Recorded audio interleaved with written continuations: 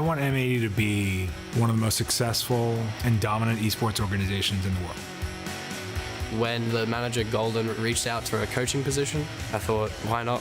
What could hurt? You just gotta take their soul, you just gotta destroy them. It's definitely better to let the player do the talking, but tend to stay clear of the people that have big egos. Energy carries everything into winning. This is Rainbow Six at its best! Try not to hold on to revenge too much the past. If we were to play them again, it would just be just that urge of competitiveness to beat them. We know our potential, we know what we are capable of. The opponents could definitely take the title from us. The past is the past, but in the moment you have everything you need to do to be better.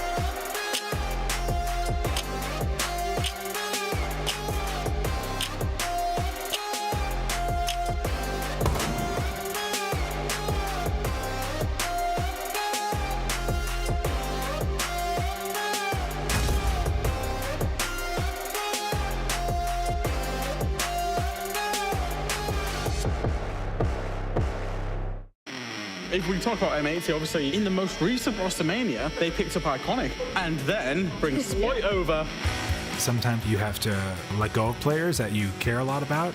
It's the result of all the things that we put into it is the winning. That's what you get at the end. Living with each other is probably one of the best experiences of my life. We're like a big family. Those guys are my best friends. I joined this roster because of one reason, and that's winning. You just gotta take their soul, you just gotta destroy them. Top it. Yeah, let's go. Come on. No matter what team you are, no matter how good you have been, if you're not good in the present, you will lose everything. This is Rainbow Six at its best. It's definitely better to let the player do the talking, but yeah, tend to stay clear of the people that have big egos.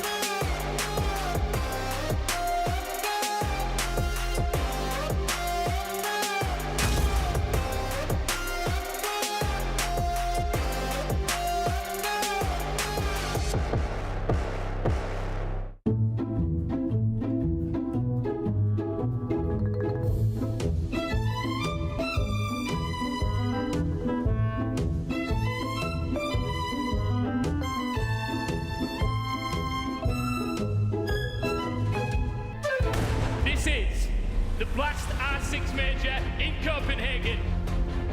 Are we ready, Copenhagen? 24 teams from all around the world made the trip here to Denmark. Okamesh is straight on inside. He finds one, looking for a second. Okamesh is just eating him up for lunch. Gomez, as he plays behind one of the remaining Kiva barricades, to be a big nitro here, and it's massive. Trying to get ahead of it, spots it moving down the stairs, and there it goes for VP. Three go for VP. Everything falls to Sploit down in the 1v2 here. They're both focused on him. No matter. We are now down to our Elite 8. Surely not resets. He's making the 1v4 look so winnable. There's no way. Resets to ace to 1v4. Esk is trapped in a corner. The next can collect one, a second, a third. Oh, he's just insane. Something feels a little bit different today. It's Championship Sunday! 24 teams made the trip, 2 remain. The defense, there comes 1 kill and 2. It looks like there's one left standing. It's Volps against his old team. It could not be any more bittersweet. Are they going to be able to close this out here and now?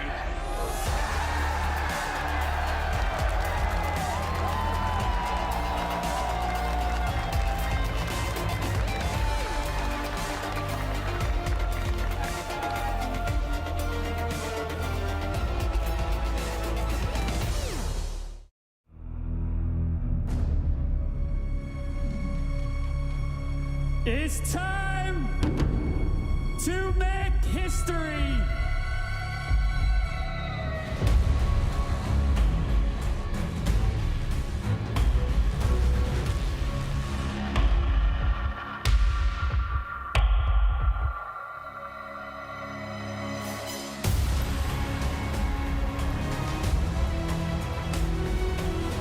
One behind a solid wall, the pings, they're all in his favor. There's a C4. But Souls does not care!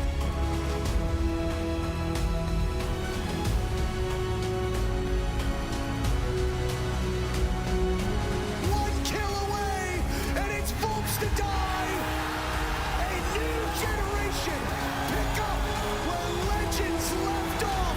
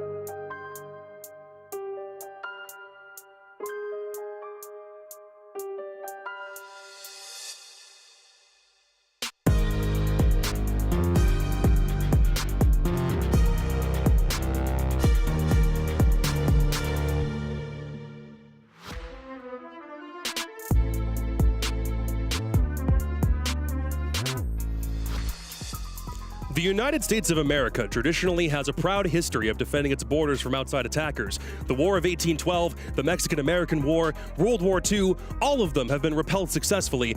But here in Atlanta over the last 2 days, those defenses have crumbled faster than the walls of Jericho. 2 North American teams stand on the brink of elimination, a Southeast Asian and a Middle Eastern team might qualify for the main stage, and the Church of the Fish has opened its doors wide, accepting all who will enter. None of this is how anybody drew it up, and that is the story of Atlanta in a nutshell. Welcome back to the Rainbow Six Atlanta Major. Ladies and gentlemen, my name is Caliber Jacob. I'm here with European analyst Jack Fresh Allen, and for the first time since the Six Invitational 2018, please welcome back to an analyst desk, 9-time LAN attendee and current Auction Esports IGL, Davide Foxe Bucci. Dude, welcome to Georgia. Thank you. The 9-time LAN attendee does not sound as good as you think it does. What do you mean? You've been to way more than I have still at this point. That's crazy. True. No major wins yet, though. I was actually saying this with Lux last night, is that actually that team was underrated because you went deep in loads of those LAN events. So I wouldn't take it as a bad thing.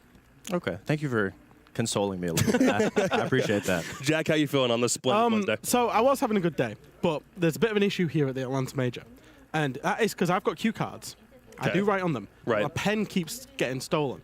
So I've had to take quite an unorthodox approach. Who's stealing pens? I'm holding my pen around my neck so that nobody else can steal it and it's staying safe with You're me. Holding the pen like because I keep annoying blast. I keep getting here and saying, "Can I have a pen?" Because no, but it's like Frodo with the one ring. Are you gonna throw that thing into Mount Doom at some point? Eventually.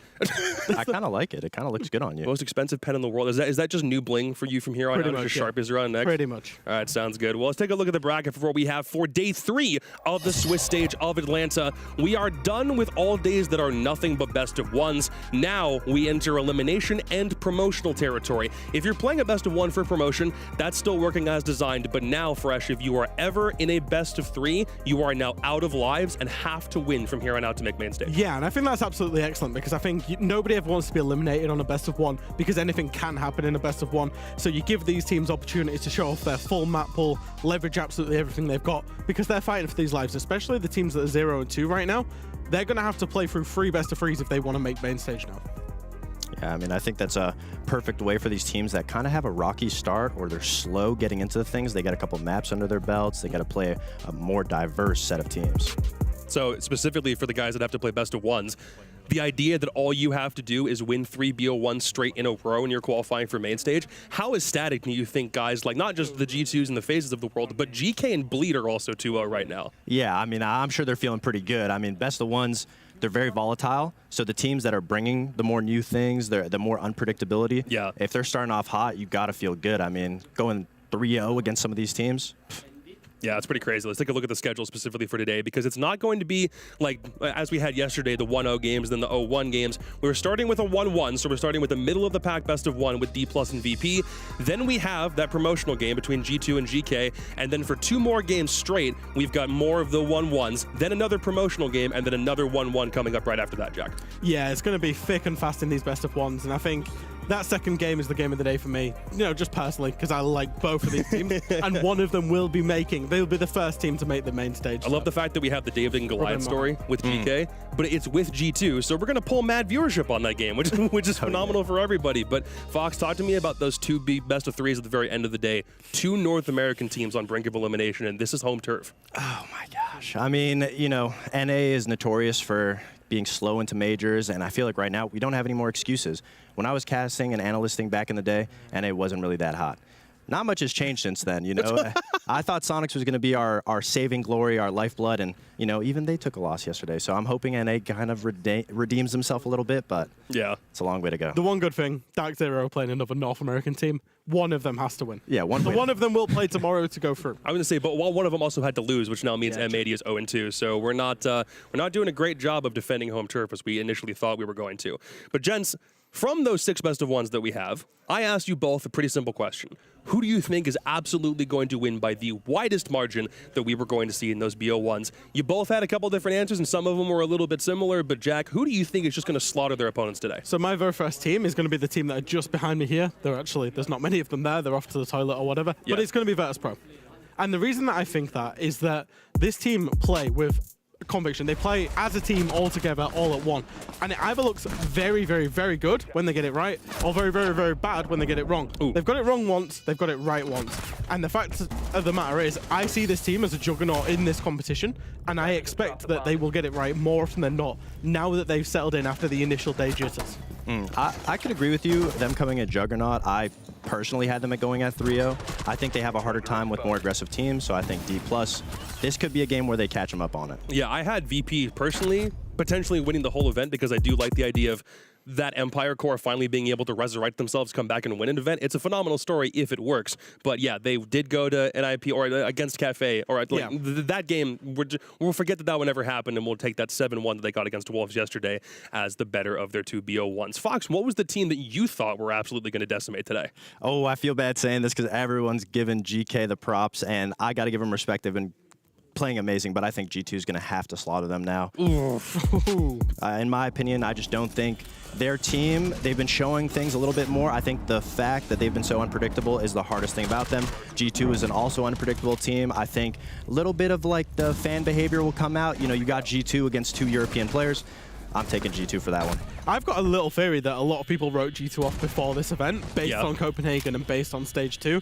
But the G2 that I'm seeing at this event is the same G2 that won SI in terms of the vibes, in terms of the way that they're, you know, acting with each other and playing. So yeah, no, there's every chance in any game that G2 play that they will just wipe the floor with their opponent. I know that they were upset yesterday that they lost too many rounds to DK. They were expecting it to be like a 7-0, 7-1. All Absolutely. Right. For a last team, this one's a bit interesting because when I asked both of them, hey, who do you think is going to slaughter their opponent? They both had 2 teams that are playing in the same game, but on opposite sides of the spectrum. Guys, why is Bleed versus FaZe such a polarizing game? Oh, I think it's because Bleed is really overachieving right now. They have a lot of new and fun personalities. Obviously, the big fish. But in my opinion, you got a team like FaZe. It's one of the most consistent and slow-playing teams. They played against 2 NA teams Bleed has, and they're both pretty fast teams. FaZe is on the opposite side of things. They're going to take things very slow. Besides Cyber, he's going to be in their face. And I just don't know if they have an arsenal to match that slow pace. Here's the reason that I think Bleed, and I know I've gone very unconventional today, and FaZe are a quality team and a quality outfit. The reason that I think Bleed is because we're still in that best-of-1 territory, and Bleed have 4 players that can pop off. Hogan, Asfi, Reeps, and Turd. We've not yet seen Turd do it, right? So Hogan had a great day yesterday. We've seen Reeps have great days consistently. I believe Turd today is going to drop a 20 bomb and just wipe the floor. So you think Turd's actually going to wake up and do that great? Yeah, I'm manifesting it right now, Jacob. Okay. Do you not feel the energy? Yeah. That's crazy. Crazy talk. And there's a fish, of course, there's a fish. But you think the fish. You think they finally, not like, the curse of the fish has been a thing for for North American teams, but you don't think that applies to Brazil? No, absolutely not. I think FaZe is just a hard wall right now. They're very unpredictable. They're very slow, very methodical, and they play like Brazil. They play like EU. Those are arguably the best 2 regions in the history of Siege. So, you know, I'd be worried if I'm on paper. I do agree with you, but I've just got this belief in the fish and in Turd. That's fair enough. We'll see if the fish buff actually ends up lasting when they end up playing FaZe later on in the day. The last thing I want to talk about before we jump into game number 1, SI qualification is still on the line for a couple of these teams, and we did have one team qualify. That was Bleed. They got the fish from that Bass Pro Shops, and suddenly they're already going to the 6th Invitational, which means there are now only 2 spots remaining. Currently, still held by Sandbox and M&M, but the chances of both of them being able to stay in are marginal at best right now. Yeah, pretty much. It's kind of very curious how this has worked because we've got 2 teams sat at home hoping on the downfall of both BDS and Loss. Now, for those teams, the big thing is make main stage, and then if they get top 4, they will qualify themselves. There's 2 spots, obviously, like you say, 4 teams waiting. So, you know, there's a lot of games where fans of Sandbox and fans of M&M are sat at home and going, whoever is against BDS, I support them. Whoever is against Loss, I support them. I mean, congratulations to Bleed, but the only question I'm thinking of is how are they going to get that fish back home and then back to Invite? I mean, yeah, I think at this point when you've already made that a part of your identity, you have to make sure that that specific fish survives. If we don't see Joel in Brazil, there's going to be a lot of angry fans. It's a big fish, you know. Someone's going to have to take the hit and not bring a carry-on and just bring that fish. Yeah, you're not wrong. All right. You ready for game number 1? 6 BO1s to get through, then we get to elimination territory. We'll start with a 1-1 game, so the winner goes to 2-1, and the loser goes to eliminations tomorrow, and that is Dplus against Virtus.pro, and we'll start with the guys on Dplus specifically. This matchup on paper is pretty phenomenal because the Russians and the Koreans haven't really had that much reason to clash in the past, but when they do, it's made for exceptional television. Sweden in 2021 gave us, when they were Dom1 and Empire going 1-for-1 on the group stage of that major, that's the last time we even saw them play each other. Now, with of new names and new logos, they're going to butt heads again. Dplus was doubted at the beginning of Swiss by most of the world, but they've shown that they can put up a little bit more of a fight than expected. Meanwhile, for VP, they stumbled early, but they picked up a really big piece. Yeah, I think these two teams in a way are almost on opposite trajectories, because for Virtus.pro, they're very, their first game was very, very bad, and now they've settled their way into it, and now they're looking good, they're looking hot. For Dplus, it was like they were 150% in the very first game, and now they've started to drop off a bit. I still don't know where we're at for Dplus, because I think they were potentially a little bit underestimated by Loss and a little bit exposed by G2. That's a great way to put it. I mean, I spoke to Doki yesterday, and he personally said that when he was watching Damwon, Dplus, there wasn't really too much that he saw that was different. There was really two guys on the team that were getting the majority of the kills against Los, and that was their biggest downfall. G2 obviously exposed them. That being said, VP, on the first day, they looked very rocky against an aggressive team. They were much better against Wolves, so we could see them on that upward trajectory, or we could see them fall back and struggle against the aggression from Dplus. Big thing for the guys on VP when we talked to Joystick yesterday was the idea that nobody was really calming on the first day. When they played NIP on Cafe, it felt like a lot of things were falling apart. Then suddenly everybody was calming in that game yesterday, and they ended up getting their first dub. Yeah, and I think that's exactly what you're going to see, is that when you've got VP and they're a bit slower, they're much more methodical, is that they play together as one unit to try and punish their opponents. If the communication's off, they're going to leave themselves holes, and that's what I think what we saw. So once they've corrected that, they looked very good. Could you argue that VP does have some, I guess, pressure on them coming in? They smoked everybody in Europe, and now they're kind of struggling against Dplus. Also, momentum. You know, personally, if you're struggling in a first game, it seems like they check out a little bit after a slow win, but they did pretty good against Wolves, so if they start off hot, you never know. Craziest thing about this Tale of the Tape specifically, Damwon are the single best defending team so far, even though they've only played 2 games, of anybody in this tournament, and VP is only just a couple percentage points behind them in 3rd place. So whoever's attacking, good luck, essentially. Yeah, they are. They've played Consulate twice in terms of Dplus. Obviously, they got 5-1 half against Loss, and then they picked up a few rounds against G2 yesterday on the defensive Consulate. That's what G2 were upset about losing. So very small sample size, but I saw that stat yesterday and I thought, Dplus, the top defending team at this tournament? I was going to say. I mean, again, it's only been 2 maps, but that's the same case for both teams. I'm not very surprised. I mean, when I played against Dplus way back when, they're very good at just kind of doing a very simple setup on the site, and the way they play around it is phenomenal. The consensus that I get from everybody is that they're having some internal issues, but aside from that, their guns are shooting. If they can just play together well as a team, I think they'll be fine. And that lends itself to defense as well. Is if you're relying on individuals to win your rounds in terms of their pop-off ability, you know, in terms of Coated, in terms of Yas, in terms of Woogieman, that's always going to happen much more on defense. You have a lot more opportunity to make those individual plays when teams have to attack into you. So I'm not surprised to see that they're better on the defense. Let's see if we get a defender-studded map coming up for this first map veto of the day. This one should be pretty interesting. It's Chalet. All right, Fox, give me your first take. Looking at that, I mean, Virtus.pro, I'm not too familiar if they're good at Chalet in their own regions, but I know Dplus is going to be a very strong map. It's a very aggressive map. You actually have to move on defense. You have to be making plays, going for those retakes. In my opinion, if defense, I don't think the defense stat is going to be hit at all on Dplus. I think they're going to be really strong on that defense. The curious thing here was the last 3 maps for me was Border, Skyscraper, Chalet, because VP do not play Border or Skyscraper. Like, they have 3 maps they do not play, Border, Skyscraper, Labs. So Dplus, instead of banning Border, if they'd have banned Chalet, they would have forced VP onto a very bad map. The only caveat there is Dplus do not play Border at all, so VP could have flipped it on them. So there was a little bit of mind games going on about Border as to who didn't want to ban it. VP traditionally did not play Chalet. This Russian roster did not like Chalet, but they've had to bring it into their map pool when the map pool changes occurred, because obviously they lost a couple of maps that they were good at. All right, real quick before we jump in a game, without any additional context, guys, who's winning? Fox? VP. Jack? VP, and I guess by a landslide based on the pre-show. I was going to say, you got to make sure that pre-show comment actually rings true. We're going to get into game number 1. Remember, 6 BO1s, then BO3s coming up right after it. Samuel Stokes, Stewart, and Carter Link Sandefeld. 6 BO1s indeed, and Sam and I will be your guides for the first 4. And listen, I'm obviously very excited for this game, especially with Dplus being the highest rated defensive team so far in the tournament. That's exciting, but BO1 second and 3. we'll save that for later because we got a lot in store for these promotion games, middle of the pack games. But for VP, coming off a big win over Wolves yesterday, Dplus starting off the Swiss with a big win. Both these teams have some solid wins under their belt up to this point. Yeah, they do, but now this is where the rub's going to happen, right? You have Dplus up against Virtus.pro, a team that in their own right is fantastic. You look across these names and it instills fear when it comes to the history of Rainbow Six Siege.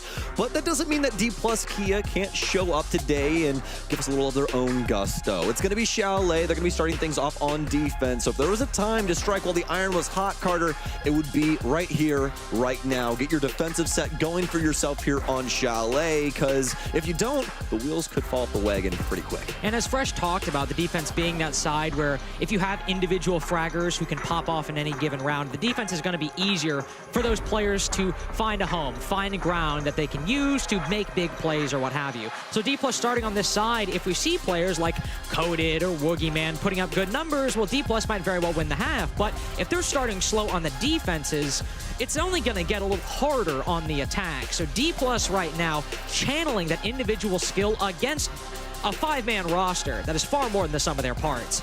Against VP, making sure you run up these defenses early on, but also allow your star fraggers to not feel restricted by the VP vice grip. That's going to be the key to winning. Yep.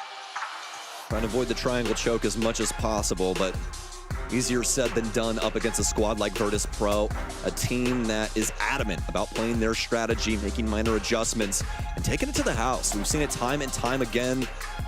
Won some very big events playing like this, runner-up and other things as well.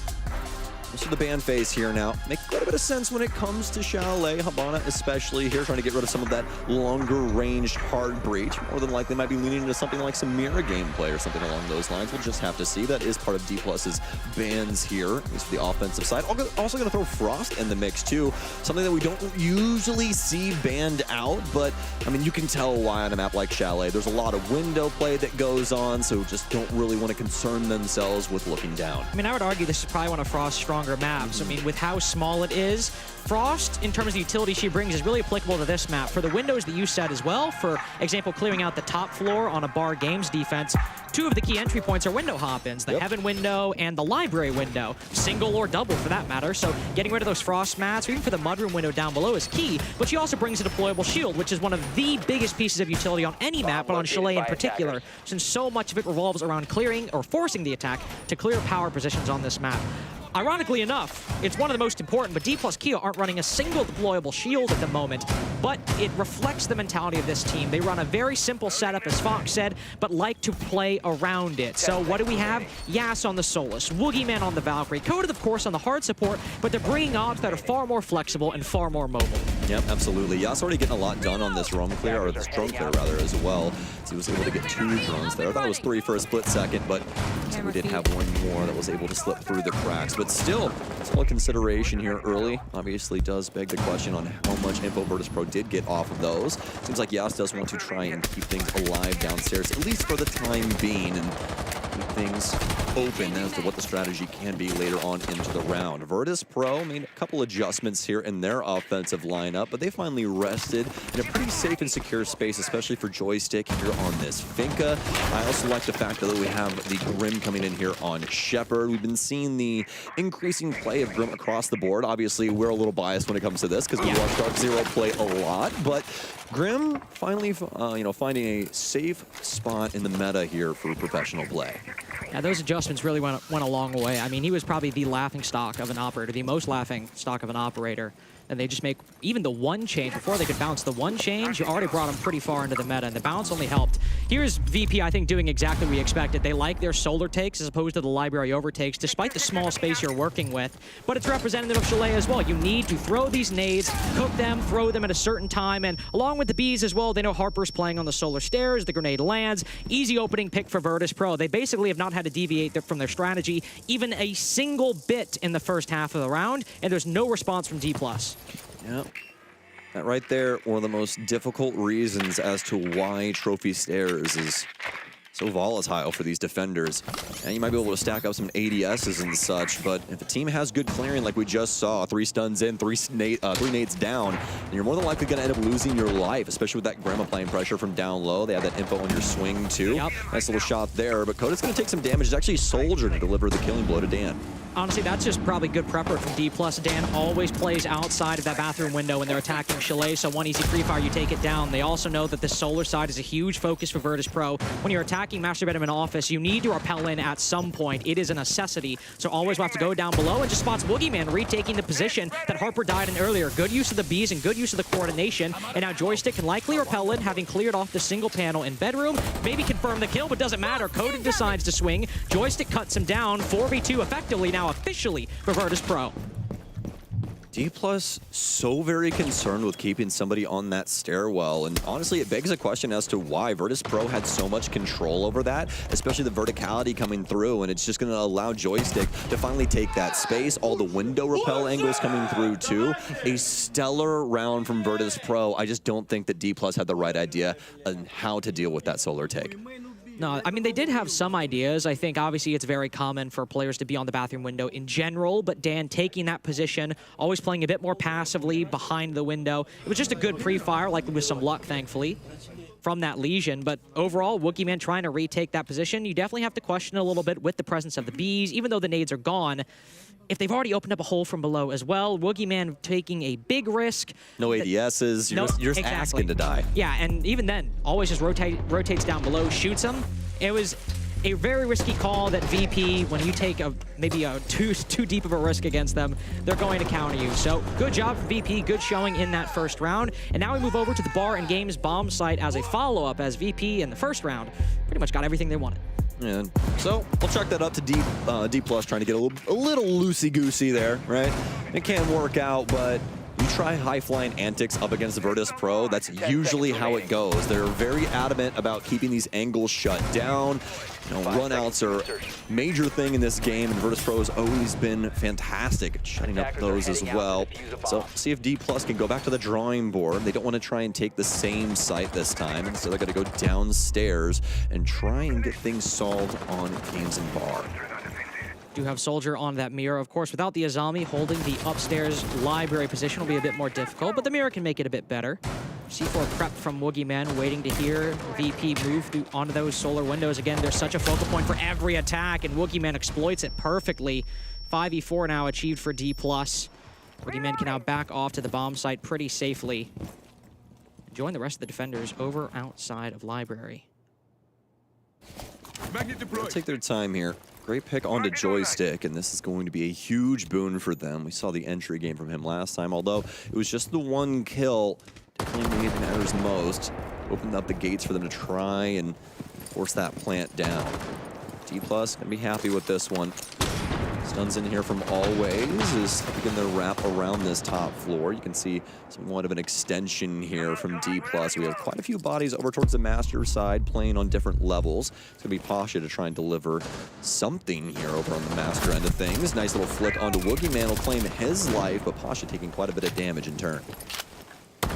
VP have at least clawed the man count back, taking control of the master bedroom and office side. But again, when they go for that solar take, when they move from the north to the south, it delays the time to deal with that Wamai playing over by the library stairs. So now Shepard will rotate, make his way forward. A very slow round. I mean, not shocking for Virtus.pro, but still, you gotta be careful. Just to make sure you don't lose your life. Indeed. This is the danger of Virtus.pro. So we always talk about. They're slow rolling, patient play, boils up to an execute, and will immediately destroy anyone in their path, including Dplus Kia here. After losing Coded especially, this is going to get quite risky. Still have some bees in the pockets of Shepard, so we'll be able to battle back against the defense here, try and box them out of their own site. More than likely looking for a game's window plant, but they really don't have the verticality on this just yet. And actually, go back on that statement, as you can see those two bodies up top, just to know where we had our third member here for Dplus. They've actually given up the entirety of that library area, just trying to keep themselves alive and see if there's any outplay potential with some of these guns. Yas might be the person to outplay with that player inside a dining or sitting inside a dining. Of course, there's somebody on the fireplace door, but a great pre-fire from Always anticipates that very position. Now it's just the players in the bomb side. Virtus.pro hollow it out completely. Dplus Kia. As Harper tries to go for the retake, there's simply too much work done in those final 10-15 seconds from VP. And that might be the most Virtus.pro round that you could possibly write up, right? Insanity right there. Have Joystick be a little active. Yeah, he's going to get picked off, but Virtus.pro just play the patience game. Use their drone work, find these weak points of Dplus Kia, and exploit them to their fullest potential. I really especially like the fact that they were able to get library control there in good timing and transition that into a lot of vertical control. It made it where Dplus had to practically escape hatch the site. They're playing things over on the blue stairs. They're playing downstairs. Even some player, I mean, really the only one that's in the same vicinity, playing all the way in back stock. But that is such a well-known quantity when it comes to the site.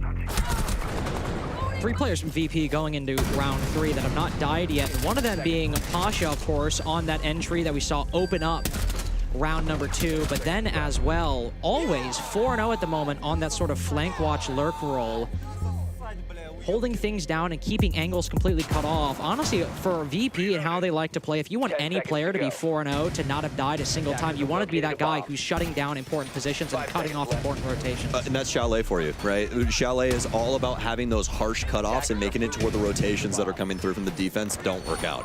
And Always has been there time and time again. Even on that run out that I believe we saw from Soldier, he was even able to eclipse that when he dashed out the front door. So Virtus.pro, for all intents and purposes, making mincemeat of Dplus Kia right now. We need to see some adjustments here, but speaking of adjustments, we're not going to adjust the thing that I was caring about the most the last time, huh?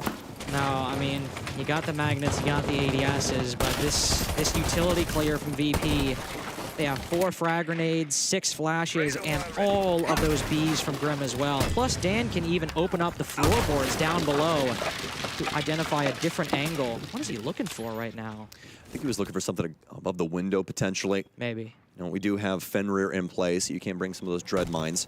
I'd be looking for something along those lines. Also, just a good little notate there for you sledge players. If you can get high enough and close enough to a ceiling, you can smack things. On that car as well. And here we go.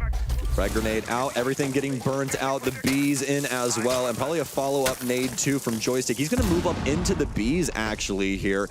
See how this works out. And the one here is going to be Harper taking quite a bit of damage, but the ADS turns back on just in time.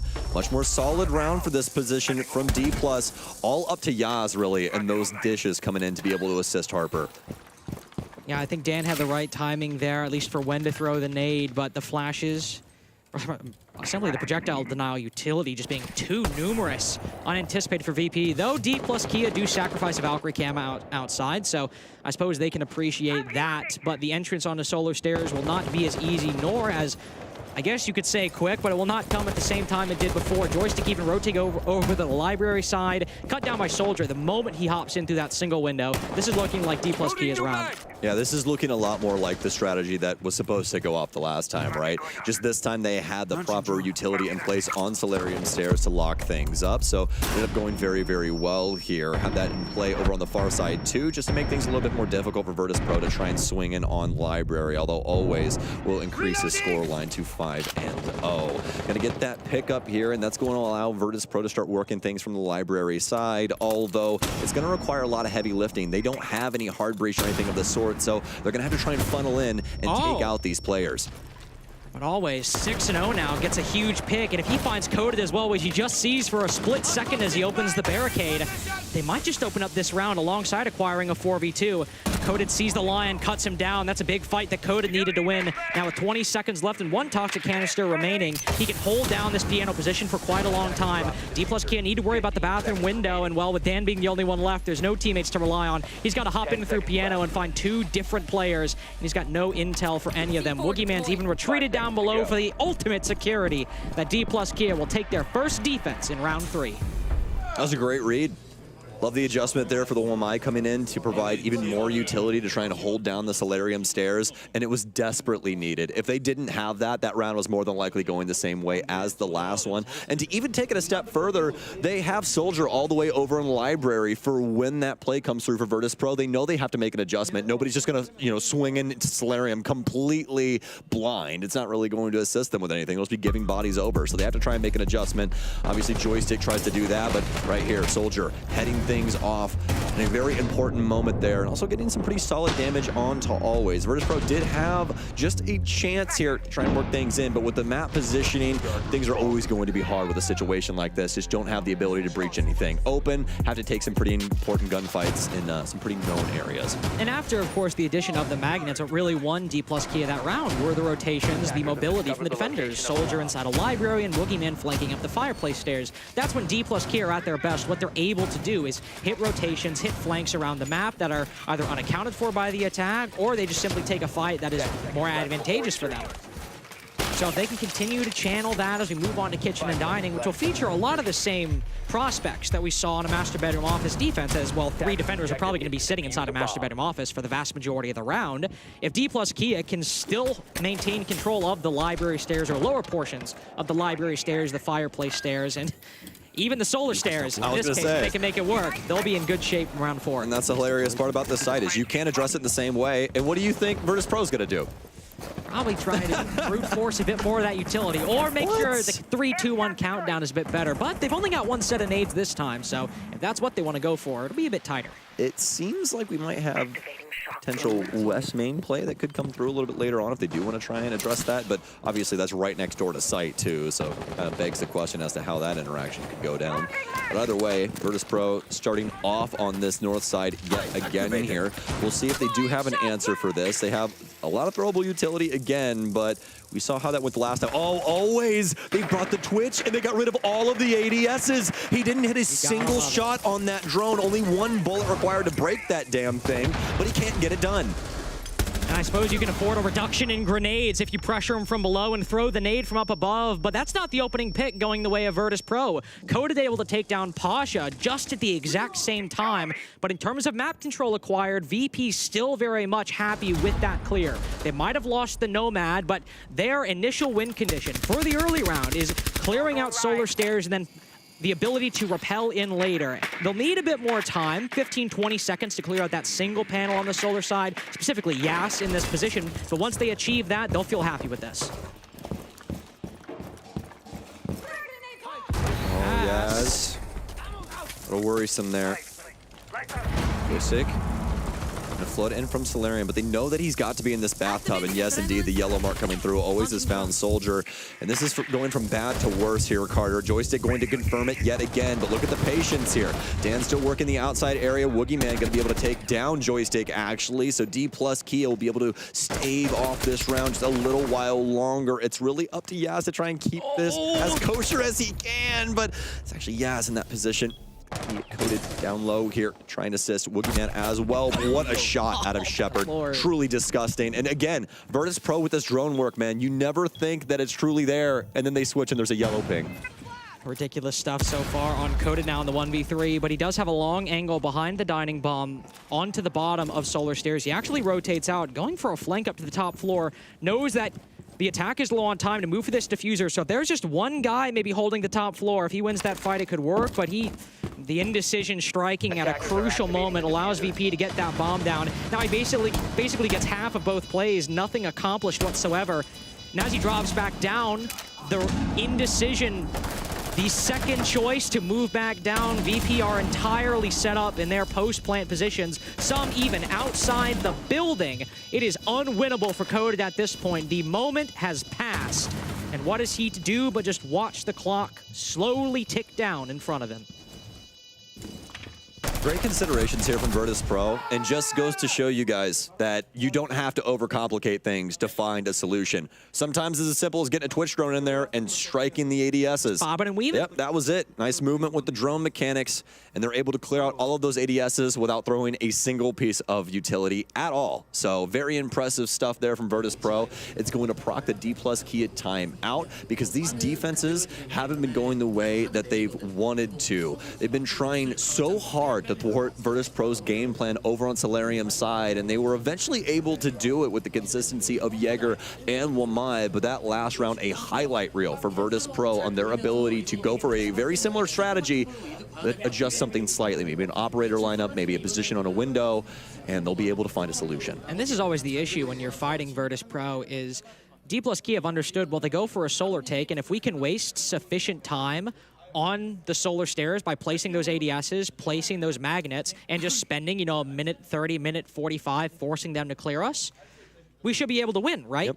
But VP just practice a take so often that they know the adjustments they need to make pretty much immediately. They can identify the problems that are put in front of them very quickly as well. And all it requires is, as you said, minimal adjustments. And maybe a guy on a window here, the addition of an operator there. They're so well practiced on these takes that even though Dplus Kia have the right idea, because of the lead achieved by VP at the start as well, able to win that first clear of the solar side, it's now Dplus Kia on the back foot and VP constantly leading the adaptations, even when Dplus Kia have the right idea. Yeah, it's truly impressive stuff and something that we've all talked ad nauseum about over the years about Virtus.pro, but again, just goes to show you how unbelievably talented these guys are.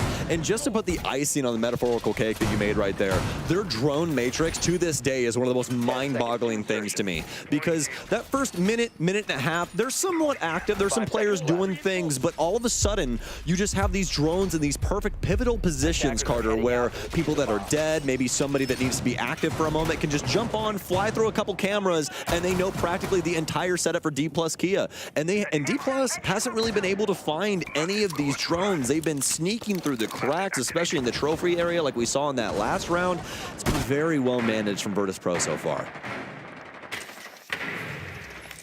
Do have, I believe, the addition of the Woogie Man on the Fen Raider. I like the Woogie Man. The Woogie Man. There's some events where he has been the Woogie Man.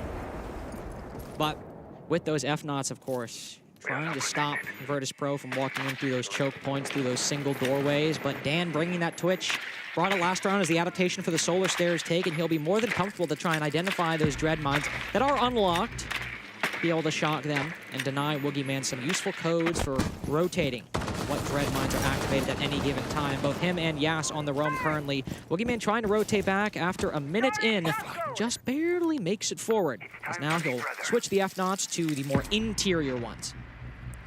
That's the craziest thing about this character, right? 5 of those knots, able to toss those things down and essentially make your own fallback strategies, where certain areas are much more difficult to try and clear. Joystick, can't get rid of that one just yet because it is closed up, and obviously doesn't want to use a frag grenade for that. Probably be the least value that he could get out of that in the current situation. B's out for Shepard, as those things will get soaked up by a couple of discs from Harper, and that's also the beauty of Grim. He's got 5 of those beehives, and it's so good for clearing out pivotal positions like what we see for Harper here on the blue stairs.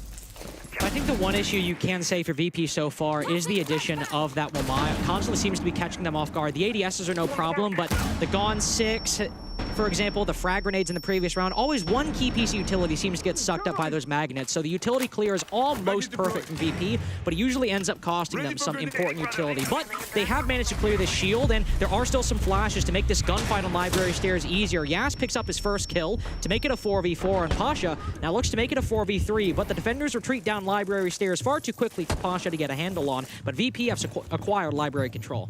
No hard breach for Virtus.pro, and the hatch is sealed up top, so more than likely just going to get Shepard in position and maybe breaching charge a few different areas around this, add some verticality into the mix, and then see what they can potentially get done past that. This is going to require a little heavy lifting in the gun department, folks, so look for Virtus.pro to try and find their entry points. And also with no flashes as well, the only real thing they have to make these gunfights a bit more in the favor of Virtus.pro is that one singular shot in Shepard's launcher, and it goes out. Will it find intel on any of these defenders? Joystick knows someone will probably flank up the fireplace stairs. Will somebody watch it? Will they just try to hollow out the bomb site? They don't anticipate the stock position. Woogie Man start things off right. Yas with the flank. Yas with a triple in the round so far.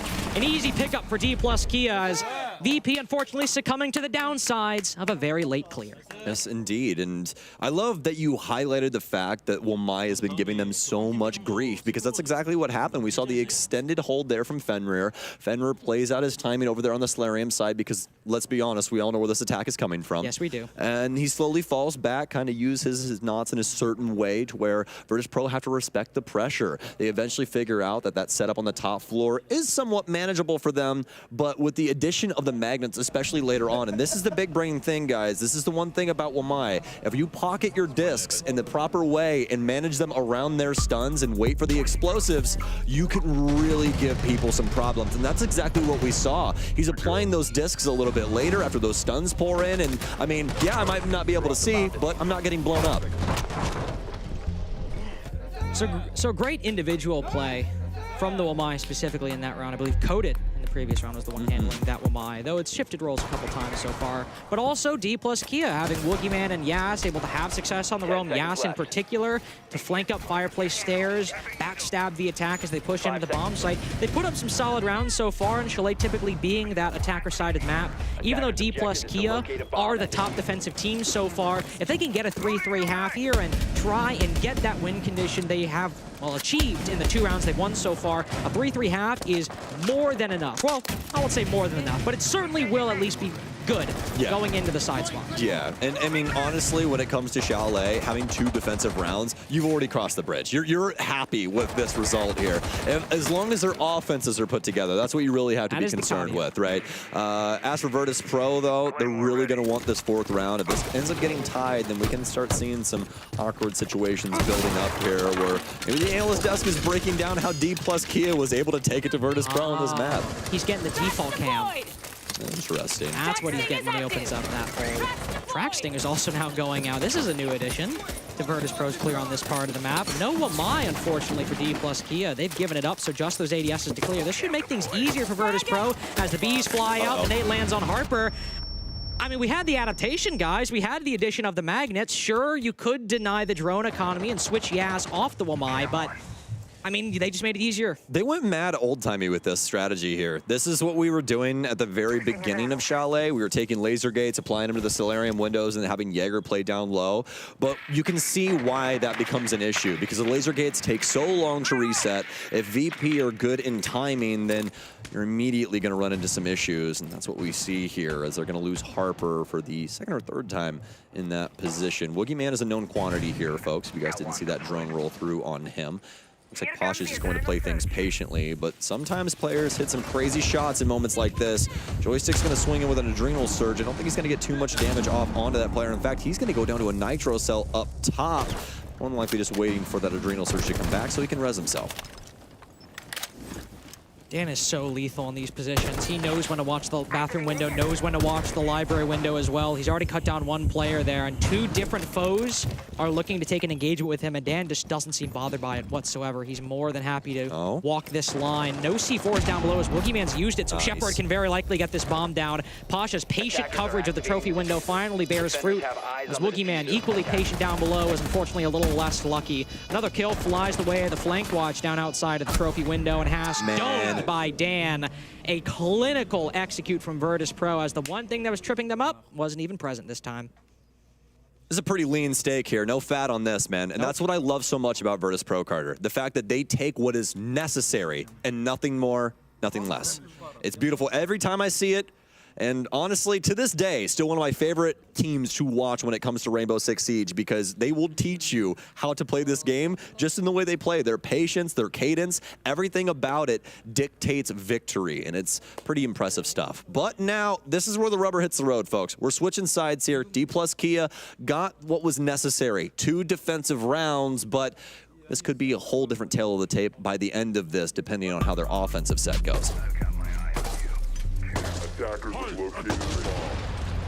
Will it be as coordinated as VPs? Will they be able to acquire, prioritize, have control? Coded was just flirting a little too hard, wasn't he? He was. That's sometimes the issue with trying to get aggressive on those windows, whether you're going against VP or not. Is that... I mean... They're just nasty, man. That's the other thing about this team. You're like, oh, well, they're just kind of standing there. And it's like, well, yeah, try and peek them. It's see what happens. it's a rough go at it. For Dplus Kia, though, as they move on to the attacking side, will they prioritize Solar or will they prioritize the library office side? I can see the Pasha on the dock, and normally when you see that, it's going to be a pretty solid library hold, but actually, it's always in this position. Normally when you see the dock, they play this spot, especially if there's a Capital on the board, which they don't necessarily know, but to see the Fenrir there, that's a bit of a utility exposed in a dangerous position. I will wholeheartedly agree with you on this. I mean, you and I casted the game where I'm pretty sure we saw Nip completely thwart the game plan of the offense simply by stim pistoling through all of the damage that was pouring over onto that position. But doesn't mean that it can't work, just means that Doc more than likely might have some awkward moments approaching soon. Could also, I guess, just use Pasha at range if he wants to step up. They can just Doc always that way, but yeah, you're risking things a little bit, aren't you? You are. The angle's a lot different. It's a little bit riskier. We'll see how it pans out for VP. Always already looking to give up the hatch, though. Tries to take a gunfight outside of the single window.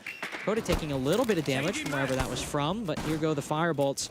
So basically just force always off once these landed, once these magnets are cleared more specifically. But some are caught, actually. One flashbang goes out. No bolts taken down just yet. But will they land in the proper spots? Another magnet sent out. Firebolt prepped. There it goes, and it forces always out, but he's just threading the needle for the moment and finally drops back. So no Doc there, but a minute and a half wasted. That's still pretty good. And Pasha still, I mean, was able to dock him. So he gets stim pistoled one time before he gets downstairs, so he'll have essentially full HP. Be nice for him. No.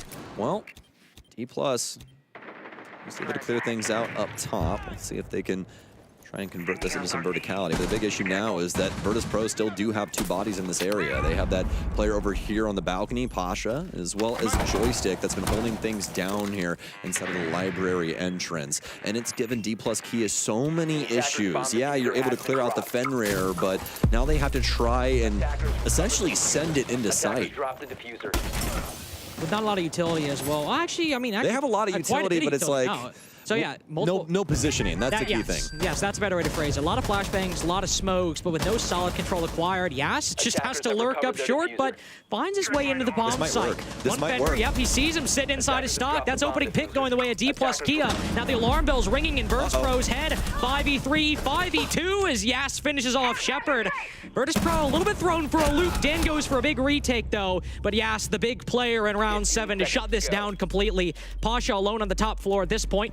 Got to go for the retake. Pre-aims the prone angle. Impressive stuff, but can't take down the player hopping out of the double window down below in bar. This is a bit workable. Coda and Yas, both on low HP, but the main player is going to fight his Harper on full, but down he goes. Now it's way easier for Pasha. Just a couple bullets in each remaining attacker should be the end of him. Yas makes a big rotation up to that top floor, and Pasha responds. Feels there might be an isolated 1v1 up here, but the time is ticking low. He's got to get both of these kills in rapid succession, and it seems like that's just not going to happen. He might be stat padding at this point, and Yas certainly is. 4K in round 7 to give Dplus Kia their first attack. Honestly, a great round there from Dplus Kia. Obviously, the top floor take not going the way that they wanted it to, but still adamant in their ability to clear out the site. And I think that that's the big oversight there by Virtus.pro. You're able to thwart things for 2 minutes on that top floor, but then you seemingly don't really understand that Dplus Kia are going to have to go for something eventually. Everyone's just kind of managing things around games, seeing if Dplus is going to try and hop in there. But Yas simply walks in the bar door. There's nothing more, nothing less to it. He just walks right in and kills Fenrir at the back of the site. Not only that, but he also takes down Shepard. That's two huge players. He's carved out the entire thing all by himself, able to also gatekeep as well. A quad for him on the round, and one that Yas will most definitely be happy about.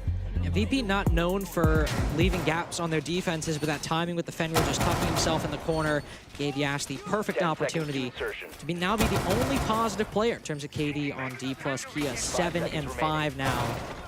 I imagine VP try to make sure they don't leave that same gap again. Different bomb site, of course, moving down to the basement position, and one where there usually are some built-in gaps because you need to hold that middle floor and not necessarily put all the way up to the top floor, but contest map control a little bit more because of how much soft destruction is available to the attack, but also the importance if the attack is going wide side of the dining hatch into what angles you can cover and what plant spots are then available to you. You need to waste some time for the attack as they move their clear in from no matter what side they do. Absolutely. Obviously, VP were quite successful that the last time. It was just their inability to play the gates of the site. Not really thinking that Dplus Kia was going to so quickly change gears and totally caught them off guard. But as we know, Virtus.pro, you usually only get about one of those, right? This Nitro Cell making Carter sweat right now, folks. I wish you could see his face. I'm literally watching him. He's like min-maxing the lineup right now. Just moving a little bit, a little down, a little up.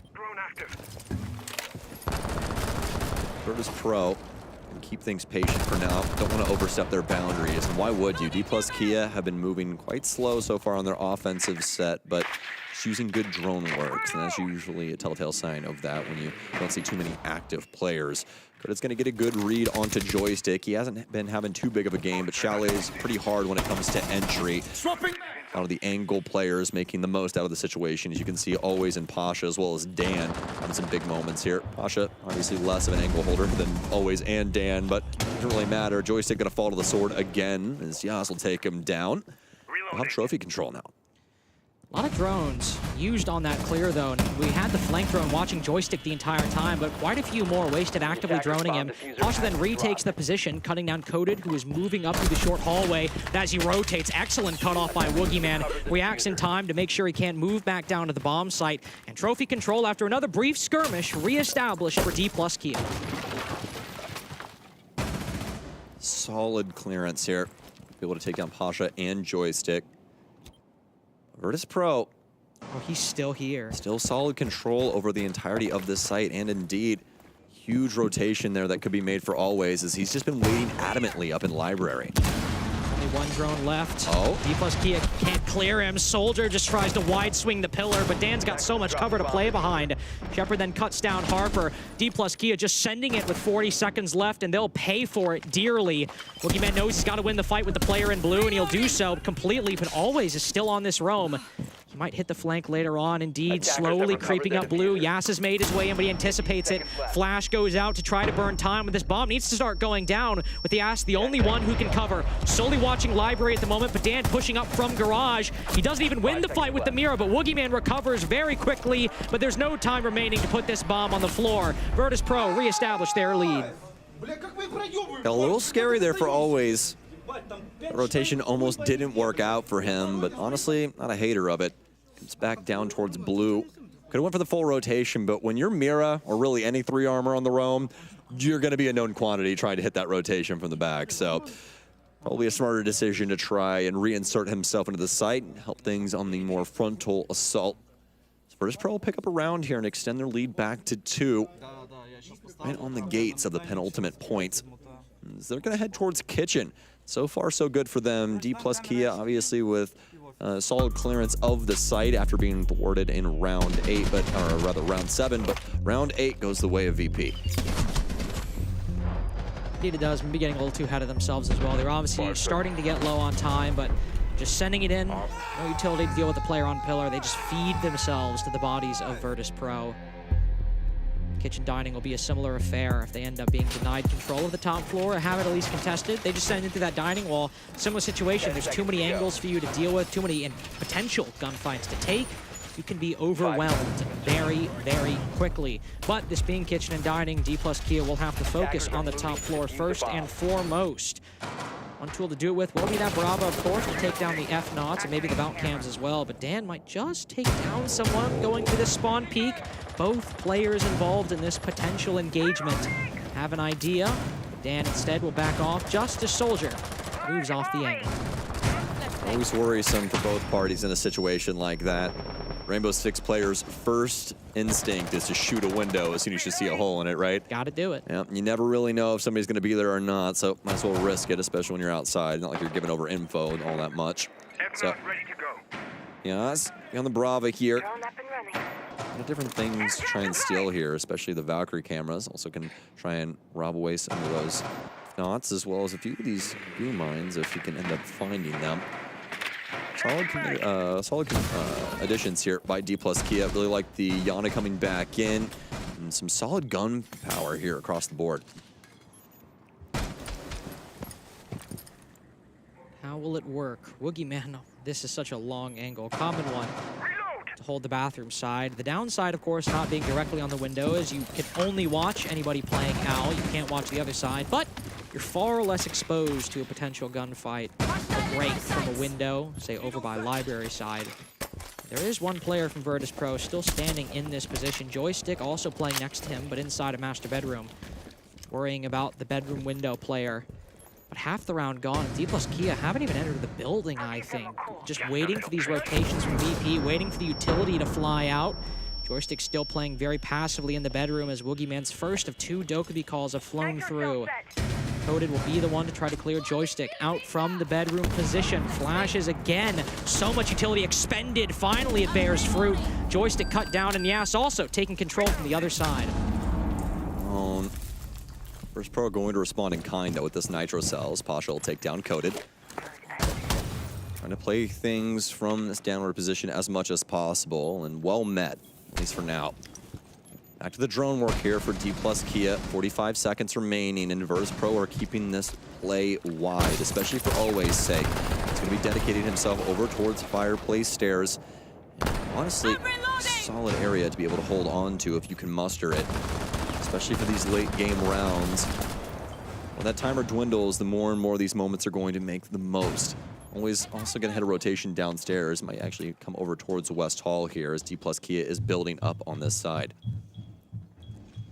Building up, but it needs to be a solid foundation with how low time remaining. No mistakes can be made, no gaps can be left. Shep creates one as he cuts down Woogie Man. Dan just sits in the smoke, domes the player hopping in a trophy window, and there's not even time to get this bomb on the floor as Harper, with 4 seconds left and case in pocket, is still outside. 6-3 for VP. Dplus Kia need 3 in a row to bring this to overtime. Poor Dplus Kia on that one. Those smokes thrown in by the Twitch up top actually gave Dan the perfect position to play from. Exactly. They jump in and they are legitimately fighting smoke. They have no idea where that guy is. There's just bullets flying out of random spots, and he's able to take down 2 big players trying to flood in from trophy. But at that moment in time, Dplus Kia didn't really have anything to be able to try and bowl over Virtus.pro on their defensive positions. They were able to battle back a lot of things, as well as just keep a lot of map control under their belt. I especially like the plays there from Always, just to keep things active on the roam, because they really didn't know what Dplus Kia's answer was going to be just yet. So, as per usual, Virtus.pro looking stellar. And just one more round will send them up 2-1. Again, still a best of 1 for Virtus.pro, but they will be on the brink of promotion. Don't know who their opponent is, of course, just yet, but they'll be in a great spot as Dplus Kia. If they lose this in the next couple rounds, they'll move down the elimination best of 3s. Position they found themselves in last time in Copenhagen, getting 1 run, but then still being eliminated in the 1-3 spot. Virtus.pro, of course, also moving down 2-2. So just because they'll move to the promotion does not mean they're guaranteed to win it. But they'll at least be happy they've got another shot at making the main stage that they missed just a few months ago. Master Bedroom Office is what could potentially be the final site defended by Virtus.pro on Chalet. Not a lot of changes, always on that Valk. Can still get aggressive on the roam like he's been trying to do. Dan, Joystick, great ops to hold down positions. Even if Joystick is not having the game he wants, as long as he can stay alive with those magnets, he's adding so much value to the defense. Most definitely. A bit of different feel when it comes to your defensive players losing their lives early on, but as for Joystick's offensive set, somebody has to get in the building, right? It's usually going to be him, and like we were saying, Chalet is a lot of angle holding. That's why you see the stat lines that you do, although Pasha has been getting pretty aquatic himself and finding some really highlight moments. Dplus Kia, honestly trying to take a page out of Virtus.pro's book here, looking towards that Solarium side, but VP know a lot about what's about to happen here. You can see these angles building up towards Trophy Window, as well as some other things. Solarium Nitro out, but Yaz, and practically a mimic from what we saw in their interaction when the shoe was on the other foot, the Nitro Cell will land on deaf ears. Dplus have so much pressure on this particular position. The nade's so easy to land for Dplus Kia. I gotta say, VP, a little bit of a problematic setup, but Dan at least trades it out, moving or taking down Coded down below inside of Trophy. But you lose always on that spot. But even if you do, I mean, half the round gone, as long as this player playing on the single wall, I believe that's Shepard on Legion, as long as he can hold down this fortress, hold down, stop the attack from moving too far into Solarium, losing always won't matter as much. Another nade goes out from Yas. It's Joystick and Shepard in this position, facing the Dplus Kia attack that need to shut them out for this final minute. They've already put Yas in here too. Honestly, they could go for more of a distracting measure and just keep Yas around this area and try and hit a rotation if they really want to, but obviously all up to them. In a 4 versus 4, there's a lot of things to consider, and I mean, as long as Woogie can play actively and Joystick's distracted, why not try and push things forward? Gonna be able to get that big kill, and Shepard might be a known quantity here too. They're gonna try and warm up the drones yet again, as they do have some time in order to do so. He'll hop this by, but it's really on to Shepard as well as this play here at the back end to try and solve this problem. I think they missed Shepard, though. I mean, they might know it's a general position. They certainly know about Pasha. But the drone didn't spot him directly. It even spots the defender far behind him. That's Dan. He gets Woogie Man. Are they aware of the Legion?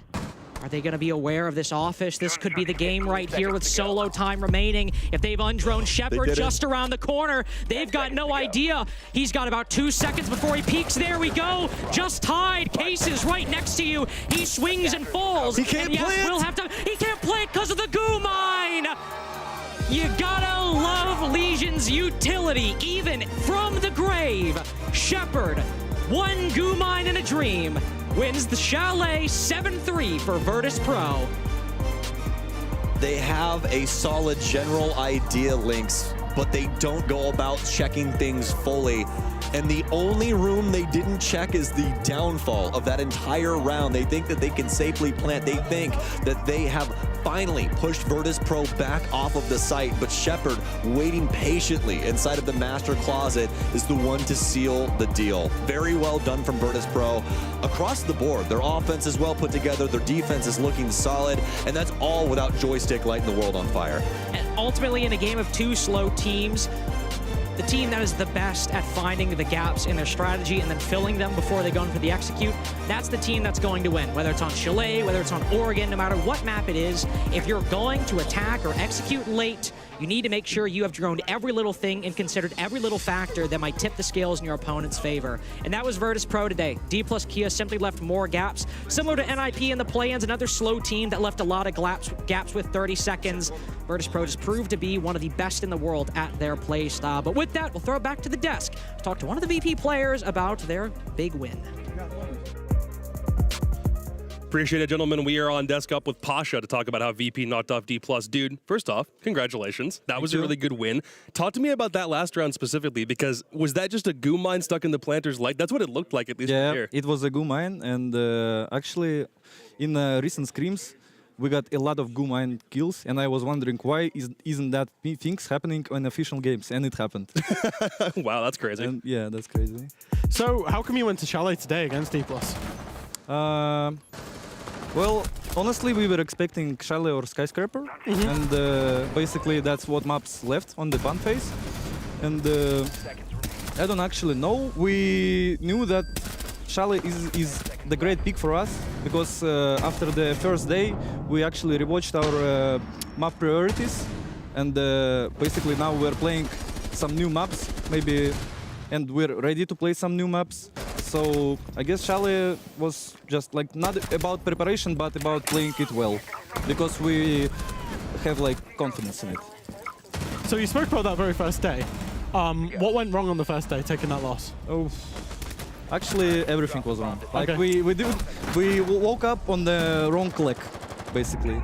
So it was just completely different team from last 2 play days, and I think we just after that first play day we talked a lot about our mistakes, our playstyle, our map priorities, like, and last 2 play days it pays off.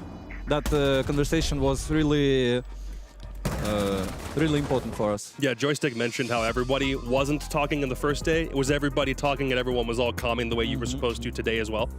I guess today we were talking like yesterday, and everybody was had that positive energy in them. Everybody was screaming. Everybody was talking like calling the round, mid round.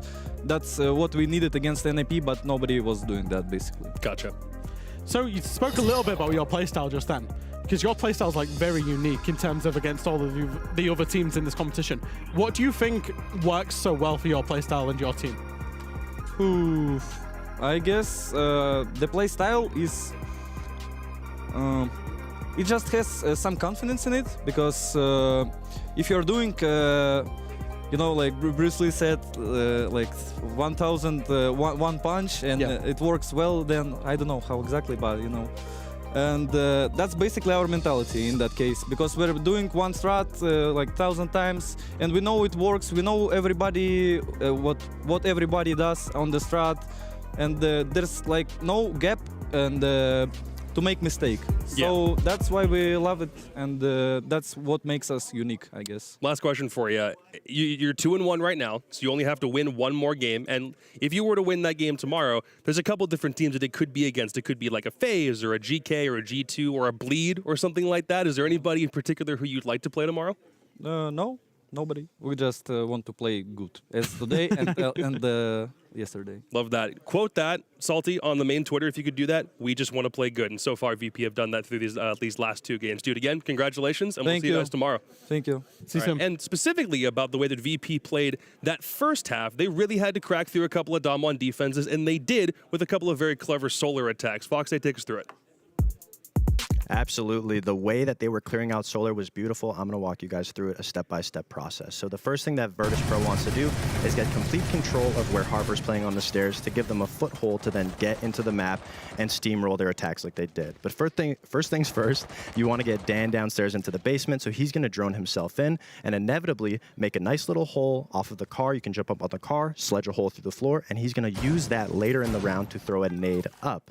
While you see that, you see Zero is going to be moving over towards solar window, and he's going to use his Zero cams to completely clear out all the ADSs so that every single other piece of utility won't get affected by it. You may be thinking, why would he use the cams to clear out ADSs? And that's exactly why, because he doesn't need them for the flank once you get into this position. After the ADSs are cleared, Gridlocks will come out to lock them down. The beehives from Grim will come in to give information on Harper. They won't need it that far. Always is going to throw a beautiful nade through the window that bounces on the top of the stairs, while Dan throws a nade at the bottom to completely clear out Harper.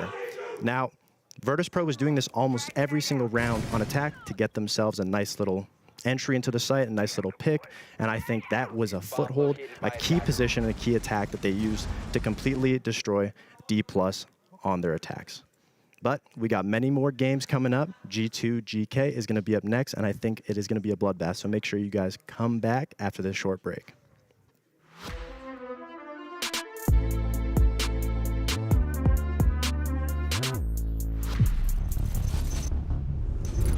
Hey, I'm Dominique Clément, game designer on Rainbow Six Siege. If you want to get ready to confront the next addition to the Siege roster, here are a few advice. Maverick's Flaming Gadget might be that one tool you can always rely on when it's time to melt through the enemy's defense. Training your sharpshooter skills, and more specifically, with gadgets like Zophia's Lifeline, will come in very handy when it comes to countering the effect of her fresh new face. Finally, it wouldn't be Siege if explosions didn't have an impact on your game. And this season is the perfect moment to review your frag throwing skills, because a well-placed bang might just be what you need to clear you and your team a path to victory. That's all for now, but make sure you tune in to the full reveal to get all the information on what's coming next season. See you there.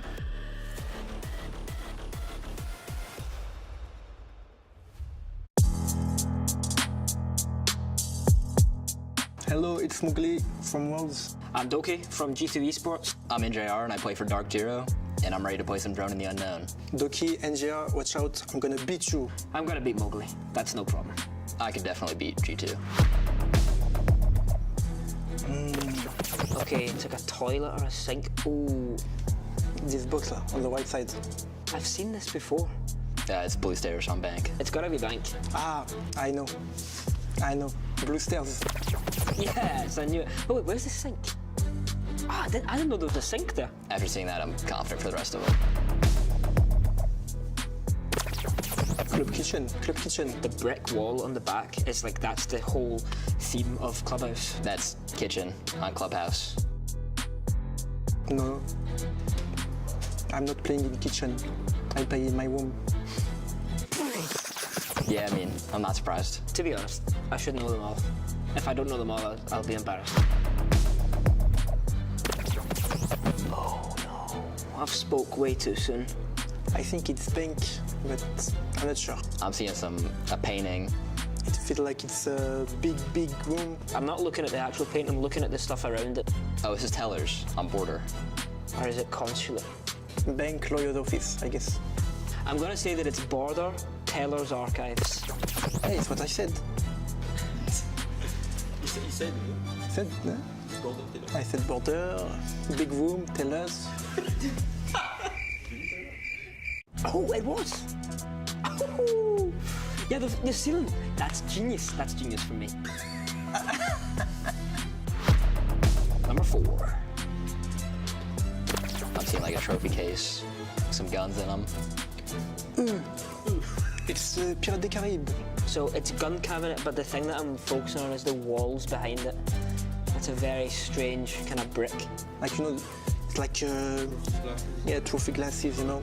That's Chalet trophy. I'm pretty sure it's Chalet trophy. I'm right. Not surprised. Oh, yes. Oh, it's trophy. Let's go. Oh, 5 out of 5. 5 out of 5. That is in consulate outside the garage breach. Pretty sure it's consulate garage. Consulate, garage. So easy. I'm not sure. Let's go. That's how it's done. Thanks for watching. Thanks for watching. Thanks for watching, and I'll see you guys at the major.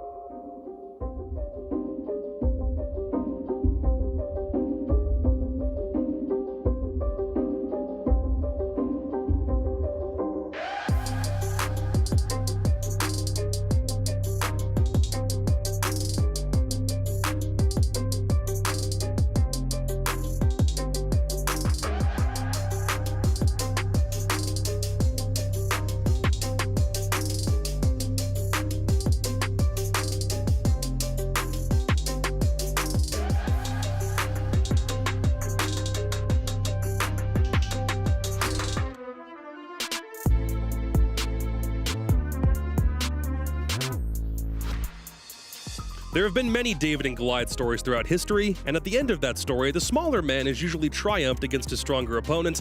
Today, we may bear witness to not just one, but two Davids taking down their respective Goliaths, but this one may also have a Cinderella story element attached to it.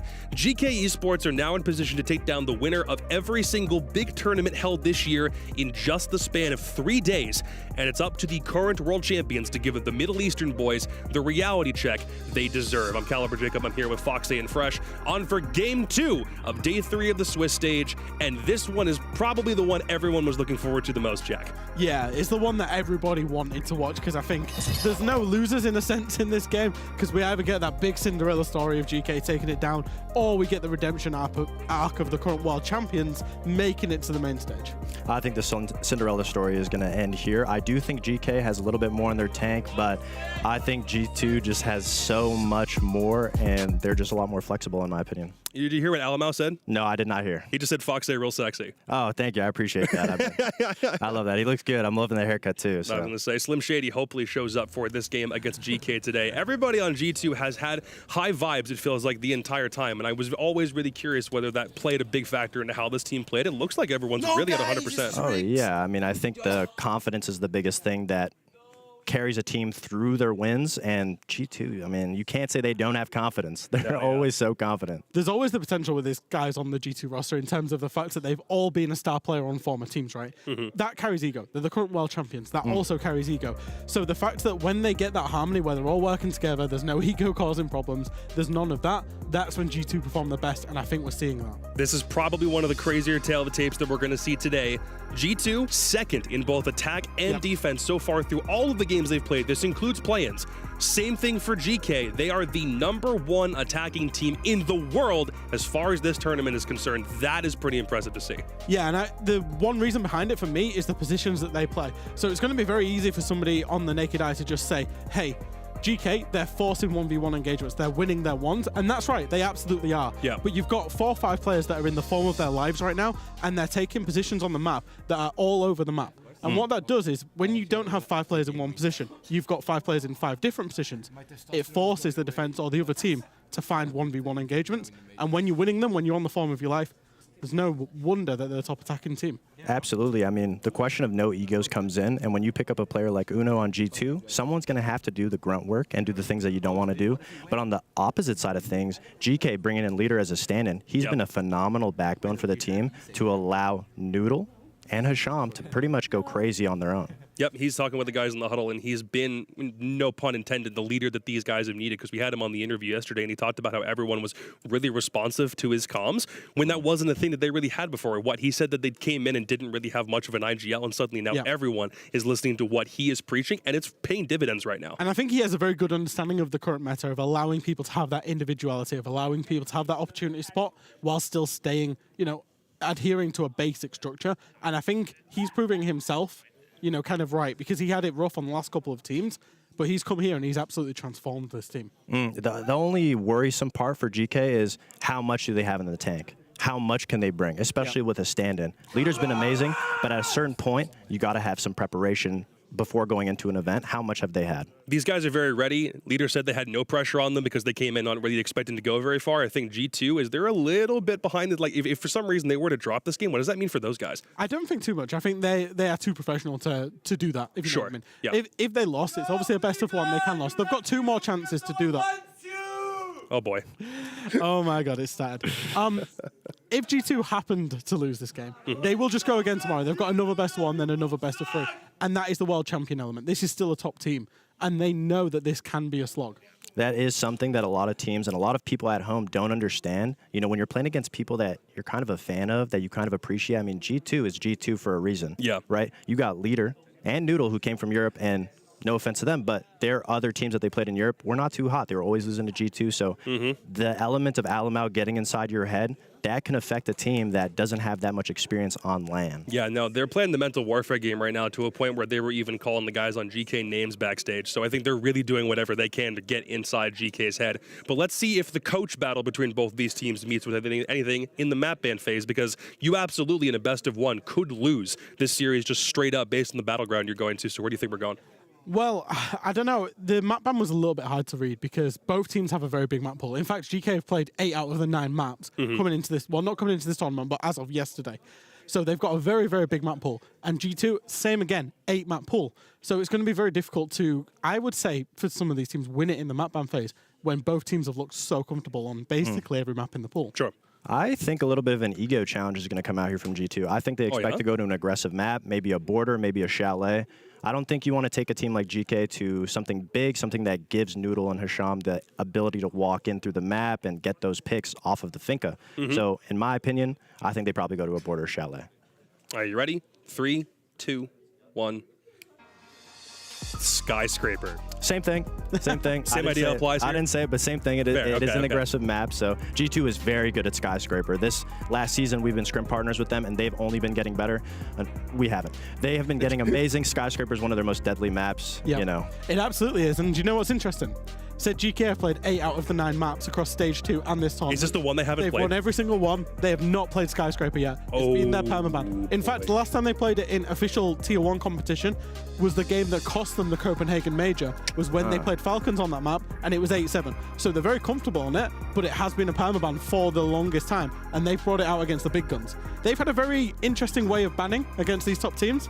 Took BDS to Nighthaven, one of their favorite maps, beat them on it. Took W7M, Clubhouse, beat them on it. Now they're taking G2 to Skyscraper. These guys, they're just here to disrupt. They're bringing the confidence. They're taking people at their best maps. I mean, that's what makes the wins even more, like, even better entertaining for me. too, Yeah, and it means so much more to them. Yeah, especially with the fandom from Mina from at home. I bet these guys just loving it right now. I would say everybody currently that's watching right from Mina in this game, this thing is about to go off the rails, especially considering, again, remember, the path that GK absolutely could have if they were to win this game, knock off the current major champions. They did that against BDS yesterday. Knock off the Gamers 8 champions, which, that already happened. They've already gotten 2 wins against W7M and BDS.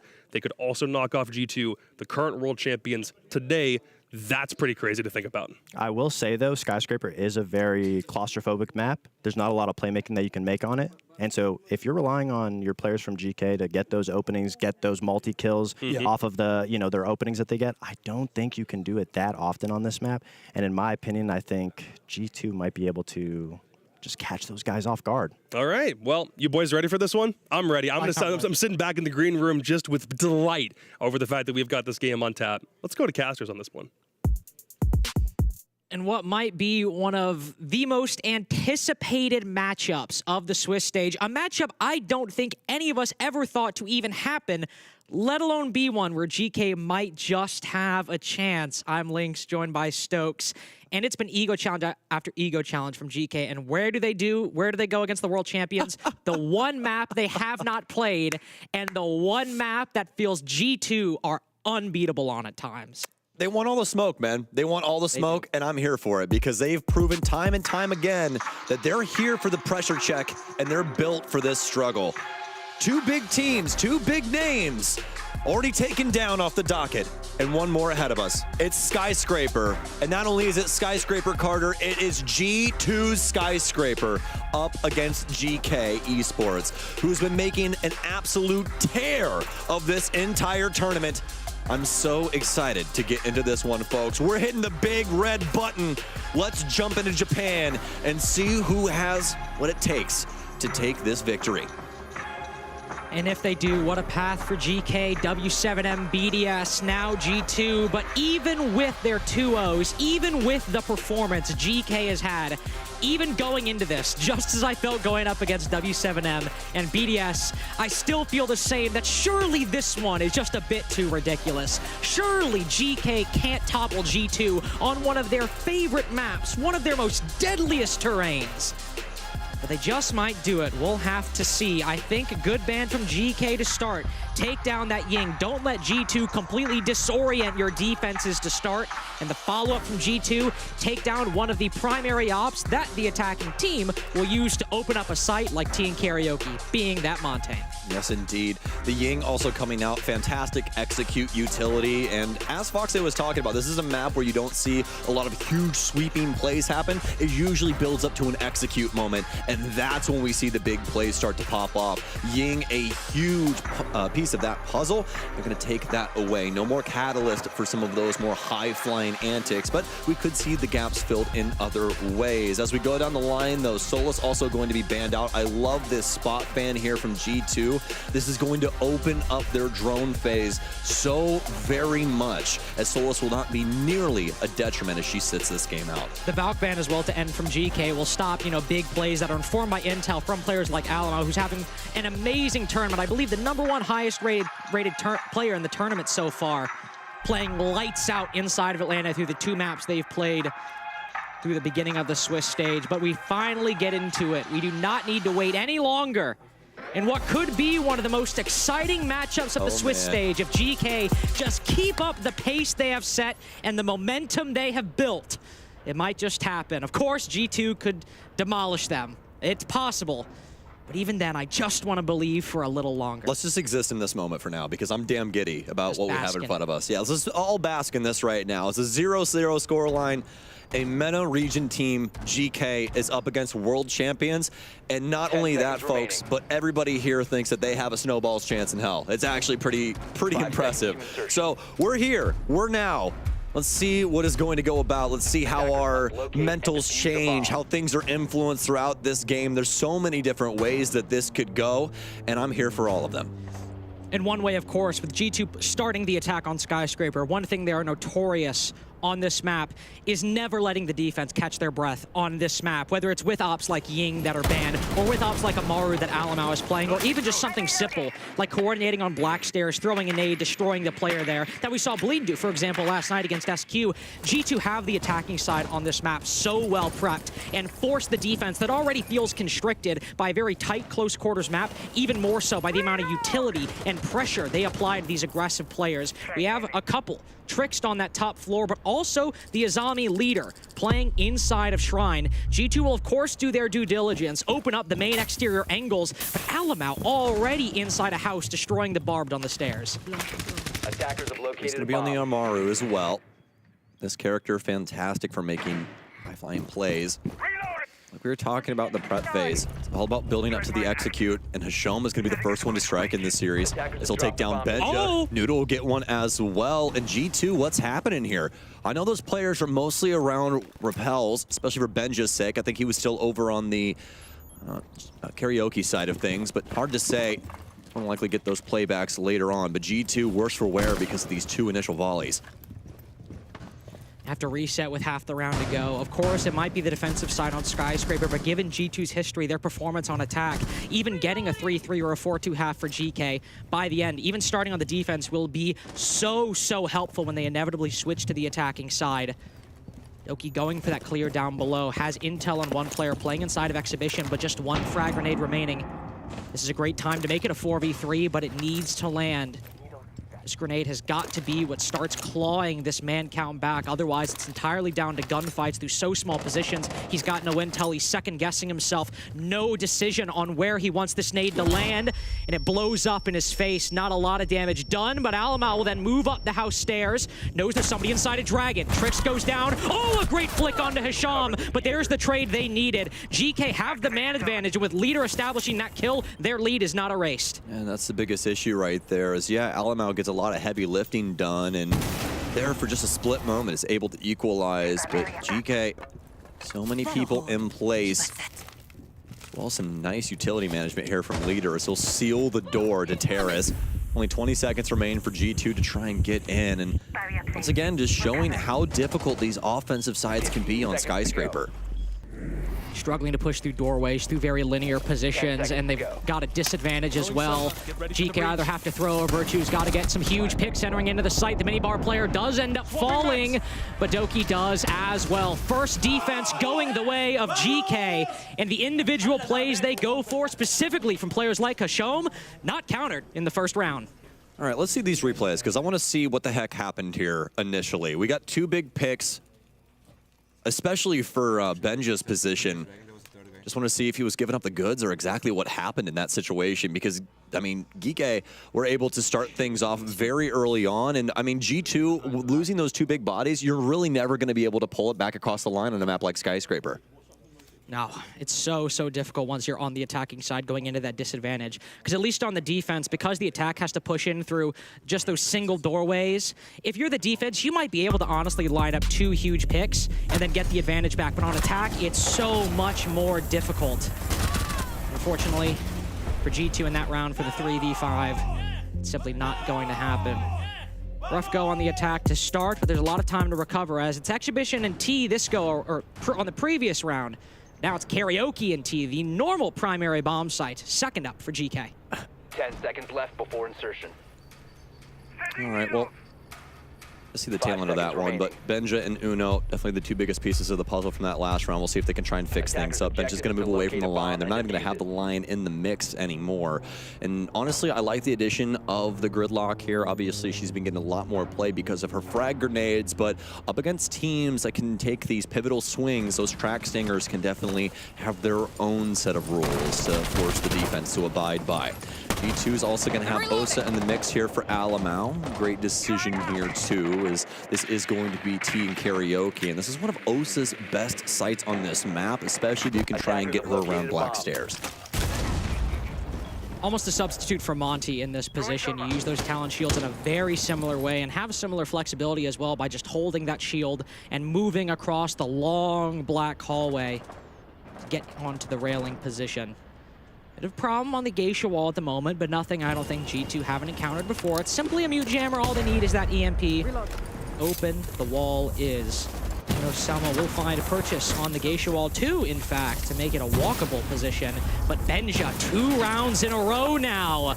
The first one to fall as finding these roamers, not even roamers, an on-site player. It's just too difficult. He swung black balcony. There's nobody else in the area. He was the only one playing outside there, and the mute just swings off the info of, I believe, Benja breaking the door and kills him instantaneously. And really, I just don't think that G2 is prepared for GK to try and take it to them in these moments. They're finding these gaps where G2 feels comfortable, where there shouldn't be pressure normally boiling over, and they're getting these huge kills. 2 rounds in a row, GK have got the 5v4. At least this time, it's not a 5v3 in rapid succession. So comparatively speaking, more workable for G2, but what do they have? Nobody really even inside the building. No control established onto the bomb site. Just the Geisha wall opened up. Final Selma goes out to try and open up a new angle, and it will into Geisha, but Leader's pulled back. He's playing on the doorway into the interior. Big kill from Doki as Key gets a little aggressive on that shrine window. Man advantage, claw back, and oh, but no! Not a response. Instead, GK steal it away from G2. Noodle feeling himself on that one. The shoulder check right into the swing. Practically perfect mechanics as he only gets tagged twice there, I think. Alamau, though, will be able to bring it back to an equal position. Now start paying attention to this drone game. They only have 3 drones, and this is when things get really risky. You have to start trying to fly blind. Doki's going to try and move his way in. Sees Leader, slips it through the cracks. He'll be able to Adrenal Surge him back up. Might be able to take 1 extra round out of that, but it's going to get pretty risky here. Alamau, with very minimal time, has to try and get this bomb planted. He must swing in. They'll try and flood their way in from T2, but they'll lose Doki in that process. Virtue trying to fly through. Alamau now with a goo mine in his foot. We saw this in the last game. We might have a repeat, but he'll be able to get the plant going, and he'll have to immediately hop off the case after Virtue goes down. And GK are capable of playing Skyscraper to its fullest potential. Oh, man. Skyrim. I mean, we might have the Dragonborn in this game. Wow! Early timeout from G2. Timeout. 2 rounds slipped away. All GK did was win the primary bomb sites on Skyscraper, and Ramallo is so concerned with what he's hearing in the comms, he's hit the timeout. I mean, dude, you got to hit a reset in a moment like this. You know, GK are getting away with way too much. Let's listen in and see what they got to say. And if it's exhibition, we do half split, okay? The same for exhibition, okay? So we can do next round the default one, and also the half split, because it's gonna be good because we force a team play, and we team play against different. Yeah, it's just that. I think the first thing Ramallo said there, play those trades. That is going to be the pathway to victory for G2 against GK with the play they're going for, because you have Key swinging on that doorway, right? Look at that. Great timing, just a pre-fire. Doesn't even see the gridlock necessarily. And sometimes you're going to be in positions where playing for trades is difficult. But if you have someone on that doorway, just on the off chance that someone like Key or like Noodle might swing, you can make that a 4v4 and still keep the same general pace you had going up to that point in the round. I think that is definitely what G2 need to focus on, not leaving those gaps, but also more importantly, making sure that everyone at least has a buddy close by to trade it back if GK do end up getting aggressive. And that's the thing. That's the highlight right there for GK, is the fact that they're playing active positionings in areas that people usually don't. That's why Key gets that moment right there, because people aren't used to somebody just playing the hallway right here and trying to battle back against that door. It's usually a pretty big risk. But obviously, works out for GK. 2 big rounds for them, and in total agreement with what G2 wants to try and do decision-making wise. Try and keep a battle buddy around you, and it's hilarious because back in the day, that was G2's entire strategy, is the 5-second, I can't remember the heck Pengu called it past that, but either way, essentially, if you're outside of 5 seconds of each other across the map, you're probably screwing things up, and G2 can probably apply that here amicably. But nowadays, I mean, 5 seconds might even be a little bit too much with the amount of aggression we've seen. I would want you existing in my pocket, Carter, if it was my world. With how much aggression has really developed in the meta over the past couple years, with players feeling more comfortable to take engagements like we've seen Key taking, that 5 seconds maybe should be more 3-2, depending on the timings of what you have going for. You just got to make sure somebody's around to play that 4v4, and not exactly what I was thinking, but look at this double hard breaching just to try to open up this Geisha wall, make sure they can open it up successfully, and they will be able to do it without the Maverick breaching torch needing to be used even a little bit. But of course, there are GK defenders contesting this. Trix, another one of the standout players on GK, with those Kiba barriers all charging up in his pocket, looking to waste even more time. Breach be damned. Well, he is the central focal point of this G2 offense right now. You have Alamau in the back karaoke window. Uno trying to assist with some of the angles over here towards Geisha. Now it's up to Doki to try and swing things through, but he's got a lot of angles to check. Ashom will go down. G2 will have the man advantage for the very first time in this set. It's looking much more solid than what we saw previously, and it's all because they are playing the same portion of the map actively this time around, Carter. Overwhelming force going in the way of G2. You have somebody playing the karaoke repel, flashbangs going into the Geisha window, and Doki pushing in through the Geisha breach. That's the coordination we need to see from G2 to clear these positions. And then they get a kill on Hashom just to make things even better. Benja catches Noodle rotating over by the Shrine position. Unequivocally the strongest round for G2 up until this point, but can they keep the advantage? Will they choke it away? Key's taking down Doki, but there's still a minute remaining. Plenty of time for G2 to close out this round, even with intel being relayed to Key.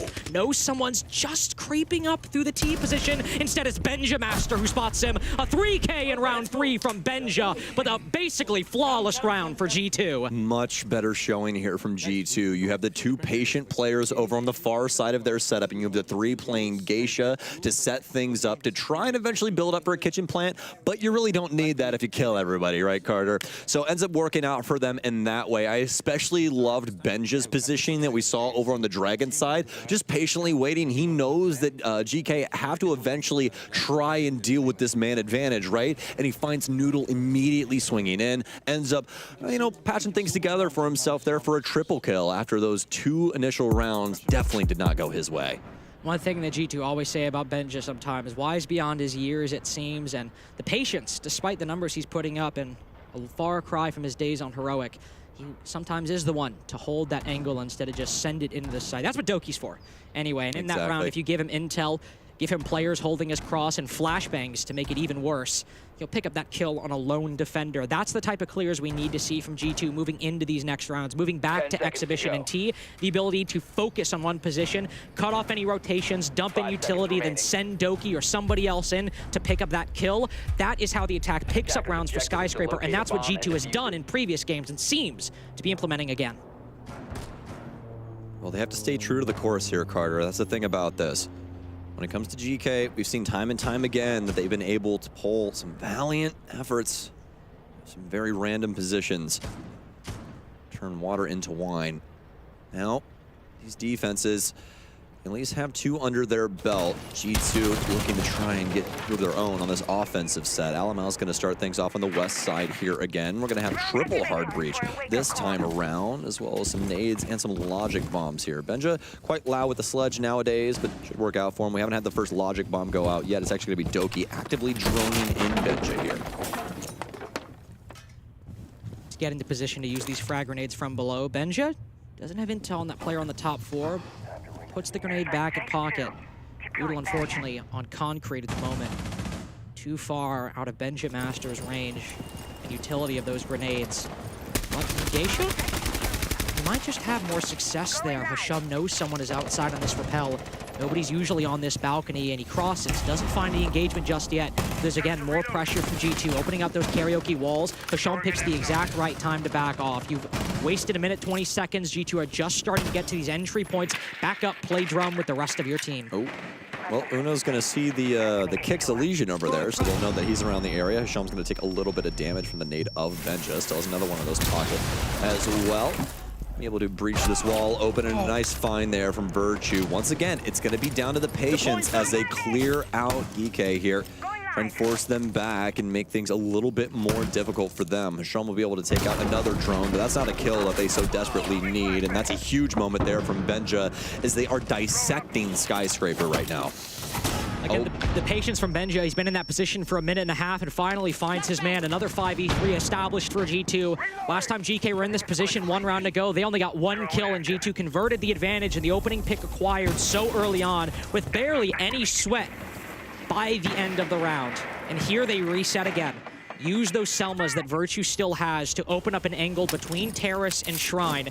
Cut off some of the most powerful rotations the defense has. Often they can stop the attack on those 2 doorways, but this time it is an angle for the benefit of G2. 30 seconds remaining.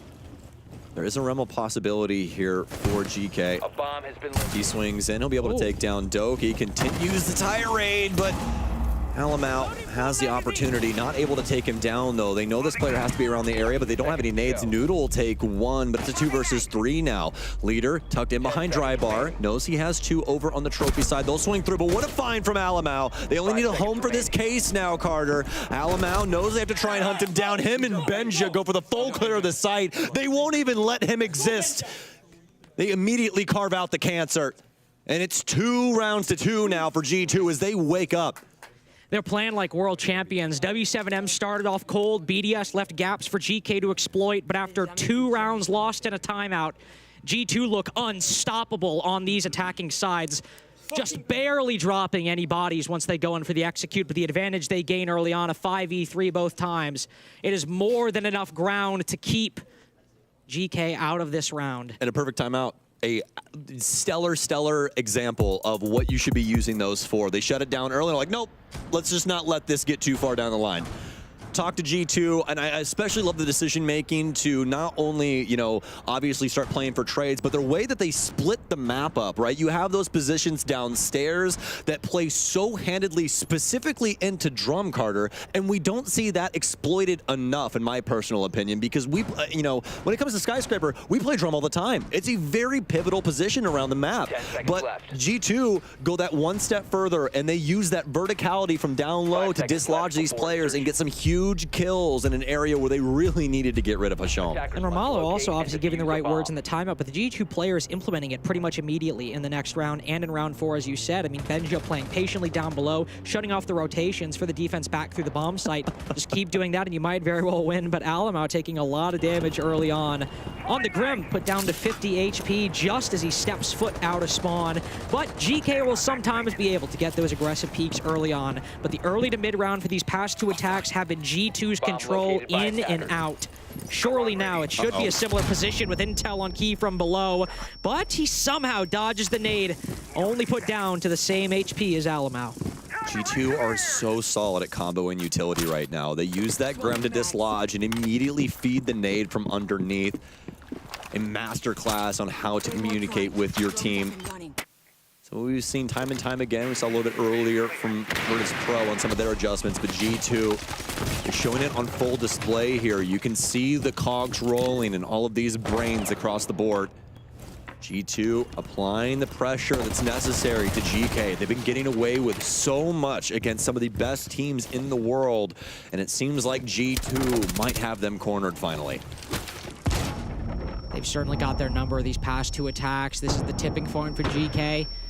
Can you adapt like you've done so against better opponents before? But how do you adapt to a man who simply doesn't miss shots? Doki now 4-4, Alamau as well 4-1. And G2 just careening into Geisha. But leaders dodge those Bs. He's tucked in the corner and Doki's distracted by a player down below. He pushes forward. They don't know about leader's position. He plays so patient with those Bs and now retakes control of Geisha. But G2 still have plenty of angles. All dismantled by Key and Noodle. Right as Uno turns away, that's when leader gets his second in round 5. GK, just with a little bit of patience and a little bit of luck, have stopped the momentum from G2 in round 5. Benja forced out of the building. Key holding the angle with a shotgun. 1 HP doesn't matter. 1 slug will do it. GK retake their lead. Nice one, Leader. Nice one. Very well done there from GK. And as Key said, very well done from Leader there, because if Leader does not accomplish what we saw inside of Geisha, that round becomes a really big problem for GK. But Leader's adamant, his patience, his ability to just sit there and wait things out around those Bs and just trust the bloom, right? It's not going to come my way. Everything's going to be fine. And he takes out Doki, all because Doki was so ready to try and kill that player inside of Karaoke. And what a statement for Leader this event as well. Obviously having the issues with Heroic, not having a great time. Crazy storyline for him and Noodle, man. I mean, if you felt that his value was ever in question, same with Noodles as well. I think what they've done with this team, not only just coming in, but playing well individually, but not completely taking over the roster, but saying, all right, you guys have this, we have this, let's meet in the middle, make something magical. Everyone on this roster, from Tricks down to Leader, but specifically Leader and Noodle, this has just been a great statement for what they can bring to a roster in the server and outside of it. I mean, Heroic have got to be punching the air right now, legitimately, because Leader, Noodle, and Uno all in this game, and they've all been making the proper calls, proper plays, dude. You know, it's like, guys, you had so much value. What happened, you know? So, sometimes it takes another project to really reveal what a player can do. And we obviously knew what Uno can do from the Prime days years and years ago. Leader and Noodle, some newer faces, at least to maybe us North American folk, for example. Very, very good showing from them, hopping onto this GK roster. The defense has guaranteed themselves an even half to this point, and they are committing to the playstyle that they know best. Hashom 1-5, not having the standout performance he's had in the Swiss so far, but he shifted to the Vigil to go for another very deep lurk inside of the map. Doki's on the hunt, but will that ERC cloak the Vigil? We hear Z-Pigs. This is one of my favorite rat spots in this whole map here, Carter. Some solid spots around the bathroom, but that area seldom gets droned out. This is not gonna work out for Noodle in the slightest. Great drone work there from G2 to be able to eclipse him inside of Terrace. Again, even if G2 dropping rounds, round 5 still had a great setup. It was just a big individual play from Leader that you sometimes can't account for. Okay, how does this play go with Hashom? That's the key thing here. The one thing to always notate about Vigil is that ERC7 backpack, yeah, it's all well and good, they can't see you, but it also lets everyone know that a Vigil is on the board.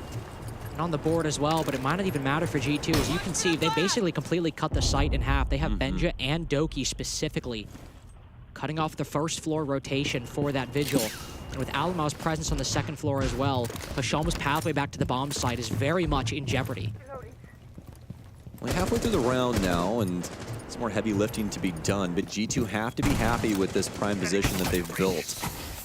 And that one of the Kunai down here, Leader's gonna go for the swing, but oh, count your lucky stars there, Lead. You should have been dead to rights, but fortunately enough, it's gonna be Hashom, actually, that gets the kill down low. I think Doki tried to sneak up the stairwell and was found instead from Hashom's position as he was patiently waiting behind the sushi bar downstairs. Alamau also trying to follow suit here, but no follow-up necessary as Hashom has already vacated the premises. Uno will now repel in, but Leader just around the corner. Probably gonna go for the swing, but Uno is ready for it. The patience of a Leader right there, but the frags from GK, the young guns coming alive and keeping G2 on their toes. Hashom now hitting the flank on the top floor. Key so desperately wants to swing this breach, and the crosshair placement works. Dome's Virtue outside of the house wall. Another shot by Tricks to make this a 1v3 for Uno. Hashom hitting him from the back, and someone else in minibar. Oh, it's so over. 4-2 for GK. They take the lead dominantly on those defense. Well, count your lucky stars, G2, that your coach called the timeout when he did, because that could have turned into a really bad defensive half if GK was capable of taking any more rounds than what we just saw. G2 obviously getting the 2 necessary rounds for the offense, so going to be very happy with that as they will finally be able to take control of the more dominant side of Skyscraper. And they're actually going to head to Kitchen and Barbecue as their very first site for this half. Perhaps just to catch GK off guard as well. I mean, G2... And there it is. I told you, man, it never gets droned out. It never does. Even against G2. I do this in ranked games. Listen, if gaps are going to be left, we know GK can and will exploit. And that's the key thing, right? You have to try. That's the thing. When people think about like competitive level siege and all that kind of stuff, they're like, oh, this would never work. And but especially in a best of 1, that's the time to try it. G2 has less time to adapt in a best of 3. They don't have a second or third map to rely on. Sure, it's a little bit of roll of the dice, but it's an FPS. It always is to a certain extent. And if you just keep getting a little bit lucky and have the skill to make up for the rest, it can work. But as you said, G2 have got the 2 attacking rounds we often find necessary. There's a lot more potential there just with G2's history on this map. But GK still getting that 4-2, very, very important. And G2, again, this being a map firmly in their pool, Barbecue, Exhibition, T, doesn't matter. They are well practiced on all of these bomb sites, and I think specifically Alamo on the Fenrir, Benja, Virtue, look at all of these traps that G2 are bringing to make sure players like Hasham, like Key, aren't just able to lurk in and get a free pick. It's very smart strategy. See if it can potentially lead to anything of substance for G2. Definitely going to make entering the building a lot harder. We know that a lot of people like to put those razor blooms as well as frost mats around windows. Doesn't seem like there's anything over there from Benja's perspective, but doesn't mean that there isn't something lurking up in the rafters. We'll be playing around this drum area for now, but they're trying to assist a bit with Geisha, opening up some new lines of sight with that Uzi, as it does have pretty good soft destruction. So far, so good for G2 in the first minute, but a lot of drone work coming out from GK. They're trying to understand more on what's happening around this site. On Barbecue, one common gap left by the defense is that delivery position. We see Noodle looking at right now, but there's one defender inside. Alamau, more importantly, playing by the bar, but a nade to anticipate that. Doesn't take down Alamau. If that lands in a slightly different position, that's a 5v4 from GK, but at least they've softened up Alamau for taking later in the round. X-Key prepped outside the kitchen window to hop in with the diffuser later on, but GK still probing, fishing around the map, looking to either cut off rotations or hit some nades from below. In the 3X site, huh? On the 417? Don't see that one every day, but Sean can likely make the most of it. 417 is a very dangerous weapon when it comes down to it. Can take out Alamau in one shot, actually, right now, if he ended up getting tagged. But GK doing their best to try and be patient about this, see if G2 wants to try and deliver any swings or blows from this defensive prospect. But as of right now, nothing really to say. G2 only have that logic bomb going off in their pocket, waiting the arrival of GK as it's warming up now. You can see that it was going to be a bathroom offense this entire time, and Noodle will finally swing through.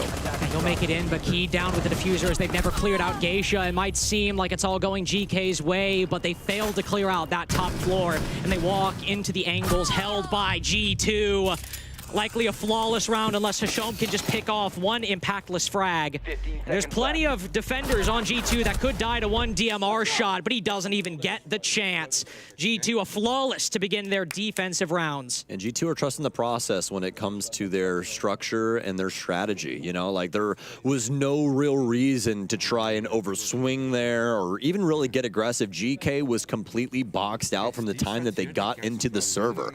Really had no idea how they wanted to go about things, and I mean, you really can't blame them. There's barbed wire strung about the map. There's a bunch of traps everywhere. You can't get overly aggressive, otherwise you might run into something like a razor bloom and have somebody swinging you at the same time. And on top of all of that, just really no way for them to try and collapse on that top floor without taking some very considerable damage. So, a win on the off-bomb side for G2 to start Geekay struggling on that clear. So focused on the delivery position, but the Geisha clear to add on to it not working out. As we move to Karaoke and T, what will G2 put forth that GK must respond? Well, with the Azami, it's going to be a lot of holding the choke points in Drum and Shrine. Always such a difficult prospect for the attack, but as well, teams or defenses will often hold Exhibition and T early on, and given the amount of soft walls in that position, that's very often where the attack might find an early pick, even if you watched the SQ game yesterday, just pre-firing randomly. Sometimes you gotta send it. Think somebody's in the area, you might as well be shooting. Especially if you're swinging it. I mean, you're giving up your own info at that point as well, so this makes a bit of sense. Saw out of GK yesterday, as you were saying. Some pretty impressive kills coming from situations like that, too. Specifically for Key, I do believe, saw some pretty incredible things, especially up against Gunner, poor guy. But I digress. G2 trying to trust the process like they did in the last round. Rest on this strategy setup. See if they can possibly get some things going for themselves. GK are going to do their damnedest to get these nades in down low and try and find a home for these. And by a home, I mean a kill. Frag grenade out initially, headed towards the Virtue's location, but won't strike him true as he's actually right around the wall there on some solid ground. This is how G2 love to attack this bomb site, is using these nades from below, either on stairwells or through the floor. I mean, it's how many teams on Skyscraper do, but G2 know their power first and foremost. So they're all tucked either on the opposite side of a wall or on the hard floor of a certain part of the map, making sure that GK aren't able to just get a 5v4 by bypassing a gunfight. Hashom lose a lot of HP to start, and he's also used both of his nades. Noodle's got some backup, but where GK normally can consistently find this opening pick and hit a gap early on with Noodle's first nade. He takes down Uno, and now GK have something to work with. Oh, especially after Doki goes down. I think Doki was trying to hold things down low, but Noodle slips through the cracks. Another frag grenade out. That could have been a detriment to Benja, but he's going to try and replace things over on the restaurant stairs. Try and hold down this rotation and make it to where they can't try and force their way up top. With that logic bomb out, Benja might be in some hot water now. Should be a known quantity, but we're about to find out. Let's see how this swing goes as he walks up. He'll take out the Finka, but it's an immediate trade for Noodle, as it's a triple kill for him so far in round 8. He's got everything for GK, all the credit for their way into round 8. Looking to move up 5-3, but 30 seconds left. Alamau's got one smoke remaining, but can the defense set up a crossfire? How many gaps will GK leave that G2 can exploit? They've got this side, the main stairs locked down. Alamau still holding out behind the black stair shield. Leader shut out for just a few more seconds, but then he can move in and start putting that case down with only 13 seconds left. That T player, never mind, I was gonna say he needs to go big. He goes quietly into that dark goodnight. 5-3 now for GK. If they just keep clawing rounds like that together, it might be close, but they might hit main stage. They're doing a very solid job right now of maintaining patience and calm. And I mean, it's truly incredible to me that 3 of these players have never even graced an international stage. You're playing against 4 hammer lifters right now, and not, oh, this was back in 2018, 2019. This is this year. G2 just won a hammer this year, and Geekay are up 2 rounds on them on Skyscraper and putting offenses together on this map. And it might seem like, oh, well, Noodle has to get all the credit, right? I mean, one big 3K and they don't win that round, but that's sometimes what needs to happen on Skyscraper. You need something. It could be a player. It could be utility. Hell, it could just be luck. Also, it's just the amount of pressure that GK's putting across the board. They have the drones working for them, all of the different crossfires built up around Geisha and stuff. There's a lot of distracting measures that to the untrained eye, you'd be like, oh, this guy's just killing people. But that is not the case at all. And at the end of the day on Skyscraper, you need just something to work like that to break that stalemate. Because on Chalet, you can set the pace with utility, right? You can throw flashbangs in, throw Grimbees in, throw grenades in, and the defense has to react to you, right? Yeah. But Skyscraper is such a defender side of the map that even with pouring in that utility, they can still keep you at bay just with how hard those choke points in Drum and Shrine are to take. So even if Noodle gets a big 3K, you need something, whether it's a grenade or a player. And if they can just do that 2 more times, break that gridlock a couple more times, they might stun us all. Time to make a new door. Yes, indeed. Truly an insane series of events in between these two teams so far. It's Noodle on a masterclass so far in the frag department, but backed up by the rest of his team. It's such a solid squad so far throughout this entire tournament. Leader's going to take a little bit of heat here, but be able to stay alive for the time being.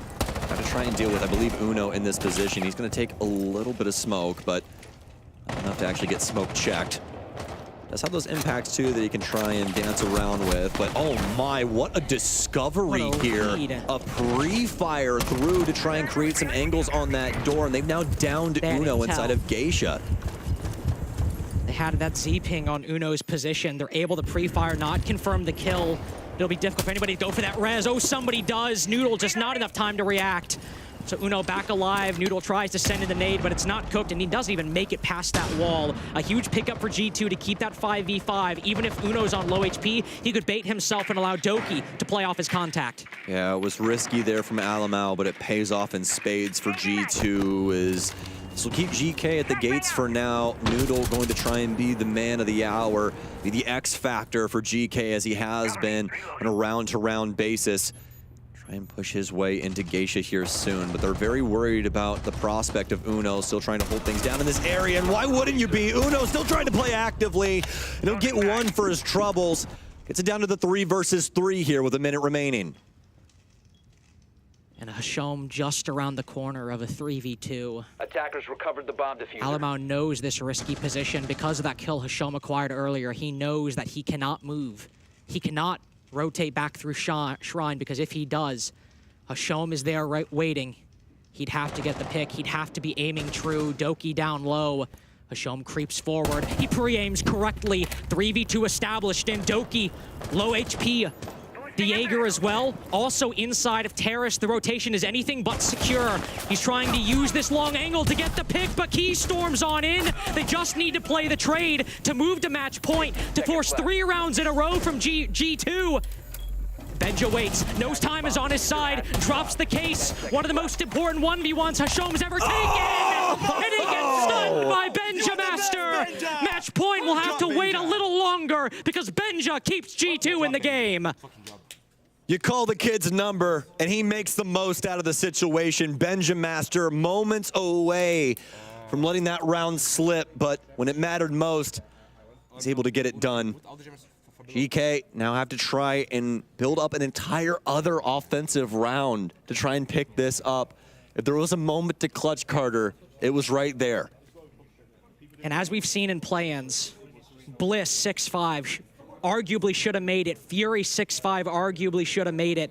But it's those moments, those rounds that just slip away that end up costing you the game, where the more experienced team can then recover. We'll have a rehost moving into this round, but honestly a bit of a breather necessary, as GK just letting a 1v2 from Benja win out for the defense to get the momentum again and make sure that you don't meet the same fate that many of your compatriots from the newer regions have suffered before.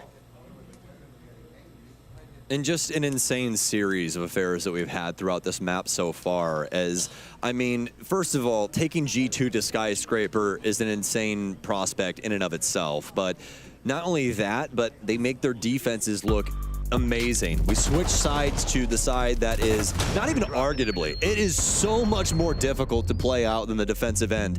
And they are also taking it to G2 on this end. I mean, really the only thing that was really good for G2 in this moment was the fact that Benja was so capable of winning out essentially a 1 versus 3.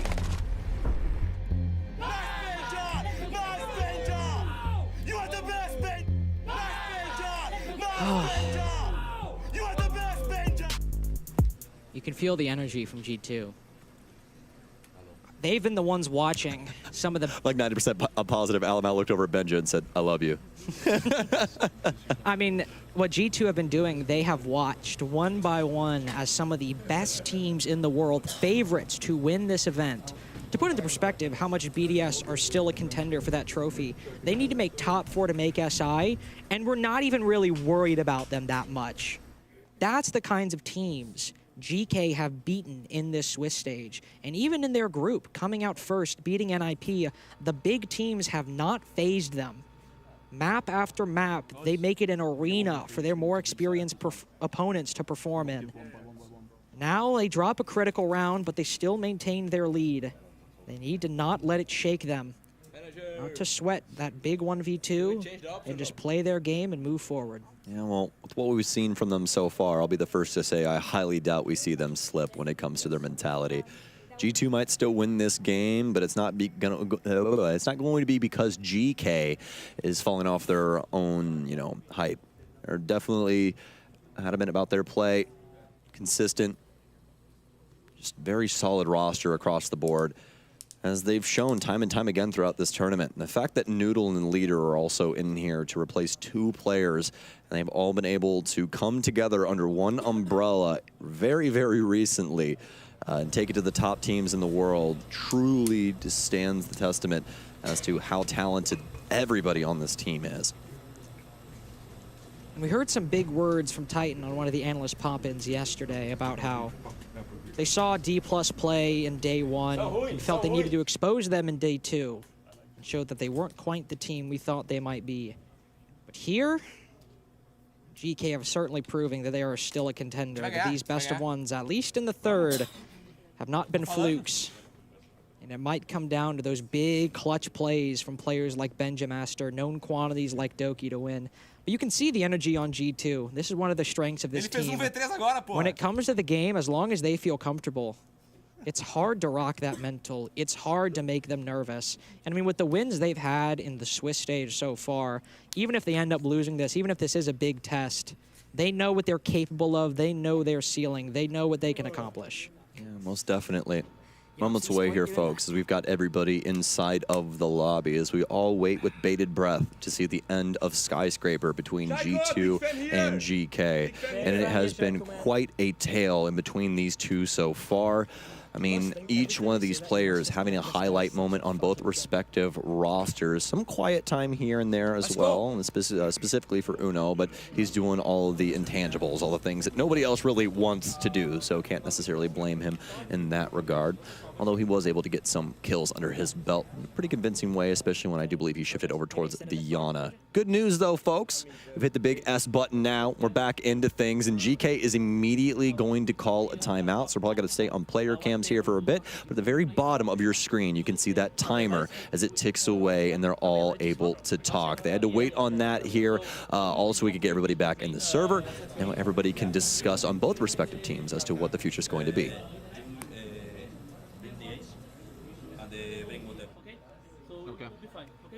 GK, the ones needing to take that pause. G2, obviously, they get time to converse as well.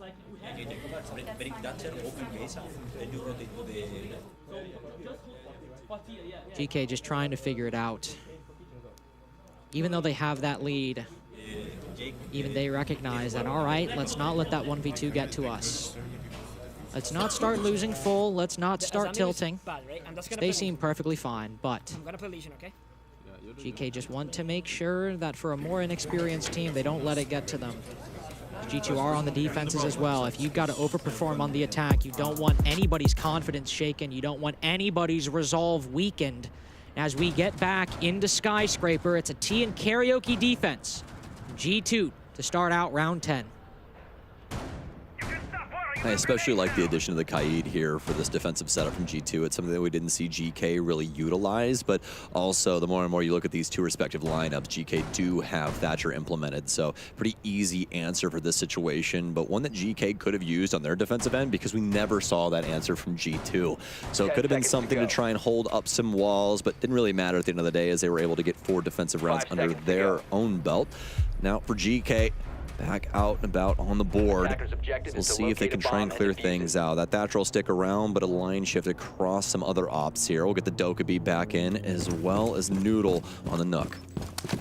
One thing GK love is that Dokkaebi. Trixed, I'd be hard-pressed without even looking at anything.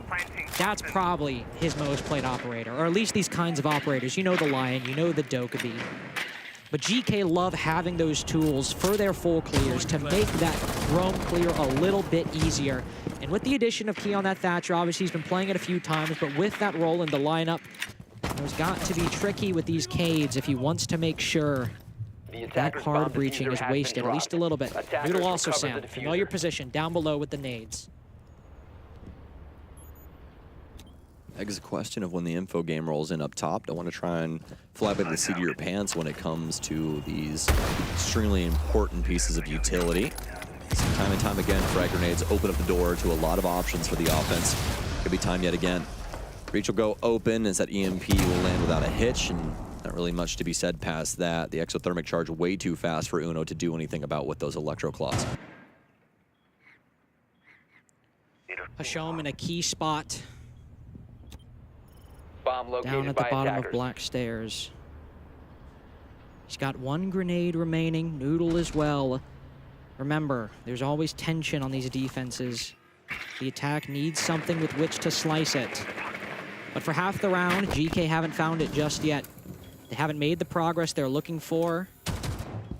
As long as this time keeps ticking down with no action from GK, G2 are feeling more secure at holding off main stairs, holding off black stairs. Uno just swings down for a second, but it's still a 5v5.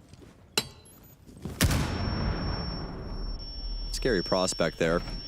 Don't really think that he knew where it dinged at. And he was a little worried about that frag grenade coming his way, but fortunately enough, it's on the other side of that door. A lot of goo mines working out for Dokies. You can hear them constantly entering the ankle of the GK offense. We're doing his damnedest to try and propel this team forward through this far side of the map. A missed shot there from both respective parties as Doki's shot will go wide too. Hashom taking quite a bit of damage, and GK have to try and get one of these big picks, but it actually goes the way of the defense first. GK just locked out of the bomb site. Even when Noodle tries to swing in, he's cut down by Doki. The player's been quiet in comparison to Benjamaster, but flirting with his second engagement. He's certainly been in a good spot in round 10. A 1v5 for Hashom as G2 in prime position to even the man count and the scoreline overall. 5v1, what are you to do as you stand in the face of G2's second flawless and a tied scoreline? 5-5. Great defenses here so far from G2 as they have been putting these things together even past the 2 timeouts. And as we continue to move forward, Sam, I mean, that 1v2 from Benja, it's starting to age very, very well as G2 close this game. They tie it up. They move into a further defense. Kitchen and Barbecue, their first flawless round on this defensive side as well. Yes, indeed. G2 making the most out of these situations. Alamau with a moment like Key, but even more aggressive there. With more of the Brazilian flair showing on that one as he just takes full breadth of the balcony, able to take him out. But it's been these exploitative moments from G2 that have been getting to GK's offense so far. They have not been able to find an exact answer for it just yet. Yeah, around here, not really there, obviously, as they've only been able to get one since their defensive set, but now this is truly where they need to try and get things solved. But we're back to very similar straits. This is where G2 started things off for their defensive set, and it went so very well, especially with the amount of traps that G2 had at their disposal. And still have at their disposal Banshees, Razor Blooms, Frost Mats, Goo Mines, and to make it even worse, Mute Jammers. To add some intel denial, and GK, even then, sure, the trap ops are problematic. It made the delivery lurk from Noodle not work, but they barely even cleared out Geisha on the top floor. So when they ended up finding control in the bomb site, it was a super easy retake for G2. And what do we see in the first 30 seconds? Key and Leader trying to open up the Geisha wall very quickly to take control of that hatch. There's nobody actually playing directly inside of Geisha right now. Uno, of course, is in karaoke, very close by, but everyone from G2 on a retake strat seem to be even playing retake just for the Geisha position.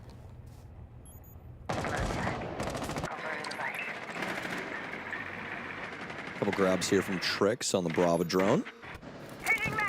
So there's a Frostmat under this window as well. It's going to be the first minute expiring here for the offense as they've wrapped themselves around this top floor, but it's mostly just on the rappels for now. Doki's been the first one to pick somebody up. It'll be Hashom as he takes him out over on the Shrine side. I think he was flirting with the Shrine window there, and Doki able to nip that in the bud very quickly. G2 feeling comfortable, GK playing slow, playing passive. This was the worry when they lost that 1v2. How would they react?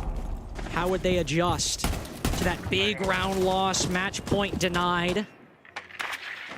And it's another very slow attack as they've had effectively Geisha control for a solid minute and 30. Only one player on that top floor, even close by, and Geekay still have not entered. They are still nervous. Noodle hops out the window down below. There's a wall in front of them with G2's logo plastered on, and they can't find one single hole.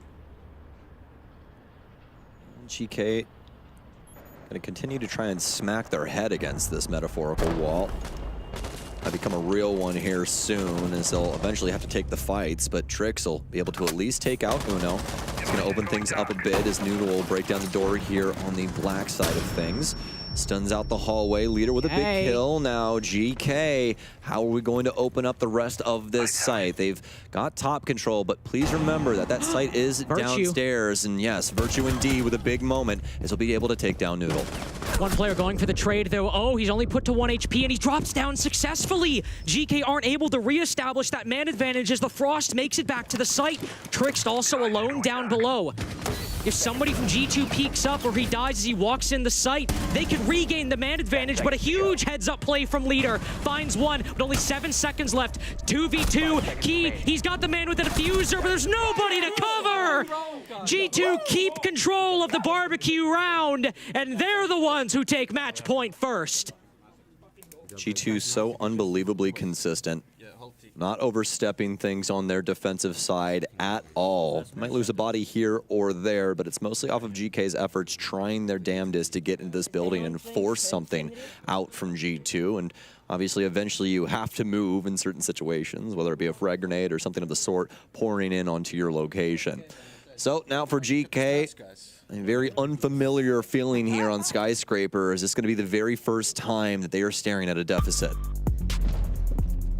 And this could have been 6-5 as well if G2 won that round, but GK had closed out the 1v2 against Benjamaster. They would still have a round to close the sound regulation. But now if there was ever a time to recapture some of that performance from the first half, it is now. Since the rehost, Hasham, Key, Noodle, some of the biggest players on GK, not a single kill through 2 rounds. It's Leader and Trix, the only ones able to muster any effort, and only in the round we just saw.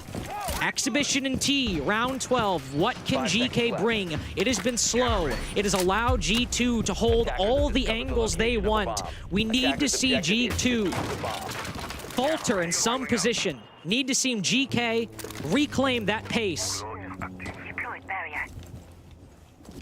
Well, Benji going to go for the swing when it matters most. The aggressive nature of this play from him. Especially now, this is the last thing that GK probably thinks G2 is willing to do, but I see Benja really good for at least one in a situation like this. GK just not giving him any looks, so he'll choose to fall back as offense will start wrapping around this top floor. All the balcony work, as well as the drones to start things off, which you always see on Skyscraper, and a huge misread here from Hasham, as Benjamaster will get a huge kill over on the black balcony. For the first time this tournament, it seems we see GK unsure. We see them making mistakes, making individual plays, or making them and being punished unequivocally. Major champs, Gamers 8 champs, it might mean one thing, but when you're the best team in the world, that is when the competition is the most fierce. Key sees a deployable shield, backs off the gunfight. Drone taken, but Alamau looking to seek an engagement. Oh, the shots miss, only barely. Benjo looking to shut GK out of Skyscraper. 2 kills for him in this round. Still getting on the aggressive, still keeping GK on their toes. No answer so far here from GK. Doesn't seem like there's going to be either. Might just go quietly into the night on this one, although an adamant effort. Nice find there from Key. Won't be able to get the follow-up though, and it's Leader in a 1 versus 4. Leader in a difficult spot.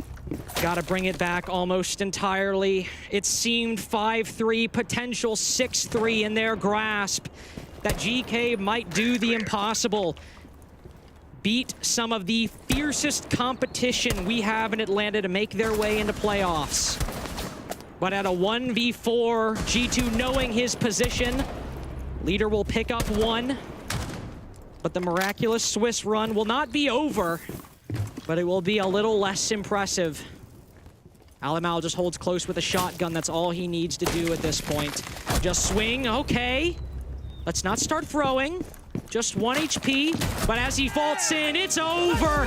G2 make main stage, and Geekay are not out of it. They've certainly impressed, but the flawless run ends here as they take their first map loss in stage 2. Well, it takes max regulation, but G2 very capable on Skyscraper, and you see why this is qualified as one of their best maps in their entire map pool. Geekay hadn't played it in front of anybody just yet, but I would say, for all intents and purposes, pretty bang-up job from their camp. And even if they've lost Skyscraper, that's the 9th map they've played in Stage 2. They have played every single map at least once, and this is the first time any team of any caliber inside of Stage 2 at MENA or in Atlanta have been able to beat them on their own territory. Their fate is not confirmed just yet. They'll have to play tomorrow to see if they can continue this insane underdog story. But for now, G2 will be the first team to make main stage. Alamal and the rest of the boys pretty excited about that one. And honestly, what a game in between these two. And see the pressure from G2. We'll see if there's any pressure in this interview as we toss it down to Jacob. Nah, I'd say no pressure on this interview personally because we got Doki with us, and I heard you guys. You said as you were doing the handshakes, were you saying they are really good? Yeah, I said you're good. Yeah, yeah, you're really good. Yeah, they are good. They are very good. Yeah, that was a hard game. That was a really hard game. Any reason to fear that team coming in? Obviously, looked really good, but what were your opinions of them? I mean, we thought we watched the W7M and BDS game back against Geekay, and although Geekay played good, we think BDS and W7M played really bad against them. So they had an off day, so we were okay, maybe they're not actually as good as they are showing, you know. Yep. But turns out they were good. They were really good. They had some nice strats, kind of default strats, but they were playing siege, a good siege together and communicating well. So it was really hard to kind of pick apart, and they have good players, so winning your ones was always going to be difficult. So yeah, I was going to say on your guys' attack, they were actually beating you guys on the opening kill factor. They ended up getting Benja 2 times early on. Yep. Was there anything you guys changed over the course of the attack when you're losing people that early on? Yeah, I mean, and Romario took a really good timeout. He also said during the Geekay timeout, we gotta stop playing so split because they're isolating gunfights and they have good players. So it's now, instead of what we usually like to think is a 70-30 gunfight for us, it's more of a 50-50, and it's really difficult. So he said, let's do more direct pushes, play together, hit the site more together, and then it worked. We started getting more entries with more crossfires, refrags, things like that. So it was a great timeout by Romario. It was so good. It seemed like you guys kept that idea going into defense too, playing together, playing off of those trades. Was there kind of a defining moment where you knew, hey, once we get to defense or in the defense, we got this game? I mean, I said 2 is good. I said 2 attacks is good.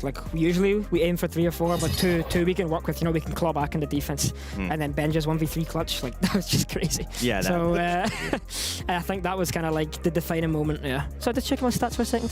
That's okay. 11-9, Benja 15-7. That's not terrible considering. But yeah, if Benja doesn't have that one clutch, yeah, I mean, that's a different game. I would say, yeah. How much credit do you give to him for winning that game off that one clutch? We screamed at him. We knew he turns up when we need him the most. Yeah. That's what it is. I mean, you can't scream clutches, but everything else seemed like it worked out, right? Exactly. All right, well, you guys have already qualified for main stage at this point. You've qualified for main stage at every single event that's happened so far in 2023, which has to feel good. But out of curiosity, some other events in esports will have Swiss stages, and then someone goes in 3-0, and then they wait for several days before they then go and play their next game. The argument for some people is, oh, wait, if you qualify as 3-2 as opposed to 3-0, at least you're still playing something as you go into your next matchup. So what's your take on that? We said, Carl said, Alamo said, let's not win today because we can play more games. We know that we're playing really good, obviously, so we're going to qualify. Yeah. And he said, the only thing that could be difficult is that we're going to be so cold compared to other teams coming off of, victories and stuff going into... That is true. Going into the main stage. So that's something we're going to need to do. We haven't been practicing at this event, so I think that's something we need to do in the next 2 days off, or 3 days off. I don't know how much it is. So we need to make sure we practice and stay warm because I think that you're right. The teams that are, 3-2 have an advantage, in my opinion. So, yeah. I know that you guys, during the stage, didn't look like you guys had the best stage, but I had a personal chat with you. You ended up telling me that you didn't think it looked that bad. So to then come back in knowing that it didn't look that bad or feel that bad, and now you guys just ran through Swiss. Like we just said a couple of seconds ago, like we said a couple of seconds ago, like we played the LCQ, right? We played more games than any other team that's here. So we were warm, we were ready, we were known the most up to date, you know. So I think that's why we were kind of, you know, set the ground, like hit the ground running and stuff. So, you know, it's Slim. You suck. Okay. All right, anything else you want to say to the fans before we let you go? Thanks for watching. I can't wait to see you whenever we play. I don't know when it is. Do you know? On Friday. On Friday, guys. I'll see you on Friday. So, yeah, thanks. And buy the skins, of course. Give me money. All right, thanks a lot, dude. Again, congrats on the win. We will see you guys in Gas South Arena. And Jack, obviously, they won this game on the defense, but if it wasn't for those 2 specific attacking rounds, then they wouldn't have been able to take this game, right? Yeah, absolutely, Jacob. Now, Doki actually highlighted 2 things. He's making my point for me on the screen here. He said 2 things. He said, we got a 2-4 attack half, and Romalo gave a great timeout that forced us to play together. So, I've got a very short clip, and I'm going to start it just static for you to show how G2 play split. So, you've got Benja over here on my left by Karaoke Window. You've got Doki all the way up on Black Balcony. You've got Uno. He's going to be by the office breach. Virtue is going to try and end up by the breach, and then Alamau is going to try and Amaru up the hatch here. Notice how split these positions are. They are so far away from each other. This is the very first round. This is the attack round onto office that they lost. And in just a second, we're going to go to the attack round on office that they eventually won. Now, over onto round 4. Notice these positions. You got 1 player all the way down, just under here. 1 player up on the Karaoke Window. 1 player top black. 1 player below Geisha. And then Virtue is going to come here. Notice how much closer all of these positions are together. And that was the change that Romalo made into the timeout. What this forced G2 to do is work together to clear from the map and push one side to the other. And as you're going to see, it's just very basic things in terms of basic Siege. It's not playing split. Now Benja's going to nade for the mute jammer, get it off, force this Legion into an uncomfortable position. What that does is when the Legion moves, the mute moves as well into the line of sight that Virtue's holding, free kill. And that's where G2 was losing the game in the very start, losing it on the entry because they were split, now winning it because they are playing together. You're going to see Hasham now get naded out. He then gets killed by Benja. Boom, 5v3 G2, and that's the 2 attack rounds that they needed to take the 7-5 victory. Now I'm going to throw it over to a break.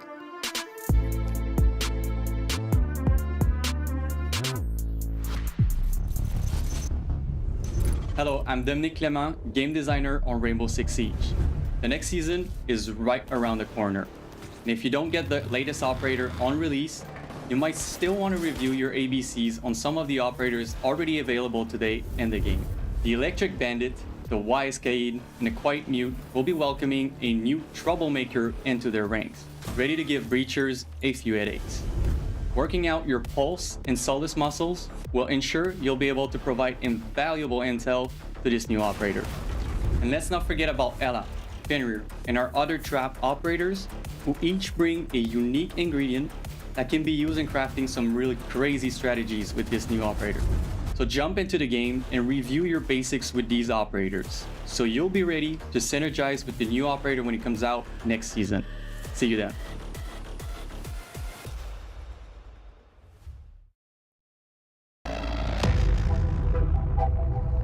Hello guys, Team Wolf there, and we are going to play Siege Snacks. Hey. Hello. Is anything that you're hoping for? Chocolate bear. Bar. Chocolate bear bar. Anyone? A candy. A candy? Haribo Dragibus. Lift poison. Lift. Ok, samouraï sauce, nice. C'est de la crème solaire, frère. It's cheddar. Cheddar à tartiner. Non. On doit grailler là? You should. Allez, let's go. Attendez, prenez tout. On marche tous en même temps. C'est vrai? On est tout en entier. Dis 1, 2, 3, on est Algérie. Tout l'entier? Tout l'entier? Ouais, tout l'entier. 3, 2, 1, 3.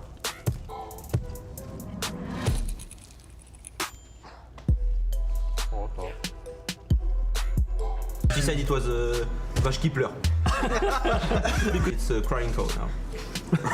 Compared to what we know, in it, because we're expert as French people, so that's not good. Thumbs down. No. Overall thumbs down, yeah. Because we like the cheese in French. Yeah, overall sometimes. C'est trop chiant. Overall. Bismillah. Ça a l'air éclaté. Ah, ça j'ai déjà vu. Ah, ça j'ai déjà vu. I don't like the white on it. It's, The white thing here. Ouais. It's not. We are not used to have that in France on our snacks. So. Yes. Ah, allez, sérieux, bien joué ça. On peut en entier, ça peut pas. On fait en entier. Maintenant,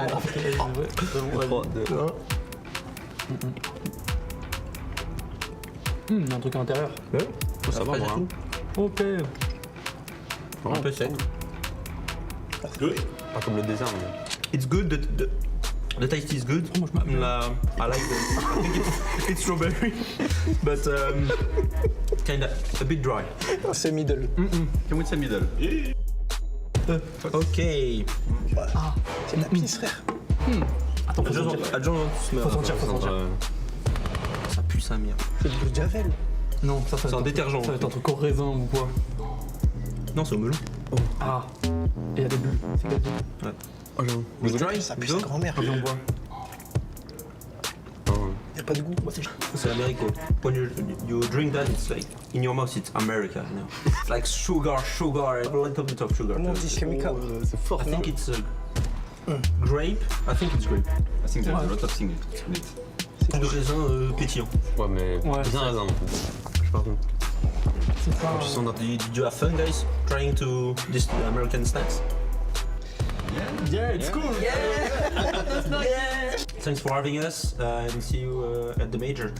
Bye. Bye.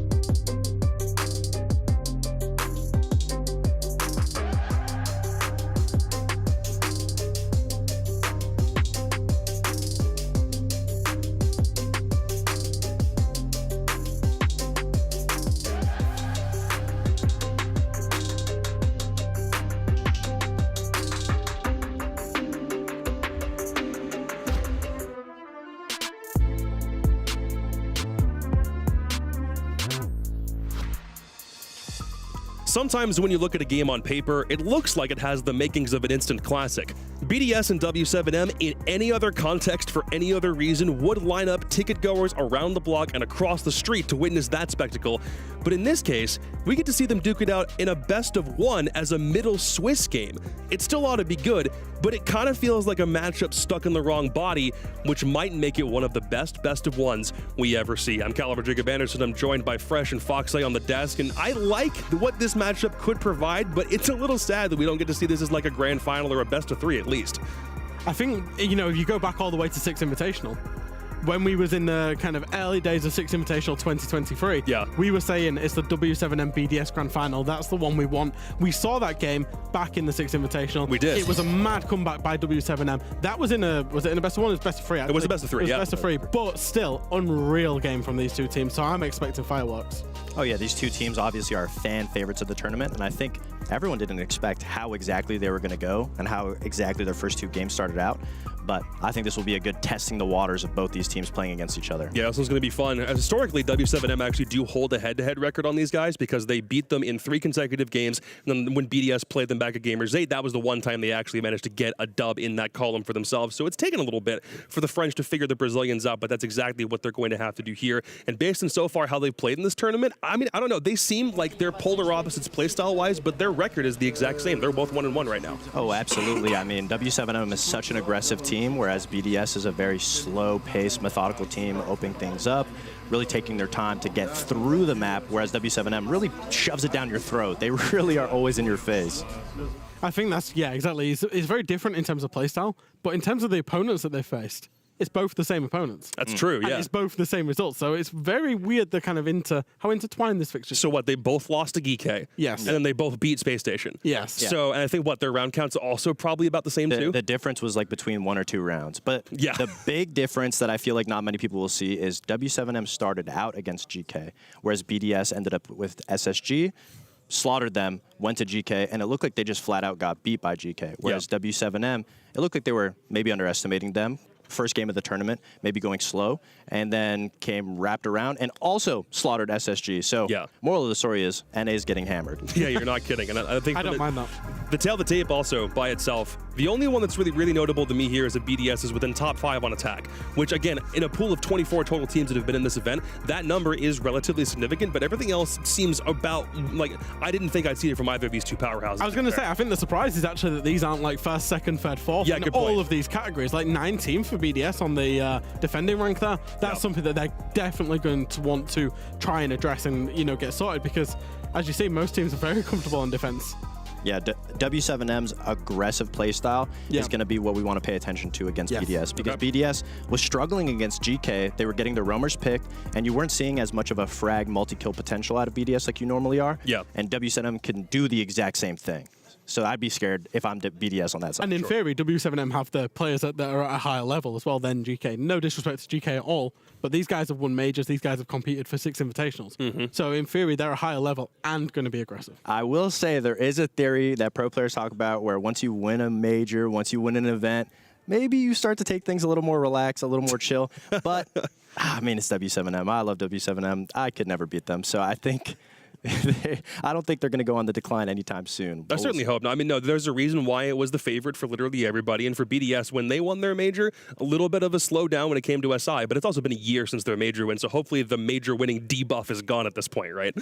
Yeah, I mean, you could also look back to when they won Gamers 8 in 2022. They went and won the major afterwards. They won Gamers 8 23. They haven't slowed down. Are you kidding me? They've won more lands over the course of the past year than more teams can say over the past 3 years. So it's big what BDS have been able to accomplish so far. Let's talk maps specifically. I like where both teams' map pools sit at the minute, so I don't really know what map I'd even see us go to here. Yeah, I think both teams are going to try and look to ban away and try and get themselves to a map that's, I would say, weak for their opponent. You don't want to be going on a map where you're strong on it yourself, but it's strong for your opponent. You're going to try and take them onto a map that they don't really like.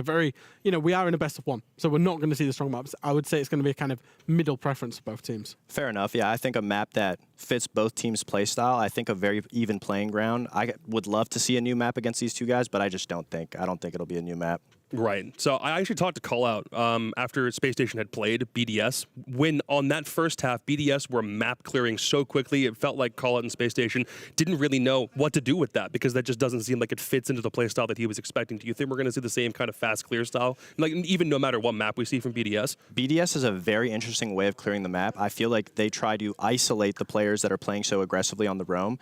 I'd be scared on a map like Bank or maybe Oregon or Clubhouse where BDS can really just take it to the hard points where you can roam as a defender and post up on them and just demolish it from there and then have a swifter time on their attacks. But on the same time, W7M, they're very unpredictable. So if it goes to a map like that, I could also see them swarming BDS. All right, let's figure out where we're going for this best of 1. Again, I wish this was a series that had a couple more maps attached to it, but Oregon, Okay, bro, really? If we only get one map, we get Oregon? Well, yeah, so I guess it's not that surprising. We're going to a very middle-of-the-road map, kind of 5th, 6th preference map for both teams. Again, the last 2 bans is the one that's interested me the most. So, Nighthaven, Consulate, Oregon being the last 3.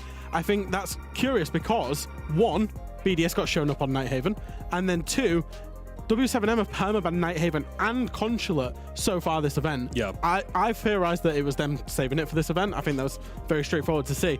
They were prepared to bring it out today. BDS just choosing not to go to Consulate, where their only time they played it, they did win.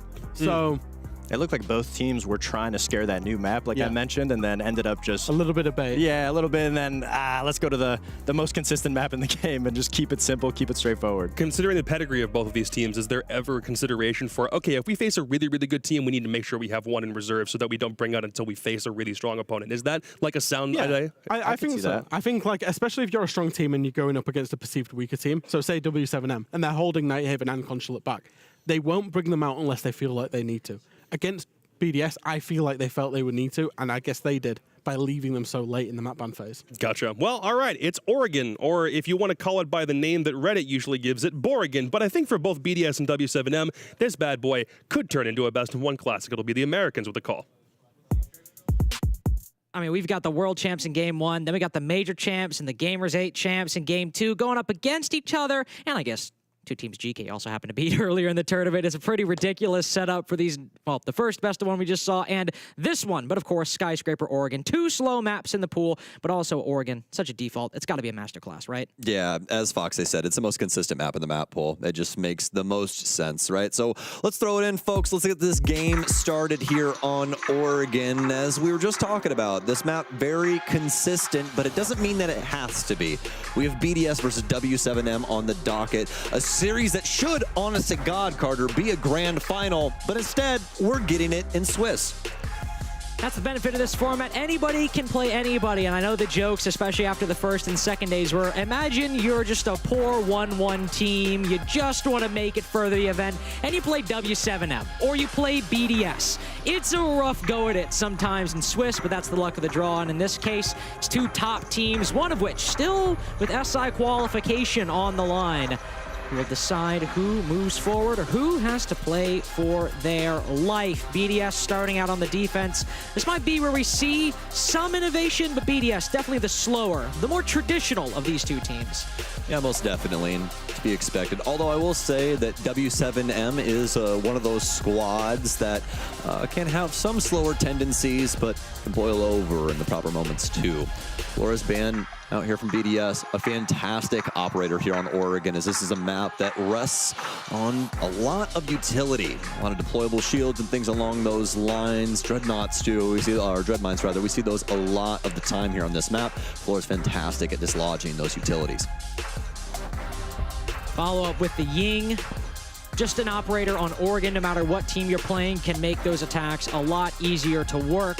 A permaban, one of the most banned ops in general, but this one in particular. There's been some great talk back and forth between these guys. You guys have been keeping up with the lobby conversation so far. You know, W7M saying they let BDS win Gamers 8, all these kind of things. But, I mean, I was there, Carter. I can definitely tell you BDS was no slouch when it came to that event at all. But now here we go. Get in with this last ban here. Flores and Ying removed for the offense, making the most amount of sense when it comes to Oregon, or really anything when it comes to execute-wise. When you look at Ying, Valkyrie, and Mira actually going to be the defensive bans. I feel pretty traditional here at the Mira Valk ban. It leaves Solus, it leaves Azani and Fenrir up, as you were talking about earlier. So a lot of those new oppressive defensive operators will be in play and at the disposal of BDS. But with their lineup at the moment, this is about what you would expect from a basement lineup. You've got the Warden on Shaiko, of all players as well, to hold down any power position. Pillar, Laundry, any of them will be great with this guy with the MPX 1.5 in hand. Then you've got the Vulcan packs to delay time, the smoke canisters to delay time, the magnets to deny map control. This is basically what you would want from a normal default basement setup. Feels like we could potentially be getting some roam here as well, as BDS are not going to be playing elbow. There's no deployable shield in their lineup, so it's not really a great spot to be. You might still be willing to open it up and try and swing off of it, but Gonna require some more aggressive tendencies. Also, no Jaeger in the lineup, but they will have Wamai, so just have some discs to be able to spread throughout this basement and make it toward these throwables. Won't have nearly as much impact, at least at the start. Always important for that pillar position. Philippox on the Amaru. Some people wonder why Amaru on the basement site. Well, he just wants to take quick control of back tower, plant the flag on that part of the map, and speed up W7M's early round on a site that often needs as many seconds as you can get. You'll open up those hatches for the entire mid-round just to come up with an idea or give yourself some options for where you want to push later in the round. So if you can shave off a few and allocate it elsewhere by putting the Amaru in big tower, you can do it. There is one defender, though, playing off of the site. It is LeakyFac all the way in dorms, where W7M have already moved down to the first. Yeah, I love that BDS sent everybody up top to be able to assist with this full roam setup. This is honestly beautiful because it makes it to where W7M have to try and respect this roam game. JV moving in. They still have a logic bomb, but should be a fairly straightforward affair. But JV92, that's a crucial shot to miss as the drone floods in on EFAC's position, but he should be dead to rights. KZ's gonna choke on that one, Carter. Thank you for that audio effect, as that was exactly how I was feeling about that one as well. Oh my lord! Guys, just stop it. Just stop it. He's a fucking, he's a demon, apologies, with the SMG-11 there. That was disgustingness out of EFAC, as we'll be able to take him out. Disgusting stuff. 4 down already, as it'll be Filippo to try and pick up the pieces here. Just ridiculous shots from LeakyFac. Caught me completely off guard. I mean, we had everything right there. Close quarter engagement, hip fire headshot, long range engagement with the SMG-11. Everything from BDS and a 4K in round 1. Well, LeakyFac certainly didn't show up in the game against Geekay yesterday, but against W7M, the reigning major champs, that's worth a little bit more effort. Oh my goodness gracious. A triple kill out of him with that SMG-11, dude. Just rocking the socks off of every single one of these W7M players. A 4K for him in that round. Kids dorms is going to be the very next defensive site for BDS, but I mean, it's really just EFAC that was able to just go demon time here on this entire roam game, and you can see why BDS had so much confidence in allocating all of that utility up top.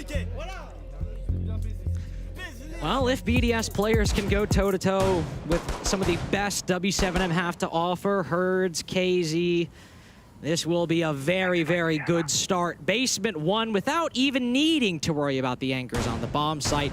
We move up to dorms instead, where LeakyFac, what he brings to the table isn't necessarily going to be the SMG-11 this time. Those EDDs, if they can stall time for W7M's attack, can always hit you in the ankles when you need them, not even to be a factor in the round, but they'll often creep in there. And with the setup BDS are going for, they're hoping that Trophy Shield will do that very thing. Stall out enough time to make those EDDs impactful in the late round. Yes, indeed. Traps allocated as well. Now the discs here too. I like this addition of a lens with the laser gates as well. Rooney always very solid, especially when it comes to the master bedroom position. As you can see those lit up there. EFAC, gonna go for the swing here. Don't make me say anything I don't want to this time, okay? See, has one on that far side, Carter. If he wants to get overly aggressive, I mean, yeah, he can go for it, but I highly doubt we see something like that. I think he's just gonna try and coexist as long as he can over here. There it is. Oh, KZ just slips in the window. Tags him up to 50 HP, so worthwhile effort for a position that W7M simply cannot trade or cut off at the moment. You wish you got more, but you'll be happy with what you've had. Trophy Shield completely vacated by BDS, though. It'll be a false position at this point. All the utility doesn't matter. Herds can just walk on in. Those EDDs, man, the closet. The classic one right there. You never check it, and you always hit it. Yeah, that's a key thing right there. Got to make sure the drone works are able to find some key pieces of utility. Shaiko going to find a key kill as he'll take down Herds, and it's been so far so good for BDS's defensive setups as they've been able to thwart W7's entire game plan on a round-to-round basis thus far. I do have some bodies down low. They'll be able to pick Nade back up as KZ will be quick to adjust up top and be able to pick his friend back up into the land of the living. Issue is now, though, some low HP bars over on W7M's side, although Shaiko quite low, too. Some impacts, as well as I do believe a grenade out, but haha, very old trick coming out here from Renshiro. The impacts on top of the fan inside of Classroom will be able to get one. EFAC will take down Nade as well, and W7M cannot get a single thing going their way. A 5-0 for EFAC up until this point. The rest of his team only has 2 kills combined, but at a 5v3 currently, well, it doesn't really matter. Very easily a 5v2 with KZ on low health. JB92 will hop in, but that well-timed nade by Felipox makes it a little bit more manageable, but at the end of the day, BDS have been far too solid these past 2 rounds, and EFAC still without a death. The French powerhouse showing why they are so unbelievable at this game. They have a full trust in this defensive setup, able to play things to their absolute limit, finding some very big moments, especially on that roam down low, especially out of Shaiko. W7M not able to even hold a candle to BDS's light so far. For both these teams, dropping down to that lower bracket is not a spot you want to be in. BDS need to make top 4 to make SI, and W7M want to defend that trophy. So this best of 1, even though both these teams can certainly perform in a best of 3, if BDS keep running up the score and put W7M in danger of dropping down to that lower bracket, it'll be an uncomfortable position for either team with so much on the line. BDS have certainly come to perform on these defenses, but with the primary bomb sites won, we move to the tertiary, meeting kitchen or kitchen dining. What if BDS chosen? Well, 10 seconds. the lesser chose option, at least for us in North America. Kitchen and dining will be on the cards for BDS, and if they win this, it's looking quite good for their first half. Yeah, pretty worrisome for W7M if they're able to just pull that off too. EFAC looking for the early swing, but not capable of finding anything outside, mostly because W7M doesn't give him a look, so I'd be happy about that one for W7M's sake. So they're going to try their best to work things in from small tower. They have the blitz to be able to try and propel themselves forward, especially around the shower position. That's going to be quite useful. But have to try and carve out this tower player here, as it's going to be none other than a Lem to try and hold back W7M for the time being. See the blitz creeping up. Drone goes in. What will be the sign for Felipox to hop in this window? First kill goes W7M's way as Nade's able to shut down Shaiko. KZ put to lower HP, but W7M have got an advantage, one they desperately needed in round 3. Felipox puts a bullet right through the brain of Alems. And it's so strong of a start for W7M, you might very well forget that it's 2-0 currently. At least able to get the clear of the tower to go off without a hitch, but now this is where things become problematic, but they've been able to kill the biggest benefactor to this push here, which was Bride. They know that EFAC has to swing off of this, and a beautiful discovery there from Nade as W7M are finally able to get around, although off of probably the worst site in all of Oregon. That is true. They've been able to get. I didn't want to say it, but I had to. But it's fair. I mean, it's the tertiary site that if the attack's going to get a win in theory, you can think about that on many bomb sites that that's the pattern. But on this one in particular, dorms, strong. Basement, even stronger. But meeting or dining, that's a bit more workable for the attack. And for W7M, they were just holding out until they got to that 3rd bomb site to show what they can really offer. Now that they've got the momentum going into round 4, they know what they can do when their coordination works, and they've also given EFAC his first death, but more importantly, they know what he wants to do, or wanted to do at some point on this defense. Go for the solo roam on the top floor, and I highly doubt we see W7M make that same mistake again. Hard to say. EFAC has had a heck of a game so far. Only 3 rounds played, 7 kills to his name. Really haven't had to call on anybody else just yet. Lem's obviously showing up to the party in a certain way, and Shaiko with a nice find in round 2, but now on to round 4. W7M changing a couple of gears here. We'll have the Selma wielding Ace out, as well as Maverick to play, so should have some hatch play around this here quite soon. But you can see BDS holding on to things in similar straits to what we saw the last time. It is going to be a little bit of a different roam here. Really curious to see where we have EFAC this time around, because obviously he's not going to be starting things off on the top floor. Oh, it's going to be a shell setup. Okay, awesome. So they've dedicated some reinforcements up top, a couple things around the area, but it's basically made it to where they can try and falter back a little bit later on. They've shown pressures towards W7M. This is going to force them to try and clear out this whole map. That's why you can see this positioning of herds here. And that's the benefit, especially of Leaky Fat going so big in round 1. It'd be one thing if they left a roamer up top, but he only got 1 kill. A 4K throughout the whole round. They really want to make sure that Leaky Fat is not on this position. So a strong strat from BDS anyway, but because of the psychological impacts from round 1, likely even stronger, as opening up these hatches for a lesser team, it might even be a minute away. But for W7M, they're already looking towards the meeting position. They've got the ace, no Hibana, but some hard breach charges in the Capital's back pocket. And by a minute 30, they'll likely be back on track. Making good timing, all things considered, you know. Checking things out on the top floor, checking things over in security, not being too scared to play into what could have been a BDS setup on this mid or top floor. But as we know, everybody's already vacated the premises. They've worked their way back downstairs. Now W7M is on the precipice of being able to get their first pick. JB92 starts working on this window. KZ with a fantastic read. He knows there's more than likely going to be a backup to that situation. He's fully correct. Almost gets Shaiko with the nade, but the shoe's on the other foot.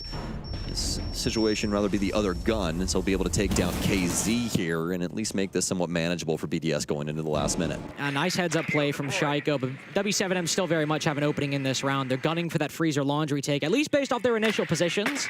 Oregon can sometimes result in some very, very late rotations, but with the Capital and bottom laundry stairs, W7M still have a solid advantage. What a find. If I was going to say, keep this advantage, it'll be solid, but what a find from Bride indeed. Herds shut down on that front side push. Bellapox was hoping that would be the gun to allow him to use that Capital utility, but now he might have to join the rest of his team as it's one backside, one freezer, one laundry. There needs to be consolidation from W7M in one position if they've got any chance at making this 2-2.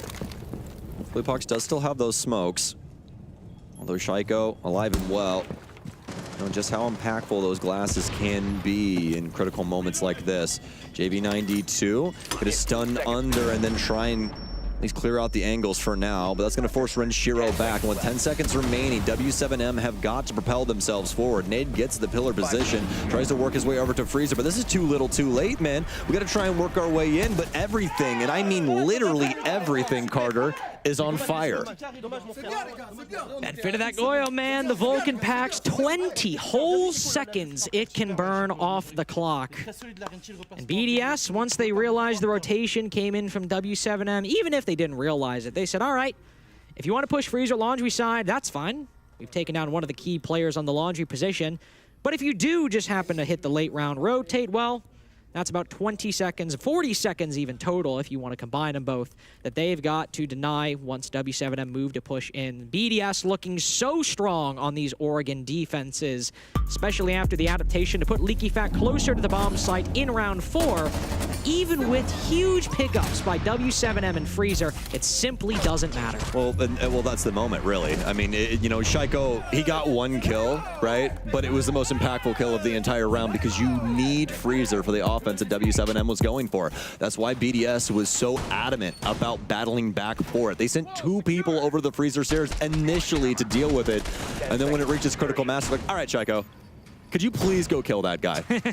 And hey, sometimes that's all it takes. And just send him forth, and he will do what needs to be done. Herd's having a poor game so far. KZ picking up 2 big kills last round, but before that, he was 1 and 2, and Herd's 0 and 4. These are some big players in W7M that haven't having the best tournaments so far, at least in this matchup against BDS. Back to dorms. We don't have that trophy shield like we had before. Leaky Fack on the Solus instead to roam around and try to find some of these drones, some of this utility. He's been so wily on this defense so far, but giving him the Solus? I love it. He's a real problem now. Yeah, a real big problem, especially if he wasn't one before. And here's the other thing. Shaiko's been real quiet. Be able to find Herds here. And what a discovery, actually, is I think Herds was getting a little aggressive there through Attic. That's going to be 0 and 5 for him. And unlike BDS, there's not 2 bodies there to try and immediately swing in. Where the heck did he actually kill him at? I'm genuinely I mean, they were both, so him and the Amaru were both chilling around the attic, so I'd have to imagine he tried to hop in the window. That's where Shaiko was looking as well, and we don't see any bodies inside a trophy or inside a bedroom, so it has to be from that position. Awkward situation there as Herds thinks that he can try and catapult to the sky. Hopefully hit the moon, but doesn't even land among the stars, just burns up in the atmosphere. No one really there to try and consolidate those efforts, make the most out of them. But now, though, B7M have gotten some pivotal positions. We've got this nade down low here for Philippox that could go off without a hitch. He's trying to get rid of some of the utility around this space, but has to deal with that verticality as well. Probably a gunfight ensuing here soon if Renshiro continues to flirt with it. BDS have what they need. Just keep holding on. You know, with the utility they've expended on the backside, even after taking down Herds, that W7M are going to go for a master bedroom attic push.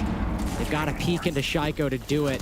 He'll move over, though, as Licky Fat gets aggressive on the bedroom balcony. Philippox cut down another, decides to, or at least thinks about feeding his life to the P90. Nice pickup from W7M as KZ cuts down a Lems. But Nade's still trapped outside on this balcony, and there is, in fact, still a shield and trophy. He sprints on in, goes for the repeat, but that's Shaiko you're trying to take down. You better try your luck on another day, because he is not missing his shots currently. A 3K in round 5. Looking for 4 and only 1 HP to do it with.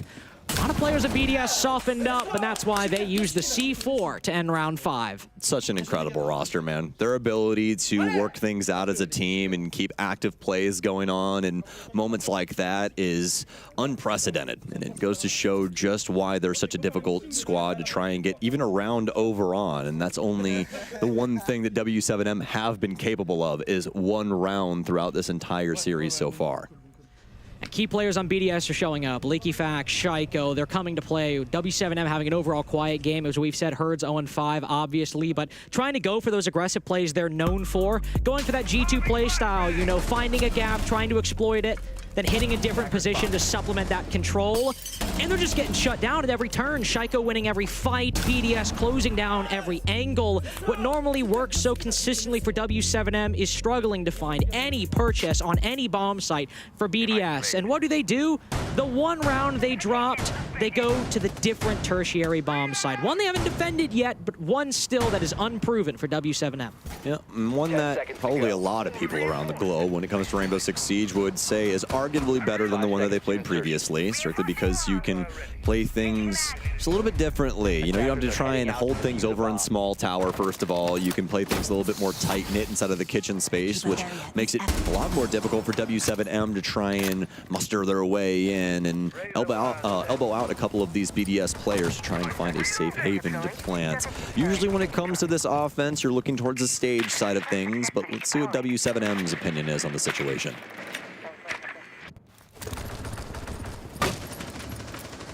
Nade certainly thinks he's got to go for that full clear, and aided by Herds and Philippox. He'll try to smash this Azami playing inside of the top floor. The defender watching the dorm's window as well, but Herds shuts him down. A nice first pick, both for him and in this particular round. Renshiro shut down behind the pool table, stuck in place. Licky Fact's able to get the trade thanks to that C4. But are W7M too focused on different positions? The Dokkaebi call goes out, and with Licky Fact falling, that's a great reaction from Nade. Both tertiary bomb sites have been dominant starts for W7M, and it seems a 4-2 is inevitable. Very strong clear from them on this top floor. That's partnered with some nice shotgun plays there from KZ. We'll clear out everybody, scoop out the players on the top floor. It's up to Shaiko and Bride now, which actually Bride has been able to exist inside of Attic here for some time. Do we have another logic bomb call out of JB92? That's my real question right now. We'll find out that answer here soon enough, but it does seem like they know he's around the space as KZ will try and propel himself forward and address this. Goes for the jiggle peek, sees Bride, and now the jig is up. The smoke will have to fall back. That play works if they don't know you're there, but once they do, you've got to back off. Shaiko instead tries to fill a gap. KZ only tagged up a little bit. He'll back off from the angle. Both will, in fact. Shaiko retreats down the freezer stairs, but some big play has to come through for BDS, whether it's Bride or from Shaiko. Somebody's got to hit a flank or demolish the attack in some particular area if they've won a shot at taking this round.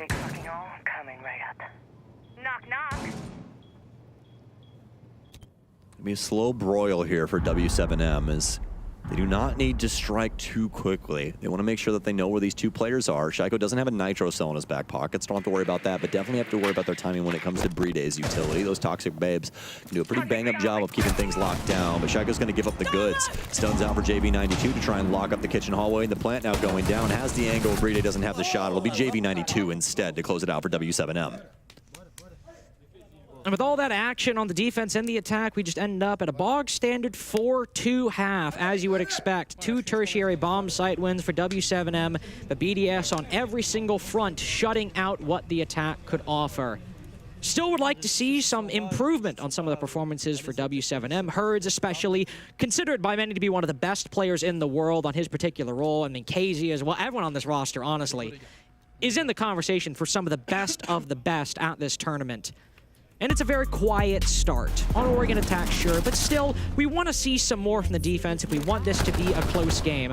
They'll be able to go down to basement first, of course, and maybe hopefully channel some of that energy, some of that mobility we saw on those tertiary bomb site wins. Now, things have been pretty quiet for W7M, and that's been a very big problem because it's essentially created a BDS highlight reel from the very beginning. I mean, it was EFAC for 2 rounds, and then past that, it was really everybody else picking up the pieces. He had to show up every once in a while to get some kills. But Shaiko wakes up, Alems and Bride also get some kills. Really just Renchi that was chilling out and just doing his tasks around the map, not able to really achieve too much in the kill department, but why would you when EFAC has 9 kills on one half? Yeah, he's making up for it. He's making up for it and then some. Especially after that monstrous performance in round 1. But now they switch and leak EFAC on his most famous role. Not operator, but role.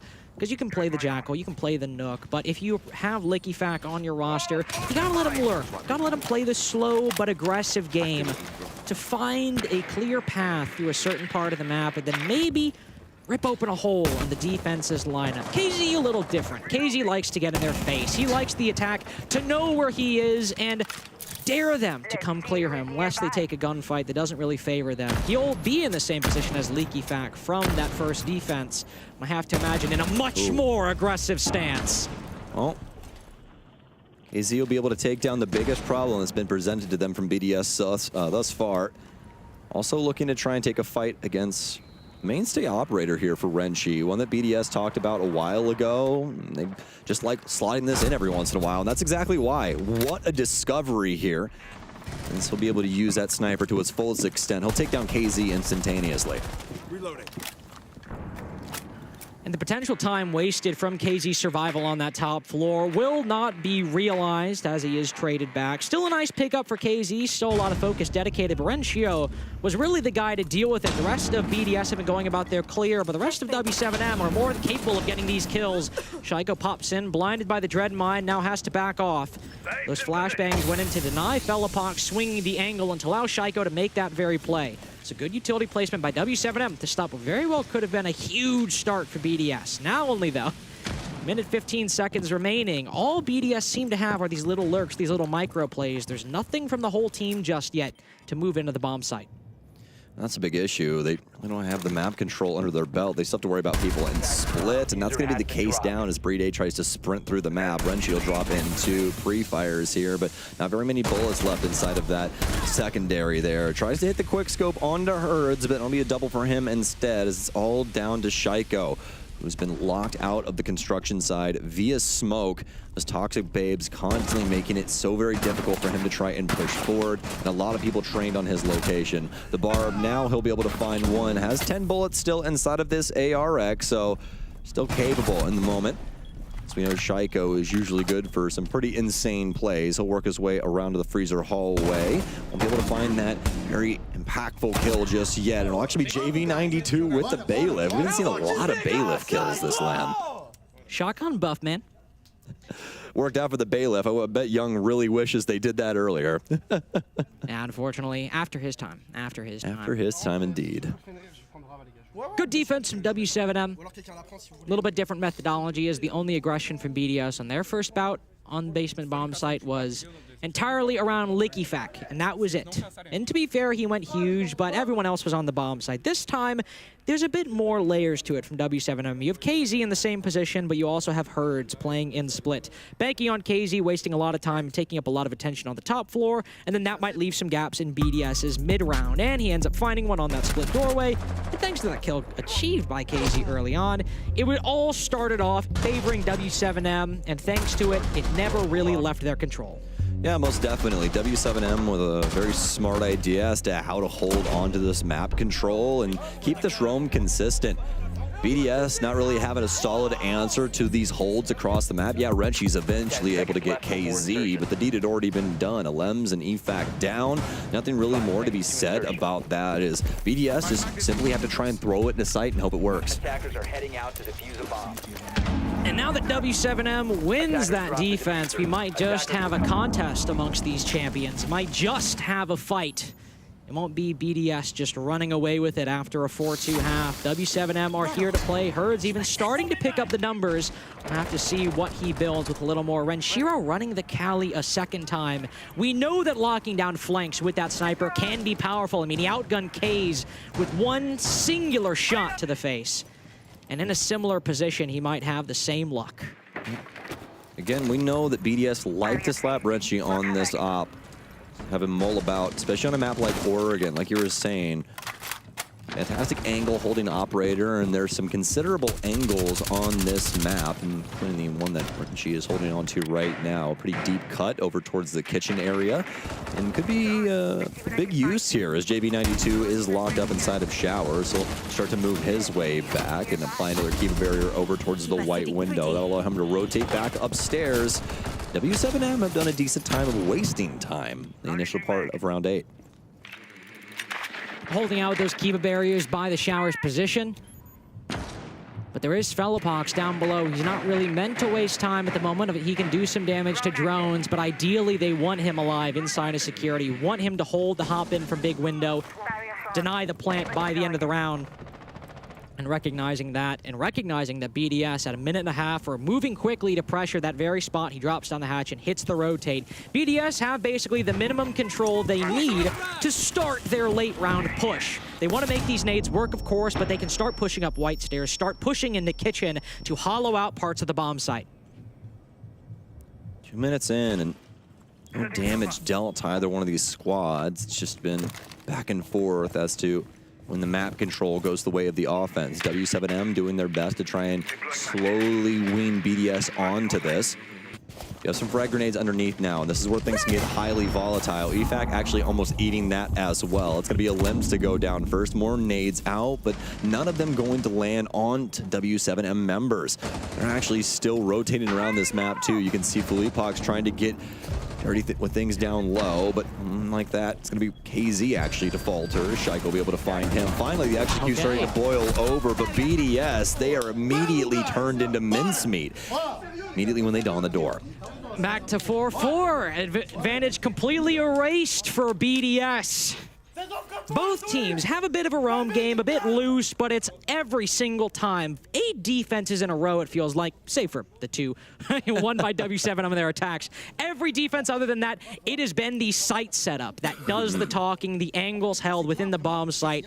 And BDS were hoping to deny that very thing by landing those nades from below. But once they missed, and you're going for a big window white take, if you don't win that fight on white stairs, and you don't win that fight hopping into big window, you just do not have a pathway into this round, and it doesn't help much if you let someone flank up on it. Yeah, and that was the highlight that I wanted to say, Carter, is the fact that both of these teams have done such a good job of keeping plays and rotations open on the defensive end has made it so difficult to play offense here, because you always have to worry about that dagger coming in from behind, getting that big kill, and making it to where your offense completely comes off the rails.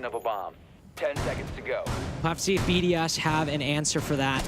No tactical timeout has been taken on either side up until this point. Both coaches very happy with how the team is approaching situations.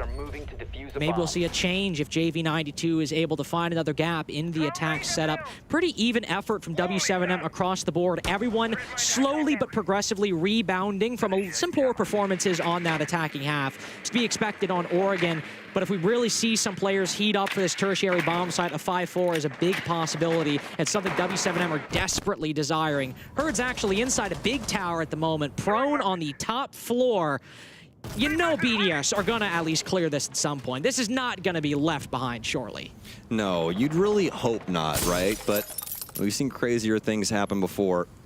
Frag grenade here for Shaiko. So try and find a player up top on the rotation. But luckily for KZ, Not close enough for that one. Deployable shield in hand as he'll set himself up top. BDS looking to try and clear out some of the positions around this area as Bride will hold this upside down rappel for Master. W7M, a lot of bodies up top, so really considering this area a big threat to their overall setup. Ooh, nice little intel on that split door player. Alem's moving in to get this very kill. The Fenrir backs off, isn't long for this world. Shaiko then moves into the bomb site. One player drops down, but a quick reaction makes this a 5v2. BDS looking to repeat W7M's luck on the attack. Dorm's basement, maybe a little too far away, but the third bomb site, the lesser choice of the two, that will do. That will do surely. Herd's looking to retake on the top floor. Renshiro, a position we've seen him countless times, all the way back, holding the big window. Herds knows this fight could be a good one to win, but it's simply too tight of an angle. Put to 50 HP, Shaiko putting Felipox in the grave. The bomb now being put down. Herd's still struggling to find this one kill. LickyFat goes for a bit of a heat check, unfortunately, but he's stopped on top of the white stairs. What is Herds to do at this point? A position that could be so powerful depending on the circumstances, but with no teammates to rely on, nobody to hold down the bomb site, and now on 1 HP, BDS have surely retaken their lead. Well, for now. For now. Neither one of these teams really capable of getting anything over on a tried and true site just yet. BDS will be looking to do that in the next round, more than likely what Herds and the rest of the team is talking about right now, as he knows that he doesn't have an opportunity to try and work his way back into this round, so much more use it as a pseudo timeout for the team to try and discuss things. Very well done from BDS as easily work their way in from the split side, get some big kills and this plant down to be able to hold things out from lobby. But as you pointed out, though, 5v4 for now, but a lead established for BDS for now. If both teams can only get wins, if both attacks can only get wins on the tertiary bomb site, we are destined for overtime. It is unavoidable if neither team can perform better. If the defense can't win the tertiary bomb site once, or if the attack can't win a primary bomb site once, we're going to overtime, and it could be decided just by who starts on the defense. So whether you're W7M in the next couple rounds moving to Meeting Hall, or if you're BDS right now attacking basement, somebody has got to break with the trend if this game is going to end in regulation. Well, you said it. Something's got to give. Really, what is it? That's what we got to find out at the end of the day. It's going to be a switch up over to the Ram, of all things, here for EFAC. Don't really see how that's going to work out too much for him on this basement setup. But, hey, crazier things have happened. Might be considerable when it comes to clearing things out from the very top floor, as there is some verticality they can utilize to try and influence places like kitchen or a couple other areas around the map. But also dictates that W7M is going to need bodies around that space. Also, do remember that those boogies can handle things like deployable shields.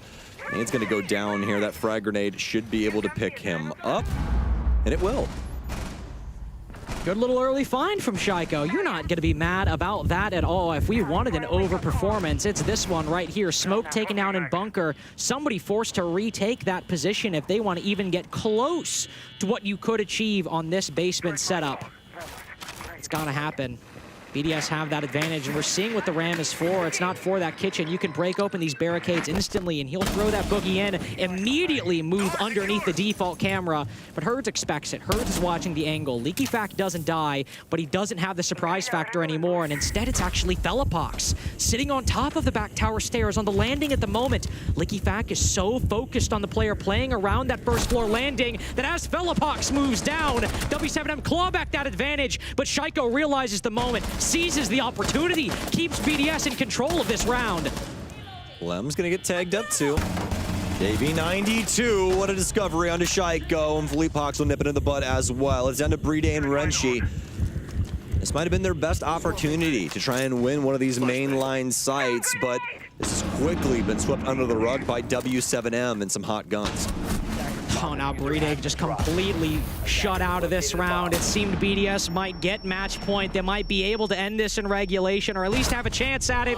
But no, for the moment, we are still right on track. The train is chugging along, right with overtime at the end. Might have to stop at a station for a split second.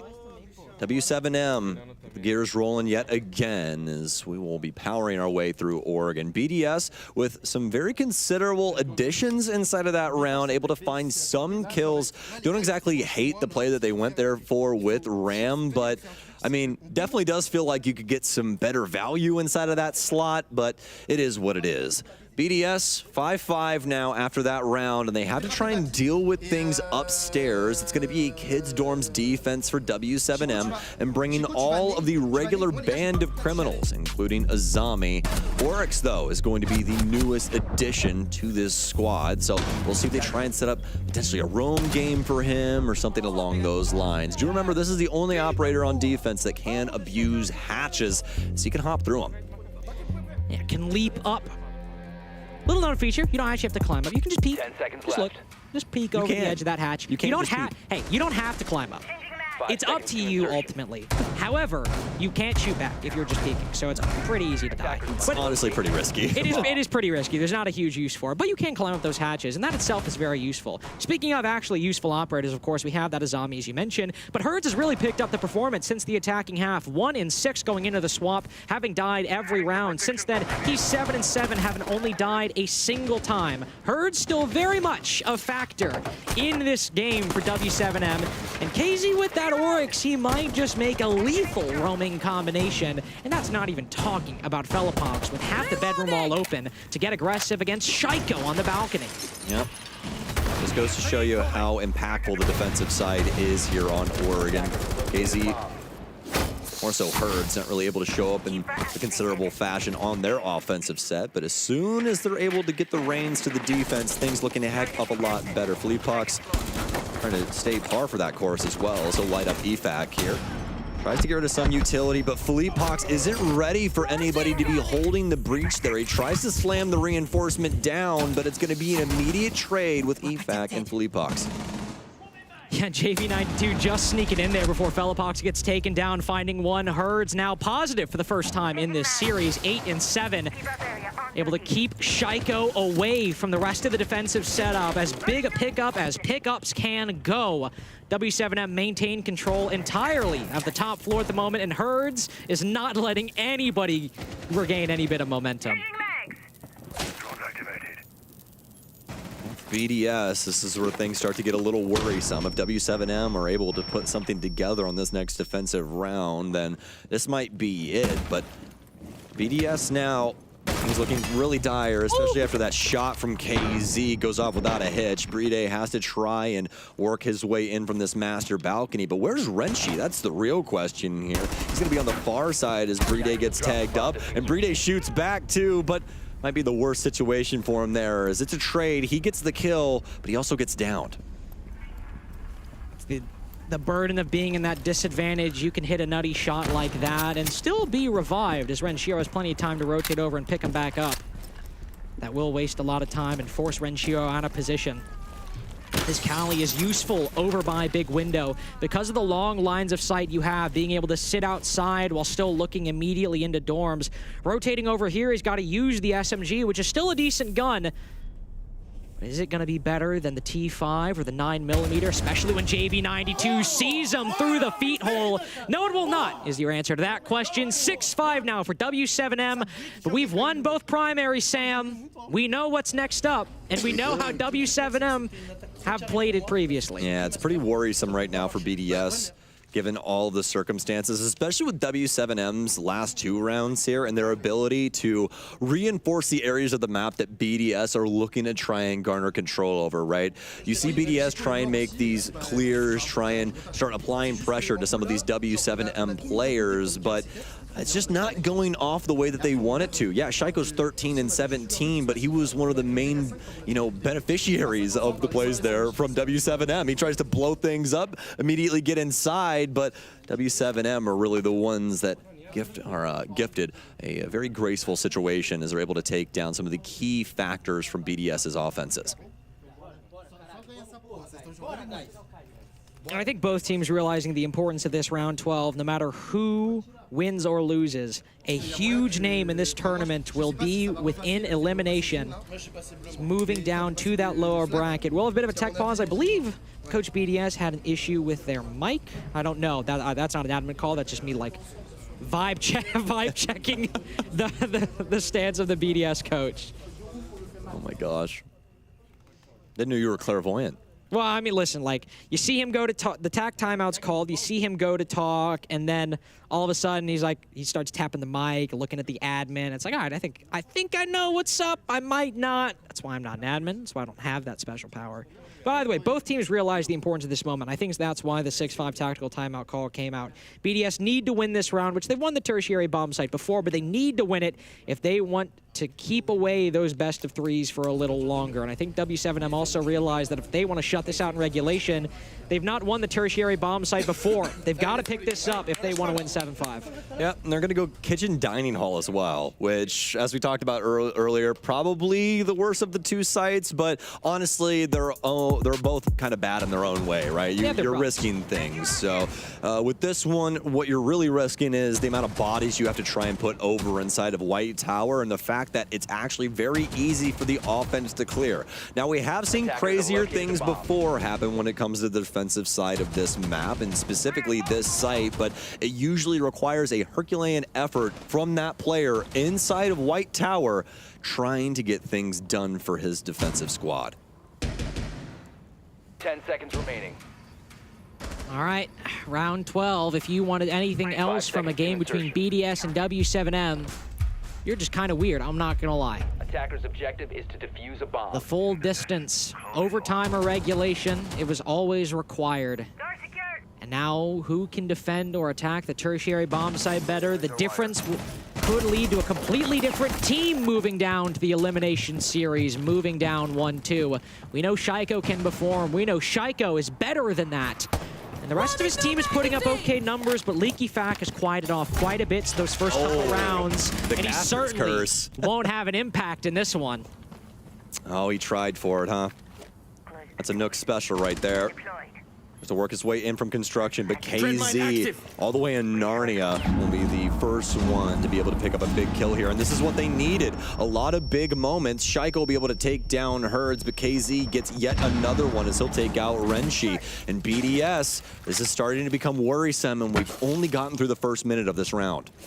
The first minute has been so impactful for all these tertiary bomb sites. I mean, think back to W7M's attacks. They basically won both of those sites within the first minute, and BDS sure was a little later, but they still had a much more comfortable advantage. Bellapox goes for the rotate, just backs off the gunfight in time as he spots Alem standing in the middle of Green Hall. The Brava now backs off as the defense knows where one of these solo players from BDS are. They don't need to peek, but they can play close to this position and deny Alems any opportunity to rotate down the hallway. The smoke grenade will make that easier. He can now move further into meeting, but KZ is rotating at the exact right time. Catches Alems completely off guard. Unkillable is KZ in round 12. Incredible as well, because BDS not really trying to take things in from the small tower side of things. They immediately try to get in on Dorm side, as well as that play from EFAC earlier. And KZ has been in the four corners of this earth, constantly in the way of BDS, making big plays, taking down big players. It's all down to Shaiko and Bride, and Shaiko has no more utility to his name. But if you're BDS, are there any two players you'd want communicating in a 2v4 that aren't Shaiko or Bride? One of these players alone could win a 1vx, but both of them, Herds is certainly not confident. But let's be careful, BDS. Let's not let the all chat dictate the pace of this game, but it will. W7M 7-5. They will send BDS to the elimination series. And what a dire scenario it is for them, as they need top 4 to qualify for SI. If they go out tomorrow, we will not be seeing them in Sao Paulo. And there is a lot of things riding on that match tomorrow, as you said, which is truly incredible for BDS, especially for Shaiko. 14-8 in that game, Carter, but yet we're not able to pull it back against W7M, just showing how difficult that offensive set can be on Oregon, especially up against teams like these two respective squads. W7M did not have a good time up against BDS, and the same can be said for BDS on their offensive And side. how was that round 12 ultimately decided? It was from a nice individual play, what W7M are known for, whereas BDS are known for their structure, their coordination as a team. Of course, with Shaiko's firepower to back it up, they clear out those positions, they take their time. But what are W7M known for, especially on the defense? The ability to work key players like Herds, like KZ, into positions where they can shine. And that is what got W7M over the line in round 12. Yes, indeed, sir. Truly incredible stuff from both of these squads. Highlight reel especially for W7M. Probably very happy with these results. But BDS are facing elimination. And you know who likes elimination chambers a lot? Our good friend, Caliber Jacob.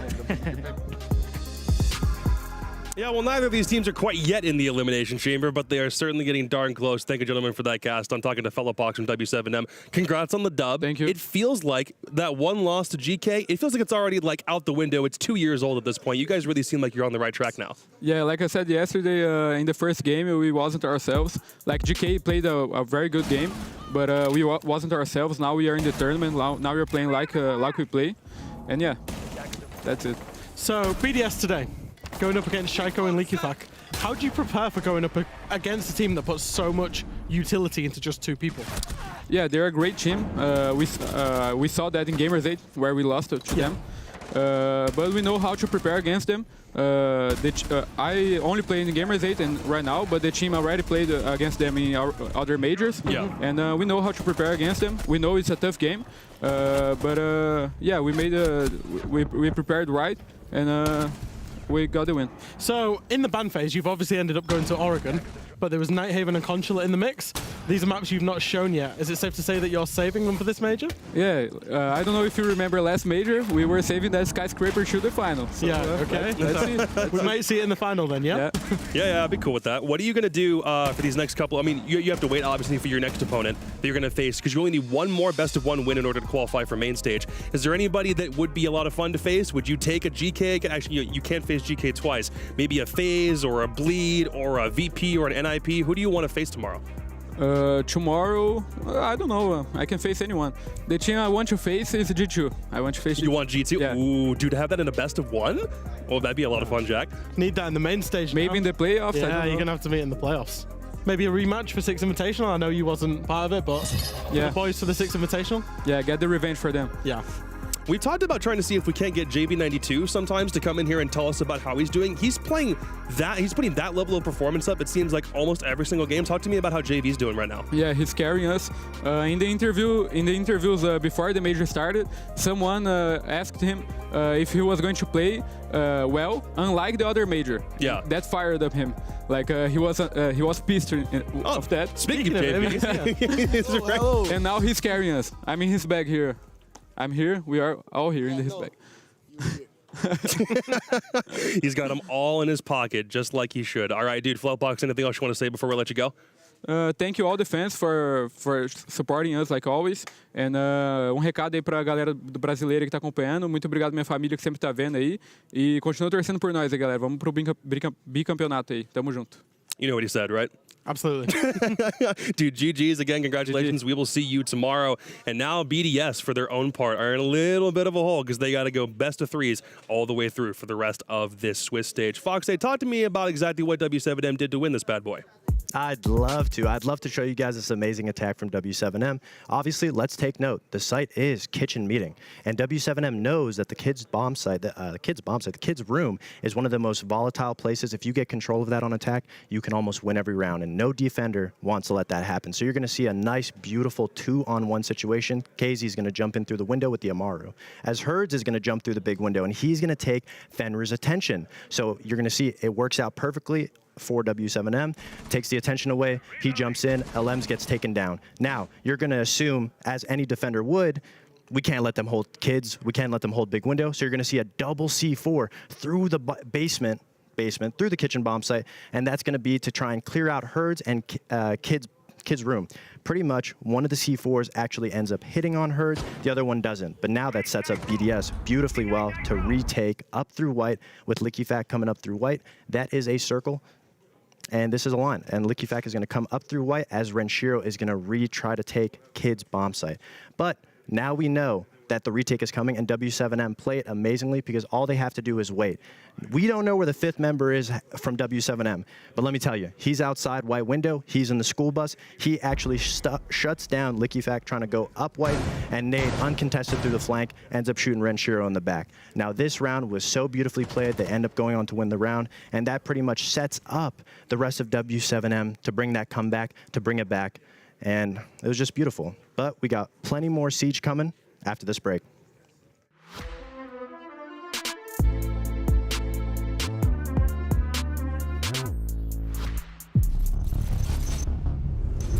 Hi, I'm Joshua Mills, and this is Siege Intels. Grenades. You love them, I love them, but why are they so heavily restricted on operators' loadouts? Their power, as well as the ability to cook them, have progressively made this secondary gadget the reason to choose an operator. In an effort to curb this powerhouse of utility and destruction, we have slowly over time removed grenades from our operator loadouts. We don't like that. If there's a tool in the game, you should have access to it. We are currently reworking their system to bring them in line with the other secondary gadgets in the game. Now connect to the reveal panel to see what this change entails.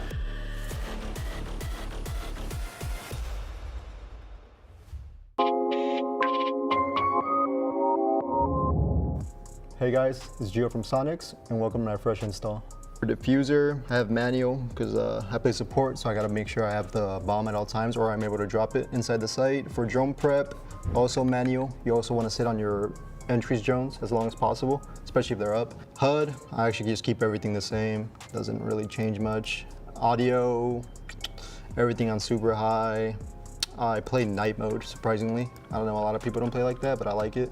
Basically for display, we go to as many hertz as you can. We go to 4.3, but that's all preference. I like 4.384 for me. 4.384, and then at the bottom, I personally do 95 HUD display area, and then 94 menu display area, with a brightness of 61, I think it was, some odd number like that. Graphics, I have a pretty bad PC at home, so everything's on super low. We go low, we go LOD quality high, shading quality low, shadow quality, pretty sure that's very high so you can see the shadows when they peek you. Reflection quality low, VFX low, ambient occlusion low, anti-aliasing off. That's basically it for graphics. Make sure you always press apply so you have your settings saved. Control is the important part. I would say raw input off, mouse inversion obviously disabled, then sense is obviously up to you, but I play 1010, 400. You can mess with the magnification, obviously. I play with, let me see if it lets me. Thing 1x is 28, 1x 28, 1.5, 55, 56, and then 57. Mouse scroll wheel, I have it off because I grip the mouse kind of weird. Gadget deployment, advanced, drone deployment, advanced. I think those are really important to have on. Aim on hold, lean actually on hold as well because I lean with my mouse buttons. Sprint, hold, crouch, toggle, prone toggle, and then walk toggle. For the keybinds, I actually have some kind of crazy keybinds. I lean with my mouse buttons, so this would be just set the mouse buttons, and then gadget is Q and E is melee. So that's kind of it. For control is my prone, and then basically it. Everything else is kind of default. Just make sure you're leaning with your mouse buttons, and then your gadget is Q and your melee is E. So it's kind of weird, but I mean, it's all preference.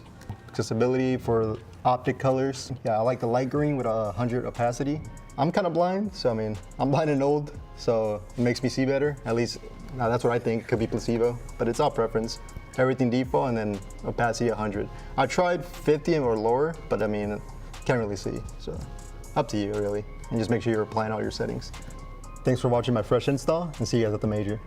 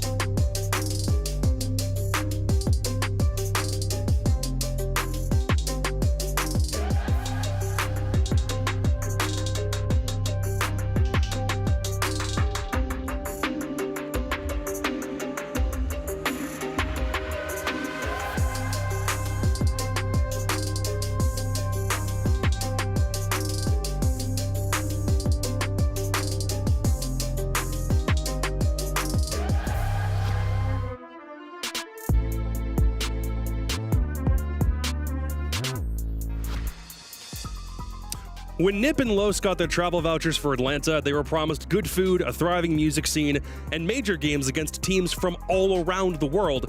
But I don't know if either of them expected they'd have to temporarily go back home to take care of some unfinished business. We're on deck for a Brazil versus Brazil game almost 5,000 miles away from Sao Paulo because the Swiss bracket demands that they go through each other to determine who's closer to main stage and who's closer to ending their vacation early. I'm Caliber Jacob Anderson. I'm here with Foxay and the Canadian stats wizard Jesse J. Chick, and I actually just realized, is this the first time we've ever had two Canadians on an analyst desk at the same time at a major?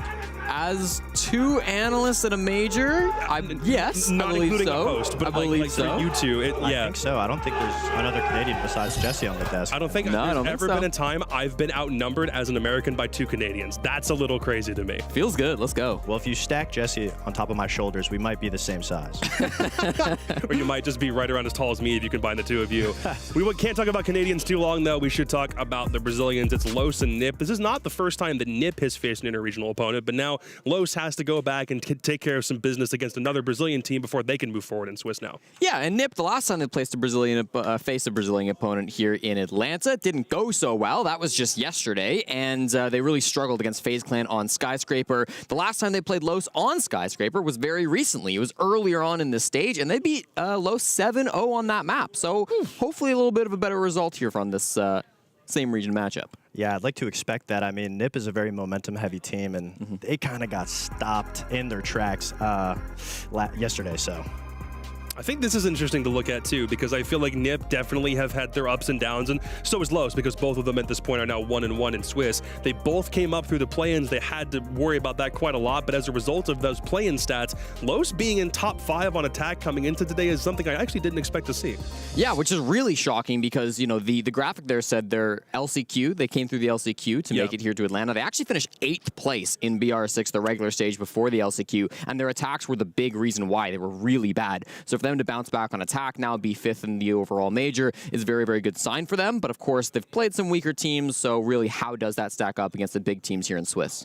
I feel like Los, especially with Maya, especially in the games that we've been seeing, they have a really big tendency to kind of pick apart the individuals, and I think Nip is a team that they can exploit that on. Nip is very aggressive, and they have the hot hand. So if they can get it started and shut the aggressiveness down from Los, I mean, we might see another 7-0, 7-1. I don't know. I mean, speaking of said aggressiveness, that's a phenomenal segue into something you wanted to talk about, because if Nip are going to be aggressive, it's going to be off the backs of who? Well, I think, Jacob, they want it to be off the back of Wizard. Wizard has been a player who has been in a lot of opening engagements coming through for NIP. He's 13-4 on entry at the moment. He's been really, really solid. That's the 3rd most opening picks from any player in the major. Wow. 5th highest ratio with a 3.25 opening rate in general. But really, he's liking to play these opening picks on attack when he can get involved, when he dictates the pace. He plays a lot of these kind of flank watch operators. He rocks some Nomad, rocks the Dokkaebi. He likes to be hunting those roamers, finding them, and finding the opening pick this way. Yesterday in their game against FaZe Clan, when they struggled so much, NIP really did not find very many opening engagements. And a big part of the reason is because they didn't have Wizard involved too often. They played most of that game on the defense. They played most of it playing behind shields, letting FaZe dictate when and where those opening picks happened. And because of that, Wizard wasn't really able to contribute what he usually does to the team. He was in one opening pick, or opening engagement, I should say, in that game against FaZe Clan. He did win it. He was playing Nomad. If they can get him more involved in the early round, I think it'll be great for them. You mentioned one of his operators is Doke, and I'm really interested to see if Los is going to leave that operator up. Both teams coming from Brazil, they love Doke. It's able to cut down a lot of the time on the droning. It just fits into Nip's playstyle very well. So, you know, we'll have to see if they end up banning it. If they don't, I could see Nip running away with it. There's been a lot of times that Nip has faced Los, or back when they were known as Los +1 or just Team 1. There's a 15-10 record for NIP over Los lifetime between these two teams, including Brazilian League and LCQs and wherever else they've played. So if you know a team this well, if you're either of those two coaching staffs, where on earth do you take them map-wise in order to actually come out ahead in this series? Well, I think this is a question that we've seen a lot of teams answer in different ways. We saw both VP and Wolves when they faced each other. They went went to a very familiar map. They went to Oregon. And then yesterday when we saw DZ and M80 play against each other, they went to a brand new map. They went over to Consulate, of course, which M80 had never played before. So I think in general what we've seen is the more familiar maps tend to favor the historically better teams, which in this case I'd say would be NIP. And then if we get to a bit of a crazier map, that may favor Los. I'd expect them to keep it pretty simple. I mean, if you're NIP, you probably don't want to stray away from anything. You already know that you might be, quote unquote, the better team.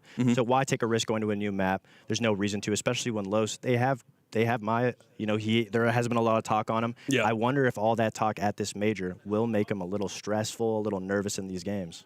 I mean, he's a monster, but we got to make sure that he's actually able to perform when the chips are down. So let's see where we're going to for this BO1. Nip and Los decided the answer was to go to one of Brazil's favorite maps. We're having Rage in a Cage in Bank.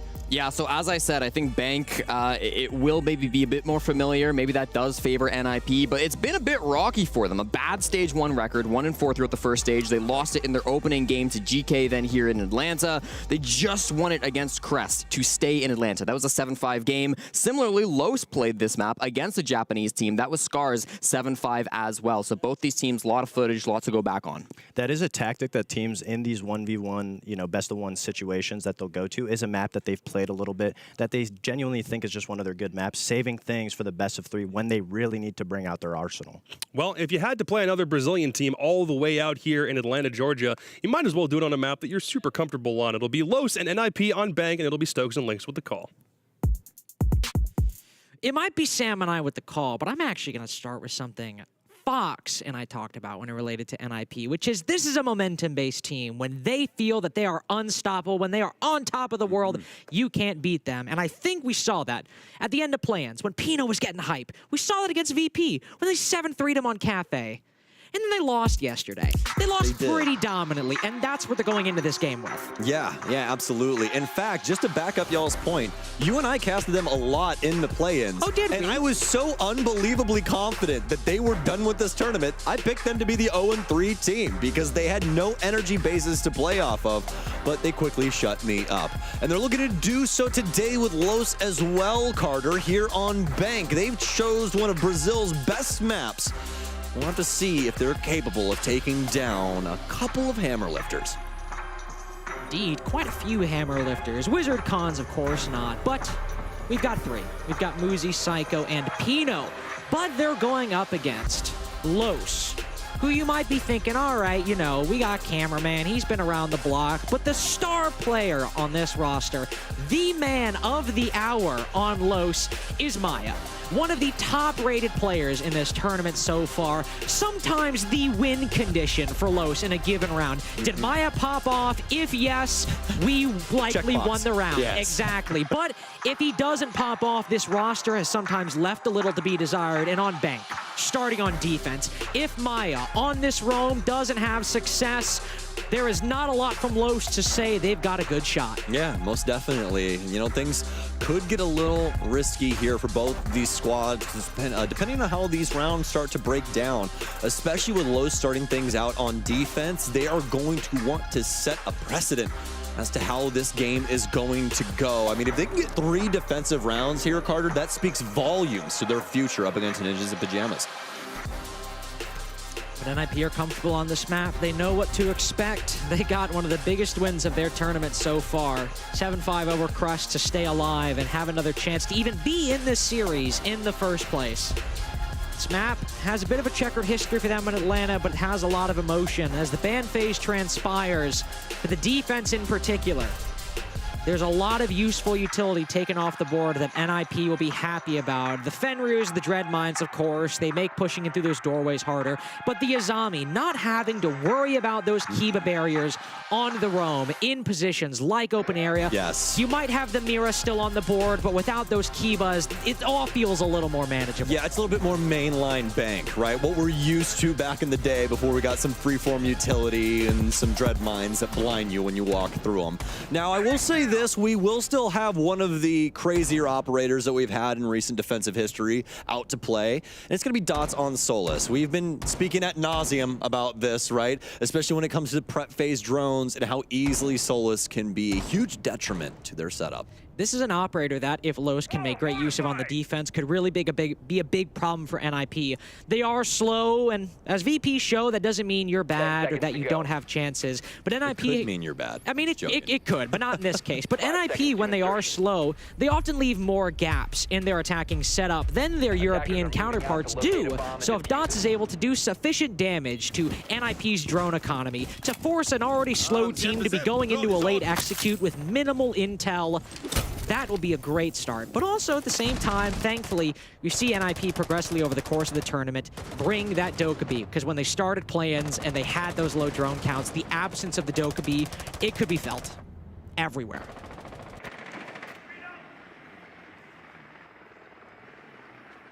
As you'd expect, we're going to be dedicating to the drones here first, especially with this top floor setup of Los. We'll let it breathe a bit, because they'll be able to find the Mozzie. Fantastic drone work here. You want to make sure to check all those crooks and crannies, especially on a map like Bank, because if one player goes unchecked, that could mean the whole offense is more than likely feeling their wrath.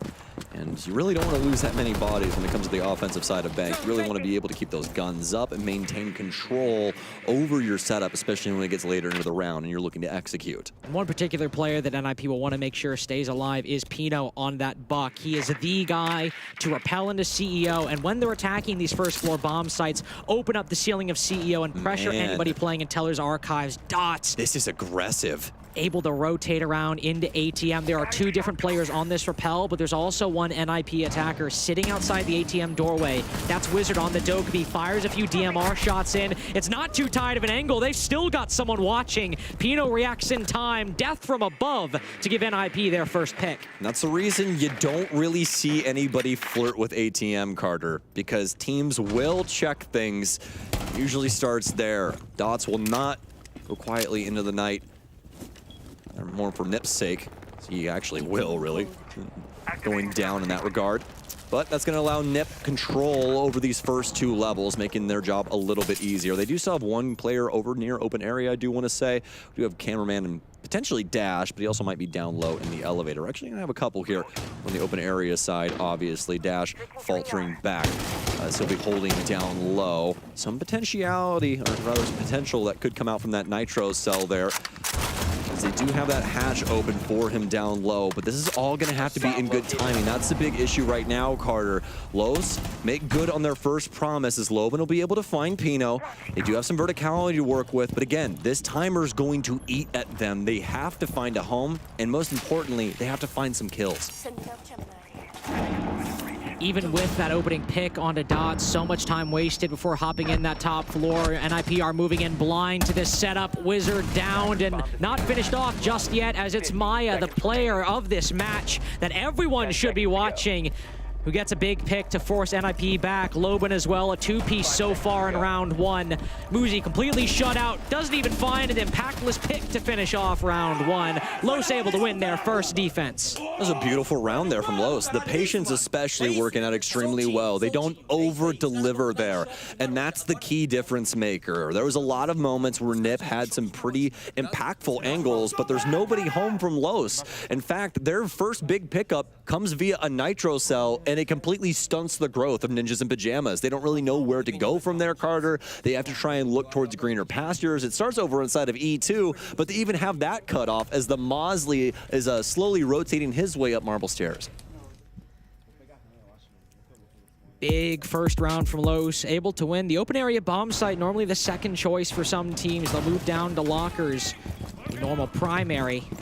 But where offsite control is still just as important as it ever is on Bank, even more so, some could say. Very often on this setup, there'll be a castle brought to make open area effectively a second floor of the bomb site, a bit of a renovation to help the defense push the attack back and stall time as they move in along with their clear. No castle, of course, from Los this time, but it's just to illustrate the point that when you're defending lockers, holding that middle floor is oh so important, and it will fall onto Loban and likely Dash as well, the two main roamers who can gather intel for the defense to keep NIP at bay. Always a cheeky one from the top of square there. One that's been around for a really, really long time. Some even cheekier ones that you can get from the top square space too. Some people really like it to play things out over by that, you know, the right under the default camera, stuff like that, some nice angles, and it's all in consideration of that player coming up the ladder from spawn. It all starts early in this game, folks. There's a bajillion angles to learn, and there's always new ones to conquer. That's why a lot of people, when they're first learning Rainbow Six Siege, it's so frustrating, because it's like, what am I actually dying from? There's so many cool things to learn. I mean, even Loban right there misses the first impact, but just hits the second on the border of that hatch. So it doesn't damage himself too much, but opens it up and allows him to retreat down into open area. Both him and Dash, the main two players on this roam from Los, as Cons with the diffuser, and Pino on the opposite side of the second floor. Oh, moving through this, moving through this top position. Pino just glitches in the matrix, able to barrel on into the square position. Thankfully for NIP, a team that is often slow, as we say, minute 15 seconds in, they're already in open area. This is excellent time management. Doing a bang-up job of that. But the key thing is that Los have some operators in the area to try and respond in kind. Mostly pertaining to Dash here. Focus on him as he is in E2 right now. He could quickly rotate out of this elevator and try and deal with things in open area. But Nip should at least have some consideration towards this space. You can see that Wizard is trying to hold things down from Marble Stairs as well via the rotation that's inside of this Teller's area. Could have the answer here as Pino's going to get lit up, but Dash is just going to take his time. He doesn't want to try and over-deliver on this. And, oh, very unlucky. It's going to be the clone out of all things. He still goes for the flank, though, and he finds a very real attacker outside of the Teller's position. Loses fight, though. Wizard able to recover. 50 seconds remaining, and NIP now just acquire that advantage. They've got all these hatches opened up, but Los' setup is one that prioritizes on-site denial. The Goyo canisters, the 3 smoke canisters still remaining for Dots, and the C4 from Cameraman as well. Giving up this control early on is fine, but can they waste enough time down below? That is what is going to decide whether or not NIP get their first attack on the board. Maya's able to cut down Wizard. Psycho's flashes do blind the Solus, but there's too many angles to deal with. NIP retained their lead as Pino gets a big kill onto Loban. They're hollowing out the bomb site from indoors. Maya creeps up. It'll need to be an ace to clutch round number 2. As he spots one, he's put to 1 HP. He's got direct intel on Khan's position, but we're now in a post plant. Knows someone is behind the bomb chassis, but he's looking every which way, struggling to find the gunfire that advantages him the most. 1-1 between these two. And that round really just up to Nip being able to handle the gunplay of Los. Unfortunate moment there for Dash, as I don't think that roam could have went any more poorly for him when it looked like it was going to be so very successful. He ends up getting the Gemini clone. He rotates out to try and stop Wizard from getting control over the hatch, which, I mean, wasn't really going to be able to stop the X-Kairos, but the kill would have been nice, right? But all things considered, not able to pull things across the line in the way that he wanted to, and that allowed Ninjas in Pajamas to try and, as you said, hollow out the site, and it was a boring maneuver if I've ever seen one. At the end of the day, if you have a late round execute, if you can just get those kills, you will be fine. You will be in a good position. Maya having a solid game so far, but only 2 rounds in. Plenty of time to either continue heating up or fall off at some point. On a CEO defense, though, 10 seconds left before these guns need to be trained on the CEO window position. And it's often a direct take. No matter what ends up happening, if you're going from the windows, you're going to rappel and try to plant the bomb. But if you're moving from the main stair side, you're going to be moving up that stairwell, holding angles outside of the building, and the guy pushing up the stairs, it's always going to be a Monty. Yes, indeed.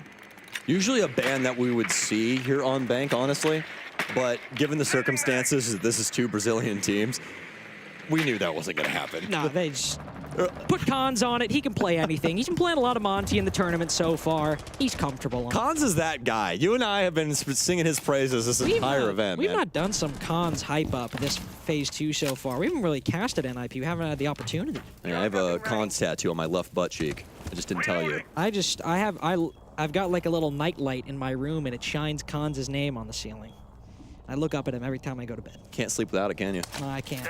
I just feel less secure. And if you're NIP, you feel less secure if he's not having a good game. He's been one of the best performers for NIP so far this tournament. And his flexibility is impressive, but he often does find himself on these more soft support or hard support roles. And the Monty with the case, that's going to be his position on this bomb site. He's got to move to the top of main stairs and just try to make these defenders uncomfortable. Maya inside of Banana, Dash on Lesion playing inside of Elevator. These are the two people that Khans will have to reconcile himself with. Always a difficult moment when you're trying to deal with his elevator position. Smokes out to try and ward off Dash for now. Some fire as well. And this hatch is reinforced, so Dash is just going to have to try and crawl into this corner as much as possible. And I'm pretty sure he's on the only 1x1 square foot in that elevator that is not on fire. Doesn't even take a lick of damage at all. Maya's going to be the first one to go down, but Los have done a good job of being able to delay things out at a bare minimum. But you do lose Maya, though, has been such a strong player for Los so far this tournament. And not getting any value out of his death, not trading him out whatsoever, and a bit of control that NIP wanted, or at least some pressure that they were concerned about, no longer a factor. That's important, but Monty rotating around to the lobby position with only 45 seconds left. Normally we see him crest the top of the spiral stairs well before this point. But Khans is only just now starting to walk up, and we've still got a guy elevator. Pino will repel in. He's the man with the diffuser as Khans gave it to the Thatcher to repel inside. This puts Pino in a risky position. If anybody from Los realizes it, if anybody from Los gets this kill, that's going to be big for the defense. Khans trying to take down this player inside of Banana, but Lobin shuts him down, finds the man with the case as well. The late round case rotation from NIP not paying off whatsoever. The setup over by Square is still very much intact, and Psycho trapped outside the building. Muzi, the only man actually inside of the map doing any work from NIP, and his reign is cut short before it can even begin. Los with a very solid game plan of how to handle these rounds, but also a little bit of a miscalculation for those fire bolts inside the elevator, Carter, and that's really what gave them the most issue. They knew that that man was still existing in there, and that if they try to swing through that, they're going to have to deal with that huge split that happens at the top of the stairwell. Monty's more than likely going to die from the person he's not looking at, and then you have to try and trade things out in a huge way. But, I mean, how do you do that when really the only access point is coming up the staircase? That's the downside with the CEO bomb site sometimes. Two of the main takes are so linear, so entirely focused on just one part of the map instead of both. And for this take in particular, if you don't get control of that stairwell, even with a big pick from your main lobby repel player, what are you going to do? Lobin also, I mean, just going big there. We've done a lot of, or I've sung the praises of Maya so far, but especially in that Dplus Kia game, if Lobin on that roam was successful, the team was successful. It just so happens that he was only successful for a couple rounds, and Dplus Kira able to win 7-2, but he still has a big impact on this roster, and if he can frag out, if he can go big, Maya might be able to have a quiet game, because if Lobin is showing up too, those are some of the big win conditions for Los. Most definitely. Change up here for Ninjas in Pajamas. We're going to have the Ram in. We saw a pretty interesting process from EFAC, I believe, in Oregon, where he brought Ram strictly just for the door on Big Tower. So people starting to feel more and more comfortable. That's what I'm going to chalk that up to, on Ram, and using her utility for really anything. And also, just at the end of the day, she's got a solid gun, man. The R4C is not a slouch, even in modern day standards. She is, but if you recall here, if you recall when NIP would use this Ram, it was actually Pino using her in the play-ins. And what happened? I genuinely can't believe it, but I think the same thing again. That boogie drone kept getting caught on the chair in office. Did he get? Well, they got the one over in CEO. They but did. No, he did get caught on the chair. It's the one on the left. Dude, like, come on, guys. It's hilarious, too, because we saw somebody else, I can't remember what team it was, but they go for the same strategy, and they actually have a proper lineup, and it works. Every time! So you guys just didn't go back and check this. And also, the other thing is like, they've had to have scrimmed in the last couple of days. There's no way. There's no way. Oh my. Two different Ram players mess up the same boogie drone. Listen, it's hard, right? Like, it's not easy. You're basically launching it through two windows and trying to land it, but every time NIP are on bank, it seems that boogie drone gets messed up, and it does deny them important bit of control. They still have Pino, but they want to get that soft destruction safely without exposing Pino to C4s. So if you miss that boogie drone, you don't have full control of the teller's position. Thankfully, they've got the man advantage, and Muzi almost finds a second kill. So we can admonish the utility placement all we want, but NIP have done a solid job in this early round acquiring that 5v4. Now they just need to convert it. Glad you said it, because that was exactly where I was going. That's been their biggest issue so far. It's like, yeah, Los has not been exactly getting some big sweeping frags or anything like that in these opening moments, but they've been doing a great job of delaying time. Pino, he'll be able to discover him. Dash, not quick enough to the trigger there, and we'll step right into the line of fire of Pino. But now this is starting to look like the most considerable effort that we've seen out of NiP past the round that they already garnered. And that one not doing too hot when it came to map control. They were just really able to take the fight to the main setup of Los and win out the gunfights in some pretty pivotal moments. So now with 30 seconds remaining, Ninjas in Pajamas only have one option, and it's try and battle this site. They've got that 5v3, and as long as they have everyone inside of the site figured out, they should be okay. Of course, they need to be concerned about anybody playing immediately on the doorways. Cameraman, the Legion, big offender right now. Shutting down the Cafe double entrance. NIP have the man advantage to play trades on this position, but Cameraman's so distracted by the rotate, he's caught gunned down. Cons picks him up, and while Maya's able to find one and even find two, NIP have still made enough progress in the bomb site. They just need to close out on DarkZero. They've got Maya nailed down in front of the printer window, and finally from the small office, NIP tie the game once again.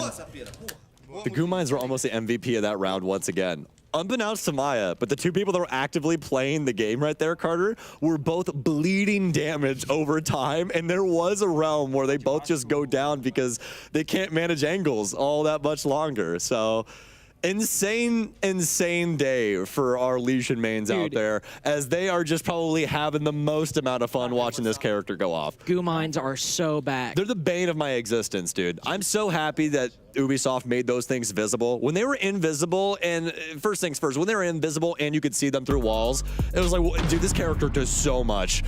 Truly incredible what he can do in a round, but truly incredible what he did in that last round, all things considered. I especially love that in the, dying moments of the round, those last 30 seconds there, they're still willing to put drones in pivotal positions to make sure that flanks don't happen and things along those lines. All good sign for what's going on with this squad. 10 seconds to go.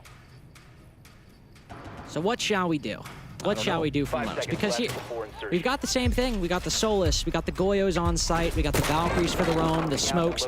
Los are so content to continue running this setup. But how will they thread that needle? Because NIP were just barely able to make it towards the line in that previous Locker's defense. And if they find someone on this roam here, if they're able to speed things up just a little bit with players like Muzi going into that execute with a man advantage, there's just so many small things that if they go Los's way or NIP's way, it could change the fortunes completely. Most definitely. Like this change up here for Psycho, though. They're going to bring the Yana back in. We saw how impactful that Gemini clone was the last time, but Muzi, he's going to go down to Loben. It's been the constant consistency in this roam game that has been giving Ninjas in Pajamas so many issues. And yet again, we're going to have Dash back in that exact same position inside of E2 here, Carter. Ninjas in Pajamas should know about this because he was magically inside of lobby the last time, taking gunfights with Wizard. He went for that flank before, and it didn't end up paying out, obviously. But even if it doesn't, what Los have right now is an excellent situation. They've taken down one of the top performers on NIP, but on a site setup that has a very loose roam with all the important utility concentrated on the site. No, don't worry. I felt my heart skip a beat for a little bit, but it's just the Yana clone from Psycho. But all of these utility from Los is concentrated on the bomb site, meant to waste time. And with the 5v4, and still even with intel on these attackers on the top floor, NIP have got to do something, whether it's destroy this utility in one fell swoop or get this advantage back. Either one has got to happen if they want a good shot at round 5. Los have got to be happy as a clam about this. All the info as to where big pressure from Ninjas in Pajamas is boiling over from Pino trying to find an answer to this other Goyo canister that's existing here. They haven't gotten it to pop just yet, and that'll be it right there. So they're going to have to, at a bare minimum, wait to 39 seconds to try and pressure in. But look who else they still have in their back pocket. It's going to be Dots with those smokes. I could definitely see a realm of possibility where NIP have to try and fly into this site and get some kills. That seems to be what Cons is prepping for, whether the EMPs will be the saving grace of all this, maybe just meant to stop any C4s or thrown electronics. And another late round execute. It sometimes happens on bank. It frequently happens on bank, but as long as Lowe's trade this man count down, they should be in the clear. Dots one smoke canister remaining. The first one missed. He anticipated the short push. He anticipated the diffuser going down on the reinforcement, but didn't count on just a normal default plant. Even though NIP are in a disadvantage, Cons has control of this hatch. If he can just make sure no one flanks through that doorway, while also making sure that no one can retake the top floor, NIP could very well win this, despite being down one player. Wizard, of course, is low HP. That's something you've got to consider. He'll need to be careful taking gunfights on this server stairs, as he's the main line of defense for these players on the middle floor. Cons picks up one, but Dots hits the retake, and Wizard goes down. Psycho's first pick could very well win him the round. No!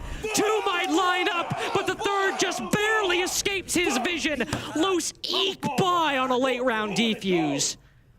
That would have been the most insane finish to a round I have ever watched if Psycho kills that man with the Gone 6 secondary. Ridiculous. That's the only thing that he had, Carter, that had ammo in it, and he had to shoot it at the tail end. He just didn't have the timing. And that's just insane out of Los. I especially love the answer from Dots there. That plant goes down, Los does not panic at all. They're like, okay, we know what this setup must look like post-plant. Ninjas in Pajamas has to maintain control of the small office hatch. And he rotates not to the mid-level, all the way upstairs instead, to try and take some really considerable shots in from that janitor closet. Just a great understanding of every move that the offense has to make in a situation like this. Teller's Archives as Los guarantee themselves a 3-3 half. Just barely making it with that defuse. I'm sure somebody will be counting the seconds left that Psycho even had to react, let alone with what Los started. Their roam has been working pretty solid so far. NIP have been able to pierce through it just a couple times, but overall it's been far more consistent for the defense. And with these Yokais, to find intel for these defenders off the bomb site as well, to influence play from Dots or to influence play from the Capcan. There's a lot of intel being invested by Los, or can be invested by Los for this defense. Thankfully with the Twitch though, it can of course find those EDDs, but depending on where that Yokai is, might be some drone-on-drone warfare. If Psycho can hunt down some of those Yokais that are of course visible and deny that key piece of utility. It's so crazy because we kind of have a war underneath a war right now, right? The drones here, you have the Yokais as well as the Twitches, but you also have the pests lying around for Mozzie too that could rob a couple of these drones away, including the Twitch drones. Cameraman, I do believe he still has these discs, or rather his drones. So to return back to that a little bit later on. Do you still have some EDDs around here as well? So we are going to have some pretty considerable efforts on the top floor. Dots has been droned out quite a bit when it comes to this position. But as of right now, nothing really boiling over from Ninjas in Pajamas as they're lining things up to clear this top floor. Cons has spotted Dots and will force him down the hatch. Solis doesn't need to stare at a Monty for an extended period of time. Wizards have been very good. What? That last bullet, it hit Loban right in the head. A round that I didn't even consider would even be in the realm of possibility of striking his opponent. And he's still gonna take up Dots with the pistol. Wizard, you savage. Just maintaining these angles as long as humanly possible. They're gonna take Maya too. And Ninjas in Pajamas look to tie things up here on Bank. I was about to compliment Wizard 2 for his play on the rappel so far. And then he makes a play that speaks for itself. Cameraman now with the unfortunate task of trying to fight Wizard on this position, and he's effectively trapped inside of the elevator. Unless he can somehow make it down a hatch or a staircase before NIP can react, his shield goes down. You can see the realization setting in for Cameraman at the task he's unfortunately left with. Wizard with such big play so far in round 6. Cameraman needs to win this fight if he wants to escape. Knows he's there, spots him, but no bullet lands! Not a single bit of HP taken off Wizard, and while he escapes the side of the ace, he walks right into the clutches of Muzi. Dots accepts his fate with open arms as it's an even half for NIP. All up to Wizard on that one. Insane stuff on the lobby window repel, and something that they desperately needed. As you said, Ninjas in Pajamas needs a catalyst, and that catalyst is energy, Carter. They need these big plays. Now, if anybody's been playing Baldur's Gate 3 recently, it's like giving that magical guy a bunch of... I got him out of my party as quickly as I could, dude. I was like, what? Leave. I'm not giving you magical items. The point ridiculous. Anyways, point of it being, obviously, that Ninjas in Pajamas is fueled off of the energy of big moments like this. If you don't know, there's a magician named Gale. You defeat him magical artifacts, or else he destroys the world. It's a big part of the game. Does he actually destroy the world? Uh-oh. Uh-oh. Guys, I might have screwed up my playthrough. We'll find out when I get home. Either way, though, pertaining to this matchup, Ninjas in Pajamas, they're getting plenty of material, so they don't have to worry about that. The only thing that they're going to destroy is possibly Los. Possibly, but we have someone to talk to. We've got, I believe, a weatherman on the line. A report from the station. Beep, beep, beep, beep, beep, beep. Jesse. Yes, Lynx, tuning in. I wanted to talk to you a little bit about the operators in this matchup. We've seen NIP play this map already twice throughout the major, against Geekay and against Crest, and they had a 100% pick rate of Mira on every single bomb site except for the basement. They love rocking the Mira. Typically, they bring this Mira alongside a Twitch ban, which is going to obviously protect those Miras a little bit. They don't have to worry about the shock drones popping the windows. Now that we've seen the side swap, now that we have NIP moving on to the defense, it'll be really interesting to watch whether or not NIP continue to bring the Mira, even with Twitch up on the board, and where they choose to play those Miras. The most popular spots that they played, especially on that top floor, which had the highest win rate, was looking from long desk towards the main stairs in the stock room, and then of course just the standard janitor meeting looking into the CEO bomb site. So just something to watch out for. Keep your eye open. I know we don't see it yet in this round, but on the other bomb sites, if we see a Mira, keep note of that for NIP. Let you go. We got a forecast coming in. Do you think, Jesse, that NIP might take this round? Lynx, they're already not bringing the Mira, so that means they might be changing things up. It might be catching Los off guard, and ooh, not a good start though.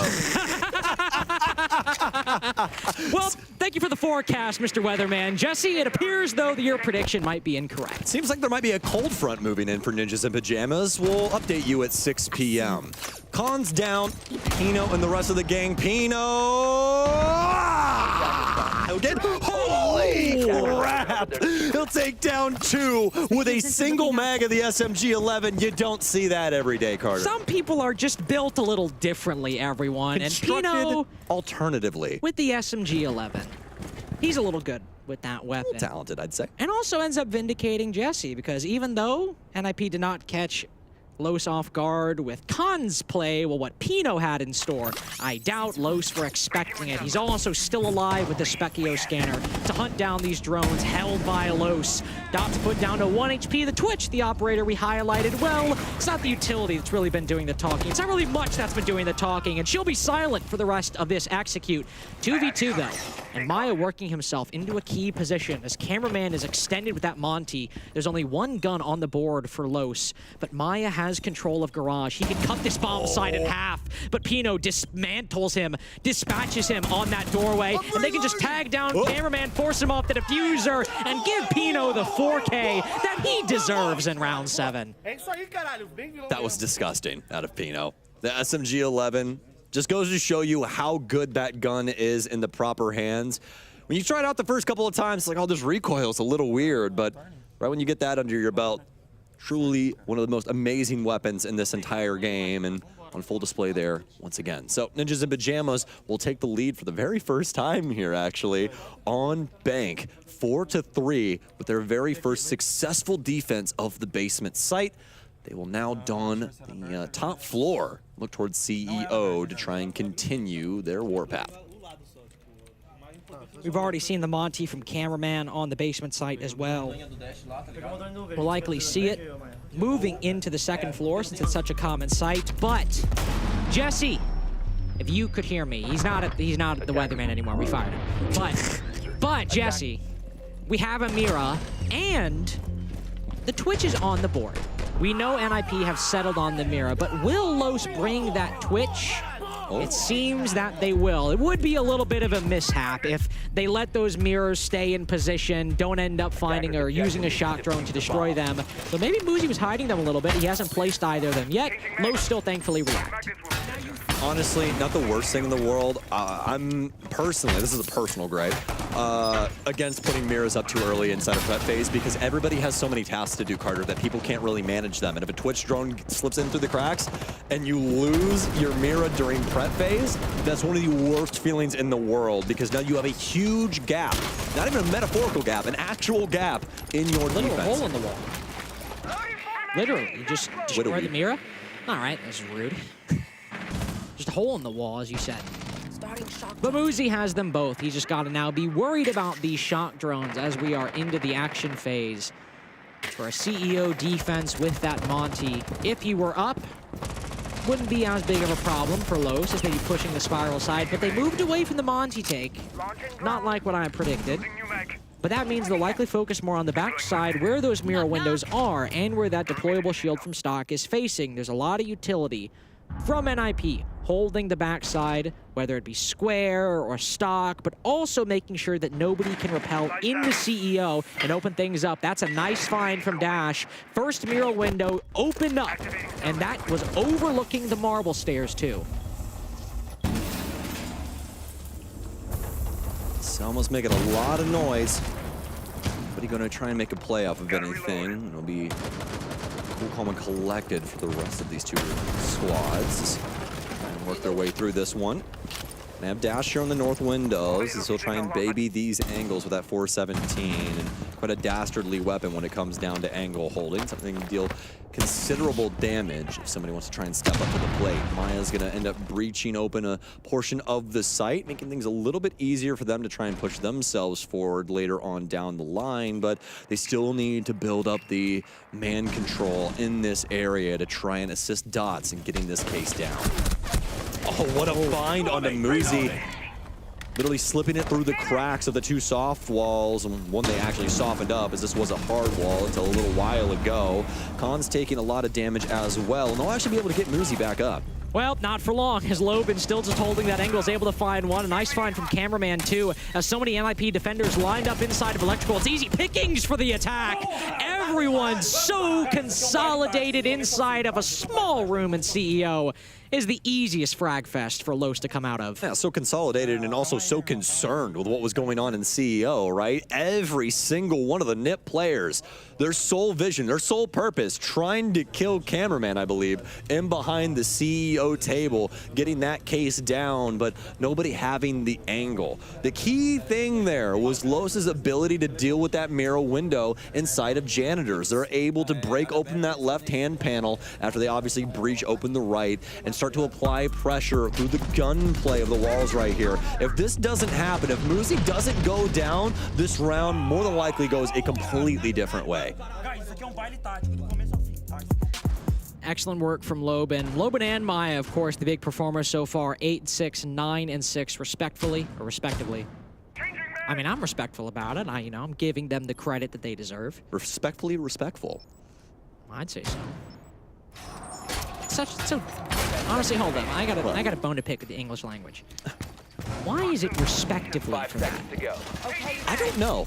It seems like, language in general is weird, Carter. If you want to get like down the line, you realize we're just making random noises with our mouth, and we all. I don't want to get too existential with it. I was trying to keep it within the confines of the reality we experience. I just you know what?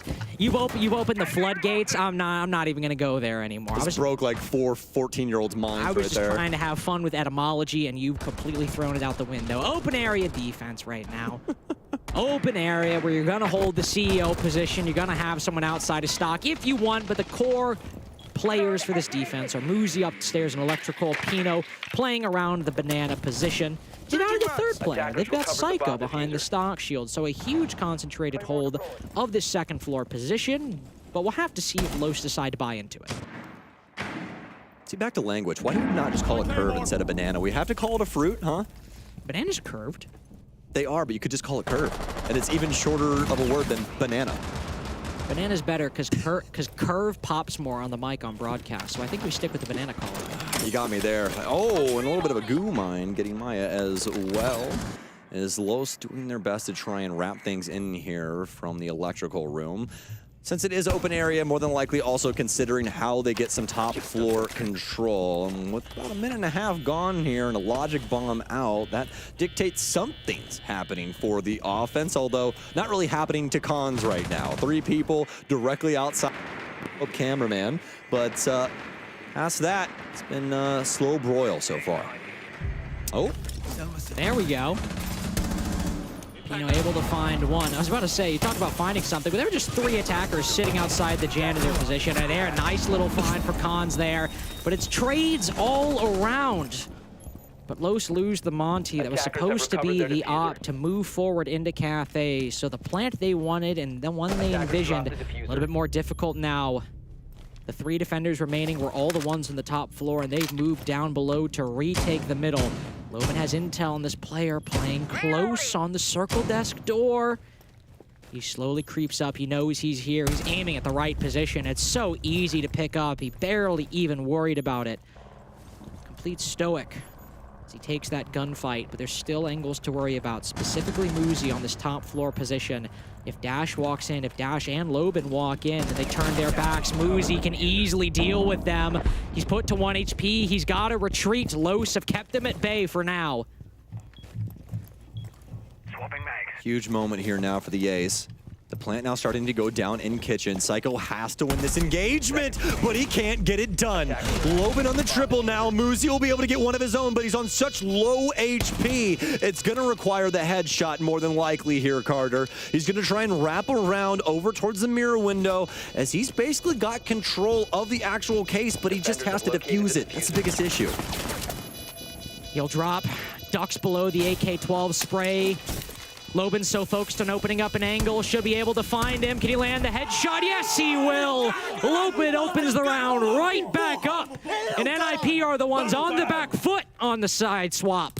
Love the brain on Loban right there. Those Selma charges are so unbelievably loud. Like, you can slap a Selma down and go for a full jog through the map. It's that long hiss. Exactly. Nobody really knows what's going on. And as we've touched on in earlier games, you're already on LAN where everybody's using in-ears, and audio is already pretty difficult in Siege. So the Selma makes it to where things are even more just difficult to try and figure out what's going on around you with your ears. So, with that being said, Los will be able to take the lead back and try to see if they can be the first ones to reach penultimate point. Los in such a good spot right now, up 5-4, but the ones constantly taking this lead, or at least fighting back in these past 2 rounds. Taking CO at such a dominant margin, and now winning the open area defense to win at 5-4. If they win the 3 bomb sites in a row, they'll move to match point, but more importantly, back when these 2 teams met, it was not a particularly close game. It was not a particularly close stage for Los up until the LCQ. Nothing was going their way whatsoever, losing to teams left and right. But now at the major, 1-1, when so much has been questioned about Los's performance, if they can send NIP to the lower bracket, they might not end up being promoted. They might make it 2-1 and still lose, but NIP will be back on elimination series where they found themselves in play-ins that none of us expected they'd be in, where they needed to fight tooth and nail against Crest to even stay here. If Los can just win 2 more attacks at any point in regulation, NIP will be back on the brink of elimination. And honestly, all things considered for both of these squads, everybody's showing up. Yeah, Loban and Meyer are kind of top-heavy when it comes to Los, but all of these players finding their moment, making it matter. Maya's going to get back onto their drones earlier here. Let's see what they can get done with Brava. Rob a few things away from the defense. And looking at it, it's really just the laser gates that they're going to be able to deal with. Yeah, you can try and get down low and get rid of the electro claws, but he's more than likely going to try and deal with these laser gates that are set up over the top of these hatches. This is also a known strat from NIP. They've run it plenty of times throughout the play-in stage when they played Bank, so Los just throw down the clutch drone and use all 3 of those charges to hack the Aruna gates, and now they're no longer a problem. Of course, you have to worry about the electric claws, and it still wastes some utility and some time, thanks to the setup provided by NIP. but it's not like they're catching Los off guard. The only thing that still might trip them up, whether they know about it or not, is Psycho inside of server on the Clash. Again, is it known? Of course. But Clash is always a little difficult of an operator to coordinate around. And Los are so focused on clearing these hatches right now that as Loben throws, or Wizard, excuse me, throws up the Electroclaw, will it land? No, the X-Kairos open up the hatch safely. But Los, only a minute to try and convert onto the bomb site. I mean, more interesting in this is the fact that Cameraman has burned through all of his X-Kairos, and they weren't even capable of getting the other hatch Loben. Nobody hears him. Again, we see the audio plays. Pino, somehow, some way, more than capable of dealing with the situation, and he's also got an M590 in hand. Not something you want to swing into on blue stairs, not something you want to try and deal with in the slightest. With 30 seconds remaining, Los with an insane effort, especially out of Loben when it comes to server, but Ninjas in Pajamas, so much to be had in this round. Maya just barely claws it back. Pino, the big performer on server stairs, whittled down by Dash. Los now have the advantage, and despite the hectic execute, Maya's able to cross. That's all he needed to walk in just on the doorway to the bomb site and put it down, but they need to cover. The impact grenade goes out. It takes down the diffuser. Muzi just needs to run away. Dash has got no time to counter as he commits to the defuse. NIP stave off match point for just a little bit longer. Ninjas in Pajamas tie things up again. What a find there from Loben, but an immediate volley back from Ninjas in Pajamas. Pino in those blue stairs in that moment. He reached full capacity. Was capable of taking down what seemed to be the entire offense if they were willing to give it to him. But finally, they slow things up. Los tries to readdress the situation. They get it down into the 2 versus 2. Make it the 1 versus 2. The great utility management out of Ninjas in Pajamas. Find an application for those impact drones, and what an impact they made. And in hindsight, you think, oh, if he had only just planted a little bit further in the doorway, because if you don't know the secondary utility, this is an okay position, and even if he's full HP, it might maybe just do enough damage to make him one shot. But it's this particular set of circumstances that always happen in a best of one sometimes that will make Los concerned whether or not they can close this out, because all of these executes, even in the flawless round, came down to gunfights and everyone from Los flooding into the bomb site. That's always going to be a risky strategy. We've talked about it plenty of times today through all of these matches as a running theme. Late round executes are inherently risky. And when you lose a big moment like that, and the big play from Loben doesn't end up paying off, that's where the more experienced team, and in this case NIP, might just have a shot to claw the game back.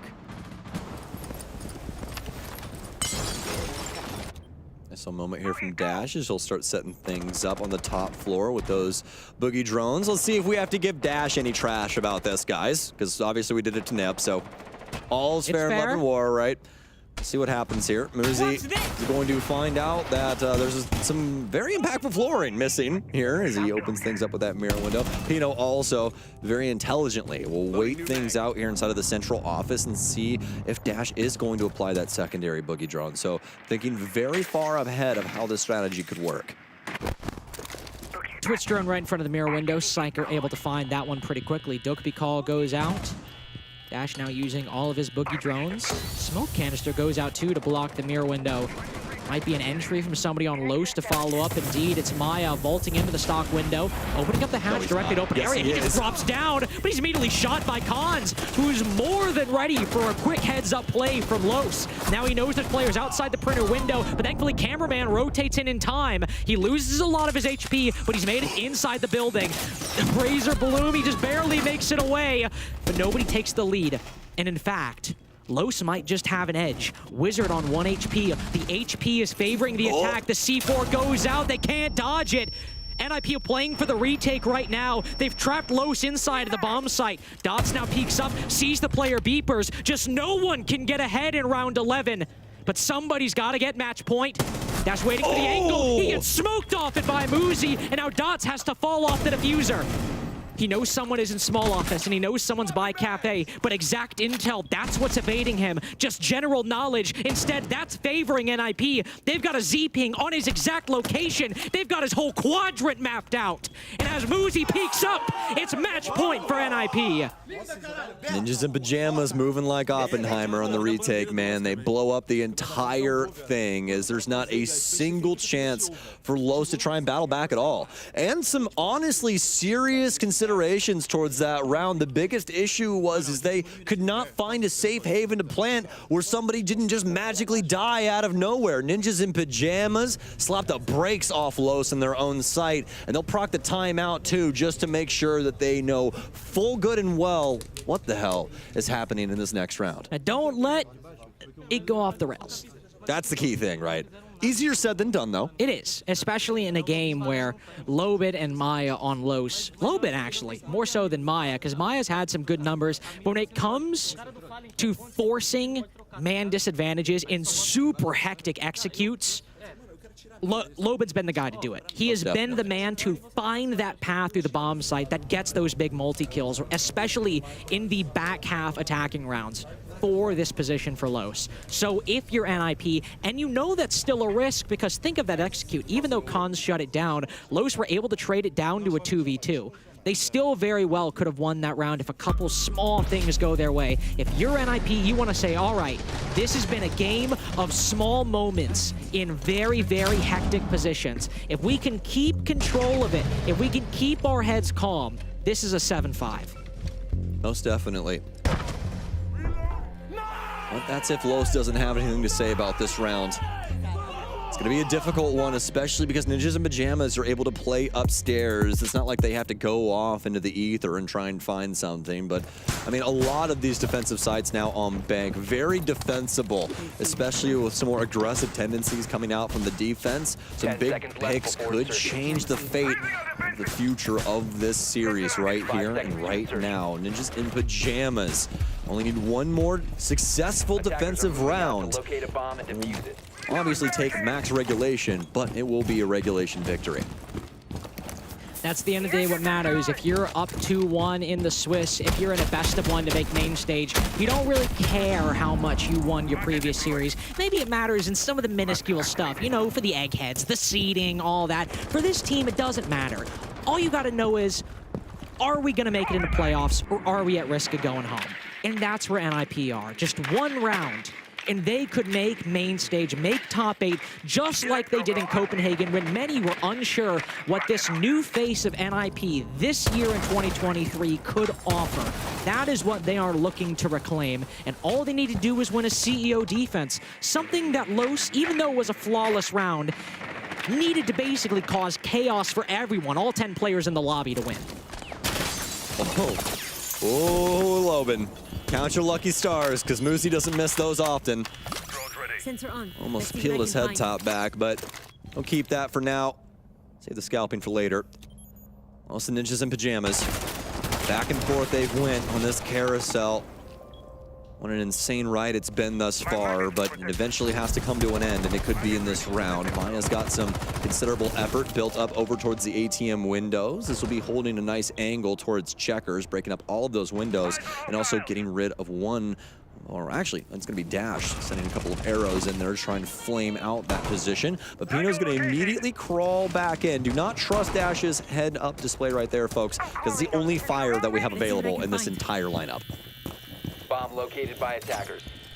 I love Pino's insistence, as risky as it is. 12-8, the standout player for NIP alongside Muzi in this matchup. He knows, as it's worked down to a minute remaining, that denying some control, if it amounts to 5 seconds out of 60, that could make the difference. Cameraman still droning. Finds Muzi down below. Down to 5 drones for Los. At a minute left, that's quite a lot of potential information. But the control, that's what's lacking. Takes all EMPs from Lobin to work, and the impact grenade from Cons, still very much a factor. But Maya recognizes the situation. He immediately vaults in, forces the Wamai off that shield, and might just take the engagement afterwards. And yes, he will. Psycho cut down as the first kill kill. Again, Los just flood into the bomb site and somehow win every gunfight that goes their way. Wizard tags up one, but can't secure another kill. Los have brought us to our first OT game of the day. What an insane move there from Maya. He knew that impact was going to come out. So what does he do? He exploits the timing, Carter. Perfect moment for him to try and move in and get a gunfight up against that player. And it also allows Los to start looking towards other things around that top floor. They work their way in and start causing major errors to Ninjas in Pajamas setup. And eventually it all boils down to just that player inside of Checkers, which they dispatch in kind. Overtime now. We will not be switching sides just yet, folks, but it is 6-6. We have a bare minimum 2 rounds ahead of us. Let's see if Ninjas in Pajamas can find some success on their basement defense. They can find success with this clash. If they can find success with the strategy, the overall strategy they've been running so far, prioritizing the on-site utility while putting Pino on server stairs in a position for him to go huge. But if you're Los as well, I mean, you're moving into overtime. Maya, Lobin, great, but the rest of the team, I think it's time we start focusing on that as well, because everyone else is at least -3 or -4 up until this point. Who is opening up these rounds from Los? Sure, there's intel being gathered by the supports, by players like Cameraman, but when it comes to actually shooting the opponents, something so important, I think, in a first-person shooter, it's been Maya and Lobin doing all of the work for Los, the ones that have got them so far to overtime when it comes to the actual play in the server. And the coordination from Los overall, I mean, it's fine. It's certainly getting the job done.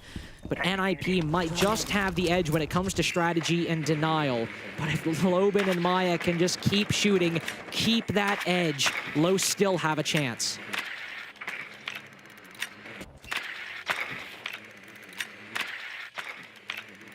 Ambient noise of the drones rolling around the map.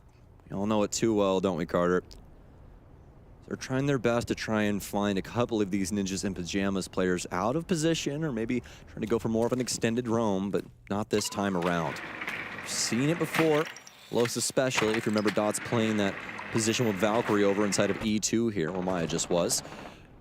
But nobody for Nep. Gonna go for the turtle strategy instead. A fan favorite when it comes to this basement site.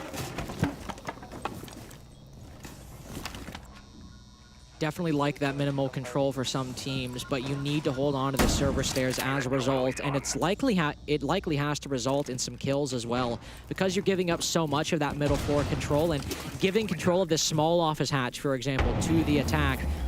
If they go for a server-sided take, that stairs needs to work. Lobin with a big kill, taking down Pino. He got 2 kills by himself with that shotgun on server stairs. Now he's taken down with no recourse from NIP to trade. Big issue too now is that being gone, they have to try and find an answer for this server position. Psycho is going to try and maintain this for some time, but they have a lot of really good answers to this, Carter. They've got fire bolts, they still have frag grenades too. Cameraman's gonna open up the gates here. And there is a minute remaining, so they've burnt some time, but now they're burning Psycho to a pulp here, as he's going to more than likely die in this position. They'll make him into barbecue here. We'll see how far they can get down the line now as Khan's trying to adopt in some angles, but this is going to require a plant still out of Los. It will, and Dots put down to 1 HP. They still have these long angles. Khan's in particular from Garage. Despite the low HP, that DMR hits like a truck. If he can just hit the man with that diffuser a couple times, it might be over. That's why Dash's kill right there is so important. That's why Dash's 3K might just get Los match point. Wizard pushes up. No C4 to deal with. He's got to pick up one of these players rotating out, but Maya's got him figured out as he walks out of Red Hall. Match point for Los, 1 round away from the promotion series. What are you giggling about? Well, it's a good thing that it was his keyboard hand. Oh, he punched the hell out of his hand. That's what I was giggling about. Because he did it, then he was like, oh my God, I am so sorry. Just immediately, this is like, dude, my bad. I was so excited about that round. And I mean, why wouldn't you be, dude? You were up on none other than Ninjas in Pajamas. You could send them to the lowest portion of this bracket. Fantastic stuff here from Los, as they're looking to make Nip 1-1. Both teams actually taking timeouts on Did they their actually? own match point. I had to check real quick. So I was like, it's like there's no way both teams because NIP took a timeout when they went up to 6-5. Lowe's have now taken a timeout when they up to 7-6. I was like, all right, I just got to make sure that like there wasn't an error. So, but no, Lowe's have taken a timeout on their own match point again, just to make sure, just like NIP wanted to, that they'll be able to close out round 12. But for NIP, that didn't end up working out despite the pause, despite taking the proper precautions to ensure they just close out the game in regulation. We all know it didn't end there. It did go to overtime. And Los are hoping that they can have success where NIP did not in a similar position. Also try and pick up where they left off on their defensive side, which was pretty successful, all things considered, right? Their basement setup was definitely a highlight reel in that moment as they were able to delay Ninjas in Pajamas on the roam and convert that into some solid utility usage that made it really difficult to try and put a plant down. In this situation, they are going to have the Monty back in play. That's going to be on Psycho, but we're really looking to Pino and Muzi to try and open the floodgates for Ninjas in Pajamas to maintain their life inside of Bank. Pino Muzi definitely, but also make sure that NIP don't fall victim to the utility setup from Los. With how much time they've been able to waste in previous rounds, it's a constant threat because NIP before, they baited out the hatch drop. Instead, they telegraphed, oh yeah, we're gonna plant the bomb on that reinforcement. Make sure you smoke there, make sure you put all your toxic canisters there. Then they just ended up going for a default server plant. That misdirection cost Los the round and got it for NIP. But at the end of the day, the utility's still a threat. Whether you do go server or you do plant on that single panel, if Los know where you're planting, that utility is so lethal, especially with this Monty, how slow he can be. If you telegraph where you're planting too much, you've got C4s, impacts, and smokes that can all be lined up on your position. It's all going to be about timing here, Carter. They have got to get this map clear, and they have to start focusing downstairs as soon as humanly possible. And that's why Los is playing in the way that they are. You see the people strung along this entire setup here. Maya actually in what could be a terrible position if he is indeed droned out. They have somebody up top in square. He's going to get droned, and that's all she wrote, folks. Muzi with the pickup on Maya, and of all the players to go down, not exactly one that sits at the top of the list. No, it's not the utility you're worried about. It's just that Maya and Lobin have been such a fearsome duo throughout this entire map. Losing him is always the worry. But again, that setup, it doesn't necessarily need individual performance. If NIP just take too long, losing Maya won't even matter that much for Los. Yep. There's still the C4s. The Vulcan packs have already been placed. It's really Dot's the main anchor that if you lose, that's when things really start getting worrisome. Most definitely. That smoke utility has always been so valuable, but with everything built up around him, it makes it to where this entire strategy rests upon the precipice of good utility usage. Going 6 out for Pino, so try and clear some things out. Maybe do some splash damage as well in a kind of a backwards way there, but either way, it's working for him, it's working for us. As of right now, Ninjas in Pajamas do need to start hightailing it towards the site. You can see all hands on deck over towards the square side of things. Nitro Cell out, and this actually might be a dead Habana here in a moment.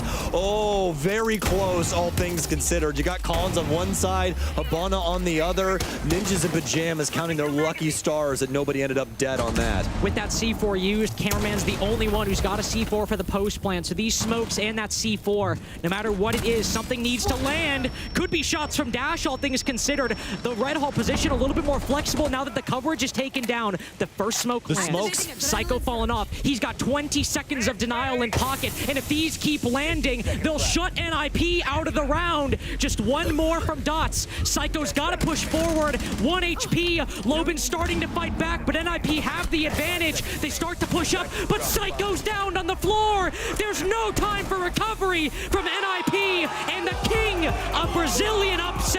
Los move to the promotion series, and NIP fighting for their life the second time in Atlanta.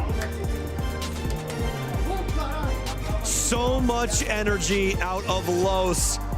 They steal this game away from Ninjas in Pajamas. Nip capable to get it to overtime, but Los more than capable of putting them in a body bag and sending them down the line in the Swiss format. They had a win under their belt, Carter, so don't have to sweat things too much just yet, but not going to be happy with this result up against Los. Now it's best of threes here on out for NIP, and remember, everything was on the line in their play-in stage. Knocked down by Geekay.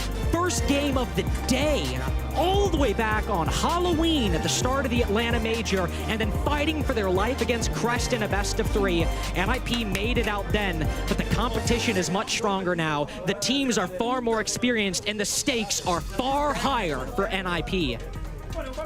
What an insane set of circumstances for Ninjas in Pajamas throughout this entire tournament. They finally get their back away from the wall. They get a good win under their belt, right? They're like, all right, cool, the Swiss format's starting off well. They play against an in-house squad, somebody from their very own region.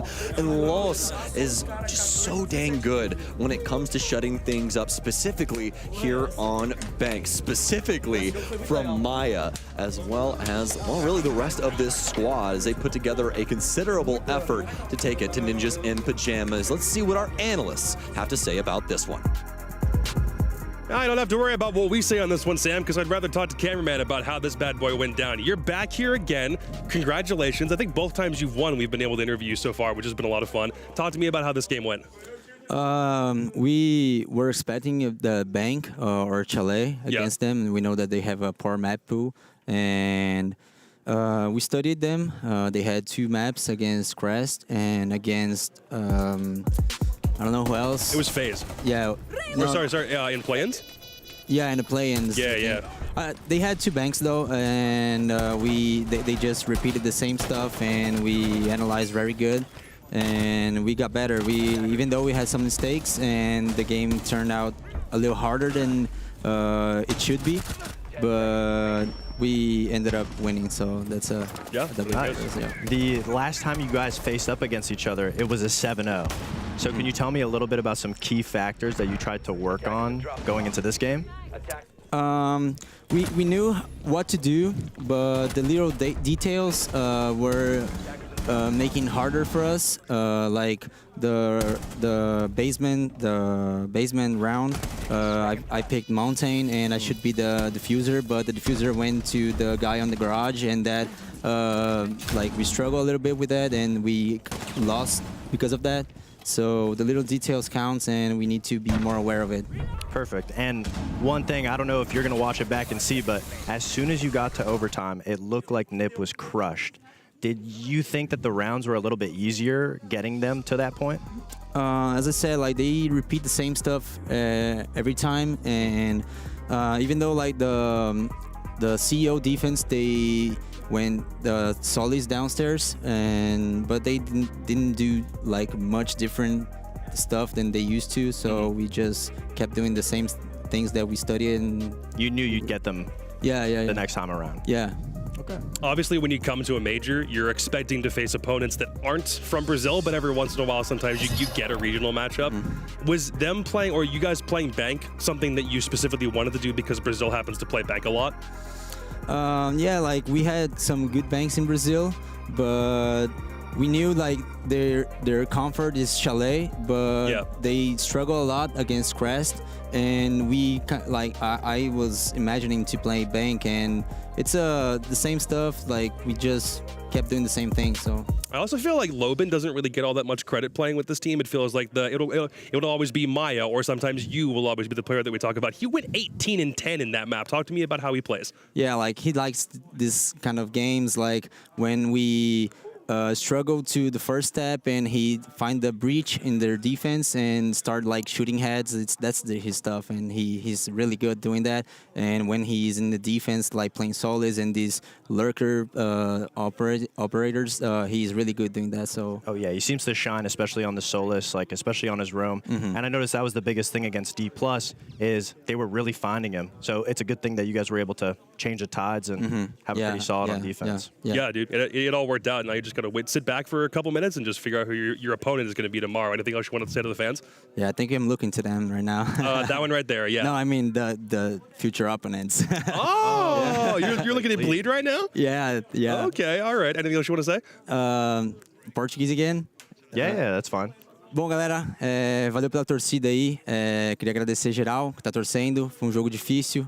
Esperava um pouquinho mais tranquilo, mas infelizmente, né, ser torcedor da Luz sabe que vai sofrer e até o final, mas é assim que torna tudo mais gostoso e mais prazeroso para estar aqui. Então, continuem torcendo por nós.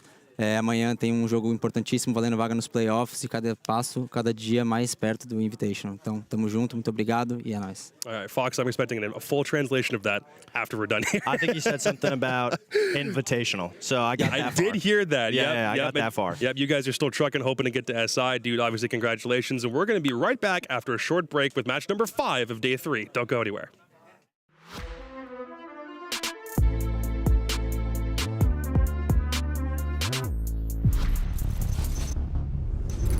Hi, I'm Joshua Mills, and this is Siege Intels. Shields have the power fantasy to transform you into a bulwark of defense for your teammates throughout the round. They can also help you take map control, hold angles, keep your opponent's attention, all while opening up windows of opportunity for your teammates to make that perfect execution. The current systems of our Shield gameplay do not embody the player fantasy that we're trying to achieve. That's why we're reworking those systems and resetting the foundation of what it is to be a Shield operator and who can be one. It is and has been a long process. We want to change their use, but without breaking the current state of the game. And this is why we've decided to move this feature to a later date. But you can help refine this change in a special test server next season. More information will be shared at the reveal panel. Tune in.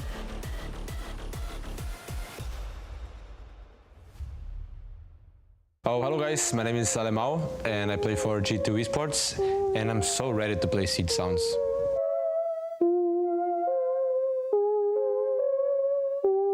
How I know the game? Perfectly, I'm professional guys. We are not here to have fun, it's just the job. Probably not. How well do you know the maps? I mean, I don't think I know them perfectly, to be honest. I mean, if I hear something about maps, every maps, all the game, I will. It's easy for me, like this. Okay, are you ready? Yes, ma'am. I was born ready. Yeah. Let me vibes on it. I need to feel the sounds. So I want to say it's bank. It's border. In the sky, it's a helicopter, easy. And I think it's helicopters in border. Oh. What? Tank? Are you kidding me? There! It's border. I want to say it's border. Must be border again. It's border again. Can't fool me. Knew it. Because of the sound I hear, I think it's like, could be Chalet. It's fucking Jason, the guy with the... This is not Siege. If I had to go with a map, I'd probably say Oregon. Theme park. Oh, theme park is not on the... No, theme park is out! Ah, man. Where is this? Cafe. Spawn cafe. On the police cars. Must be. I'm thinking it's consulate. Maybe clubhouse. I think it's Oregon, outside lobby door. I changed my answer. Yeah, I cheated. Clubhouse. I see. I forgot about Clubhouse. That's another map. Must be Oregon. Must be Oregon outside main door, for sure. Could be consulates, but I'm not sure. See, I want to say consulate again. I mean, I don't think it's front door spawn, but it's consulate. Okay, but you've got 1 out of 5. How are you feeling? It's not bad, 1 out of 5. Could be 0, right? You have to think. You have to see the glass half full, not half empty. Half full with 1 out of 5? Kind of like 20% full. Thanks for watching. See you at the major. Support Wolves because we are the best. And if you don't, we don't like you very much. Thank you.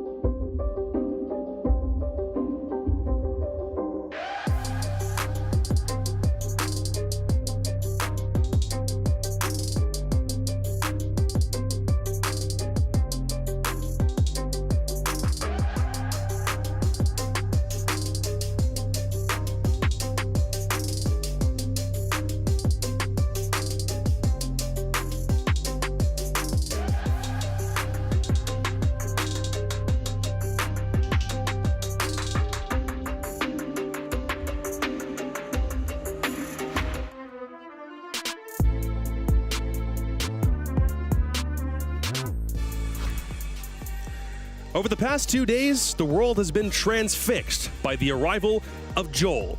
Who is Joel? He's a channel catfish from Georgia, purchased from a tackle shop in Atlanta for $20, whose mind-altering powers have warped North American teams from winning any games on home soil. As a result, Bleed have started a cult in Joel's honor, using his abilities to lead them to 2 straight wins, and now bring that raw power and charisma of the fish to bear against FaZe Clan. Welcome back to the Atlanta Major Swiss FaZe, everybody. I'm Caliber Jacob Anderson. I'm back here with the Canadian desk of both Jesse and Foxay, and that is the big question: can FaZe Clan defeat Joel? That's the question, Jacob. I mean, Joel and Bleed have already taken down North America's top 2 teams. They now play the #1 team from South America. So they've gotten some really tough matchups. Bleed have quickly become one of the most entertaining teams to watch. They always provide such good games, and I'm sure we're going to get another one today. Absolutely. I mean, we love to see them win. We love to see their personality. I love how you added the fish concept, just completely destroying North American teams. It did. That was a nice touch. It did, yeah. I think everyone's going to talk about Joel. Everyone wants to talk about the meme that we have because these guys are memesters, but they're making it work. Yeah. But not the fact that this is a promotion game that will get the winner directly to main stage. And everyone, by default, will probably assume it's FaZe. But Bleed have just as good of a chance, and right now they have a superpower with them too.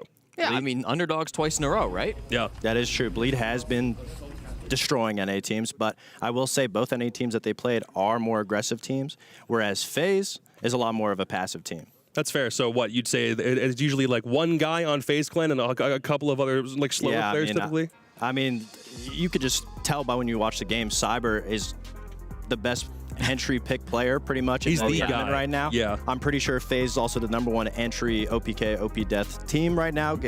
It's just Cyber's getting all those picks. He's really set up around the rest of his team, and they just got to put the drones around him, get the cam and the info around him.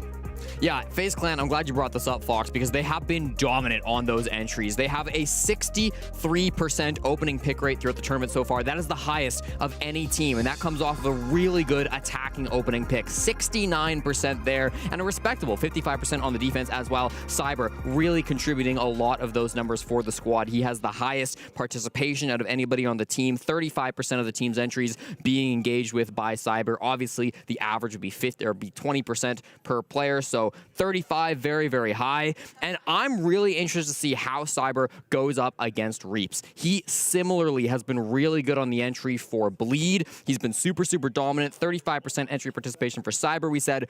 34% for Reaps. So these two are going to clash a lot. The question is who comes out on top. That is funny that you bring up Reaps, because Reaps is one of the only members from Direwolves in Yonkaping that actually played against FaZe and ended up beating them. And Reaps didn't just beat them. He was the MVP in that tournament. Or in that game, sorry, not the tournament. I mean, true, but you got to remember the way that groups used to work back for Yonkaping, right? They did beat them once, but he's also lost to FaZe Clan once before. So he at the very least understands what it's like to lose to a team like FaZe Clan who have been on these stages before. And again, Bleed don't have any pressure on their shoulders, but they still haven't played in an environment like this. So if you don't do it against a North American team, is it going to be that much more of a challenge to do it against the Brazilian #1 coming in? Well, I actually think it might be, because part of the thing that fuels Bleed is they're loud. They will yell over the curtain behind us at their opponents. They will make sure their enemy knows we are beating you. You are losing to an APAC team.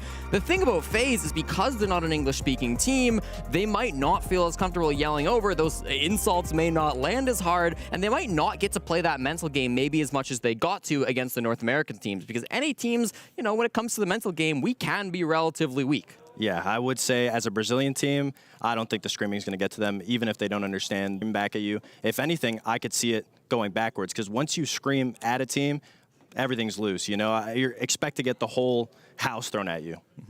Makes a lot of sense. And I actually don't want this to be a total cataclysmic fall of both of the Cinderella stories that we had coming into this thing. Both of the runs that we had from 2-0 teams at the beginning of the day getting squashed on the same day, Geekay and then Bleed both losing to the expected like behemoths. That would be a little bit sad to see if it happened. It would bring everybody back down to like an even playing field, I guess. You know, reality a little bit. Sure, Everyone yeah. loves seeing the new teams. Yeah, I think they might still have a good chance at making the main stage if it doesn't go in their favor today. I would say, yeah. That's the big thing, right? I mean, obviously, it would be great to go 3-0 if you're Bleed. It would have been great for Geekay. But ultimately, like, you are 2-0 up right now. If you lose here, if you fumble, that's okay. You got 2 more days to try to find just 1 win. I think Bleed are still going to be in a strong position. Personally, I predicted FaZe would go 3-0 throughout the groups. Very good chance of that here. FaZe had played fantastically, so I do think it's going to be a tough one coming through from Bleed. But again, I really do think even if they lose this game, we will be seeing Bleed on the main stage, which is really exciting. All right, well, I'm expecting there to be a flurry of Bleed Fish emotes in Twitch chat right now because apparently you guys have been doing nothing but typing that in chat over the past couple of minutes. So keep that going while we talk about what map we're going to, gentlemen. What do we think? If I'm FaZe, I probably try to keep Bleed to a simple map. Close quarters. Is that a simple map? Oh, I can't see. My eyesight's bad. What is it? Bank. No, that is Your not a simple eyesight's map. bad. Shut up, dude. I would not. I don't know. I think that's probably a comfortable map for FaZe, although, but I would say that is a good playing ground for Bleed. You know, like we said, there's nothing on their shoulders. If there's a map for them to get crazy, it would be Bank. Jumping out the CEO windows, jumping out the square windows, playing on blue stairs. Those plays can definitely get dangerous for FaZe. Yeah, yesterday I think Soniqs lost the map ban phase against Bleed, taking them to Skyscraper. That's Bleed's best map, at least domestically, and they obviously took down Soniqs there as well. I'm a little worried for FaZe. They may have similarly made a bit of a mistake here, because while this was a great map for FaZe back in Stage 1, in Stage 2 they played Bank only a single time, and they got only a single round against W7M. Ouch. I mean, how good are Bleed on Bank, though? Bleed are solid at Bank. It's a strong map for them. They crushed Fury in the Atlanta LCQ, and then they took out M80 here the first day of Swiss. Ah, so they probably want to channel a little bit of that energy because, I mean, M80 primarily being Brazilian players. I'm reaching at this point to find some reason for FaZe to win this game because somewhere along the way, Bleed's going to lose. We just don't know where it's going to happen yet. I think the area they're going to lose is Cyber, and I think Bank is a map that he can completely take control of the game. Coming through Garage, coming through Dirt Tunnel. The openings on Bank where you can make a play and convert it into multi-kills, there's a huge potential of that on Bank. So if they're not ready for Cyber, who, again, is one of the hungriest opening kill player in the tournament right now, it could go FaZe's favor in that regard. Yeah, you're not kidding. This one's going to be a fast one. It's going to be Reaps versus Cyber, FaZe Clan versus Bleed to decide who is going to be joining G2 on main stage. Casters, have fun. There's no doubt about it. We will have a lot of fun with this one, Jacob. It is the FaZe and the Fish major champions versus major debutants, and all of it is on the line for a spot on the main stage. Winner of this goes 3-0 through Swiss. Mandy, this is the game that we have been so stoked for. This is the one that everyone on Twitter has been putting their channel points on for. I'm so keen to get into Bleed versus FaZe. Yeah, and I think this is where Bleed, even though they've had an absolutely monumental run, are really going to be tested against FaZe. FaZe have a very different playstyle to the two teams that have come up through the bracket in so far. This is going to be one of those teams that tries really hard to pick them apart. It's really going to test Bleed's patience, especially if they're going in, starting out on the defending side. And Bleed are anything but patient. They are known for their aggressive playstyle. They just go, go, go. That's what they have done this whole tournament long, and it's how they've beaten some of the best teams like Soniqs and M80, both of which were, in a way, tournament favorites. And now FaZe Clan will have to do what North America could not. If you notice the social vote there, FaZe 55%, Bleed 45%. How on earth is the second seed team out of Asia competing with the first seed out of Brazil? I don't know. I don't know what to tell you. I think that Bleed have just got a bit of a Bleed magic to them. The way they play, it's so relentless, and no, it's not true to the meta, I would say, or the way that the game is supposed to be played at the moment, but because it's so true to who they are, I feel like as people as well, like we watch them in the server, out of the server, really be quite relentless, you know, not just fighting people, but yelling at them as well. And it's, as much as it's been quite fun to watch, it can also be quite frustrating if you're the enemy team. That's it. And if there's any team in this bracket that could take down Bleed, that could counter their aggressive playstyle, surely, Mandy, it's FaZe, right? Like, these are the guys that exude patience. They have so much experience. Like we've said before, a lot of this roster are major champions from 2 years ago at the Sweden Major in Gävle. If anyone can take down Bleed and maintain their composure despite that hyper-aggression, surely it would be FaZe. Yeah, I think that's exactly right. I think if there is a team to tame the beast that is Bleed, it will be FaZe in the way that they deconstruct the map, especially starting out on the attack. I think Bleed are going to have to be careful, I think, in the early game, because FaZe do play the cautious game. They do spend a lot of time journeying in the early game, figuring out what they want to do before they step foot in the building. And the one player that could make that early entry play is Cyber, and that's what Foxay was alluding to early on in his analyst segment.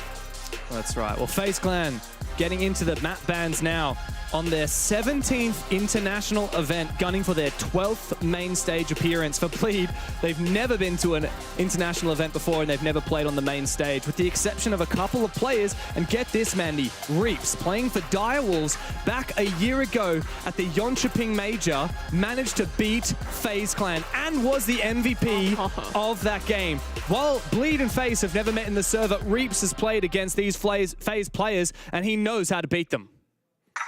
That was a very different time, though. Direwolves, a very different roster to the current iteration of Bleed, and on a very different map as well. We're going to head over to Bank instead of what I believe was the Skyscraper that we saw them last play against each other. Ban FaZe has flown by us just a little bit. Ying, I think Ying being taken out pretty early on does make sense to me. I think especially in this series where you don't really want to be playing against that like disruptive playstyle and have to deal with that. Thatcher as well, it does mean that you're leaving in like stuff like your Maverick, your Hibana, all the hard breach is able to be unlocked now for FaZe starting out on the attacker. Hang on, look at that. All 10 players in the server, just saying, or running the FaZe banner. So, oh, really? Yeah, Bleed trying to get in their heads a little bit. I love that. Well, it might not have any in-game skins, but they will... I don't know, is that getting in their heads, or is that a little bit of respect on FaZe? Yeah, maybe it's respect, or maybe it's like they're trying to make their own drip out of FaZe, you know? Because it's like Bleed is red as well, red and like true. spooky and... Well, I did notice that in the pre-game lobby, all of the Bleed players were talking. We know they're very lippy guys, right? Yeah, right. They were in the chat saying things like, "I'm so scared. You know, we're gonna get beaten. You guys are so good. Don't, go easy on us." And I noticed Turster the other day, he tweeted something along the lines of, "We're going up against FaZe. These guys are very, very good. They'll definitely destroy us and we'll go home."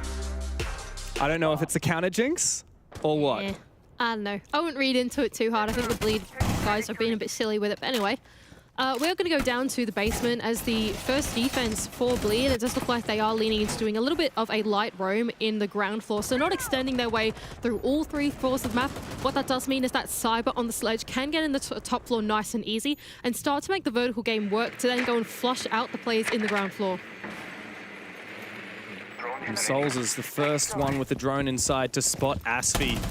Asfi is not running a Nitro cell. Instead, he's got these impact grenades. I'm not sure if that's to make rotations in the late round, but I would have thought that C4s would have been very effective at taking down a lot of these players moving in from the top floor, especially Cyber, as you mentioned before, who I believe is looking to move in. Here we go, from the top of main stairs. Turd on the other side to meet him just at the bottom of main stairs. In fact, the hatch going down into the bomb site hasn't actually been opened yet by the defense. That's probably why Asfi has decided to bring along the impact grenades instead of the C4 to make sure they have a method of escape. And like you've just pointed out, make spontaneous rotation holes. One made inside of Tells does mean that he can extend his reach over into lobby, but Handy will clean him up. There is a trade, however. Reaps has taken down the Hibana. I wonder if there's a chance here that Bleed could try and use their 3 remaining reinforcers to get some of these hatches that they previously hadn't gotten, now that that primary hard breach has been taken down. Vidiking, though, with 2 of the secondary hard breach charges in hand, will start to make work through this mid-round to be able to place them down, but Turd actually is still here on the ground floor. I don't know if FaZe know about this. I can only imagine there must be some kind of flank drone over on the lobby side. They have made their entry work down the main stairs with Handy, unfortunately, being traded out. They actually do know. I think good diligence there from FaZe to put a drone there and make sure that they can keep him at bay. So that drone was indeed in lobby, but it's hard to tell, Mandy. Do you think they actually are aware of that position? I think they know. I think they definitely know, right? They know that Reaps has fallen back. You can see that with, the behavior at the moment in the mid-round. They're playing pretty freely over inside of the, top square open area type thing. But as they make their way down into server, someone will have to keep an eye on the flank that's going on. That's got to be Handy, who's a dead man. FaZe have been perfect at clearing out a lot of this utility on the site as well. All of the bulletproof cameras, all of the Vulcan canisters, it's all gone down. But Turd, he has been left to his own devices, and it seems like Vidiking, in fact, was not aware. And now FaZe will have to watch their flank. Oh, really? I thought they absolutely knew, but here goes KDS. He's going, okay, I need to ignore Turd on the top floor, and we need to have a think about the bomb site, but there goes Reaps to take down Souls. Oh, and it's all falling apart for FaZe. Cyber, he might be a great entry player, but he only finds his first kill right at the very end of the round. Far too little, far too late. Bleed are fired up after a dominant opening round.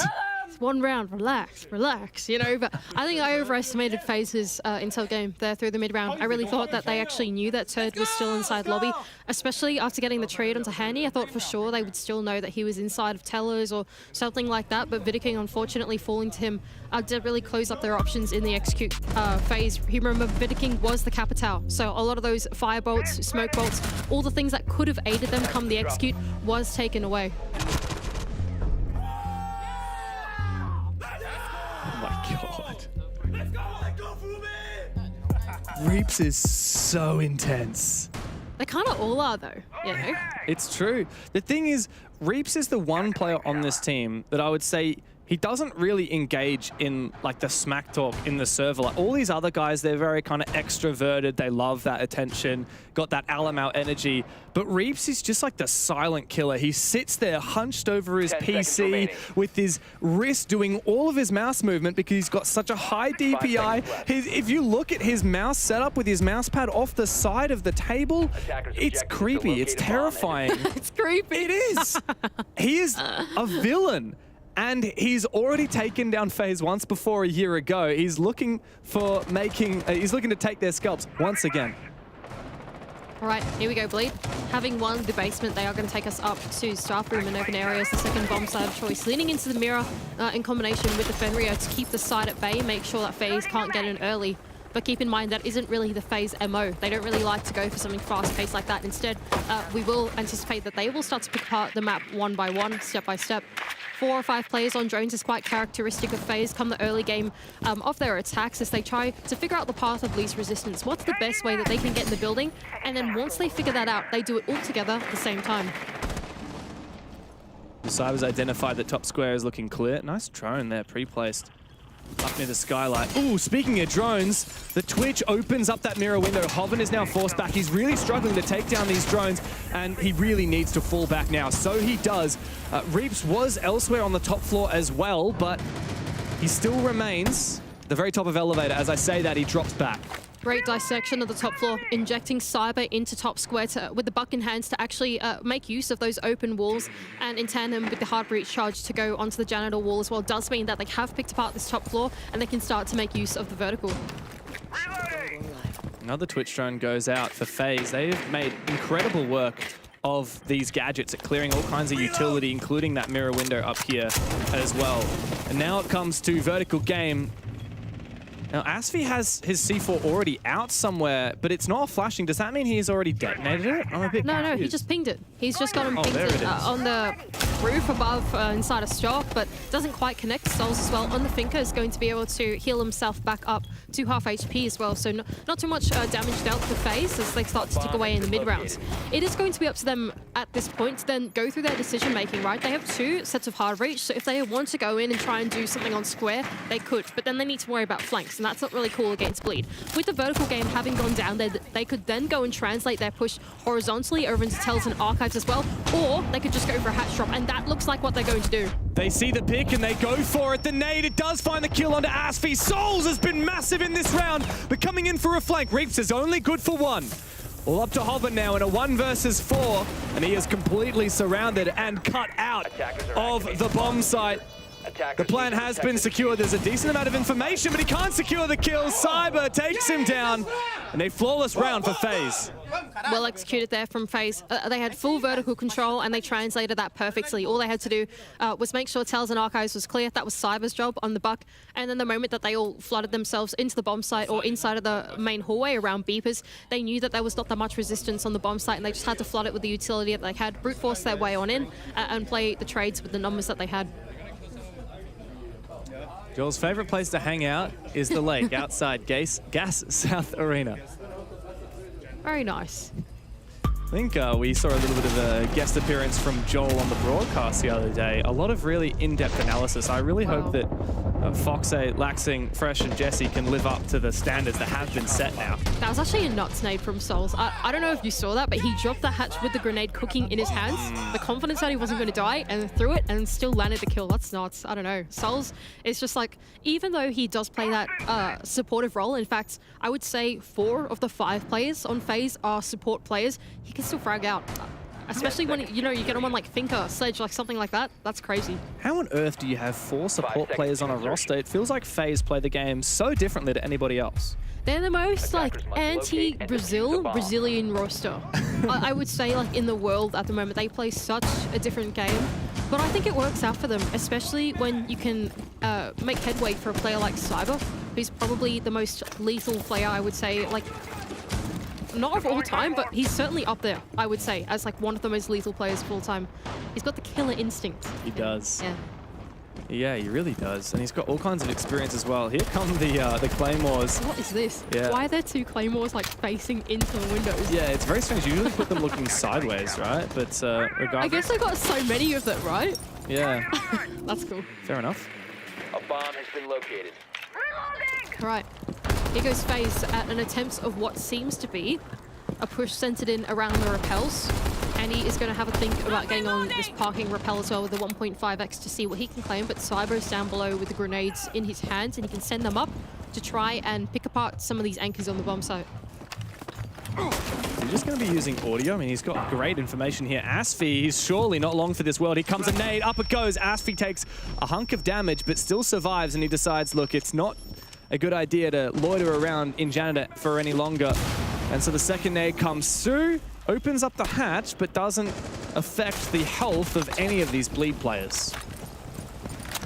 Well, I think what they can know now is that Janitor's clear. The one position that he did nade was the single reinforcement that was on the Janitor wall, and that was the only safe place that they could be in. Not just that, but now they've also sent the hard breach charge out onto that one reinforced wall as well to take it down. Actually, there's 2 reinforced walls. I take that back. But alas, there's no one in Janitor, and that's the main thing that FaZe, I believe, know now. Yeah, and speaking of breach, here comes Souls with an opening on the top square. Hoven down below has taken out a drone. Now, will he find Cyber, or has Cyber vacated that position? This is good control, actually, from FaZe. Knowing that Janitor's clear meant that no one was playing these standing holes here that was preventing the rappel in. So Souls has gone in, been able to open up this breach, and now they can think about getting the plant down. A fairly passive play from Bleed. FaZe unafraid of executing at any point in the round, as we know. It's a simple holding angles matter for FaZe as they decide when it is to move in. Here goes Souls. Looks for a bit of a spray, and he looks to force down the diffuser with no util to cover, but 2 guns to come to life in the cover for FaZe.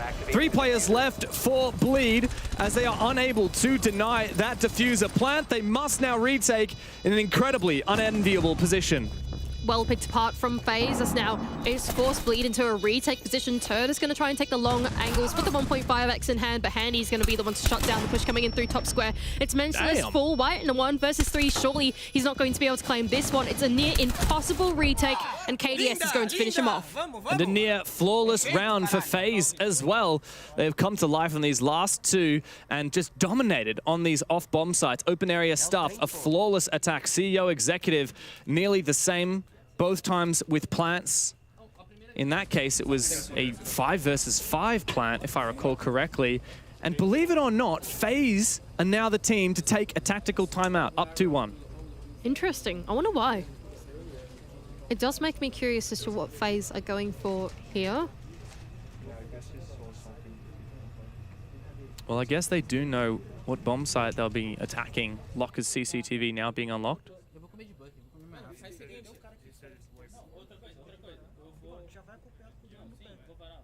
Finca também, eu qualquer coisa, eu vou dropar o... Eles não tinham nada dentro da bagagem. I like how they look at each other when they talk. It's actually really nice. They're thinking about something. So at first I thought maybe that tactical timeout was like a bit preemptive from the coach. Like maybe he thought that they were going to lose that one out, and so he thought, okay, take attack because they're not reading the game right. But that actually looked quite intentional.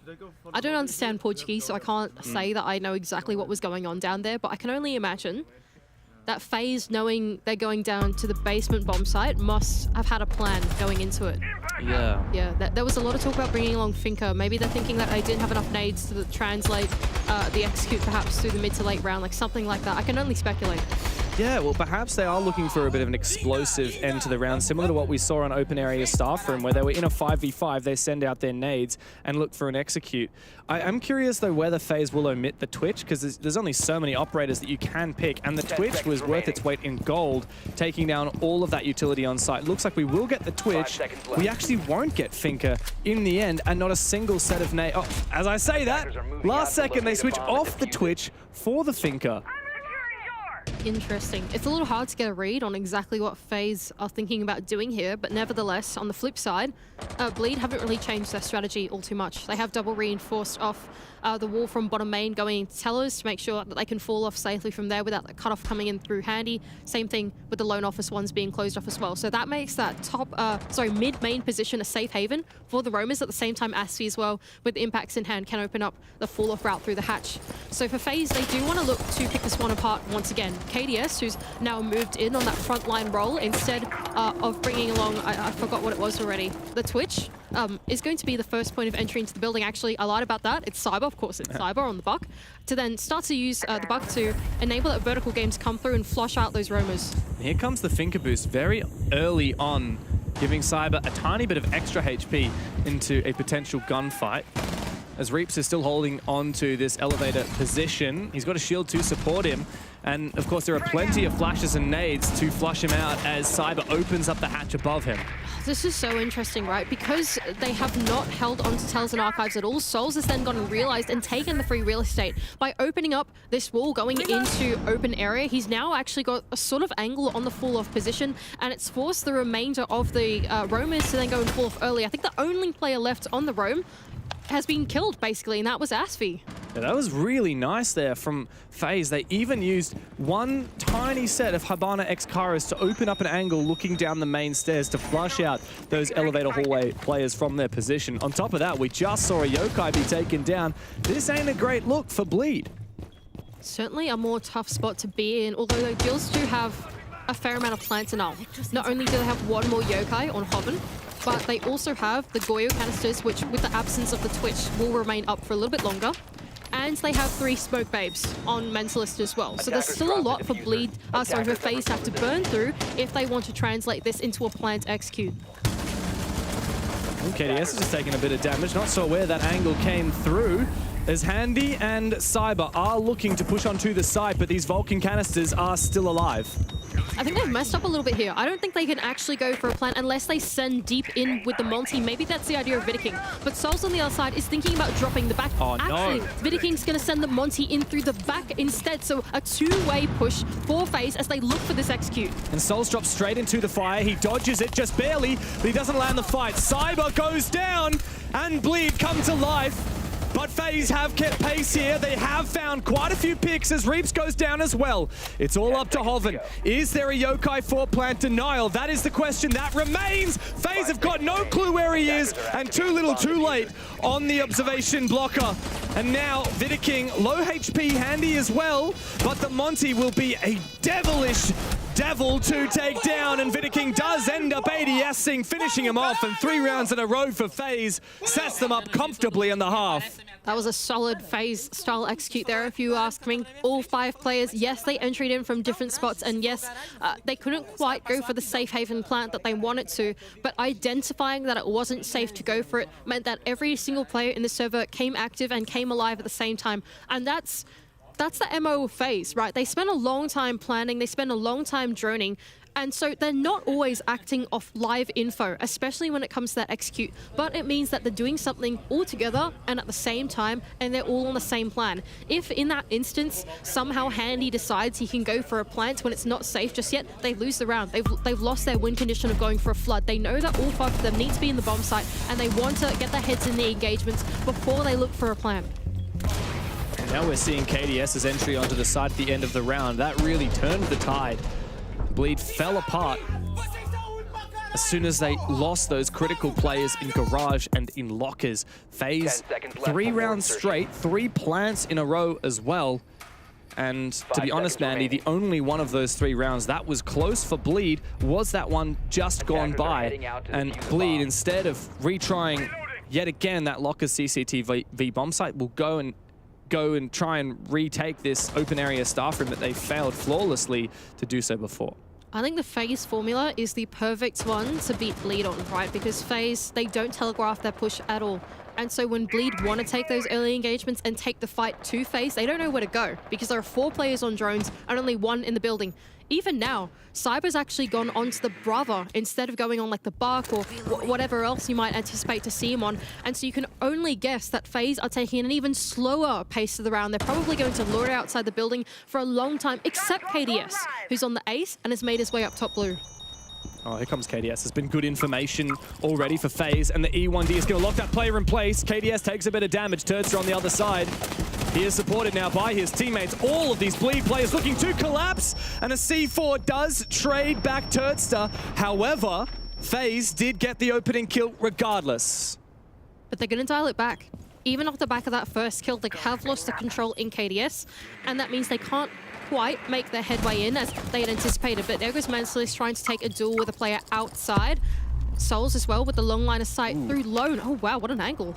Yeah, very deep angle, a very scary one. Souls with a 1.5 times scope can look all the way into the site. It looks like it just peeks in through that doorway. That's a new angle. I certainly didn't know about that one. Hoven as well being really kept at bay at the back of Beepers as well. By that angle, Souls is eventually going to fall off it, but finally Cyber is actually the second set of boots in the building and is going to be able to use his clutch drones to see what he can find and come towards the execute phase of the round. There goes Handy as well, reclaiming the control that KDS established for him on the line. He has a player locked inside of Elevator and is able to land a nice shot onto Reaps. Reaps over peaking just a little bit there. Now Asphy looks to try and make something happen in return, but it's not going to work out for Bleed so far. They are down a man. And FaZe have plenty of time to make something work. As I say that, there has been an injury. And look at this from Asphy. He's hungry for it. However, it costs him his life. A 2v3 now for Bleed as Mentalist and Hoven must go nuclear. Probably not the smartest play, I would say, from Asphy. It has still kept FaZe in the man advantage. They know that there's a player on the main stairs. They have so much info on the map. And with Mentalist in 1 versus 3 with only 20 HP, surely he's going to be executed. And he does. Vidiking to behead him and claim another round for FaZe. It's 4 on a trot for FaZe now, as they really have read Bleed in this game. At what point will Bleed have a reply? So many isolated players for Bleed. I mean, that's how they love to play. This aggression has been dialed back, and FaZe are picking them apart. Now Bleed take their tactical. FaZe very much playing this like turtle kind of play style going into the map. You start on the outer layer, you drone yourself in, and then you jump in after that, right? And then even once they're inside the building, then they dial it back again and do another layer of droning, and then they go in. With FaZe, there's not a lot of live droning going on, and I think that's something that's really important to note with their playstyle. They spend so long outside of the building, all 5 players droning, so that by the time they do make their one move, it's not about having the exact location on a player, but more having such a strong idea of what the setup is going down that you can then make an educated guess, but do something together, right? If you have someone on a live drone and then an entry, then you get that disconnect. You don't have 2 guns, but you have 1 gun, right? Whereas if maybe you don't have that live info, but by having 2 guns on the board and by having people injected in the right place at the right time, it means that you can go for a much less telegraphed and more explosive take onto the setup of Bleed, and it's really catching them off guard.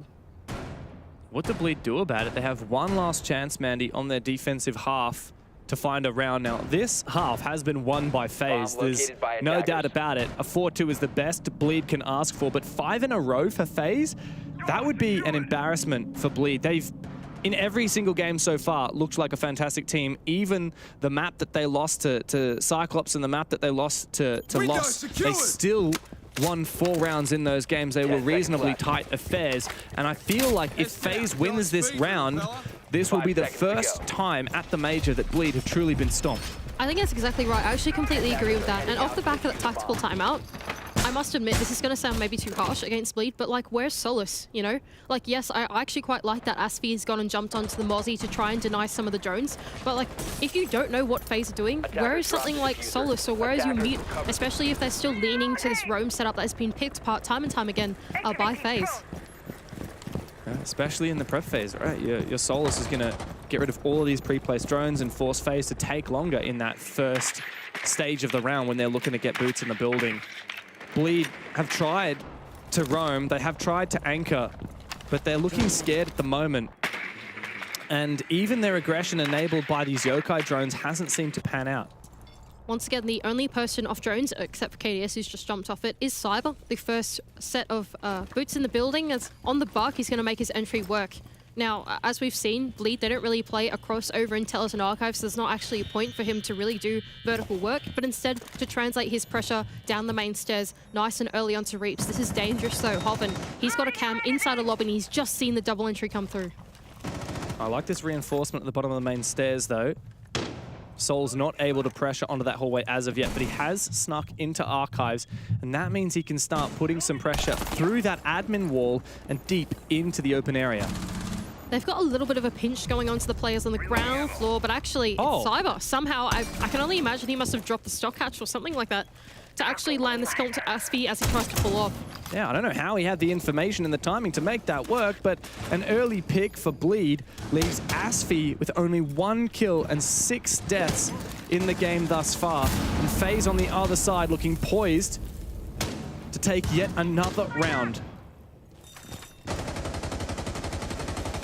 For Reaps, the player that has beaten FaZe before and knows what it takes, he will need to have an impact in this late round. Handy has now taken down that Yokai drone once again. Vidiking with the Twitch can peel apart all of this util on site. Finally, the bulletproof camera can stun it for just a moment. Hopefully a Bleed player can finish off that Twitch drone. Otherwise, there's so much on the board for FaZe. It's a little scary though. There is actually still 1 Yokai drone in the hands of Hoven and 3 of the smoke canisters from Mentalist. Mentalist needs to start throwing them out now. There's only 30 seconds left to go for FaZe. Now's the time where you really want to look out the bomb site.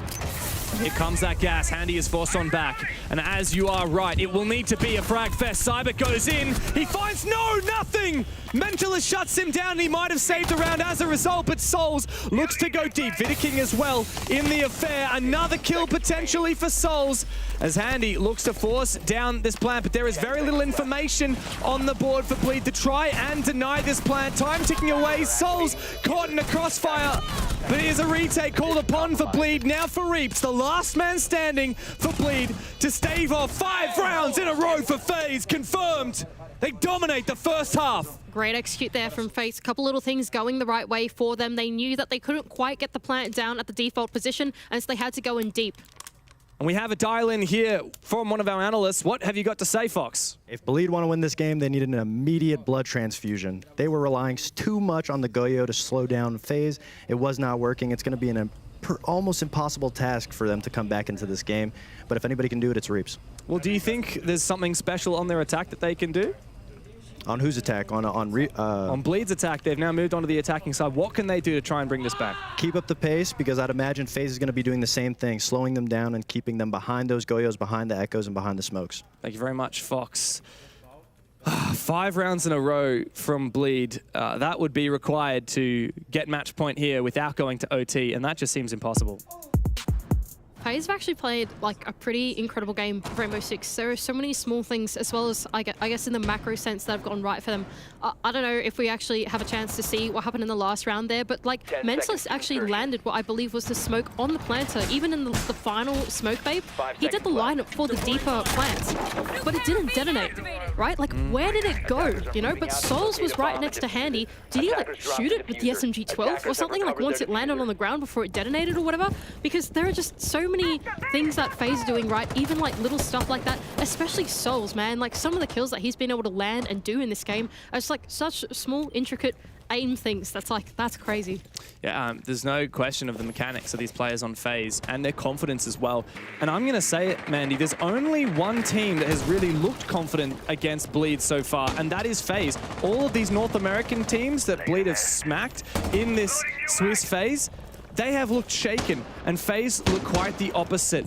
Perhaps there's something about the Brazilian playstyle that counters this Asian team. Oh, KDS is so stuck in this top floor. Yes, he is the solace, but he has no fall-off route through Bananas being covered by a rappel, and right on the other side of this is Aspie, who's looking in for the entry. There goes KDS, though, rounding the corner, and Banana. Where is the player on the parking rappel? Hello? Is he not taking him down yet? There's even a player on top of Square that he's trying to... Okay, finally, thank you, Turd. A little too late, though. One of his teammates has been sacrificed.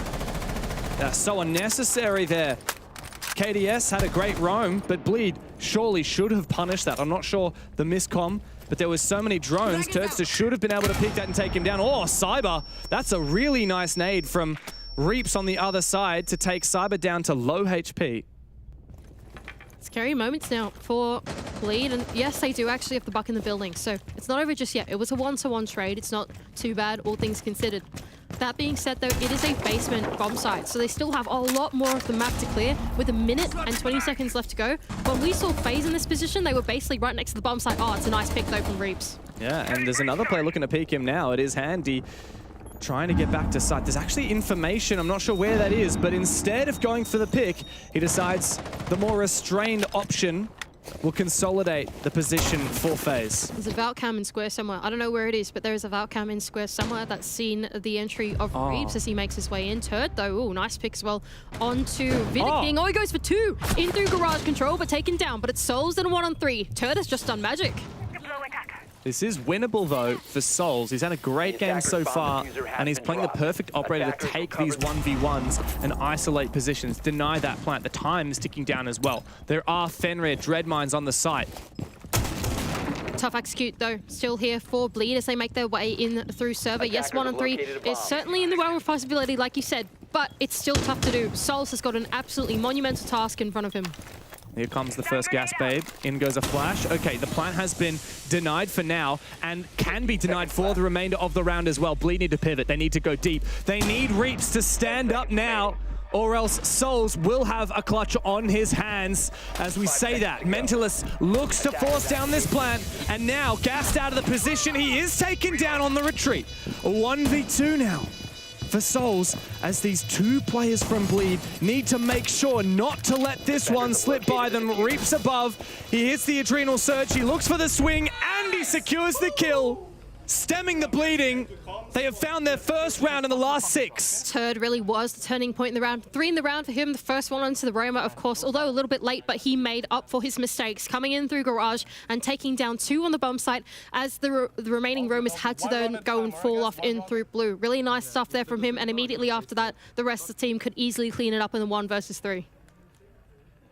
And what a different story we'd be talking about, Mandy, if Bleed had been able to win that final round of defense. Now we're still at 2-5. Otherwise, it would have been 3-4. It would be a very, very close game, and Bleed would have a serious shot at continuing this towards triumph. But to be honest, I think FaZe, the advantage in the first half just seems so substantial that Bleed would need a miracle to come back in the second.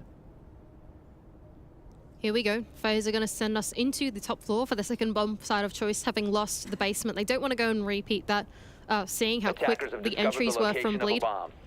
I kind of like this idea of going into the top floor instead. Typically when you play top floor bomb site, it doesn't matter what map it is, you play your life. You play for power positions. You don't need to fall off and do things like that. And so it's going to test Bleed in their ability to pick apart a bomb site, and especially in the top floor, that is something that you need to be a little bit more proficient with utility on. Especially if it comes to that parking repel right now. Like, the parking repel can be so powerful on this CEO bomb site, but it was a little bit too delayed from Turdster last round. Bleed have a couple options here with their thinking phase going on. They have got the ranged hard reach at the moment on Mentalist, so if they want to at least work the Kanto wall early, they can, but the thing that I'm keeping an eye on is the Rotero drones of Asphy. What value is he going to be able to get out of it? I think that one's just been muted. There is a jammer right behind that shield, so Asphy is going to have a little bit of trouble trying to land this one. Yeah, that's a real struggle. It looks like Reaps does have nades in pocket and is ready to throw them in. So here comes the flashes to try and clear any Wamai magnets. In goes the nade to follow, and it should have taken down that shield and the mute jammer to boot. This is good work so far from Bleed, and they can then go and send the hard reach over to get that wall open and pressure out any of the remaining defenders that might want to play inside of the hallway. Premature C4 to be sent out into stock as well, anticipating the entry to come through. Did not actually amount to anything, as they can look in towards this top square position. That looks like an entry hole as well that Mentalist has just made into the breach going inside of CEO. So it does seem like they are having a think about going for a plant spot, at least trying to make an entry into CEO. Turdster once again on this rappel. He's made great use of his IQ scanner already, clearing these Valkyrie cameras. But Cyber is still the Valkyrie himself at large on this roam down below. He's used his C4 prematurely, as you said. But now Bleed are setting up a really solid position for an Execute still in this 5v5, still with tons of time to work with. I wonder how much Hoven's been able to disable as well in terms of info on the bomb side as well. You can see the 1 under his, what's it called, under his UI. That does mean 1 observation tool has been taken, right?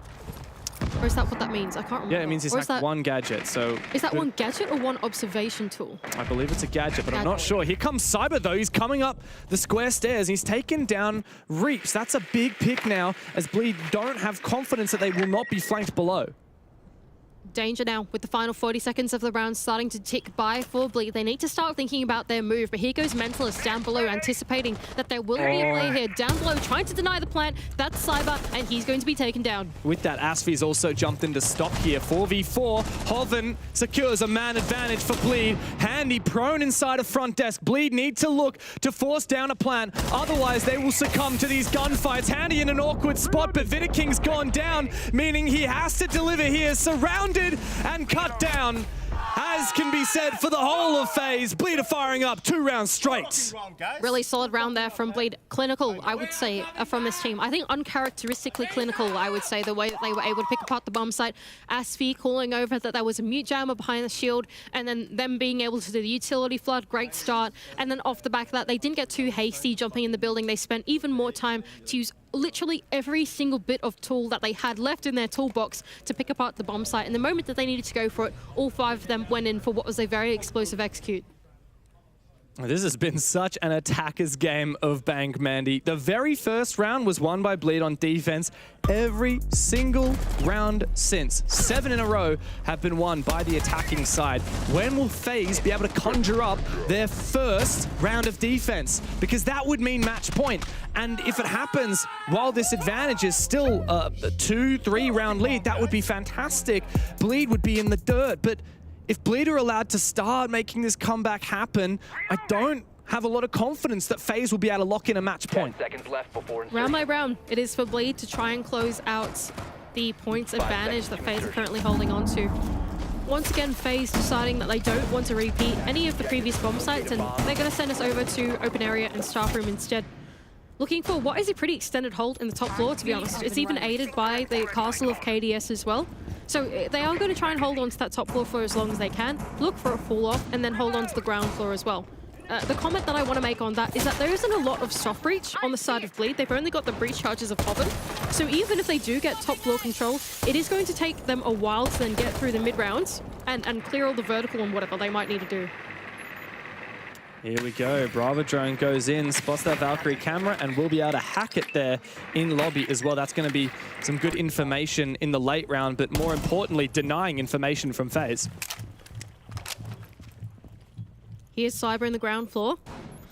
Coming off the top floor pretty early. There are only 2 players left in the top floor at the moment. One of them is going to be named out. Stuck on the other side. Oh, Reaps!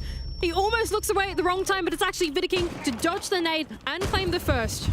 That's a big pick there for FaZe to kick off. If that had gone the other direction, then Bleed would be very comfortable on this drone clear. But instead, FaZe have an advantage, and they can start moving back. They can start forfeiting these positions, knowing full well in the late round they will maintain this numbers advantage. No, they kind of don't need to fall off, though. They can still sit here in the top floor because of the absence of the hard breach at the moment on the janitor wall. Mentalist is actually going to take it over to Kanto instead, which has actually been completely mute jammed off. The player inside of janitor, Vidaking, is completely safe. The only point of contest that Bleed have now is this player coming in through lobby and maybe Hoven in top square or something like that. But actually, the players on the top floor are very safe. Terza has a big opportunity here. Oh, did he see the leg? Did he see the leg for a second? Does he see the player in janitor closet? I'm not sure if there's a line of sight, but it doesn't matter because he pushes too aggressively and goes down to Handy. Now Hoven might have it down, but Vidaking is not out as of yet. KDS has jumped into the fray. Handy for another kill, all up to Mentalist. That's a nice pick, but there will be a trade for FaZe. And with that, match point on the cards. Very good defense there from FaZe. If they wanted to, they actually could have fallen off to safety, but the top floor was just way too safe. Like, there was no hard breach at all from Mentalist to actually put the pressure onto any of the players in their power positions. Top main position was being held by the Echo, complete safety. Inside of Elevator, same thing. The wall couldn't be open and cancer. There's no way they were getting the cutoff. And then even inside of Janitor, I mean, Vidiking was really, I think, the core of that defense in the top floor. Even though eventually Hoven did dislodge him, by the time they did that, they threw so many bodies in the top floor in what was, in my opinion, a rather misinformed way that they sort of just lost out in the crossfire. Yeah, very scary round from Bleed. They looked so disconnected, and one pick goes wrong here, one gunfight lost there, and the round is over. That's all it takes when you set up like Bleed did just there. Had Reaps found that opening kill, would have been a very different round, but a high-risk play style sometimes doesn't fall in your favor. Now FaZe have 3 match points back-to-back to lock out this game and set themselves up for a 12th main stage appearance. They are going to set themselves down into the basement as well with a rather different philosophy from the last time we saw them play this. Last time they did this, it was a very extended roam hold. All 3 floors on the map were being held by FaZe as they looked for the fall-off, but Turd was there to backstab them. This time around, they're not looking for nearly as extended of a roam game, only into the 2nd floor, but they're putting a lot more of the late-game anti-execute utility in their hands instead, in the form of the Mirror, the Fenrir, the Smoke, and the Goyo. All those kinds of things that are going to make it difficult to make that translation from the ground floor into the basement work.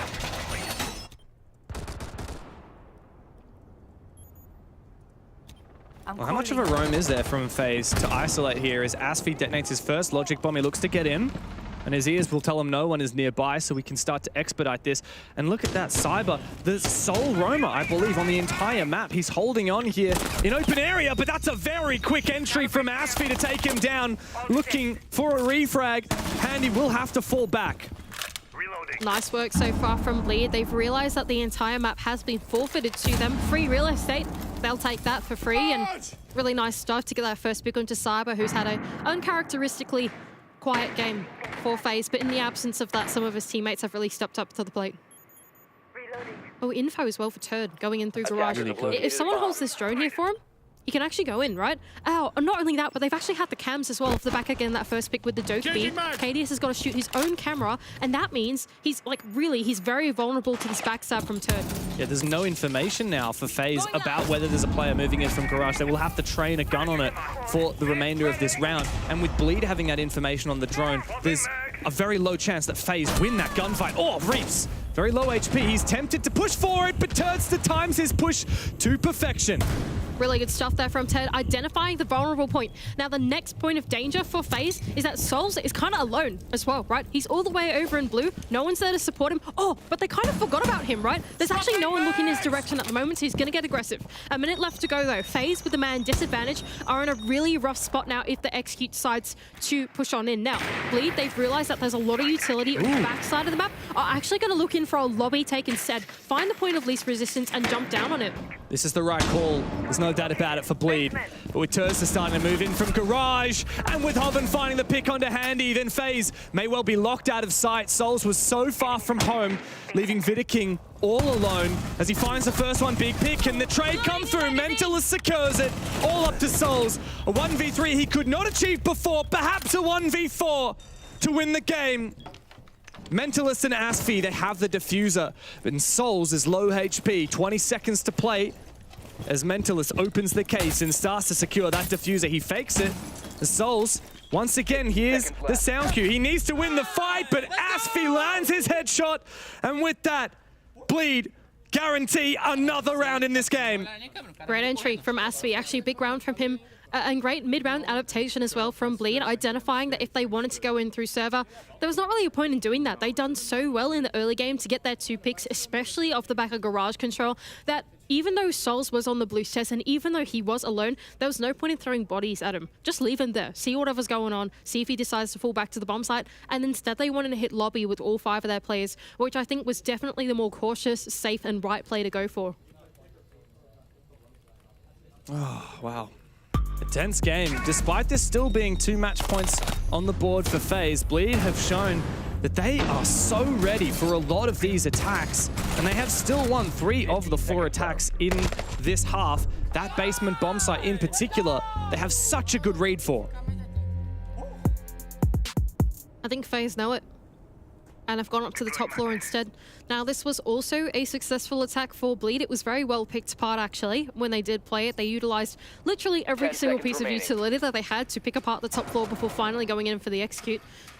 This time around, FaZe have leaned into a couple different things. They're not playing the shield in the hallway anymore, and instead are going to try and protect KDS in his position inside of Janitor. They're closing up not just 1 or 2, but 3 walls and leaning into the mirror setup being here. It does mean that, yes, you don't really have like a player playing those like long angles going into top square from the Janitor position anymore, but it does mean that like rappelling into the site's really unsafe. It's a lot harder to do. And it is a more closed off defense, and I feel like that's the kind of the thing that you need to do against Bleed.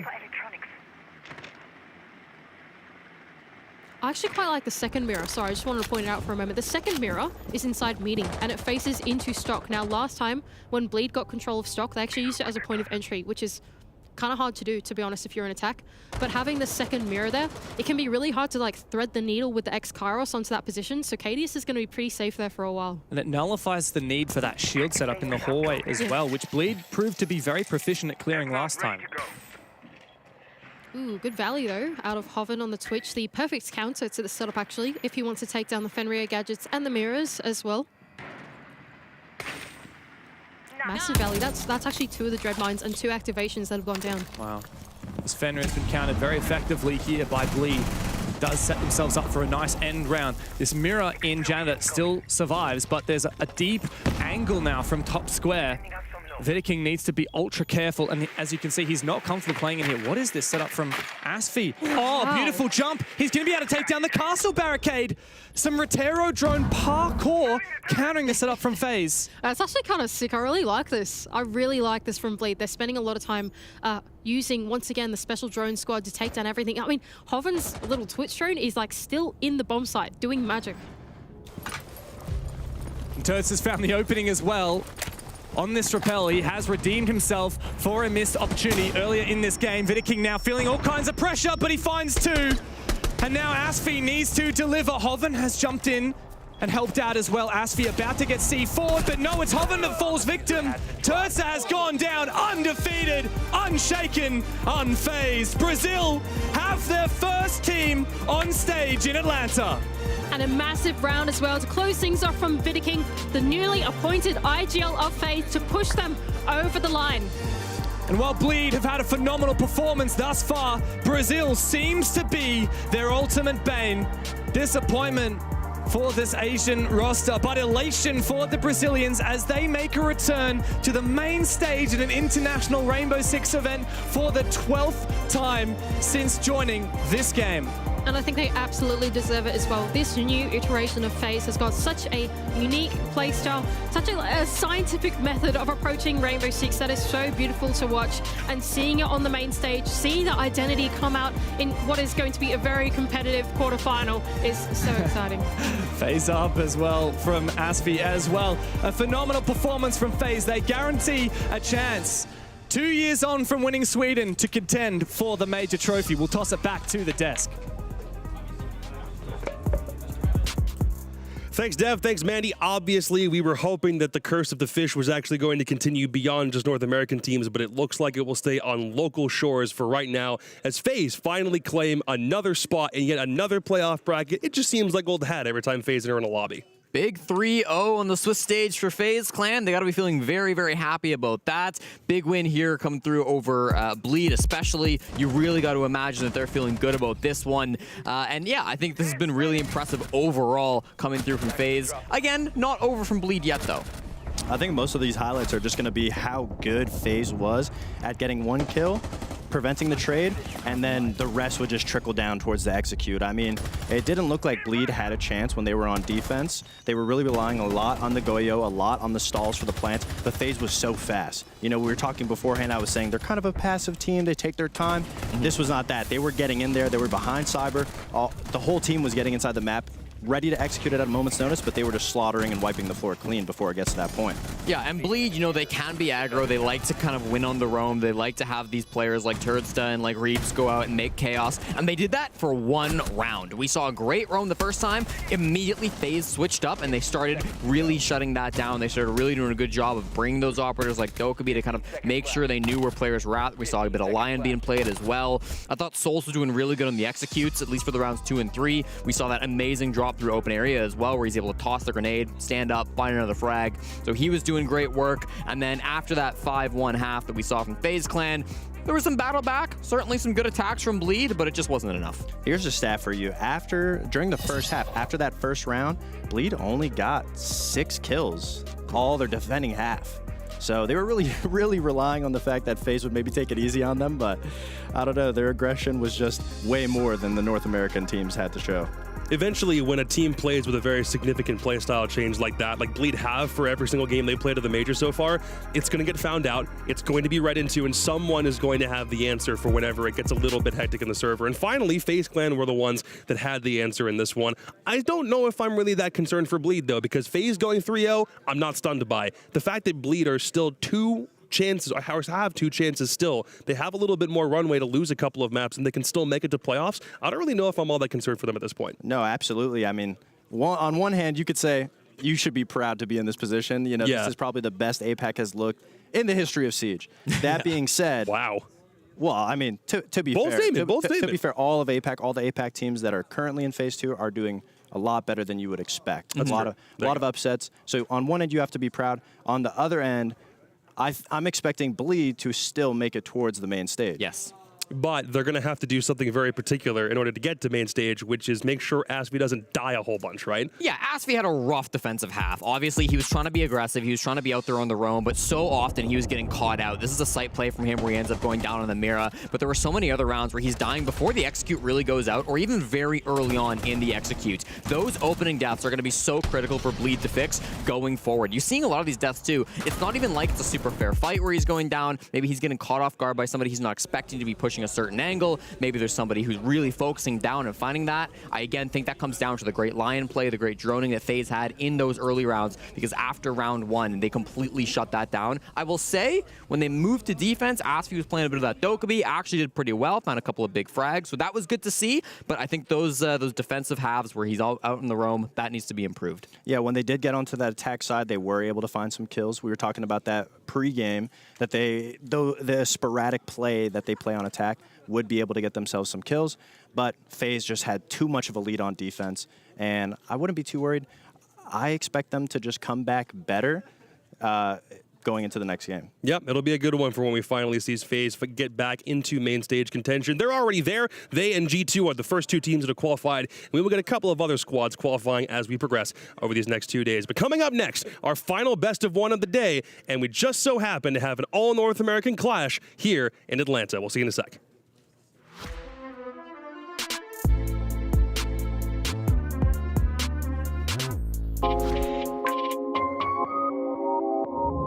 Salve rapaziada, aqui é o Herds da W7M e eu tô aqui para mostrar para vocês as minhas configs dentro do game. Começando aqui no geral aqui, rapaziada, a única coisa que eu mudo é o drone depois da preparação, que eu deixo no manual. Isso é bom porque quando você precisar olhar um drone pro teu companheiro ou algo do tipo, vai estar bem fácil ali, é só você continuar olhando, não precisa apertar um botão que pode dar algum timezinho. Então é bem tranquilo. Aqui no HUD eu uso quase tudo no normal, mas a única coisa que eu mudo aqui é a bússola, que eu não uso. Eu gosto de deixar a tela um pouquinho mais clean. E a única coisa que eu não uso aqui também é a vida. Eu gosto de não usar a vida porque aí você não vê quando você está com pouca vida e isso influencia na sua tomada de decisão dentro do jogo. Então é muito melhor pra mim, isso é mais pessoal, não ter a vida, sabe? Acho que deixa o psicológico mais preparado. Aqui no áudio, o volume vai depender do seu fone, mas aqui a música eu deixo no off. O diálogo eu deixo um pouquinho, acho que às vezes é bom ouvir assim, tipo... Não sei, mano, tipo, geralmente ninguém usa, mas eu uso aqui um pouquinho de diálogo. E o modo de som é o Night Mode aqui, porque é muito melhor para você escutar passos e coisas que são mais importantes dentro do jogo, que, por exemplo, o barulho de tiro ou outras coisas. Aqui no display, obviamente você vai usar o maior hertz aí que seu monitor puder. A proporção 4x3 e o FOV 84. O resto aqui não mudo nada. Eu uso o padrão. Gráficos, aqui também tipo, é algo mais pessoal. Eu particularmente uso tudo no low. Nas partidas, às vezes eu coloco um pouco de shadow. Eu coloco aqui o contraste no médio. Bom, aqui na Sense também é algo mais pessoal, mas o meu aqui eu uso 12-12 de vertical horizontal. Então é 21, 41, 42, 42. Basicamente você só vai usar aqui as três primeiras, que é o 1x, 1,5 e 2x.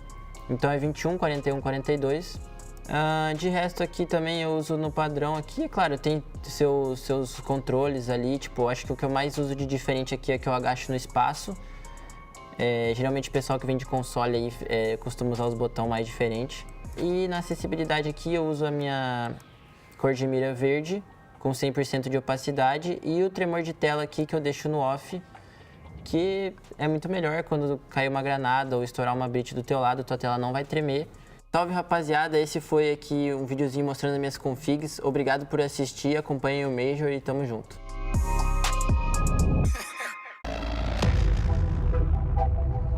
Hello guys, Team Wolf there, and we are going to play Siege Snacks.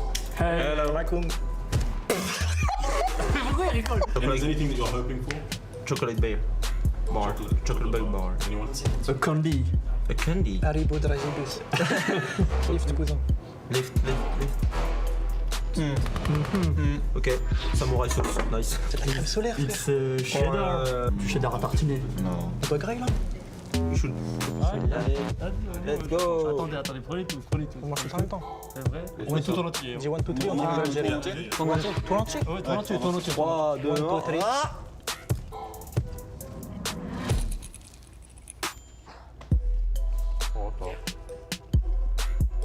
He said it was a vache qui pleure. It's a crying cow now. Compared to what we know, because we are expert as French people, so that's not good. Thumbs down. No. Overall thumbs down, yeah. Because we like the cheese in French. Yeah, overall sometimes. C'est trop chiant. Overall. Bismillah. Ça a l'air éclaté. Ah, ça j'ai déjà vu. Ça j'ai déjà vu. I don't like the white on it. It's, the white thing, yeah. It's not. We are not used to have that in France on our snacks. So. Yes. Allez, sérieux, bien joué ça. On fait en entier, c'est pas content. On fait en entier. Maintenant, on fait 3, 2, 1. Il y a un truc à l'intérieur. Ouais. Ça va, moi. Ok. Un peu sec. Good. Pas comme le désert, mais. It's good. The taste is good. I like it. I think it's strawberry, but kinda a bit dry. C'est middle. Can we say middle? Ok. Ah, c'est de la pisse, frère. Attends, faut sentir. Ça pue sa merde. C'est du javel. Non, ça c'est un détergent. Ça va être un truc au raisin ou quoi? Non, c'est au melon. Oh. Ah. Et il y a des bulles. C'est quoi des bulles? Ouais. Oh, j'avoue. Vous dry? Ça pue sa grand-mère. Vas-y, on boit. Y'a pas de goût. C'est américain. When you drink that, it's like in your mouth, it's America. You know? It's like sugar, a little bit of sugar. Comment on dit chemical? C'est fort. I think it's grape. I think it's grape. I think there's a lot of things in it. C'est de raisin pétillant. Ouais, mais raisin. Je sais pas contre. So did you have fun, guys, trying to this American snacks? Yeah, it's cool. Yeah, that's nice. Yeah. Thanks for having us, and see you at the major. Bye. Bye.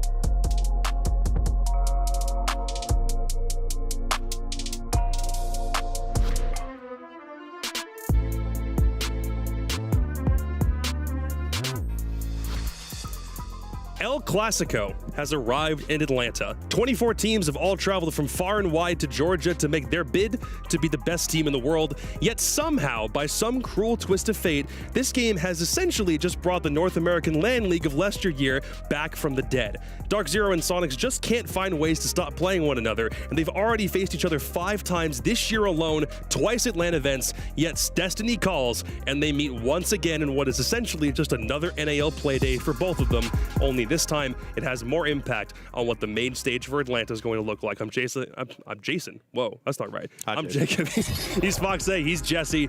And oh boy, it's DZ and Soniqs again. Yes, sir, Jacob. Always good to see the North Americans back at it. We saw DZ take out their North American brethren yesterday. They've got the same task today, except a little bit more difficult. Soniqs have been looking very good so far throughout both the tournament and Stage 2. It's going to be tough for DZ, but I bet they're ready. Oh, absolutely. I mean, I almost want to think that Soniqs probably wasn't expecting to be in this situation. Yeah. I know Soniqs is a very confident team. I had them going 3-0 this stage. They went 3-0 in Major 1.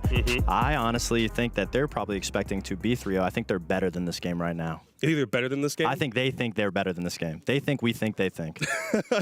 I think if you have the opportunity to face a team that's already from your region, on the plus side, you at least know what you're going to be walking into. On the bad side, you would have loved to have faced basically anybody else because that's the reason you're at a major in the first place. Absolutely. Yeah. Absolutely. I think DZ is just one of those teams that they're the most comfortable right now playing against a North American team. Yeah. Everyone says they're a very team that relies a lot on counter strats, and they bring that adaptability. So I think the information that they have against SQ is probably making them feel pretty safe right now.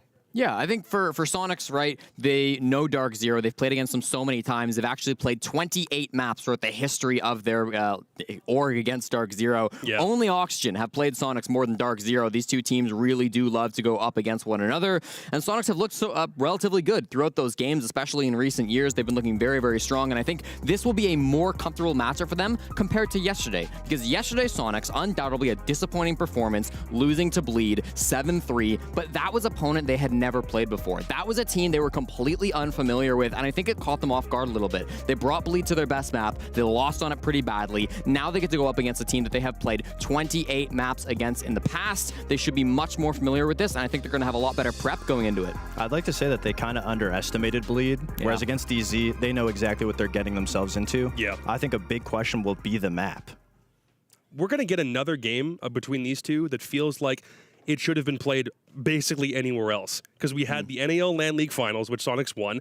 Then we go to, what was it? It was Invitational. DarkZero won that one. Then they played again in Copenhagen, and Soniqs won that one. Soniqs have beaten this team, this DarkZero squad, 4 times out of the last 5. So it's going to take a little bit for DZ. I mean, I think the stat right now is that they're 10-8 series record. So DarkZero hold the more wins total for the moment, but Soniqs are on a roll currently. Yeah, I mean, a lot of that comes down to the fact that a few years ago, at the start of the NAL, Soniqs were a relatively weak team. Oh, yeah. You look at recent results, Soniqs have been dominating It's still the DarkZero. same core they've built on, same as DZ. There's always been a couple players who've lingered on for a couple years. Since they absorbed that United core, for sure. Yeah. But I think that for DarkZero, you know, this is going to be a match where they are coming in as a bit of the underdogs. I want to see DarkZero switch things up. I want to see something new from DZ. I don't want to see them bring back to the same old place, because we saw this with Wolves. We saw this with a lot of teams going in through these regional matchups. When you play against a very familiar opponent on a very familiar map, oftentimes you get a familiar result. DZ does look very familiar, but I will say with Rice, when it comes to Rice, he looks like a very big X factor. When he's doing well, all of DZ's doing well. And it seems like they've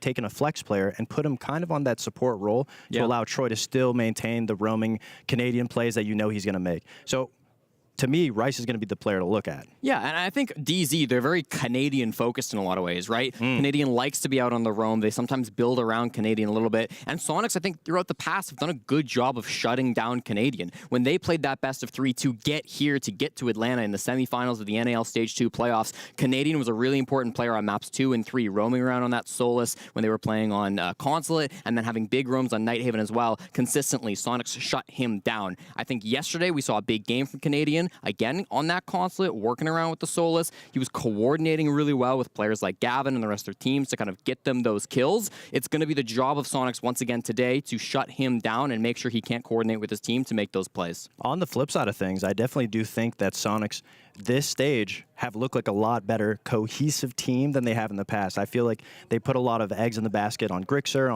on I'm blanking on the name, on Ben. I know his real life name. Citizen. There you go. Yeah. But now it really feels like they're playing like a whole team, and it really feels like they're just bouncing off of each other, and there's it feels really humble on that side when you listen to their comms. No questions. They're just doing exactly what they think the play is at the moment. Yeah, they had to figure a couple of things out at the very start of stage 1, and then as everything developed and they started beating a couple of really good teams as that stage progressed, there's really no doubt that, I mean, right now they are one of the better North American teams here, but they're going to claim that title if they beat DarkZero today, which is exactly what they're hoping for. But you're right, everything about this hinges on what map we're going to. So Jesse, 3, 2, 1... Nighthaven Labs. Again, 3 things in life. Death, taxes, and DZ Sonics going to Nighthaven Labs. Good grief. DarkZero's most played map in Stage 2. They have a 1-2 record in the NAL, and then here in Atlanta, a win over Knights and a close loss to FaZe to round out those matches here on LAN. Soniqs as well, extremely popular to go to this map. 4 plays. Their only loss was an overtime game against M80, and of course, they've taken out DarkZero twice throughout the NAL. I would say DarkZero feels very comfortable on the map despite their record. It's a big map. They love playing big maps. When I think of DZ, I think of Bank. I think of Old Villa, stuff like that. So Nighthaven coming in, I mean, I know they're very comfortable on it, especially with the Monty clears, but I feel like they're just going to get strapped up on time. And we saw how Soniqs dealt with a very slow team on Nighthaven when they dominated Wolves. I think it's going to be kind of similar in fashion. I mean, I hear Nighthaven for DZ, and I get a little bit concerned because we've only seen Soniqs play 2 maps, and one of them was a loss, and I don't want to hold that against them too much right now. But DarkZero have had close game after close game after close game, not just in play-ins, but for the 2 games they've already played now in Swiss. What's it going to take for DZ to get over this hump? Is Nighthaven a mistake? I think so. I think for Nighthaven, I mean, we've seen them on this map before. We saw them try it again, and it went even worse the second time. So it's going to be tough. I think it'll be Canadian on defense and Rice on attack. All right, and we're going to watch both those players out for DZ because it feels like this is absolutely their game to lose. And if Soniqs are going to walk all over them, it's going to happen on a very, very familiar battleground, at least as far as El Clasico 2023 is concerned. And it's an NA desk for an NA game with an NA casting pair. It's Penguin and Taro. Well, thank you so very much. Feel like we've seen these teams in action quite a lot, especially on this map, so not much of a surprise. It feels a bit like deja vu. Yeah, we've been here before, not just the teams, but the map, as you said as well, and I feel like Jesse broke it down pretty well. But Soniqs shot down Canadian, and just kind of do their own thing, because I feel like Soniqs, they have been the better team, as of recently at least, compared to DarkZero. There's some chatter in the lobby before we got into the action, and Rexon said, if I lose, do I do an accountability tweet or blame the setup tweet? Oh, I love that. Grixer said, nobody sees the stutters like I do. Remember, kids, if you lose, it's never your fault. Always somebody or something else's. Operator bans will roll in. Just as we saw in Stage 2, every region tends to ban the same 6, 7, 8 operators over and over again. One of those is usually a shield operator. Will not be banned out this time. Dokkaebi and Ying, both those nuisance operators, not available. Dokkaebi's pick rate has been sky high so far, as have Finka and Gridlocks. These are the 2 operators that actually I tweeted about the other day. We were sitting at lunch and I was like, have you ever noticed that they just gave grenades back to like Finka and Gridlock? That's crazy. It's obviously like why they're being played so much. We should tweet about this. 7 minutes later, the Rainbow Six account tweets about grenade changes. And I'm like, I'm a prophet. I'm the smartest man alive. What can I say? Yep, just like that. You spoke it into existence. OSF Operator still that target ban I was looking for. Either Monty for DarkZero Soniqs or the Solus, specifically from Soniqs to counterban DarkZero. Again, Troy, the playmaker, always looking for intel, playing practically on the defense. That's not going to happen in this game, at least not on Solus of all operators. And Monty is open. Both Troy and Geo like to bring that operator and make things easier on the attack inside, and it will be available. Let's see if they'll bring it at some point here. Lion's prevalence in this meta also through the roof as of late. DMRs are excellent weapons in the hands of most players, but on LAN, because you have less latency, you are more likely to hit those shots. Guns with extremely fast rates of fire are terribly good, as are DMRs. Not to mention the fact that if you don't want to bring somebody with any type of soft explosives, DMRs are excellent at opening up floors and walls, and particularly hatches as well. That's why you always see an operator typically with DMR, one of the first to get to the roof of a map like Cafe, which has exterior hatches. Now, Nighthaven Labs also has an exterior hatch, but it's very safe to be reinforced. When teams want to roam upstairs, it's not uncommon to see somebody sprint out and within the safety of the map itself, get that reinforcement down. First bomb site is going to be in the basement of EXO. Not a surprise here. I mean, when you have stuff like the Valkyrie and the Mirror open, as well as Grixer on the push, you can play this kind of basement turtle setup where the bomb site is looking very strong versus the mirror windows. When you have 1, 2, 3, 4 C4s in pocket as well, with both the Valkyrie cams and the pulse scanner, to try and fish for 1 or 2 C4 kills in this round. So if you're Soniqs right now, just try and waste time. We all know DarkZero, they are historically a very slow team. So killing a couple of drones and falling back one room at a time, all of a sudden, by the time DarkZero reaches the bomb site, they're gonna have 20 seconds left on the clock and not a lot of things that they can do with that. So let's see, they gotta speed things up.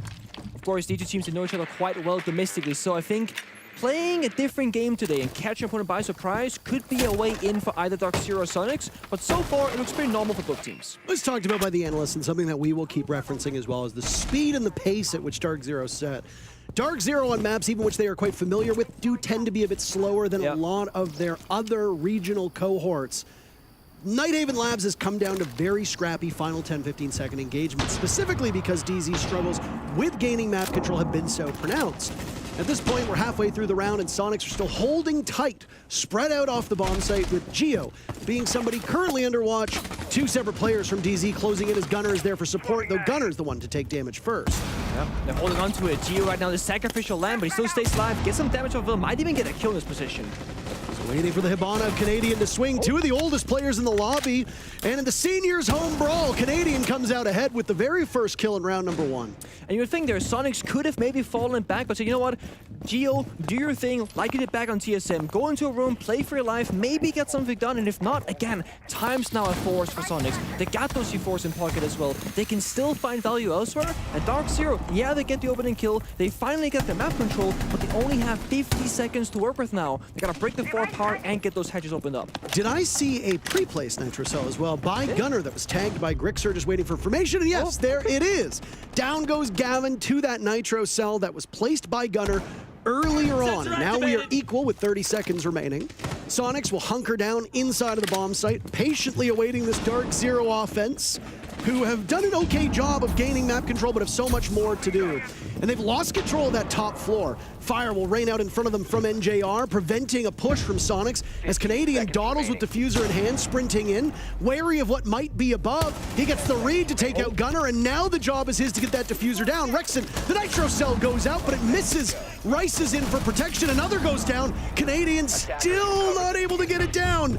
Suddenly, you've got a push from Soniqs that answers back so well to the execute from DZ, and SQ takes the first round. I mean, Soniqs had such a good read in that entire round. They had so many things to shut down the plant. I was okay, they have 2 more C4s in pocket. Maybe, just maybe, they should have used them earlier, but they had a different plan. They were fearing that corner plant like DC were going for, and were trying to use C4s to shut it down. The first one didn't get the kill, but the second one did. Not only the C4s, but they also had Gunner on the Valkyrie, who had retaken that first floor, who had the vertical angle, and despite getting with a good read, shutting that down, it just shows that Soniqs, they had not 1, not 2, but 3 different ways back into that round once DC went for the execute. And now imagine that Geo didn't die earlier in the round, that he had fallen back, or he had gotten the kill himself. That entire round comes out looking very differently than we just witnessed.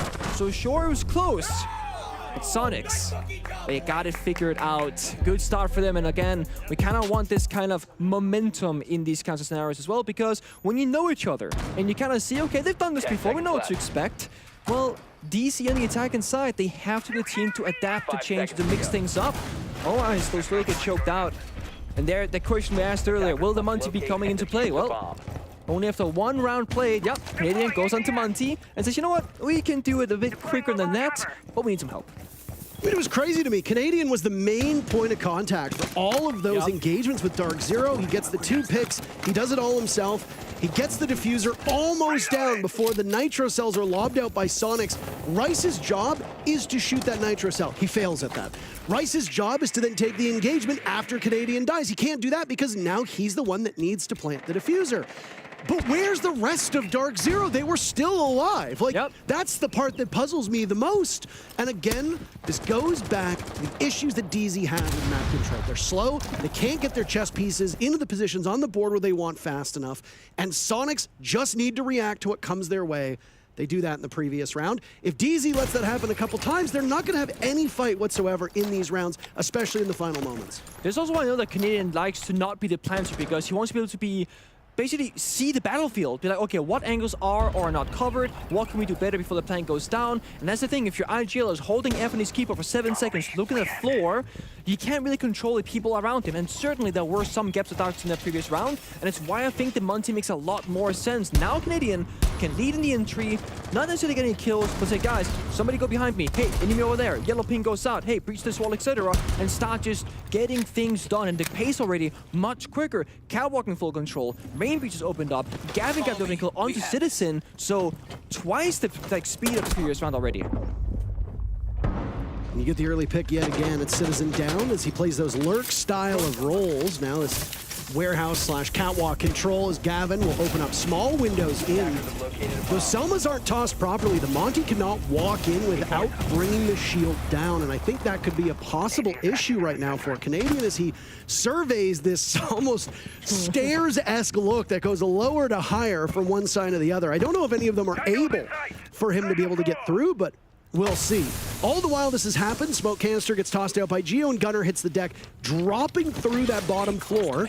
Canadian has made his way into the bomb site, and he already sees one player playing by the A-bomb chassis. It appears to be Grixer. He'll continue to apply that push. Down goes Gunner as Pambazoo is on flank watch. DZ stopping Soniqs from getting back to the bomb site. Now what you need to do is focus on those actually in the bomb site. Grixer in tough behind that shield. Now it's Geo down. Rexon and Grixer against everybody from DarkZero. Rexon gets on the board though. Goodbye to Gavin. There wasn't much left of him, but still, Rexon's able to get it. He was the hero from the previous round. Now Grixer's there. Nobody's flushed him out of this spot. Canadian has not been able to get in to take the map control with Diffuser in hand. Now it's NJR to die to Rexon. DZ, what are you doing? It's Rice with 2 minutes to go. He needs to find Grixer, who's prone on the ground, but Rice is too slow. What the hell is going on with DZ? I don't understand what I'm watching. There are 2 people injured. Grixer is on the floor, breakdancing, and it seems like DarkZero have no idea what's going on. And they had so much time. We're praising them on catwalk with opening kill, 1 minute 30 seconds left in the round. That's what I hear here. And that's it. We didn't say, like, we didn't think of anything else. We didn't try to do anything else. Let's start fucking thinking, start fucking talking. Yeah. Let's start thinking, let's start talking, Troy. That's right, because they didn't do anything else. 2 rounds in to have that attitude already, very worrying sign. No, it is, but this thing, Troy does have that experience. I think like he knows how to lead his team. If they need a firm hand right now to be like, guys, this is not good enough, snap back into it, because he's right. They were on the breach, which you said it correctly. It was breached incorrectly by Gavin. Munchie couldn't walk through, but they stood there for a straight minute, with Munchie just kind of saying, Rexon's over here, Rexon's over there, and they droned Geo, who was playing inside our Aqua/Fish. So they knew all 3 player positions, yet Grixer still gets a double and doesn't even get found by DarkZero. He was the guy behind the A chassis, behind the deployable shield the entire time. And I want to praise Soniqs again, because while that was all happening, Garner made the, what I would say, smart decision to go downstairs. Had a C4 and pocket on Valkyrie, tried to get it out, and sure, he got shot down, he got killed by, I believe, by Panda downstairs, but it's a good read again. So I say, okay, if Munchie goes for a plant, we do have a solution. It just happened to be that Munchie never went for the plant, no solution was needed, and while Garner did die downstairs, well, Soniqs did win the round. So now it's wake-up time for DarkZero. This is Steam Park attacks. We can say, oh, it's defender side, whatever. You still need to win some attacking rounds, and you sure need to look better than they did in that last round. The numbers that I heard, and obviously I'd need to pull these right now, but the numbers that I heard yesterday when I was talking with the analysts is that Nighthaven Labs is actually an attacker-sided map at the moment. Okay. So the fact that DZ is behind in these rounds early on, and not just behind because of necessarily a better setup by Soniqs, but behind because they are having their own issues. Reload! That's not great. You don't want to be behind on a favorable side ever. And I agree with what you said. You know, if you need a firm hand, you got to give it to them right now. Get their head back in the game. DarkZero cannot afford to start picking it up in rounds 4 or 5 when you've already allowed Soniqs to put a stranglehold on the match. I guess if you're DarkZero, though, you're used to going to overtime. They're still known for that. Done it many times here at this major already, and if you have a slow start, that's just where you're going to have to find yourself, because unless you go flawless soon, well, Soniqs will just rack up more and more rounds. Time, again, an issue. No Munchie equals slow. With Munchie equals fast, but messy, sloppy, no acting here. So things are changing for DarkZero, but they've yet to find that perfect balance. Panda looking for a lurk here, might find a kill onto the side player of Geo. Got that visual scanner popped for confusion's sake for the drones. Was it back and forth? Panda has a scanner. If he wants to go for it, could find the exact location, but he doesn't want to make a sound or risk bad timing. But somebody's what's it called? Peek in the door as he swaps his gadget. Geo's prepped and ready for that as Pamba swings through the opening towards the bomb site. Now Canadian next in tow. Geo's looking the wrong way. Canadian immediately moves towards a second potential pick. Could have been on a collision course with Rexin, and now Citizen goes to Gavin. DZ might not have struck first in this round, but at least they give themselves an advantage, and it grows with Canadian doing all the work himself. 2 picks in round number 1, 2 picks now in round number 3. Fortunes might not favor this DZ team, but you can't fault the captain for what we've seen so far. Nope, Troy's danger right now, finding kill after kill after kill and some partial bomb site control. Rexin and Kirsten got a clutch of 9 at 2v4, but only 20 seconds to go, and once C4 in pocket, it's doable. I mean, they were in the similar position before, and it seemed to get under the skin of DarkZero, but Lightning doesn't appear to strike twice as Gavin and NJR get the final 2 kills. We are sitting fucking still again. Like, we did a little bit more, but, like, we need to be fucking trying to help each other. Work off the comms. Come on, let's go. We're fucking better than this. We're fucking better than this. Firm hand. And he's right.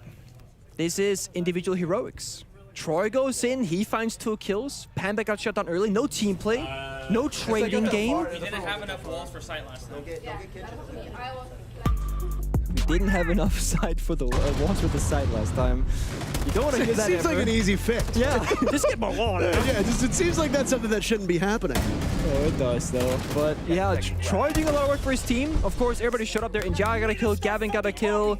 We are sitting fucking still But again. I respect Troy for this situation where you can win a round, and on paper it looks good. It's a 4 versus 0 with Plant going down as well. So looks pretty one-sided on paper. But then you look into the nitty-gritty, like, okay, that wasn't actually a good round for DC with how they should be playing the game, what they expect from themselves. So the fact that Troy again just goes like, guys, yes, we won, and it was a little bit better, but we're not there yet. And if this is going to be the pattern that we see, we're going to see DC keep ramping up a little bit better, a little bit better, a little bit better. Soniqs, they're already up there. Got that 1-round advantage right now. And they got the benefit of just going through the motions here in bomb sites. They've been locking it down. Basement, they want it. Server, they want it. Sure, they just lost cargo, but now they get that bomb site rotation. Start things over again fresh. Now DC get a second crack at this. The roam is still here from Soniqs like last time. They got that 4C4 setup. A lot of verticality being played around. Post, Valkyrie, yes, info is there to follow up. Geo did down a C4 in pocket previously, so they didn't get the full advantage. I like this setup from Gunnar and the Fenrir, just like he has his box, his one room that he cares about. Got the barbed wire, got the Fenrir gadget, he is locked in, but also he's locking DC out of that room of the map.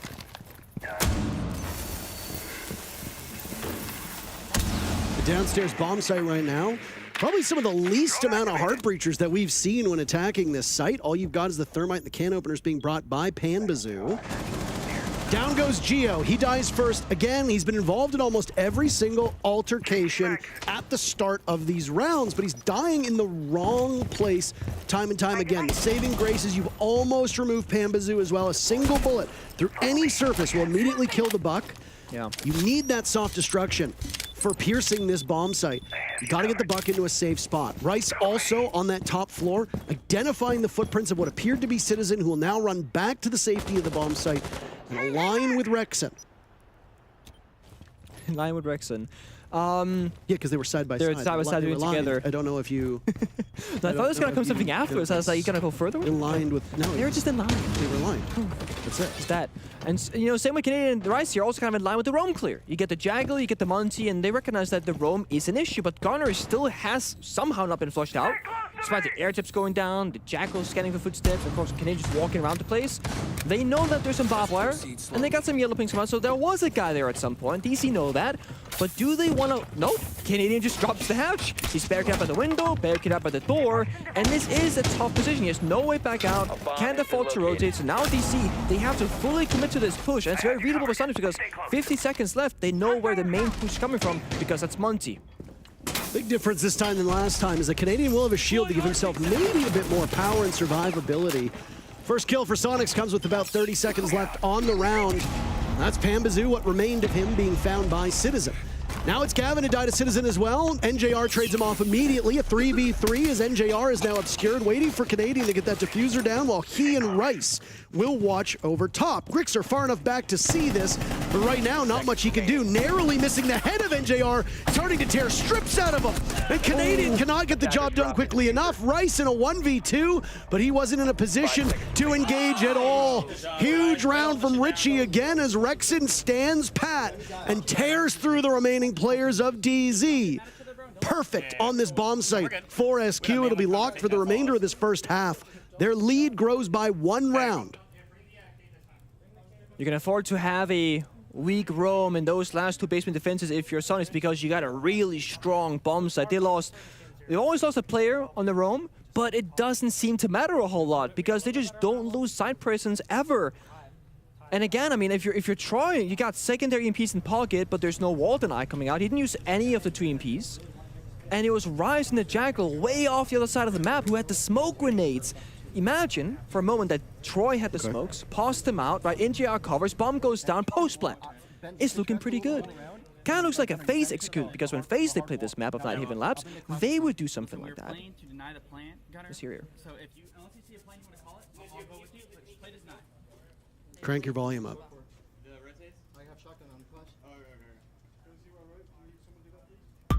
Very quiet, but they say they're playing heavily around the plant deny, which has kind of been their playstyle so far. The C4s, the retakes, etc. And almost like inviting DarkZero in, saying, hey, you can have this area, but we have an answer for that area every single time. Because that was a 2v1 the previous round.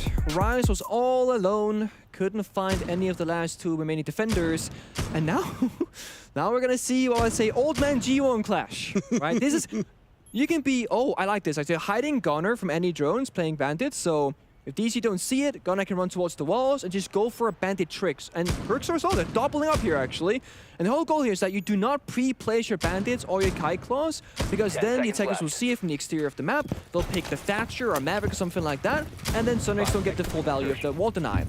Thing is, DarkZero either have the intel or are very good at guessing, because Rice has been seeking Thatcher the entire time during the drone phase. They are prepared for any sort of Walden Eye. They've read the situation beautifully. There's been a lot of chatter about Rice's role on this team and the expectations that come with being a member of DarkZero. Now, not that I want to acknowledge the peanut gallery, but I will say so far through these 3 rounds, Rice being left alive in a lot of these engagements is not really the problem. His job is not to be a force in the early to mid round. His job is to be there in the post plane, almost like on flank watch. It's very similar to a role that a former teammate of Troy's used to play, which was thinking nade. There were a lot of times, if you'll remember, on that SSG team where everybody would die and thinking nade would be on an island. And fingers would get pointed and say, well, why is he not part of it? Yeah. Well, because the overall structure is to not have Thinking Nade be a main component of the push. Yeah. He's there for what comes after. It's an insurance policy. Yeah. And if Soniqs are winning the engagements early and stopping you from getting the diffuser down, then you're going to struggle in the post plant because there is no and Rice's effectiveness will be severely shortened. And here we are, with Rice now 0-2, often in positions where it looks like he's lost, but is likely still fulfilling the role properly while the rest of the team ultimately comes up short. I agree with you, and I do think it's important to note that if you have a certain role and that's just you don't get to be enabled because you don't get there as a team, Rice and DarkZero gotta work together and change his role around, help his team get to that post-man position so that they're all enabled throughout the entirety of the round. We saw Gunner opt for the right wall in the breach. Well, Therma chose the left, so the wall gets opened up. The Bandit doesn't really pay off just yet, but he's gonna get a second attempt here. He's gonna get at least 1 Selma. Doesn't get any more.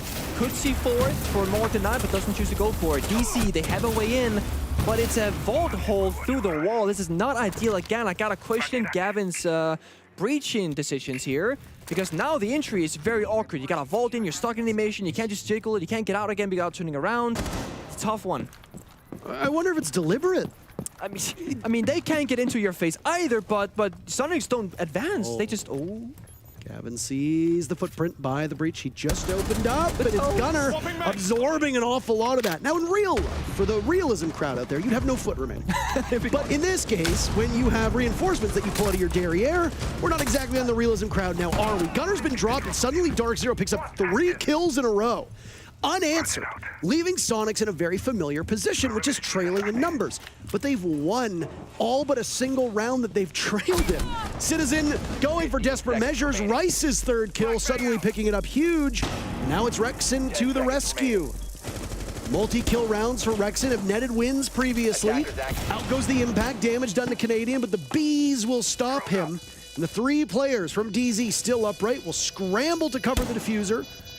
Rexen surveying that opening that was created. You said improperly by Gavin, but one thing you pointed out was that it doesn't really allow them to swing onto you, which will make Rexen's retake so much more difficult. He's got Rice lined up. A quad kill for the newest member of DZ is on the board, especially if Rexen attempts to disable that diffuser. Still a cam up though, and it's giving him information as now Rexen goes for the fake. And around the corner, he'll run right into NJR, prone on the ground with Canadian standing over top. Other way around, actually. NJR was standing, Canadian was prone. Guess what? Doesn't matter. No. DZ wins the round, and still not much celebration on their side of things. Even when they're winning rounds, DZ are unhappy with the results so far, and I think that might be the right mindset to hold the players accountable and maybe change the momentum in the game. No, certainly, and I kind of, we saw actually Rice get enabled about because he was now the post plant, like you mentioned, outside the building, shut down Citizen, just played very far back on that fish portion of the map, and it was NJR and Canadian who were the first point of contact. Rice is enjoying his time, and I think the reason why oh my god, Gio with the 360 on Clash. I think the reason why, DC aren't too happy with that round is because it mostly came off individual 1 versus 1s.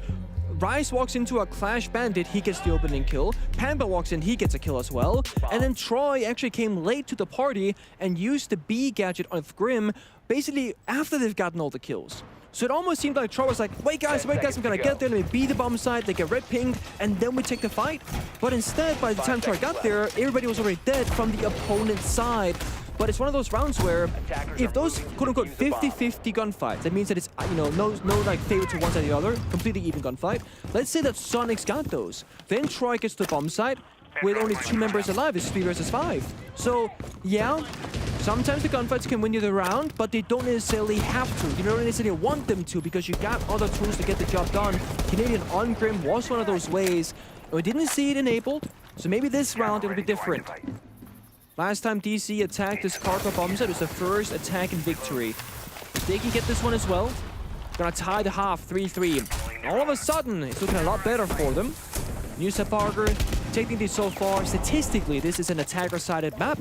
Well, it's slowly starting to look like it's more and more comfortable for the attacking side.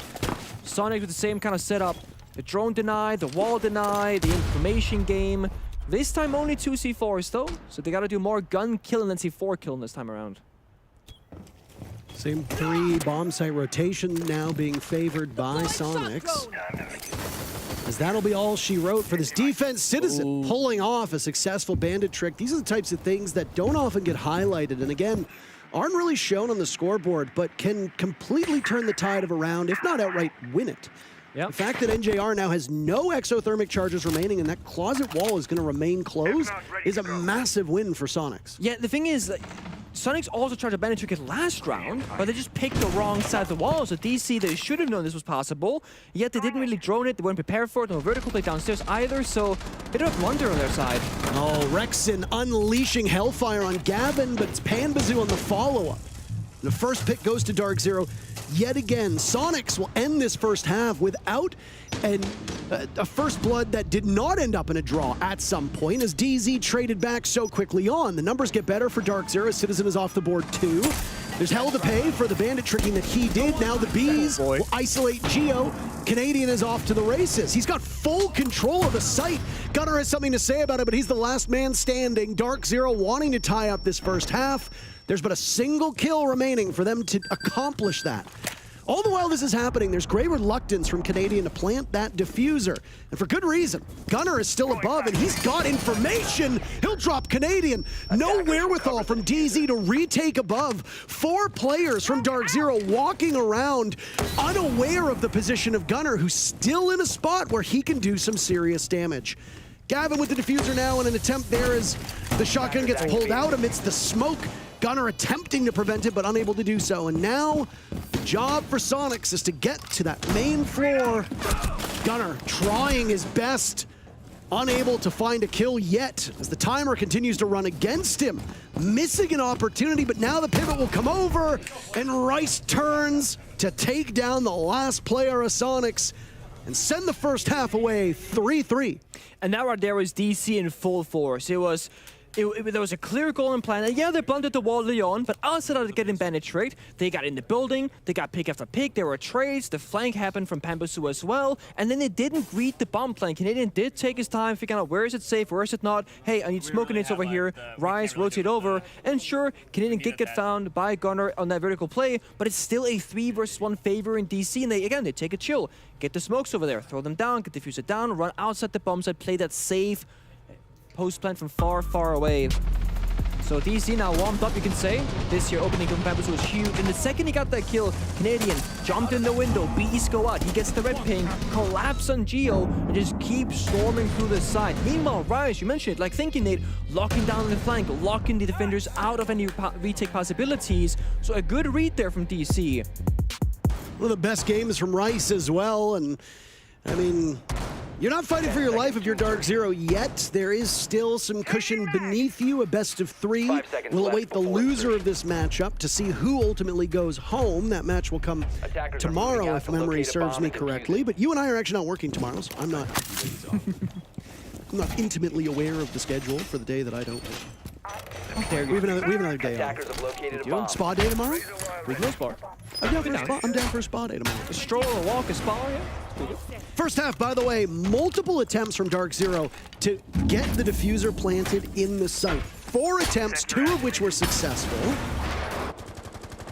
Soniqs able to do work to stop it from actually getting down. But DZ did tighten those screws a little bit as that half went on. They called a timeout at the tail end of the 4th round when they were trailing 3-1. They were the 1 in the 3.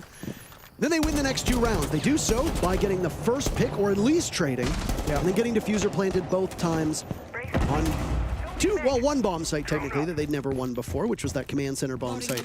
And Pambazu is not defending because the bomb site's down below, but is currently playing in. He knows he's got somebody not too far off. As a minute is off the board, there's been some damage done to Citizen, but outside of that, not a terrible amount of action. It's kind of a mirrored matchup where DC, they do the same moment that Soniqs did, but they're much less committed to it. They, instead of playing like for the kill or for the map control, they say, okay, kill a drone, do some damage, fall back. They're gonna rinse repeat this all the way down to the basement bomb site.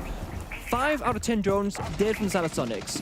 Citizen takes a bit of damage, and Panda, he's gone. He just sprinted down the fish staircase, playing the primary floor. He'll kill a drone there surely, then fall back to basement. The block here is excellent though. The vertical play from the top floor all the way down to the basement. Sledge can't do that. So when they get to the primary floor for the side of Soniqs, they have the vert already made without him to spend the entire time clearing the full map. Canadian got a read here. Post scanner coming out. They could look for a staircase retake flank if they want to. Canadian will make that call if he sees fit. Also got the C4 to follow up. You recall all the way back in the first half, Gunnar was playing on Valkyrie and had tossed up one of those C4s, waiting on the call from Grixer, who was on pulse to give information either on the sensor itself or on the black eye cams, and they got a kill from it. So the fact that Soniqs is able to find this and stop it, excellent. Now the Electric Claw that seems to be tripping up Soniqs' attack has been spotted too. Great value from the IQ so far, and it will continue to get better as well. Every time Canadian is on that cardiac sensor, Citizen's gonna see it. It's a nice game of cat and mouse. 35 seconds remaining in the round. Rexon dies first, finds his life ended at the hands of NJR with a shotgun close by. Geo's waiting for the vault on in with diffuser as Canadian scouts away, gaining more critical information.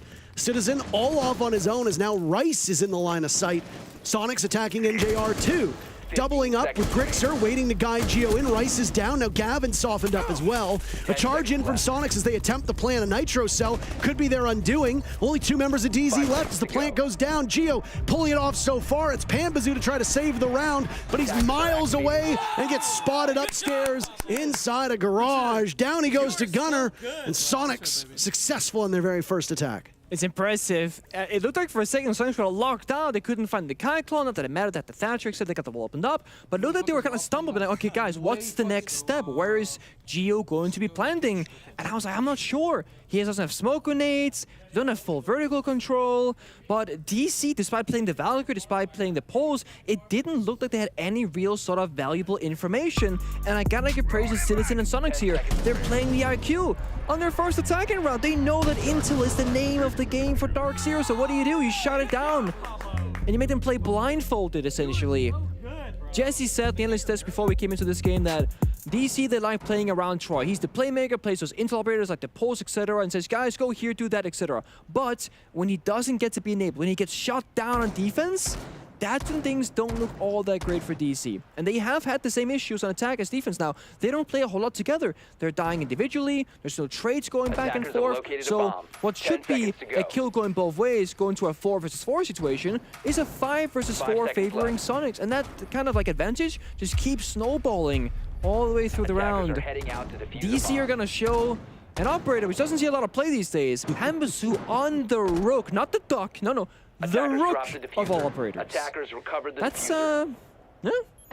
I really wish that we had Fresh handy on this broadcast because he's been keeping track of which operators have and haven't been played. I would love to know Rook's pick rate at the present moment because I don't think you and I have seen a Doc personally. But that doesn't mean they haven't been played. There have been a lot of matches, and on the play-ins there were 2 streams going, which meant there's a challenge for us to try and keep track of it. All the same, why do you bring a Rook in this particular situation? I was trying to feel like, you know, usually the debate is like, do you play Doc or do you play Rook? And Doc just comes ahead like 99% of the time. Rook is typically your go-to operator if you're expected to get grenaded from below because you get more max health and you'll always get injured. You cannot die outright to a grenade. You'll always get injured first and you're revivable. So it takes 2 nades to kill you instead of just 1. But nades haven't really had any presence. Soniqs last round didn't play any grenades. Soniqs this round, we're also not playing any grenades. So unless you wanna get hit by a drone from Flores, or a terror drone, to then get injured, I don't really see the value here. What it does do, however, is kind of like what Finka does in attack. Everybody gets a bit more health, a bit more sustainability in gunfights. You can take more damage before you die or get injured. So it could be a fighting side here for DC. So you know what? Everybody get more health. Pamela gets a good scope and a good weapon. Take the fights, take the conversations to Soniqs, and maybe try and catch them off guard. Because that is kind of how Soniqs they lost yesterday against Bleed on Skyscraper. Soniqs were surprised by the aggression from Bleed, like seemingly so at least. And DC so far, they've been pretty predictable.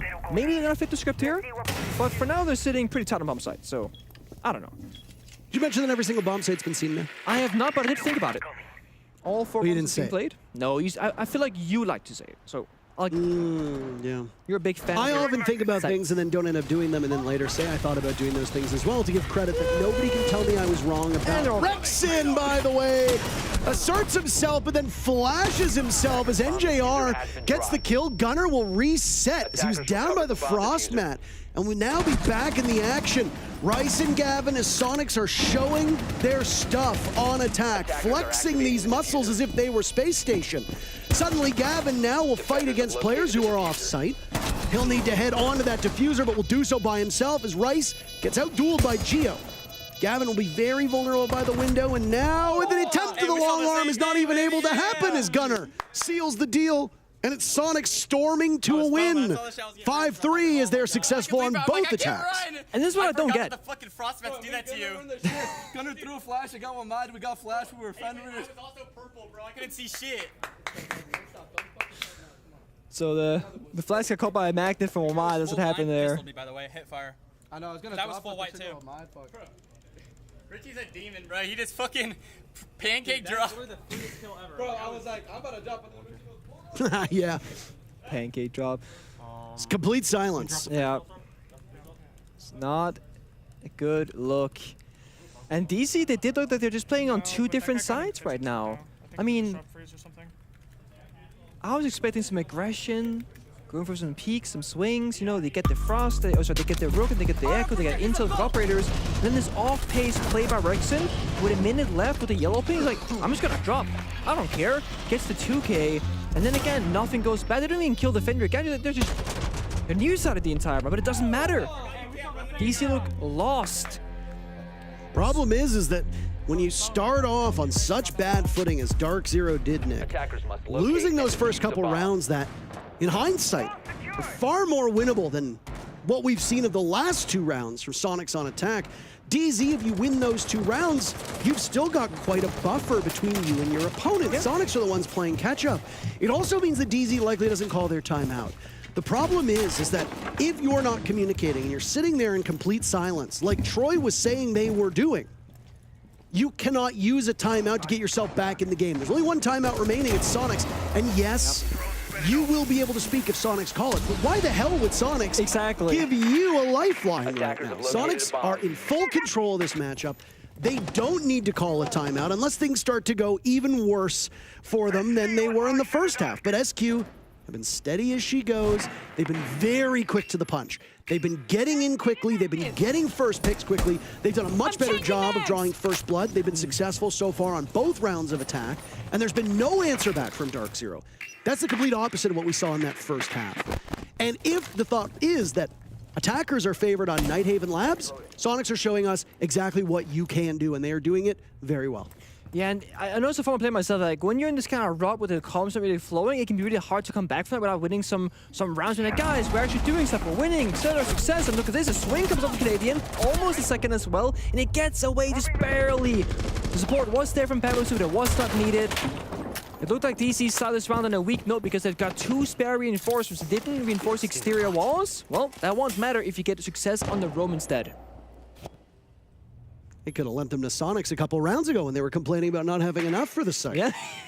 Well, I got some extra now. Maybe we'll go back in time and help you out. A different look now for Soniqs offense as they're going to struggle with this bomb site more than they did the first time they went to it. So now it's Citizen taking some damage, but the beauty of having a 3 armor or 3 health. Gridlock is that a single point of damage is not much. Look at how little Citizen had done to him. Now it's NJR, long range, contending against Soniqs as this round has flown by. Yep. Thing is, there's no smokes again. Geo playing flashbang, so no easy way in here for Soniqs. They got nades though. Citizen, if he can get into the right position and use those grenades, could give away in for Geo, but maybe they want to hatch instead. Geo does have a spare exothermic charge, or maybe just down the staircase they go. Yeah, full send. Why not? Geo leading the way, which might be a bit risky as he's the one with the diffuser. They'll hit the barbed wire and maybe draw somebody's attention. Rice, I mean, a terrific game by almost all standards, now posted up on the door. Prepared and ready for them to walk on in, but he's in the wrong part of the bomb site. Geo's gonna plant where Canadian did previously. You're very susceptible to a nitro cell at this point. Rice spotted, found out, Gavin taking damage. Canadian already wounded earlier on, but they just weren't able to get the diffuser down. DZ wins on time. They buy themselves another round in this matchup, and the lead that SQ has shrinks by 1. Canadian doing so much work in these rounds. First on attack, become the entry. Now he's roaming, getting intro kills, running back to side, retaking first floor, shutting down the plant, pressuring the roam. Somebody help this man. I mean, sure, Panda was there for the roam game, but Canadian said, I don't need you right now. Got to kill himself and got out. It looked really good for Soniqs there, but time became an issue. Not so common for them, but in that round, well, it certainly was. Might be curious about the story between these 2 teams, how often they've played each other. Domestically in the NAL, they've played each other 3 times recently for this entire year, from invite till now. You say 3-0 for Soniqs. Not great. Whereas internationally, it's tied. They played each other at SI23, and it was DC who came out on top. Then they rematched again in Copenhagen, where Soniqs destroyed them 7-1. And now they're here. So internationally, the winner here, they kind of take the lead and say, we're 2-1 for the year. 5 seconds to insert. Whereas domestically, it's just Soniqs. But I will say, out of the 5 times they've played each other, they've played 1, 2, 3, 4. They played 4 maps going overtime, going the distance. And this is also, this is classic DarkZero. It would only be a DC game against Soniqs if they go to overtime. But when we talk about the mental side of the game, how frustrated DC they seem, and how much work Canadian as an individual is doing in these rounds to win them, I don't know if they have the energy to go there this time. Allow me to reference a tweet that was made by @Intero at 9:15 p.m. on November 1st that said, and I quote, DarkZero win a series without giving their fans heart attacks challenge. In brackets, impossible. And I would like to once again reference this because while DarkZero are not necessarily winning, it's not easy being a DZ fan. Right now, it's not easy being an NA fan, period. This region flat out sucks right now in Atlanta. The only way that NA wins is when they play against NA. That's it. And that's because both teams can't lose. It's impossible. But beyond that, this region obviously has some serious work to be done. Soniqs have looked like, I would say, the sharpest NA team so far at this event. DZ have their moments where they do as well. But what we're seeing right now is the two teams that I think have the best chance of advancing for North America colliding on a map where there is, I would say, and you said, a potentially clear favorite here. Yeah. It's a slow one here for Soniqs, but they also got a slow setup. The gridlock, the Nomad, the IQ, they all have things they want to accomplish before they get into the fights, right? Get the air jabs down, get the Stingrays in the flank as well, and then Citizen on IQ, who can be an injury player, has to find out where's the pulse. Where are the Valkyrie cameras? Guys, over here, over here, over there, shut them down, and then now, with a minute and 10 seconds to go, now every single attack in member of Soniqs, they are enabled, but they've already done a step in this round. They've cleared utility that they need. They're on the primary floor. Citizen's just walking to bomb site here. Okay, well, I mean, if you've got nobody watching it, take control of it. He doesn't have the diffuser. Geo will have to walk that one in, but this will be quite the rude awakening for DZ. A Nitro Cell gets his back, but it's not before Gavin can die. Neither team gaining an advantage, but Citizen showing DZ that there are some very obvious issues that cannot be overlooked in this defense. Now it's Pambazoo on flank, a nice shot on the gunner. Pambazoo's stats not positive at the moment, but he's got the read on Geo, and he assassinates him inside of the site. Soniqs only 2 remaining. As there goes Gas, lingering in front of Grixer. Diffuser down as well, needs to be retrieved. Pambazoo dies to Grixer, but DarkZero hanging on for these final 20 seconds. The job for Soniqs at this point is find these last 3 players or get Diffuser down. Rexon inside the site. Once again, DarkZero not retaking, playing from above. Are they going to allow this to happen to them? No, they won't. Rice and Canadian had information. They get into position, even if it's a bit late. And we're going to need all 12 rounds as it's tied up 5-5. And that's just it. Information was the winning factor for DarkZero. And what did Soniqs have? They had an IQ, Citizen, but he went for the bomb site play instead. I was talking about how, they had done the work first. He found the cameras, they killed them, and then you go for that side play. But Pambazoo on the flanking garage had a red ping and a yellow ping. So there's a camera both inside the bomb site itself as well as in the garage catwalk area to ground that information. So I think Citizen on the IQ simply missed the cameras, or they're in a position where Soniqs simply couldn't deal with them for whatever reason due to line of sight.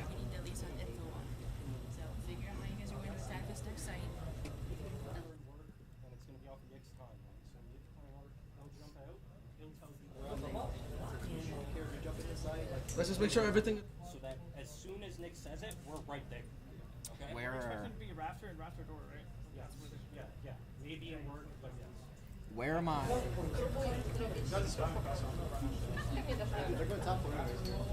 Or you could run like Habana too and just clear all of them. Not always the easiest to hear what's being said by these teams, but the listen-ins are one of the best parts about live events. When the crowd is welcome here to Atlanta and we are playing on the main stage, it will be all but impossible to hear what is being said by the players unless we directly connect to the server that they are using to communicate in. But when we're in a closed studio environment, as we are right now, there is nothing stopping us from miking up the player area and being able to hear. That was one of the best things that happened at the Six Invitational back in February, was we got to hear what the teams were saying, and it led to some incredible clips that are still shown to this day. Some of them are for good reason, and some of them maybe not for such great reasons. Hey, content is content, For both reasons. And I mean, it gives us an insight to like what's going through the player's mind live in the moment. I mean, we heard Canadian kind of discuss where they're expecting one of the attacking players to be coming from, just like we heard Soniqs say, hey, they often play by the garage door on catwalk rafters. So some expectations here from both teams, studying each other, of course, prepping for this match. And I was in that last round, yeah, Citizen went for that, you know, sneak play into the bomb side, but there was a C4 below, and it's shut down immediately. So it really is a cat and mouse right now. Intel or counter intel. The Soniqs, they changed things up for the first time here. Aggressive Citizen on the finger, Geo on the Monty. They're gonna change up the pace, change up the style, and DC now have to adjust to that live in this round. And honestly, I mean, if you want to just look at the numbers that you see on your screen, there's not really been anybody who's falling below where they should be for their role. I mean, maybe Citizen on 4 and 6 is the only player who I would maybe point a finger at.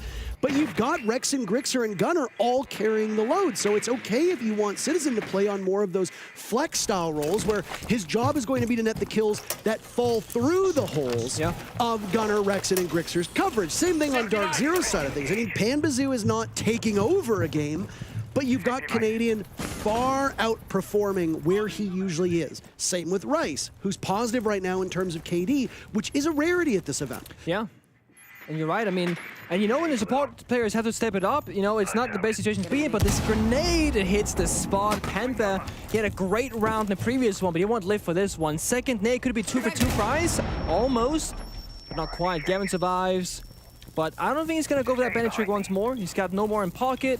I think all the batteries got destroyed by the grenade, so now Sonic's got to weigh in. NJR slaughtering Gunnar, allowing Gavin into this spot where you are not expecting somebody to be. Grixer pulls off of his position. Canadian out-dueled by Citizen, so I said that he wasn't performing up to snuff, but he's pulled even in terms of numbers and will use his first adrenal surge as he now joins up with Rexen and Geometrix. I'd say they align, but I don't want you to question my word choice. And they will once again.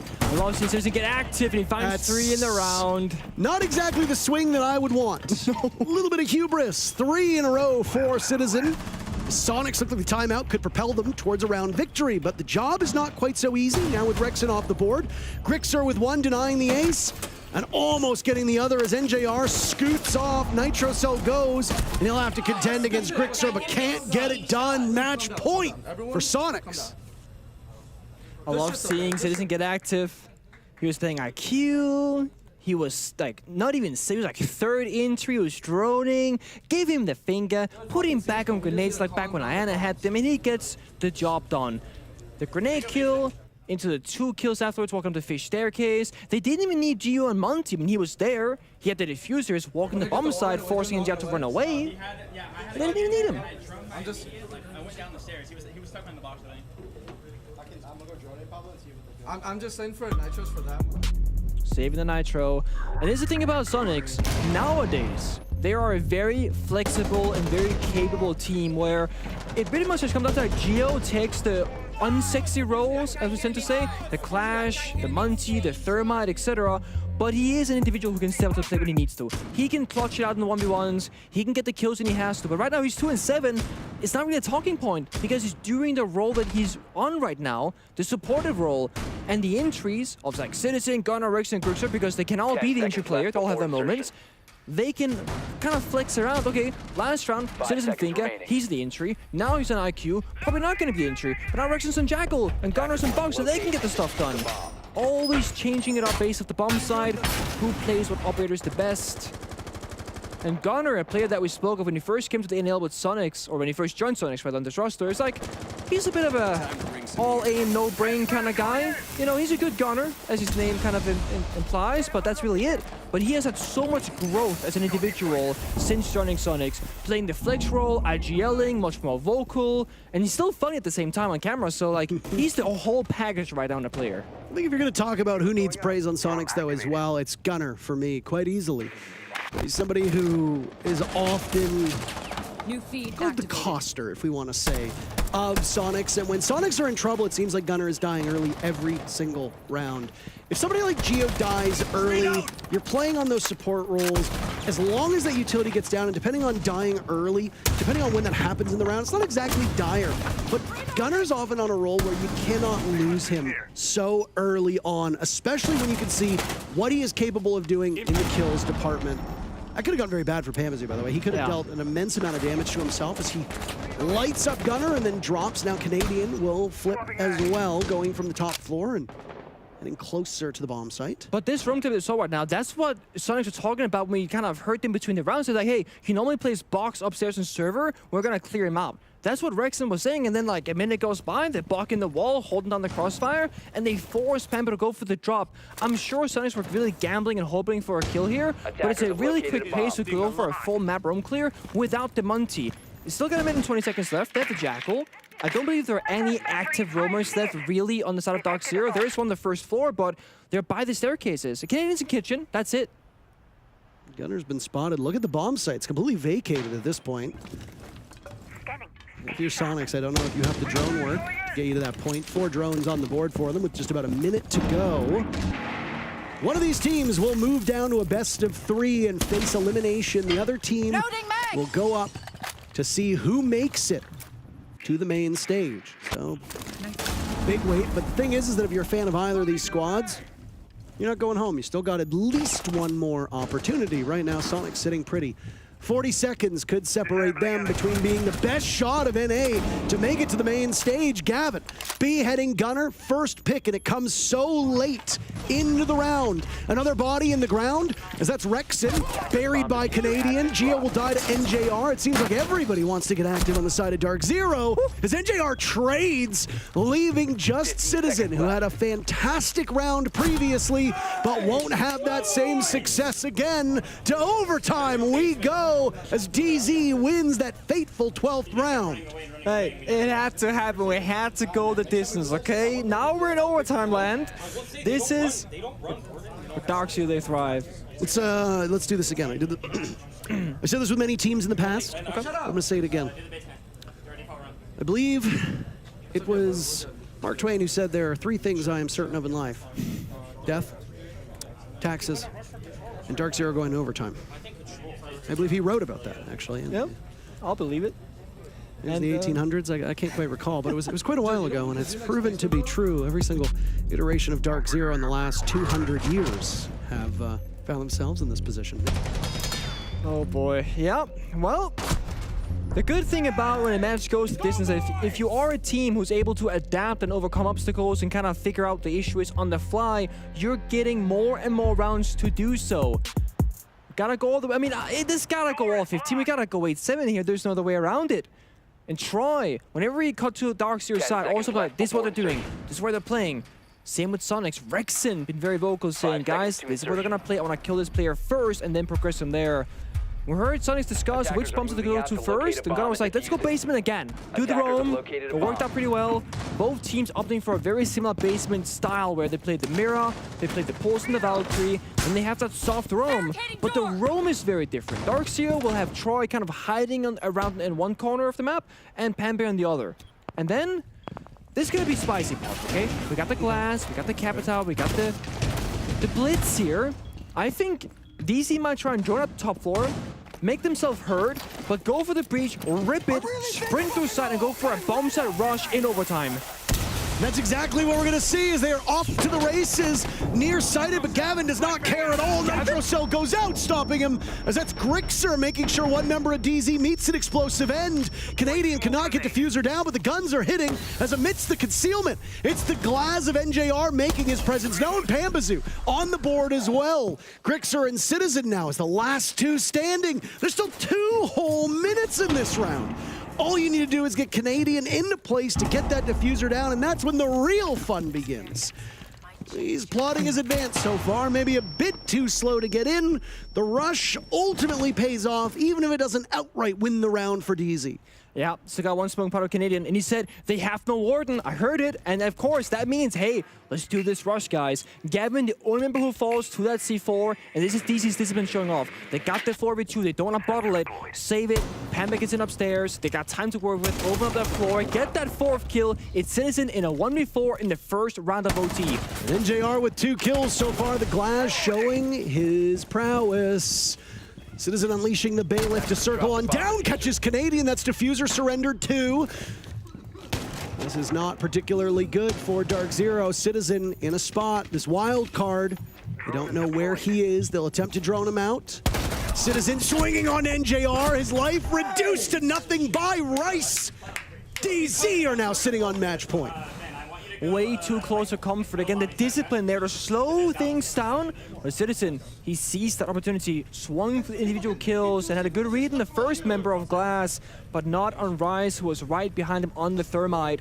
And again, comes down to adaptation and problem solving on the fly. DC said, well, we have a passive roam replay basement, but Soniqs, they are quite all over the place, much more committed to the roam. They are vulnerable to a bomb site direct hit, that rush that we just witnessed, and it was done almost flawlessly. I do think Gavin kind of ran a bit too far here, right? He could lock out Grix on the poles inside this extra room and just play on the door in the blitz. Instead, he runs through the C4, and it lands behind him because of it, and he basically dies to it. But it doesn't matter, because the team collapsed together, and Gavin's role, if not to get the kill, if not to lock out the poles, is to deny the crossfire by forcing Grixer back into Exo, and he did exactly that. And he burned the C4, so there's no plant deny or follow-up either. So despite Gavin falling early, he did accomplish the job almost as good as it could have been. Only better result is, of course, to get the kill. DC, they find that first overtime round victory and do it convincingly and decisively. Attacker's objective is to locate a bomb. Calling for a passive rehost here from Soniqs. Gio says, I'm stuck. There it is. Really unfortunate timing that a rehost would happen on such a critical round. You gonna put on a tinfoil hat here? So, oh, right. Soniqs lost the round. Now they called. No. No tinfoil heads here. A rehost that launched 1,000 tweets, I believe. Ooh. You could potentially say. Ooh. I mean, this is the thing. It sucks to have this happen in overtime. It sucks to have it happen at any point in the game, of course. But competitive integrity is very important. You want these overtime games to be played 5 versus 5. It happened in drone phase, in prep phase. Nobody died. Nobody had any confrontations on the map. And we see Gunner's face. He wasn't very happy about it either. He didn't look too keen on the fact that they gotta slow things down here. But hopefully, they'll rejoin the lobby quickly, get things set up. And there is this situation where you cannot talk to your team during technical pauses. This is technically a technical issue, so to speak, as a rehost. So you sit there mostly in silence, just being like, guys, cool, I guess. You can talk, I just don't know if anybody's gonna hear you. Doesn't seem like they're talking.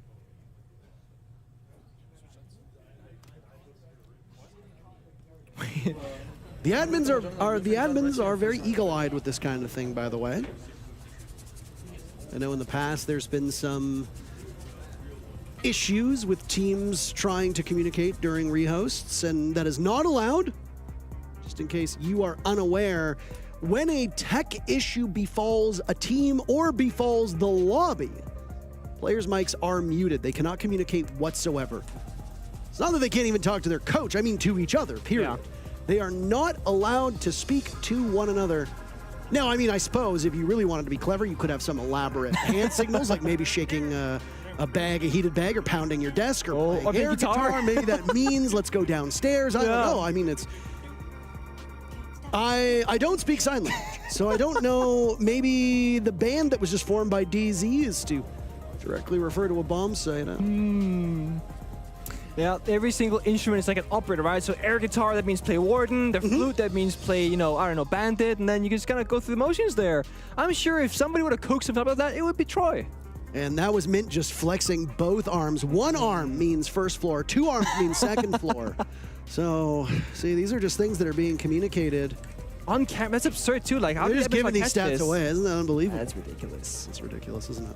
I mean, you can do it when you're home online because the admins are not in your room, but maybe they're not. Caught in 4K right here. Whenever I see into here, I'm always like, one more bite. I just can't, you know? It takes me back. It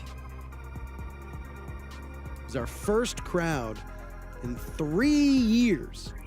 It produces one of the most memorable bits of crowd interaction. When we were on a rehost, there were some issues with the land build during the Charlotte Major, and I mean, a good time for you to get your potassium, I suppose. As good a time as ever. I mean, that clip went viral, not just in Siege, but like in esports, right? It was, they were like, oh my God, Siege is great, look at this clip. And I was like, yeah, we're pretty good over here. You know how I knew that DZ was ready to play? Because one of the one of the team managers came into catering when I was talking easy, and she goes, I'm looking for bananas. I was like, of course you are. These are playing up. Because you've got Troy King Monkey currently playing, and his band of banana eating enjoyers. You know, his merry band of banana eating enjoyers. So we've almost got everybody in the lobby. We're just waiting on one more, and then we will get things underway. We know that you are on the edge of your seat. Unfortunately, there were some other things. Canned polar bear? Canned polar bear. It's like Canned polar? I think you get those at airports and at like souvenir shops where it's like you can get like a canned moose, canned polar bear. Cute. Obviously, that is what our culture up in Canada is distilled to, is a canned stuffed animal. Yeah, why not? I think for a nice souvenir. I mean, the stuffed animal meta that we are currently in is it's good. Really, it's getting outrageous. I mean, you've got that horrific giant catfish that has been named Joel, which, by the way, if you are currently watching this, I don't know because we didn't listen with sound on if Dev and Mandy talked about this in the previous matchup, but if you are following the Rainbow Six channel on Twitch, I apologize to all those of you that are watching on other platforms. If you are following the channel on Twitch, not being a sub, just following, you get access to the Joel emote. Yep.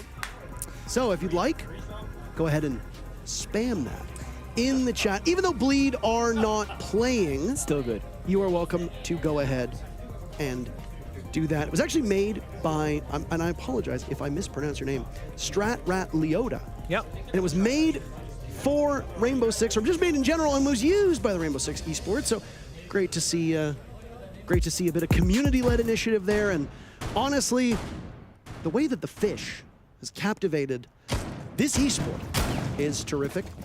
Oh yeah. Fans of the fish, you want Bleed to go to the main stage. Such a good story and bit of content there. And the Joel emote is like the fish in like an operator outfit, I believe, or something like that. So it's like it's an operator now. Yep. Yep. It's phenomenal. But we are back in action.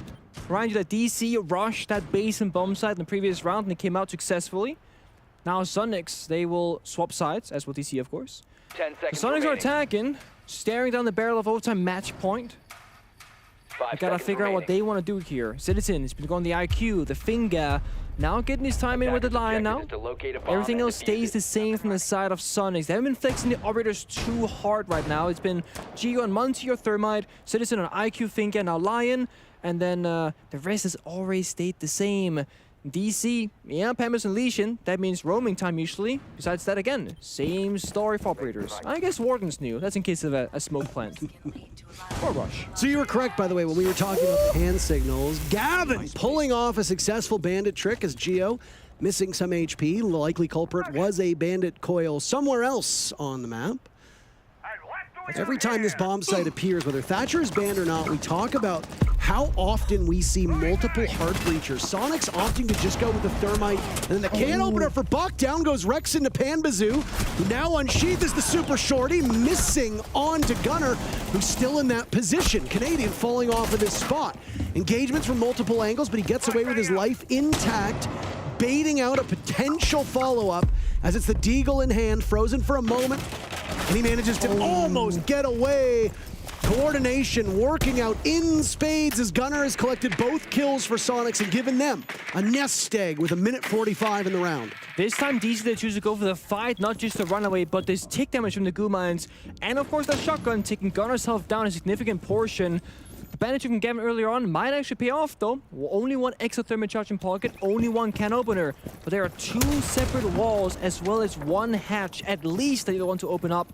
So Soniqs will not get the entirety of the hot destroyable walls or hatches opened up. They gotta make their choice now, which one to choose. The 3 versus 4 favoring Soniqs. They got the bomb, they got the verticality. Losing Rexen on Jackal is not really too big of a loss because they cleared the roam, but Gunner almost falls to the vertical play from NJR. There's so many silhouettes down below Gunner as well that he could follow up on, but unable to do that. NJR gets the down but loses his life as now Grixer vaults in and Gunner can be recovered quite easily. Gavin and Rice, the last two for DarkZero, familiar position for them as there's still time for Soniqs. Gavin retaking from above. That's a lot of weight onto Rice, who's had struggles before. Nice shot by Gavin as now he will drop missing out on these Soniqs players. He'll be helping Rice as there goes an E1D. The last one from Citizen. Geo in, planting the diffuser, but he doesn't see Gavin. There's a blind spot.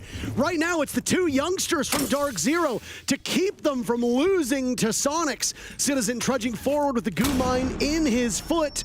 He'll have to stop for about a moment, and that pause could be an opportunity for DZ to capitalize. Grixer to prevent Soniqs from going down into an elimination match. He's got one target in sight, but he doesn't get it done. DZ pull off the comeback.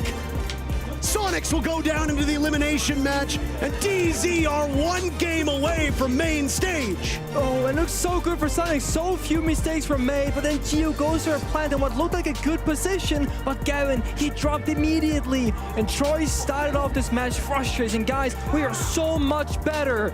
And eventually, they became that team we spoke about. They played together, the cohesion, the decision-making, playing proactively, and Troy himself had a phenomenal series against Soniqs. It almost looked personal when you play these domestic matchup, NA versus NA. It kind of is. I mean, it's always personal when you are one of the loudest players in North America, as Canadian is. Yep. There are lots of teams that want to humble him and silence him and his team. It looked like SQ were so well positioned to do that. They were up 6-5, or they were up 5-5. They turned it around. They go up 6-5, but it's DZ winning the final 3 rounds to close it out. And again, DarkZero get the job done, but it takes so long. Yeah. Why not have a relatively easy matchup, DZ? Have you ever considered doing that? No. From here on out, the matchups don't get any easier. They only get harder. There's a lot of work to be done for DarkZero. They know that. They know that, but I think today they showed a great amount of adaptation. And I mean, just the sheer confidence to go for that rush first half overtime. The Troy says, you know, they got no warden. Let's just go for a side rush in overtime. It's that kind of stuff that you see at the highest level. The man who ultimately saved the matchup and saved the round, Gavin, well, he's going to be joining the desk to go in depth about that match. Thanks, boys. That one was a barn burner and a half, and it ends with DZ knocking off the Soniqs. Finally, I guess third time is the charm facing these guys on Nighthaven. Gav, talk to me about why Nighthaven felt like the play. I mean, I don't even know what to say. I mean, we had the prep. You know, they didn't think we were going to take them there. We beat them map bans and came down, we won the game. Yeah, dude, it worked out. You seem pretty relaxed for having a phenomenal last round, a phenomenal game. No, I'm shaking. Oh, are you? Because you got up to the desk, you let a sigh out? Nah, I'm like that. Tell me about the last round.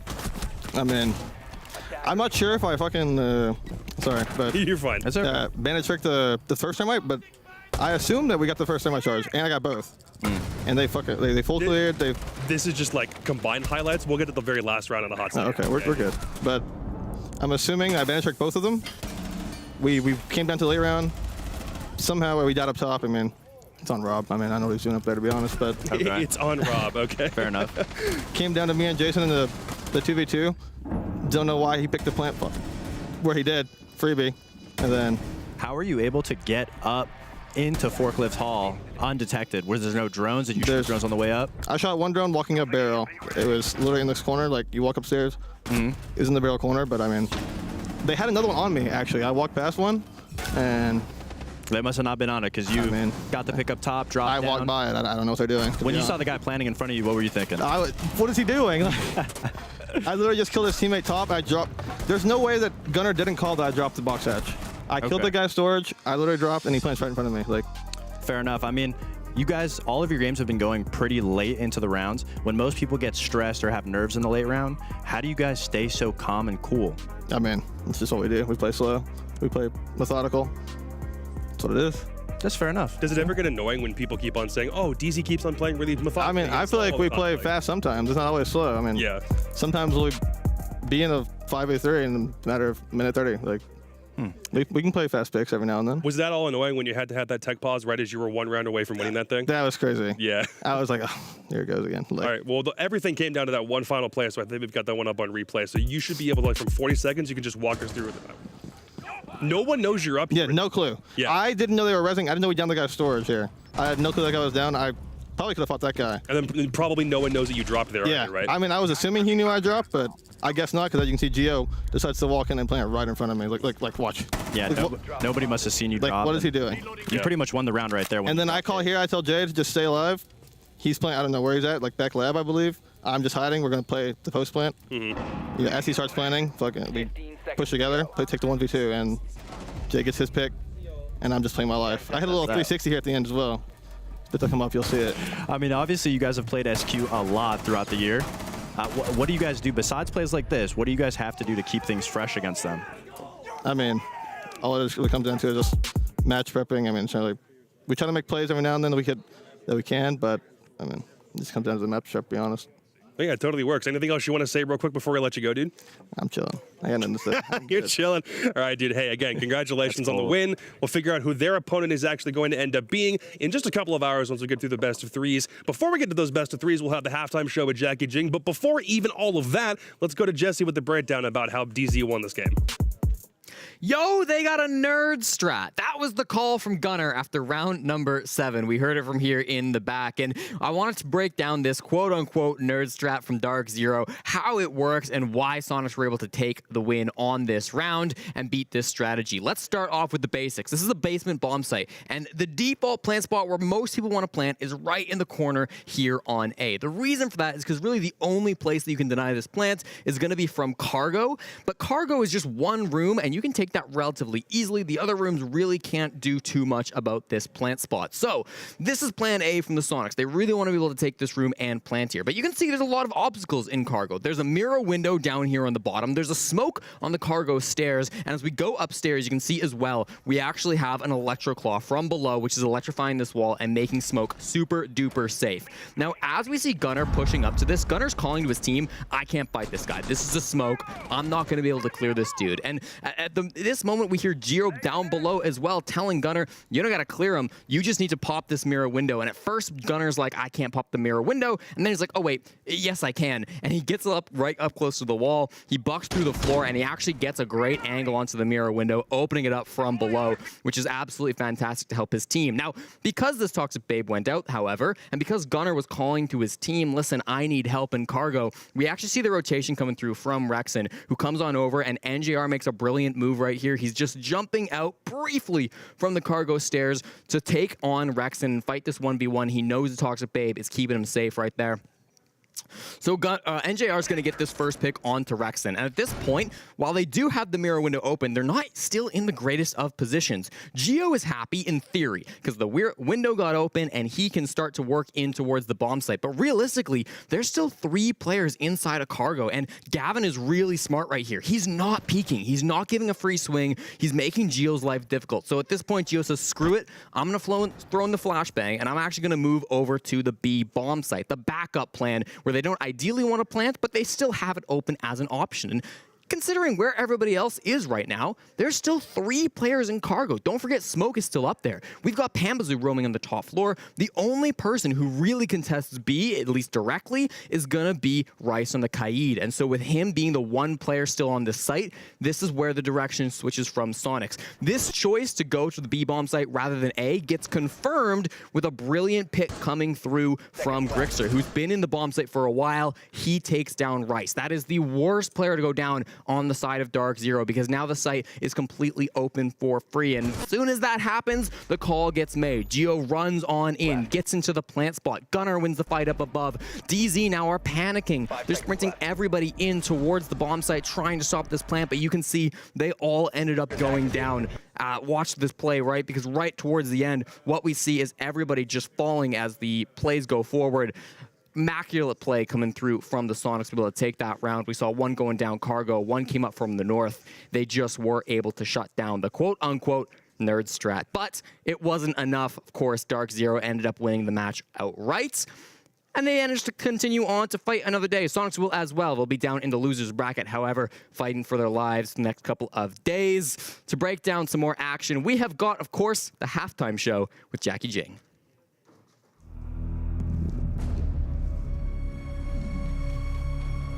It's time to make history.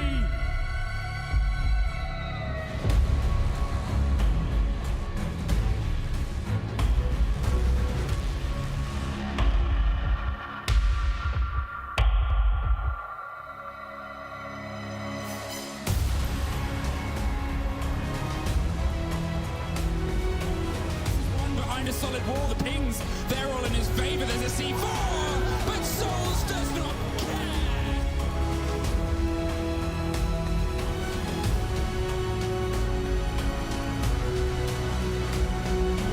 One kill away, and it's Volks to die. A new generation pick up where legends left off.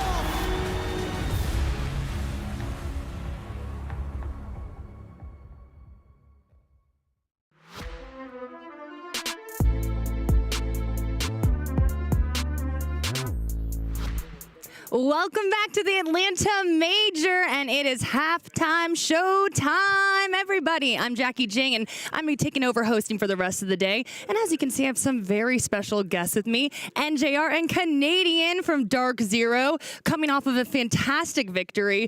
Obviously, my first question, how y'all feeling? You have to just be overwhelmed with joy. That was such a tight one. Definitely feeling good. I mean, always happy to win. Also, I mean, a little sprinkle of it's a Soniqs, and like they're kind of our, I'd say, number one NA rival at this point. We play them so often. They like to talk trash to us, and I mean, some of us like to talk trash to them too. I saw you rocking the air guitar at one point as well. Yeah, I was during the tech pause. Yeah, some Can't Stop. Okay. I thought it was Don't Stop Believing. I was a little bit off. No, can't. You were playing the drums, right? I'm just kidding. No, Gav was with me. Gav will always sing with me. No one else. No one else. Pre-game, we have the speaker and stuff. Gav's the only one that sings. I mean, I guess Kyle too. You're going to have to join the band next time. But tell me, are you relieved? Are you feeling nervous at all? What emotions are you feeling? I'm pretty content. Not content, but I'm like even. Even. Neutral. Okay. I'm good to go. I've never heard that answer, but I like that. Like, Job's not done. Balanced. Job's not done. That's Job's how I like not to. done. That's Nick's mood. Job's not done. Yeah, Job very, not very finished. true. Job finished? Job is not finished. Job's not finished. Job not finished. Okay, we clarified that. But okay, y'all have never done the halftime show before. So right now, only subs can chat. And so subs, we want you to drop your questions, anything you want to ask NJR or Canadian, these star players. Just drop them in the chat right now, and I could ask your question. But we have a special twist on the halftime show today. As you can see, Connect 4. So I'm going to throw questions at y'all, but you're going to be playing Connect 4 against each other. And it's kind of funny, Canadian, you didn't know that this was a part of it. You're like, no, Jackie, I don't play my teammates. That's my content rule, is that I will say yes to any content, but normally if I have to play something against my teammates, I don't like to do it because I get competitive. And Nick might be the worst one for this because Nick also gets competitive. Oh, no. And me and Nick, anytime we play stuff, we get a little at each other. Okay, well, who's going to start? Well, I'm starting. Okay. We're not going to do rock, paper, scissors or anything? Oh, I mean, we can, but like. Okay. Rock, paper, scissors. Best Are of you one, guys best rock, of three? paper, scissors, shoot? Yeah, one, Best of one. Okay, best of one. Best We of only one. have all day. Okay. Yeah. Rock, paper, scissors. Whoa. Well, are you 1, 2, 3 shoot or 1, 2 shoot? I think 1, 2, 3 Rock, paper, shoot. scissors. Okay, I'm just a little excited. All right. Rock, paper, scissors, shoot. Oh, tie. Rock, paper, scissors, shoot. Okay, there you go. Okay, so you begin, Genius. NJR. Also, everyone in chat, you can help out. Tell us what you want them to do. If you're like, no, put it there, put it here, then, we're happy for that feedback. NJR, please The begin. camera actually looks like I already got 3 there. No, you don't, though. Yeah, but you don't. Wait, Yeah, watch yeah. us, watch No, us. no, that- Camera, wait. Okay. Change the angle. I already won. Going for the middle, that's always a smart decision. Okay, what are you, pulling it closer to you? Yeah. Okay, right next to him. I feel like it's kind of like a mind game. Are you trying to get into his head? I'm already in Nick's head. Oh, really? Yeah. What is your strategy here, NJR? What are you thinking? Yeah, Nick, what's your strategy? I'm really going for the 4 in a row here. Oh, the 4 in a, I think that would be a good advice. That's definitely one to go for. That's cold, Nick. So let me throw some questions in the mix now. Who's usually the when I get most 3 in a row. underrated player in the scene? Most underrated player. Oh, I almost said a word I shouldn't say. Keep on going. Whose turn is it? Come on, Nick, focus Most up. underrated Let's go. player. Let's go. Who's the most Multitask. underrated player? I actually want to say It's your turn, JV92 on W7M. Okay. I know agree. Nick's going to agree because Nick's a JV I'm fan. a big JV92 fan. Okay, But I like think those he's a beast. answers. And yeah. Okay, three. Not a You're people- gonna cut him off. Yeah, you gotta cut him off. Okay, next people give him question. credit. Most overrated player. Oh, there's a lot. Oh, there's a lot. Oh, yeah, let's have Nick talk. Ooh, Nick's got a list for this one. Okay, let's hear it. GG smoked. Well, oh my goodness. Oh, you were I was thinking too- too much that was about too your exciting. list. That was an Yeah, exciting that was question. part of my game. Okay, well, round 2. Okay, Most grab your overrated. colors. Grab your colors. Okay, here we go. Also, chat again. Remember, Nick, don't you be gotta- afraid to help us out here. And if you have questions, we want to see them. Right now, I'm not getting any popping up on my. Oh no, I just got like 8. If you really want, you could do top 3 most underrated I or wanna see it. overrated. I'm gonna throw Newers in there. Okay, Newers. Oh, Newers. Oh, okay. I like that. Fox Top White. 3. Okay, first of all, I asked for 1, and I'm getting like a Well, full list here. I just know Nick. I know how he is. What? Okay. Oh, it's ooh, not I forgot to close it. That's my All bad. good. All good. That's Okay. on me. Canadian starting this one, by the way. Wait, now I can change my move. I don't know Okay, if I can middle, think- I didn't middle like my again. move. That's a I can't smart think- I can't tactic. think 3 right Chad, help us out. Remember. And then while you're going, let me go. Okay, so which team would you be most interested in facing at the finals? This is a sub chat question. Keep on going. Oh, keep on going. I forgot the finals is the like the whole thing. Mm-hmm. I feel like You go all the way. for Your the turn. for the sake of the show, it'd probably be G2. Okay. Oh, that'd be fun. For I think entertainment for- value. Yeah, and I think it'd be a good game as well. But also, I mean, can't get ahead of ourselves. We got our next game, and it isn't G2. So- Very true. Thoughts on GK's run? How concerned are you about teams like Bleed and GK? I'm you. not concerned. Oh, what? I NJR with mean, a I just- smack dog. I mean, I just don't. Yeah.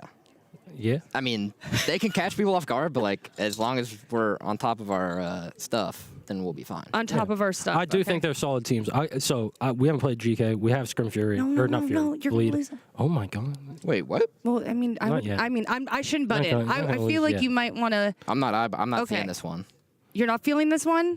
Chad, help us out I here. just don't see what's happening. Okay, what advice would you have for a new team just starting out, trying to go pro?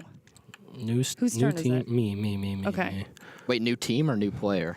I think that a new team just trying to go pro. Okay. I mean, figuring out your roles. Don't forget Connect 4. Figuring out your strengths and weaknesses. I like this heartfelt advice in the middle of Connect 4, by the way. Becoming a team.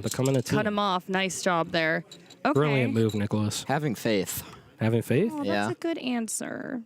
What is your best moment in your careers?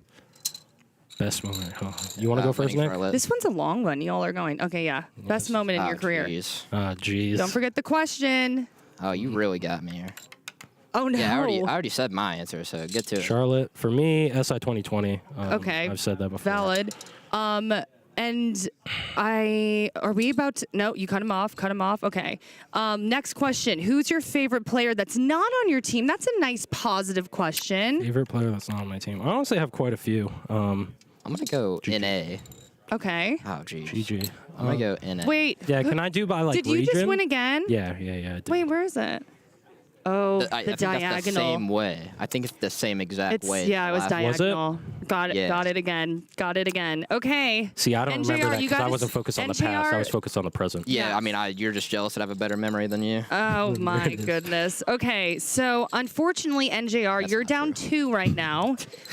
So let's see if you can come back here. All right, I have set up the Connect 4 again, and then the next question: how many chickens would Okay, it we take need- to kill a lion? We didn't even answer their favorite player one. Oh yeah, then help. Go. Do we want to do by region? I think. Are we doing it by region? One of my favorites. Don't that- forget to play the game though. Okay.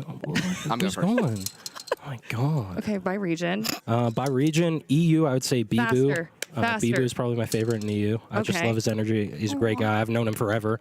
Great 'cause hair. That we've Or both loss played. of hair, I guess, Yeah. recently. I mean, hey, it looks good on him. It does. It does. I don't mind. So, So that was your regional pick. You're not winning this. No. I want Doki for EU.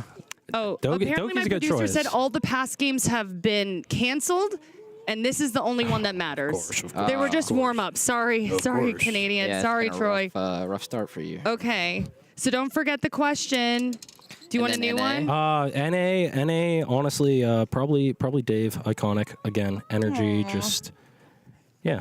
I like Dave. Yeah, I I've like already Dave. technically teamed with him, so I'll go Jack. Jack. J90. Okay. Oh, jeez, Nick. Wait, I've already teamed with him What? too. Jeez. Oh, I was not jeez. focused. No, hold on. These I questions. messed up my That answer. was. He's just he was thinking focused. too much about Jack. I'm Jack's telling right over y'all, there. This There he is. halftime show, we're Look at making him. it more difficult Okay, for y'all. I want Fultz then. Okay, so you know what? My producer isn't talking to me, so I'm just gonna let y'all play again. Is that okay? I'm like, it's let's just go 3-0. again. You're just gonna go say, again. this is the only one that now matters, and I'm fine with This is the that. only one that matters. Chat, remember, if you want to ask these star players some questions, make sure you drop it in the chat right now. I got my little iPad here, and oh, we got more coming in. Also, provide these gentlemen with some help. NJR getting a little distracted. Nick needs some help. Nick needs it. So, okay, we did not answer the how many chickens would it take to kill a lion question, which is a very pressing Nick, one. yeah, I feel like you got an answer for this. You're very. Probably not that many. You love your hypotheticals. Probably just a couple hundred. Couple hundred chickens to kill a lion. 100 chickens? I don't know, man. Couple hundred. I'll go like I can't crunch the 250. numbers on that one. I'm gonna go like 250. They're gonna Is overwhelm this too that much thing. to connect four and the math? It's just too much. No, it's just like I don't know. Like Okay, I'm be just careful. imagining the army of chickens, and it's honestly Nice freaking cut me out off a little there. bit. Nice cut off there. The army of chickens is pretty intimidating. Okay. It's a lot to think Favorite about. snack to eat before a game? That just came down. Banana? I'm gonna go with the crowd pleaser, the banana. The banana. What is- I've been averaging like It's 2 because bananas. of the here. potassium, though, right? No, it's just because it's the only thing around. Yeah, Nick Nick definitely he goes for the potassium specifically. Big potassium guy. Yeah, he likes to personally. he likes to balance all those things out. Okay. He's This dialed one's in all on his caps. nutrients. I got to know from Canadian, what drives you to keep fighting regardless of what some people say about you? I mean, I don't play for what people say about me. Like, obviously, I appreciate supporters and appreciate Keep going. what they. He literally just went. I'm going. I appreciate what what fans and supporters Okay, the say chat's about saying me. NJR's throwing on purpose. So NJR, I need you. I need you to Nick, you buckle could say down. that, huh? You could say that. I could say that. Well, he just threw, so. Okay. Did I just throw? Yeah, I just. Yeah. I did. Oh, Okay. Wait. Yeah. Did I? No, we're still good. We're still active. This This is a is the most ridiculous game, bro. competitive game we've had so far. Oh yeah, I did. Now I threw. Now I threw. Nice. Well, I mean, like Cut what? off. Like you're Cut off. this guy's so Remember, glad that he's everyone, not losing. This is finally. the only one that matters, I'm an despite endurance Canadian win. Okay, bro. There it is. Okay, and favorite skin, not your own team. Favorite skin, not your own team. I don't know. I don't even run skins. Wait. So. I Okay, literally scared me for a only run second. my own team skins, and I don't even look at other skins, so I couldn't tell you. Okay, so no answer on that one. What about you, NJR? Probably like the teal, like the neon blue kind of. Great. One. Wonderful answer. I forget the. You a cyan type of guy? Yeah, the Okay, cyan. make a decision. You're stalling. Oh my God. Go. Come on, Troy. I'm thinking. Do I need to get a timer up here? Okay, remember, chat. Keep on sending us questions. Keep on okay, sending. whatever. Oh! That Bang. is the Oh, you won one. that He got one, and counted. I let it happen. Unfortunately, I coulda closed Canadian it up. lost all the warm-up Unfortunately. matches, I guess. And so, All right, wrap it NJR, up. you were our winner. Is there anything you want to say about this giant victory, this my God, immense such an moment in your honor. career? I mean, it feels great. Probably better than our win today, to be honest. Also, I know this is very devastating to you. This is probably very difficult. How are you going to pull through this moment? I'm just gonna smoke Nick tomorrow in deathmatch warming up. Okay, I love it. Okay, chat, thank you all for being fantastic. NJR Canadian, y'all are great as always, and good luck with the rest of the tournament. And all of you watching at home, do not go anywhere. We have some incredible matchups. We are moving to best of 3. Elimination on the line. Do not go anywhere. Okay, I want to play now.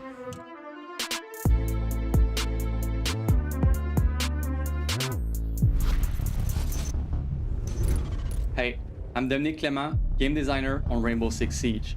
If you want to get ready to confront the next addition to the Siege roster, here are a few advice. Maverick's Flaming Gadget might be that one tool you can always rely on when it's time to melt through the enemy's defense. Training your sharpshooter skills, and more specifically, with gadgets like Zophia's Lifeline, will come in very handy when it comes to countering the effect of her fresh new face. Finally, it wouldn't be Siege if explosions didn't have an impact on your game. And this season is the perfect moment to review your frag throwing skills, because a well-placed bang might just be what you need to clear you and your team a path to victory. That's all for now, but make sure you tune in to the full reveal to get all the information on what's coming next season. See you there.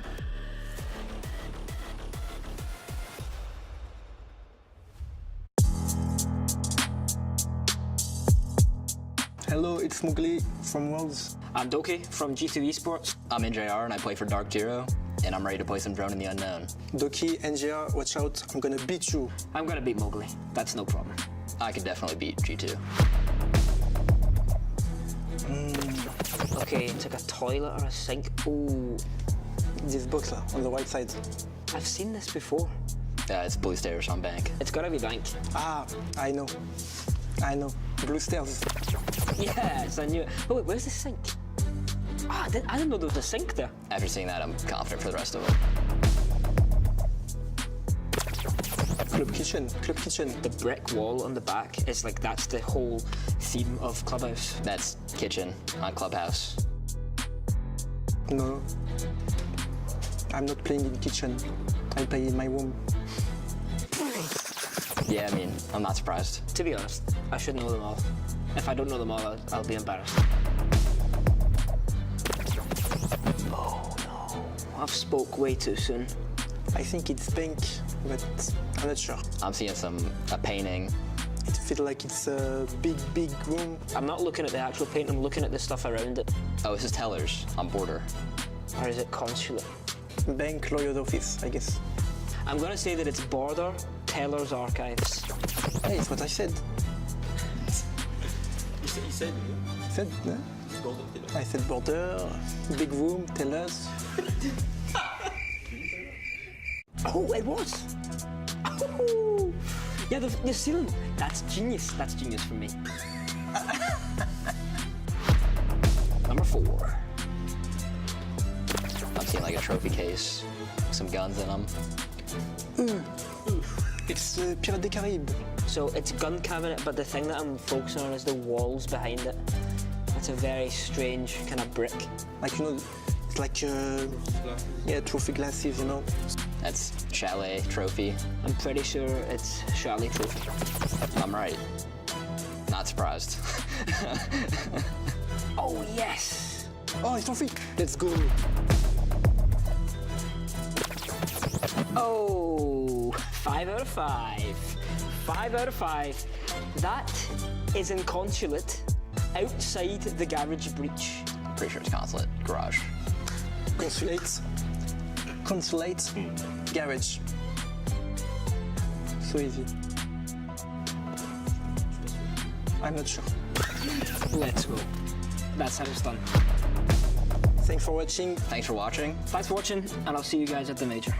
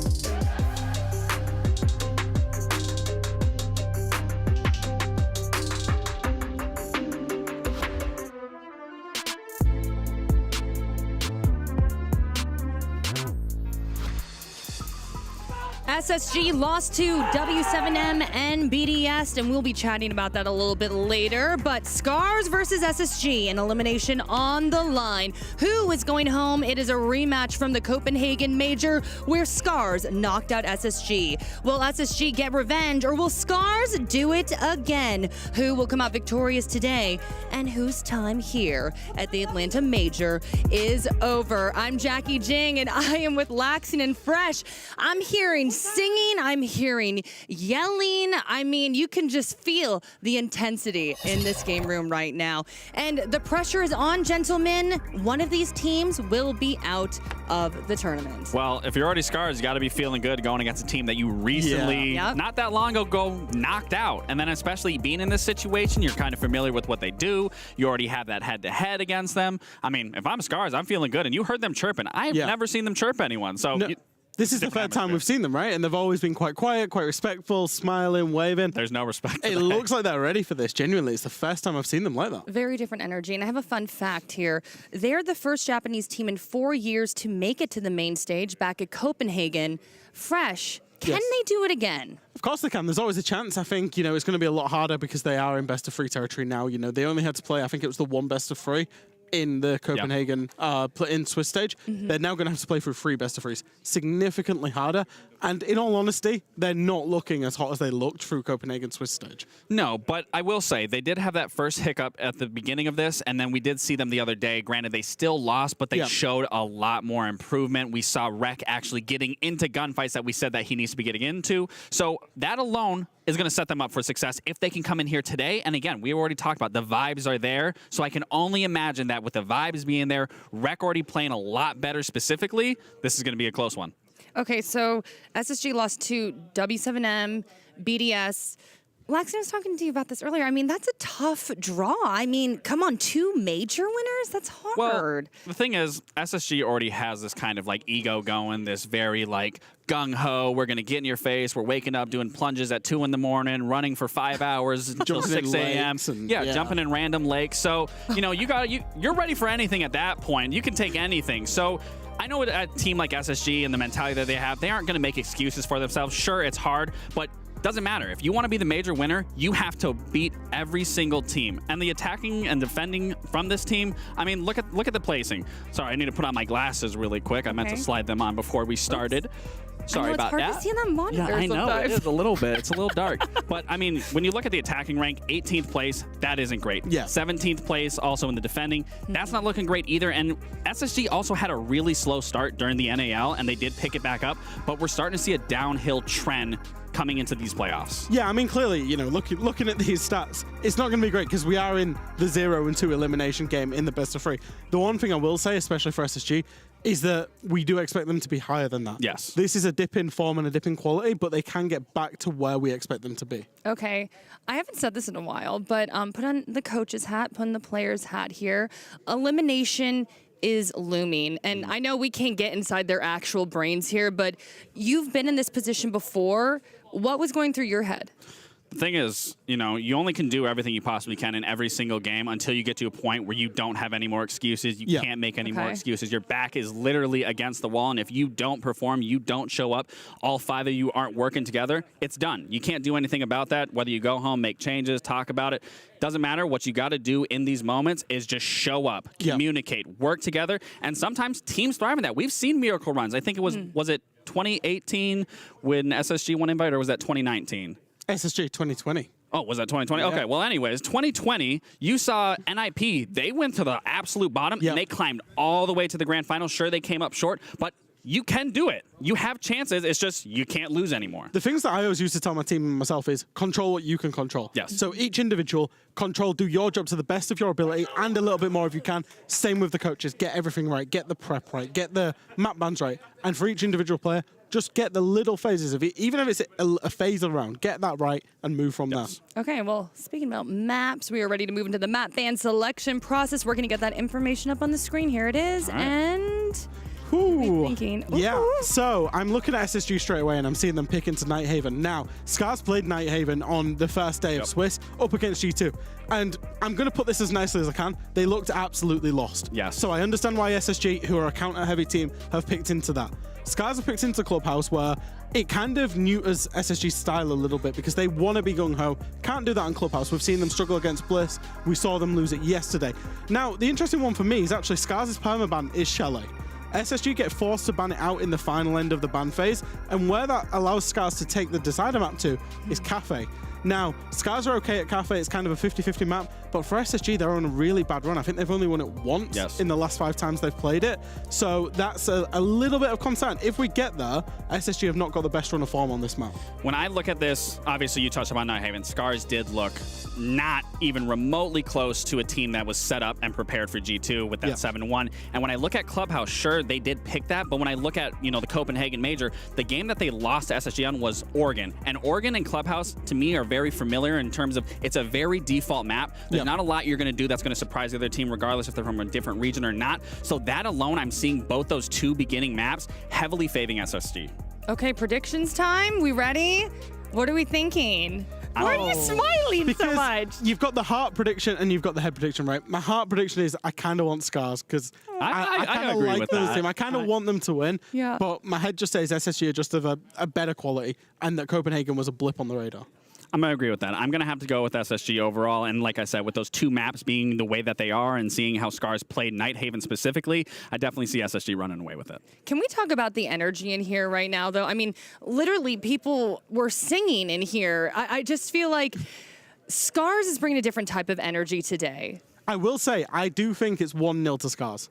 And this is no disrespect to SSG. Okay. The 2 teams do their little huddle and they get all into it. Scars were definitely louder. Definitely louder. Well, if you heard it, I think Ashton said, like, what was that? That wasn't even loud, but they weren't even done finishing. No, they were still that was just a little huddle talk, and Ashton he didn't understand what was actually following after that because they definitely screamed and let out a little bit of a war cry. Also, how are we doing on predictions, by the way, gentlemen?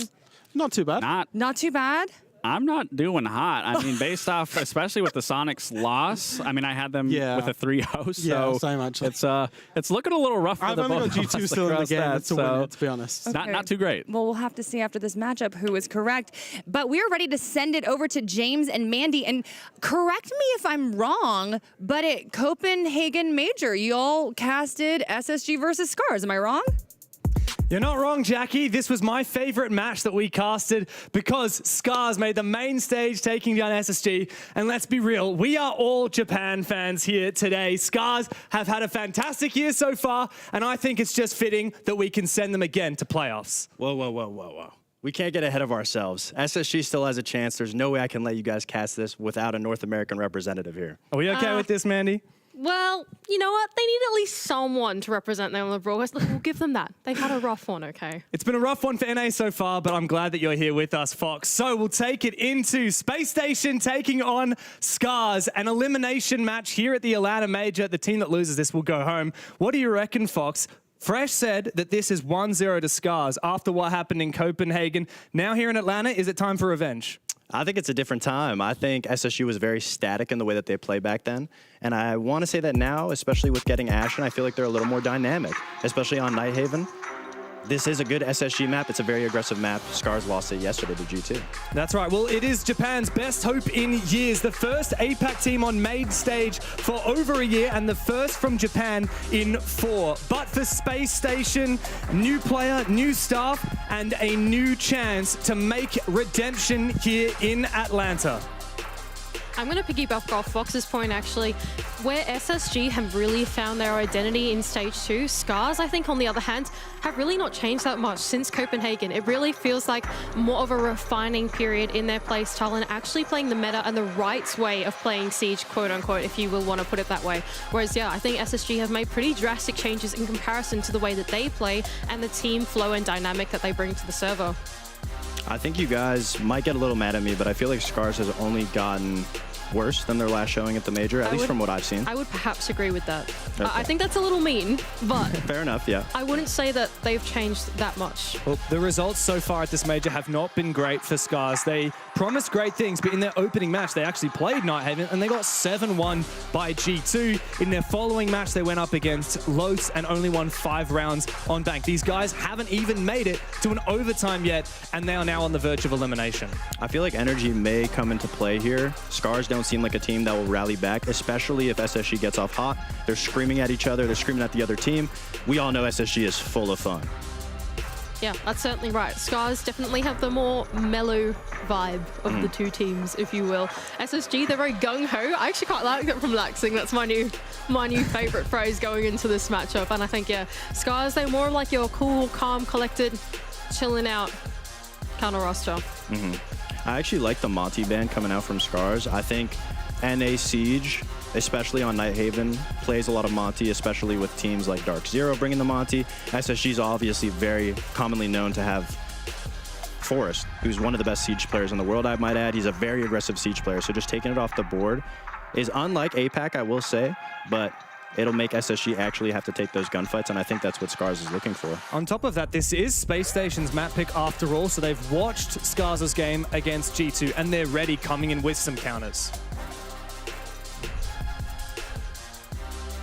Pretty keen for this one so far. I think you've made a great point, but I think something I just want to lean into as well is that on the side of the attack, you have kept in all your EMPs despite losing your Hibana, right? So you still have a little bit of range hard reach in the ace, but like clearing stuff like your mirrors, Azamis, that type of thing is going to be a little harder on the side of the attack, and we can see now with Scars, they're yelling before running into their defending side. That's exciting. I like that. That's really good from Scars. They are leaning into that Azami setup on the side of Washoy, and like, yes, you can bring along some of those like ranged explosives, but Hibana can tend to be pretty important the way that you can sort of adjust your Sky Ross to deal with that. As we talked about the shields too, Force already showing the blitz, so I'm expecting a very aggressive rush out of them. I will say though, when they were setting up for their game, SSG had almost a different aura around them today. They weren't as excited. It really felt like they were coming in for business. You know, Callout is a heavyweight lifter. He is a previous, I believe, collegiate athlete when it comes to wrestling. It really felt like a gym in there rather than, you know, we're about to play Rainbow. Maybe that explains a lot of the attitude in all the boot camps and SSG. You know, they shot content when they were actually in the gym as well. And people have criticized them and said, guys, stop focusing so much on lifting weights, focus on getting into the server. But maybe having a less high energy and a more focused attitude is what SSG need. They are going to take us over into storage and control room for the first bomb side of choice. The only person downstairs will be Fish-like as the rest of Scars look to extend their way over in the top floor for their roam. Forest on the other side, though, looking to make what looks like a pretty explosive jump in, but never mind, it's stalled back a little bit. They are having a think about working this IT wall to see if they can then put the pressure down inside of storage. I don't think SSG was really expecting the bandit trick. It looked like they were kind of trying to just get the wall. They're going to bring the Thatcher and the Ace over to get that. And just like that Monty ban, pay attention to the garage area. That's going to be where Washoy is actually playing there with the Azami. That was probably the only thing they were worried about, is that Monty pushing him out of that position. SSG kind of loves to take position and then rotate at the last minute.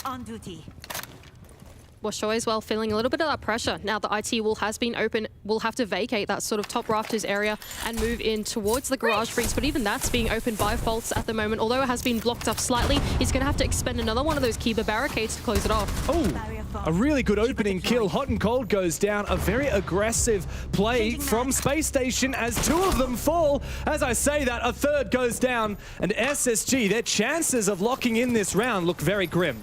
Oh, absolutely. They just were getting outgunned. We actually saw Ashen try to go through the basement, and it looked like they were trying to deal with Fish-like down there, and Fish-like just ended up winning that 1v1. But on all fronts, the 1v1s that they took did not go in their favor at all. It looks like Scars was pretty much ready for it, especially with Shoy. I got to give him props. He's playing in that garage so confidently. I don't see many players playing there, you know, having the confidence to peek out that garage breach. It's calling for a reset as well from the remaining 2 attackers of SSG. They've completely forfeited off the rush that they tried to do in Garage, that mini execute through the mid round, and instead they've gone and flipped over their attack to the other side. Foles is going to try and look for a pick on the top of the cargo stairs, but it's been completely vacated. The nearest player is Pion over on the other side, but even he is down at the bottom of the stairwell, not giving away his life. I love how Scars, you can almost see the change in direction. From super aggression, they got their picks, immediately they're falling back to site. But as we say this, SSG is going for a play. Faults has gone in, but he doesn't have a lot of options here. He throws out another Candela. There is Pion. player right at the bottom of his stairs. Foltz is just desperate here. Oh, here's a big pick for Forest. A nice one taking down Rek. But that is the first of many that will be required. And SSG are so far from this control room bomb site. Foltz sends a Candela in. There are so many corners in this bomb site. He won't even watch out for the flank. Forest caught out. There's no chance he can get to the diffuser, let alone the bomb site. And that will be a nice, quick, and easy lockout in the first round for the Japanese. It got a little scary. SSG is known for pulling rounds out of nowhere, especially when they're down man count. I feel like they're really good at showing you one way and then pushing the other way. And I think we might have been surprised at how Blitz just got a free kill up in the rafters, but Foltz was downstairs with the Ying, throwing the Candelas, making it look like the site was about to be hit, while Forrest was trying to patrol for a pick. And they got it, and it looked like they were about to set something up, but it was a really nice flank that came out from Scars to put Foltz down, and then Forrest was nowhere in sight to be able to trade that.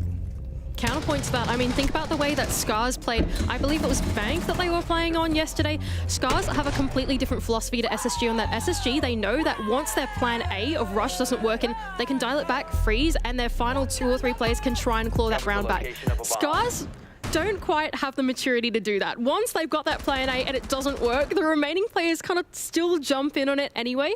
And I think that's a big difference in maturity between these two teams, to be honest. Unless I know that Scars are not on the attacking side yet, but it's going to be something to look out for. Can they replicate that same ability to dial back and have a think that SSG can? I love how Scars played that full round. In my opinion, if SSG isn't able to catch any of these players off, or if they're just getting outgunned, Scars, the only way that they could lose some of these rounds is if they overextend, they overpeak, and they let that immaturity get to them. But the way they play that round, falling back to site, pretty much locking off all angles, really ease the round, you know, towards their way. Here goes J90 on the Thermite, and like we pointed out, all of the anti-hard breach still available for the defense. Having slipped by the ban phase, he's going to require one of the EMPs of one of his teammates, that's Foltz, with the baby ones in his pockets. Off the back of the Lion scan as well, to ensure that the trick's not happening on the other side, and that can be opened up nice and easy. It kind of gets me a little scared at the fact that they're relying on the bandit, or they're relying on the EMPs just to deal with the bandit. It doesn't look like they're set up in any way to deal with it if Pion did decide to commit to that wall, but he's just going to fall back. And it looks like SSG is going to fully commit with the way they're setting up towards a Raptors clear. I also want to expect J90, he's probably going to hit that green side on the flank or towards Garage. He's the player that you look for to make plays against Scars. Tough spot now for Washoy, looking in. Two-way pinch, but oh, there's Tayo on the other side of blue with a double down. Hot and Cold can claim one back, of course, on that down player, but there is J90 on his entry in through IT and Hot and Cold to try and double back on it. Yeah, Hot and Cold needs to have an impact here. He sends a drone in, but it is just a bait, looking for some information, trying to find where those traces are coming from. SSG are poised, despite drawing first blood. They do have a chance at getting back into this, and we might see Ashen revived here. They're going to pick up Ashen towards blue, but it looks like Tayu's going to push up. He heard the revive come out. This is going to be a huge play if he can make it happen, but he's going to walk down the stairs, play it smart. I don't think they have an idea on him, but they're going to be a little careful. I loved how they took Garage against them, especially using that Blitz. Instead of using the Monty, they're using the Blitz to completely push out the Garage area, and that flank that I was talking about was Ashen going through blue. So he got shut down, but he's not out. And this is good from Hot and Cold off the back of the Garage control that you just mentioned. He's not going to go overzealous with it. Yes, he's still holding on to that Rafters position, but he's not going to go dry peeking into the bomb site or anything like that. This is where SSG are really good at dialing things back and having a think about the execute, especially now that they're in the man advantage. They don't want to let go of this. Here's Hot and Cold on his approach in towards Garage, and it's going to be initiated while one of his teammates flashing his way in. Yeah, Foltz does find Rek here. There's a good chance for Hot and Cold to open up this round. Pion peeking the corner, lands the kill, and now rounding another corner. Will need to find a second as this SSG player on the inside has flooded into the site. J90 to force down this diffuser. The C4 could have been huge, but he does dodge it just in the nick of time. Pion now has to do it all for Scars, but the cover is perfect, and SSG claimed their first. Finally, Ashen was able to get involved there. It looked like he was trying to go up the blue stairs, got a little scared, ended up rotating all the way. I was scared because the round almost could have gone really bad, especially if that C4 connected. And the fact that Ashen ended up, that he came up, he eventually dealt with the last guy. I got to give props to J90. He really jumped in through the E-box rotate. He was able to completely cut off the site so that Forrest was able to get the plant down. Really good work so far from SSG, especially come to that mid to late rounds. Their planning phase and their pre-execute moments are absolutely excellent. We can see in the replays as well, all players simultaneously going in for the jump in as J90 looks to get that plant down. SSG looking very coordinated in the second round. Now they're going to take us down to the basement for the third bomb site, oh, sorry, the second bomb site of choice actually for Scars. Of course, they are not going to decide to repeat that top one. I think with the hard breach that went down and the way that SSG were able to break it apart, they're not willing to repeat it. But this is a pretty interesting repick from SSG. I don't know what your take on it is. But I don't know. It's very strange to see the Blackbeard as well. My only guess is I could imagine that they're going to be playing very aggressive in Garage. That's so far been what Scars' bread and butter has been doing, is holding down that Garage area. And I think they might bring the Blackbeard to position himself outside of the, we call it trolley, I don't know what the official term is, but on the staircases outside, pretty much playing that head glitch to be able to deal with the Garage player. That's my best guess, and it looks by the way that they're setting up for it, it'll be an aggressive push in that area. Yeah, you called out exactly right. Hot and Cold making his way straight into storage. Rotation hole, and he's completely caught out fish-like. You called it perfectly. SSG with a very fast clear of the ground floor, and they're just going to hop straight back out again. Yeah, they're in and out. I mean, SSG is really good at giving misinformation to the teams that they're playing against. They took it, and now when you're on Scars, you're picturing that somebody's going to be holding that position. You put all that resources, you get the pick there, no way you're going to give it up. But instantly, they're almost going to rotate to the top floor of the map and try to deal with the other two roamers that are playing up here instead of progressing towards the site. They might have really isolated the player as well. Go on. Well, Hot and Cold has managed to find Pion, and Forest in tandem will be able to hack that camera, so this is falling apart for Scars. Yeah, I was going to say, I think they've really done a good job in isolating these two roamers on the top floor. They've really only taken one fight at a time as it goes. There's been no opportunity whatsoever for Scars to go for the refrag, but there goes Washoy, catching a player with his pants down on his ankles, now taking the door with another one on the other side, but we'll see if he can collect the kill. C4 to go out, not quite close enough to land it. It seems to be looking for this aggressive pick, though. Washoy continuing to peek on through. He can't land the final shot, and eventually the shotgun itself does lose his life. Elsewhere, though, the action has seemingly gone down in favor of Scars. Fault's very close to the bomb site here. Blackbeard shield in front of his face. That goes to show how strong that early aggression, getting rid of the mid-floor player who's kind of like the peanut butter and jelly to both pieces of bread. He's kind of trying to just fit everything in, and then you get rid of that player. Nobody was there to be able to assist the top two floor players. They ended up getting pieced up one by one. They couldn't make a connection, and they weren't able to stay alive long enough. Tough spot now for the remaining two players of Scars. What are they going to do? Are they going to try and sandwich these two players on cargo? But it actually looks like they're not going to do so. They have the diffuser in their hands, and Rek on the other side wants to fall back, and off the back of all his Legion mines, play it passively. Wait for that audio cue to come through to see if they're going in for the push. His hacked cam gave a lot of information to SSG, but Rex simply needs to win his one. It could turn the game, could turn the round, but he gets flicked on by Faults. And as a result now, low time on the clock, SSG must push through, they must clutch, but both of these players rely on just a sliver of HP, and Tayo in an off angle right around the corner. This is the opportunity of a lifetime to collect the two. Free as kills! A quick spray for Tayo, and the round for Scars. That was a beautiful round. Blackbeard's shield actually ended up saving his life against that fight against Rek. So the fact that the Blackbeard wasn't used for its actual intention and ended up coming in later into play was smart. And I really do like how SSG walked down that staircase. They were trying to use that singular Blackbeard shield as a way to maybe find the opponent and not lose they're both so low in HP. Yeah. I mean, Tayo didn't have to really do too much. He just hides, gets both kills, and he just made it that much nicer with 2 headshots. That was a great dissection of the map, I think, from SSG. You pointed it out earlier, but I think taking out the mid-player fort really allowed them to then translate up and actually isolate the two one-to-ones rather than having to go like into that mini execute and make it scrappy and jump in for it. Can I just say, when you think Japanese culture, you think very quiet and respectful, calm. And then you see these guys when they win a round, and you wouldn't be too surprised if you thought it was an SSG reaction. They are so full of energy. Oh, yeah. I haven't been seeing too much energy out of SSG. Of course, you know, you can't be too happy when you're expecting to go in as one of the favorites and you're already going down 0-2, but I love seeing the energy out of Scars. A lot of the teams from the APAC region this event have just been phenomenal, especially energy-wise. You know, Bleed, bringing the fish, Scars, about to be sending an NA team home, I mean. It's 3 rounds in, mate. Don't get too excited. I will say this is SSG's map pick, and Scars only got 1 round of Nighthaven against G2. They've already beaten that here.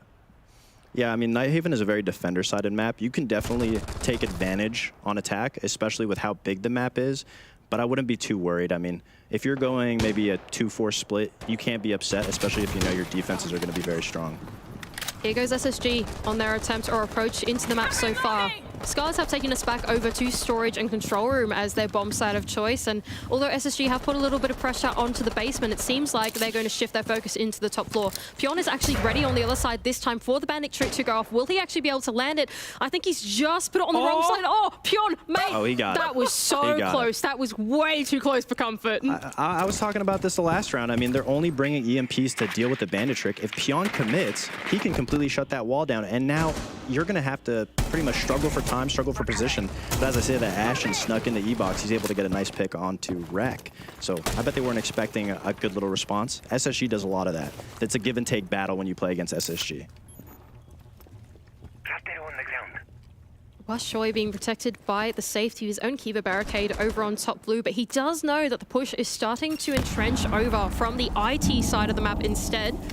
His floor front will probably have to be down blue. Now, I don't know if there's an SSG player there and ready for it, but I can only imagine they've got their focus more shifted in on actually getting this top floor control. Oh, Washoy almost pushed.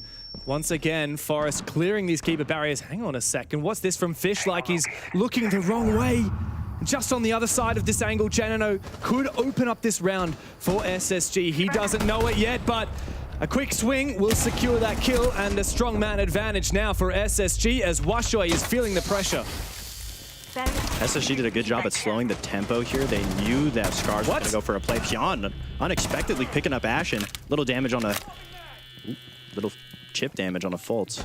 Did Pion ever leave IT? Has he just been like here the entire time because the wall's been closed? Well, SSG, they didn't quite account for that, but what they are thinking about now is that they have the numbers advantage, and if they wanted to, they could floor onto the site. No vertical pressure for Pion as they start to make their way on in, but there goes Tyro, and there goes Pion for 2 of their own. 1v2 now for Pion, but his position was known.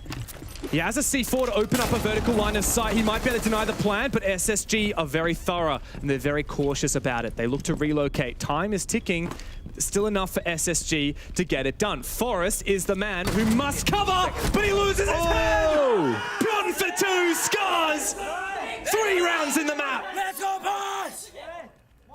What an incredible round, incredible shots out of Pion. From start to finish, I mean, he played off of Fishlight's flank over by the green staircase. He was able to push himself all the way into IT, completely avoiding drones. He gets the first pick, maintains full top control while SSG is trying to plant. Maybe he could have stopped it from above, but it doesn't matter. He just jumps over, gets 2 easy shots. I mean, not much breakdown to it. He smoked those guys. Round. Yeah, that was a super Pion round. Like you said, like he played the utility game perfectly at the start, kept the IT wall closed, and that gave him a little bit of wiggle room over there in the top floor. Even though the rest of his teammates were kind of getting collapsed on at some point, he came to life through the mid round and through the late round too. So how do you get by that with SSG? You know, you're in a 5v3, you get flanked by a guy you misdroned in IT who ends up 1v2 clutching on you guys. How do you come back from that?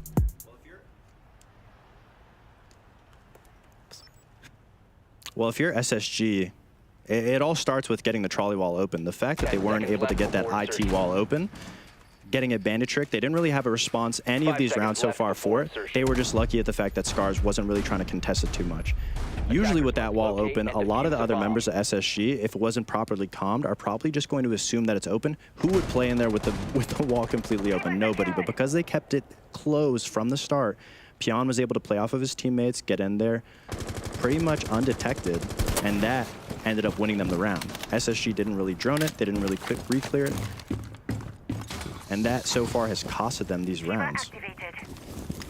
Scar's going to take us up into the top floor, and they're choosing to bring along, once again, the combination of the Azami and the mirrors. So it's making the interior of the map pretty fortified. And this is where stuff like the Hibana ban for SSG might come back to bite them, right? You've got a lot of stuff that you need that range tower breach to clear that has now been taken away. That, and they haven't brought along the Ace as well. And they don't really have that much in the ways of ranged explosives. Okay, I lied about that. They've kind of got 2 sets of grenades. But I can only imagine with the SSG formula, they're probably going to look to send them up through the floor, right? Yeah, I think so. They might be able to feed the nades down low. Wishoy, again, playing so aggressive up top. I would just want to mention, I love how Scars read into this. They know the Bandit won them that last round, so they decided to drop it for the mute for more of a global denial of info. And SSG is able to get the wall open, but they don't have to worry about Pyeon making another game-winning play. But SSG, in regard, also tried to take down low so that they could nade a potential Bandit off. So now that they have that control, I'd expect them to use it. You're going to see Forrest downstairs as they start getting open the green wall, and they have kind of a good little pinch set up to it. This is a very awkward position to flush out for Rek. But Fishlike is looking for a flank. He's the perfect operator for this. Being the Solus, he can check for any pre-placed drones. Previously, a player died on the top of those stairs, but Rek, from his position inside of Connector, finds the kill onto Ashen and falls back immediately. But here come the nades from below, like you said, Mandy. Yeah. It seems like they're having a clear of the entire bomb site from down and up. And not just that, but I think J9O's got a little bit of value out of his Twitch drone as well. I did hear one of the mirror windows pop earlier inside of Connector. So slowly but surely, although remotely, SSG are starting to pick apart the side. Fishlike still undetected all the way over by the green stairs, kind of rotating over, and Pyeon so close. Scar's vicinity to each other has been so great, but hot and cold, and J9 are going to commence the Raptors execute. Yeah, and on the back of that nade, it opens up, a Rek finds a double! How do they keep getting away with this? Looking for another now. Keep a barrier to protect him. He looks to take it down, peeks it with the pistol. Rek has been nuts. Pyeon to close it. 4-1 kills between the two of them. And Scars are dominating SSG on SSG's own map pick. And this is what scared me, right? With the Hibana ban that came out, you could see that they almost went for what was a pretty explosive execute in top rafters, but somehow Rek is there, the IT wall is open behind him, and he goes for the swing out onto rafters, and then there's a player stuck on the balcony because they can't clear in his army barricade. Like, what is going on? The inside of the map is so fortified. Everybody on Scars is firing at full cylinders. In my opinion, you could lose one round to a play like Pyeon made. You're losing 2 rounds to insane plays. That's got to hit the morale, especially as an NA team. I feel like NA teams are so hot and cold, pun intended. So you lose that often. You lose 2 rounds to these plays. It's really hard to dig yourself out of that hole. I feel like they have the right idea some of these rounds, but they just aren't able to execute. If there's anyone that has the right to make that criticism of NA, it is the guy who plays in the NAL, so I'm glad that we have you here to say that, Fox. But how do SSG come back from this? They're down 4-1 on their attacking side on their own map pick. How do you get your mental back in the place where you can start moving up from here? The thing is Scars has not let SSG set up once, or if they do set up, they always have a response on what player they're going to isolate, what player they're going to fight. You can always see the rest of Scars completely rotating to a position to get a free pick, get a potential, and then you're instantly seeing them fall back. Last pick. Go on. Sorry, in my opinion, SSG, if they want a chance at bringing this back, they have to win this round. And it looks like they're going to try to open up downstairs garage with the OSA. They have so many C4 set up. It's going to be an ugly sight for Forrest if he's behind that shield. One of those shields is going to be taken down early as well by a C4 pre-ripped by Fishlike. And although the smokes have gone out, it doesn't look like they're executing off the back of that. The thing is, Fishlike knows about it. He's on the pulse, and so he's going to one saying, guys, they're bluffing this. They're not actually going in for the execute, even though they're trying to bait it out. This does feel like a waste of utility, surely, for SSG. They're pretending to rush, but Scars are not taking the bait. No, it's not a waste. I mean, it may be this round, but SSG loves doing misdirection. They love baiting almost Ying rush sites, smoke sites, almost as if they're going to bring a glass, they're going to hit the site, they're going to bring some type of wacky op to get an advantage and make the roamers fall back down. Speaking of roamers, that's exactly what's happened now to Rex. So SSG did have the read, but Ashen did not have the mechanics to back it up. He now has to win this fight, but Rex gets the better of him once again. Scars start the round with an advantage. The shots are just not hitting for SSG. They're going for a lot of these 1v1s, which they have been the whole round, the whole game, and there hasn't really been a tempo change from SSG. All they really tried to do this round is start a fake rush and still clear the roamers individually. Here's this from Rek, continuing his roam. Hot and Cold should know where he is, but he loses his life again. How many 1v1s will SSG gift to Scars? Danger mode now. Player outside the breach as well. That's Forest downed by Pion. So that 1-to-1 also going in the way of Scars on the D side. Now with the 4-on-2 man advantage, it's looking pretty solid from them. But hey, look, it's SSG. Can they come back from this one? Oh yeah, this is where they feel most comfortable because they can let loose, really look for those picks. But 4v1, all of Scars coming back down the site. I mean, Scars is just playing lockdown defense with these man advantages. Both of these SSG players are very separated, looking for a pick.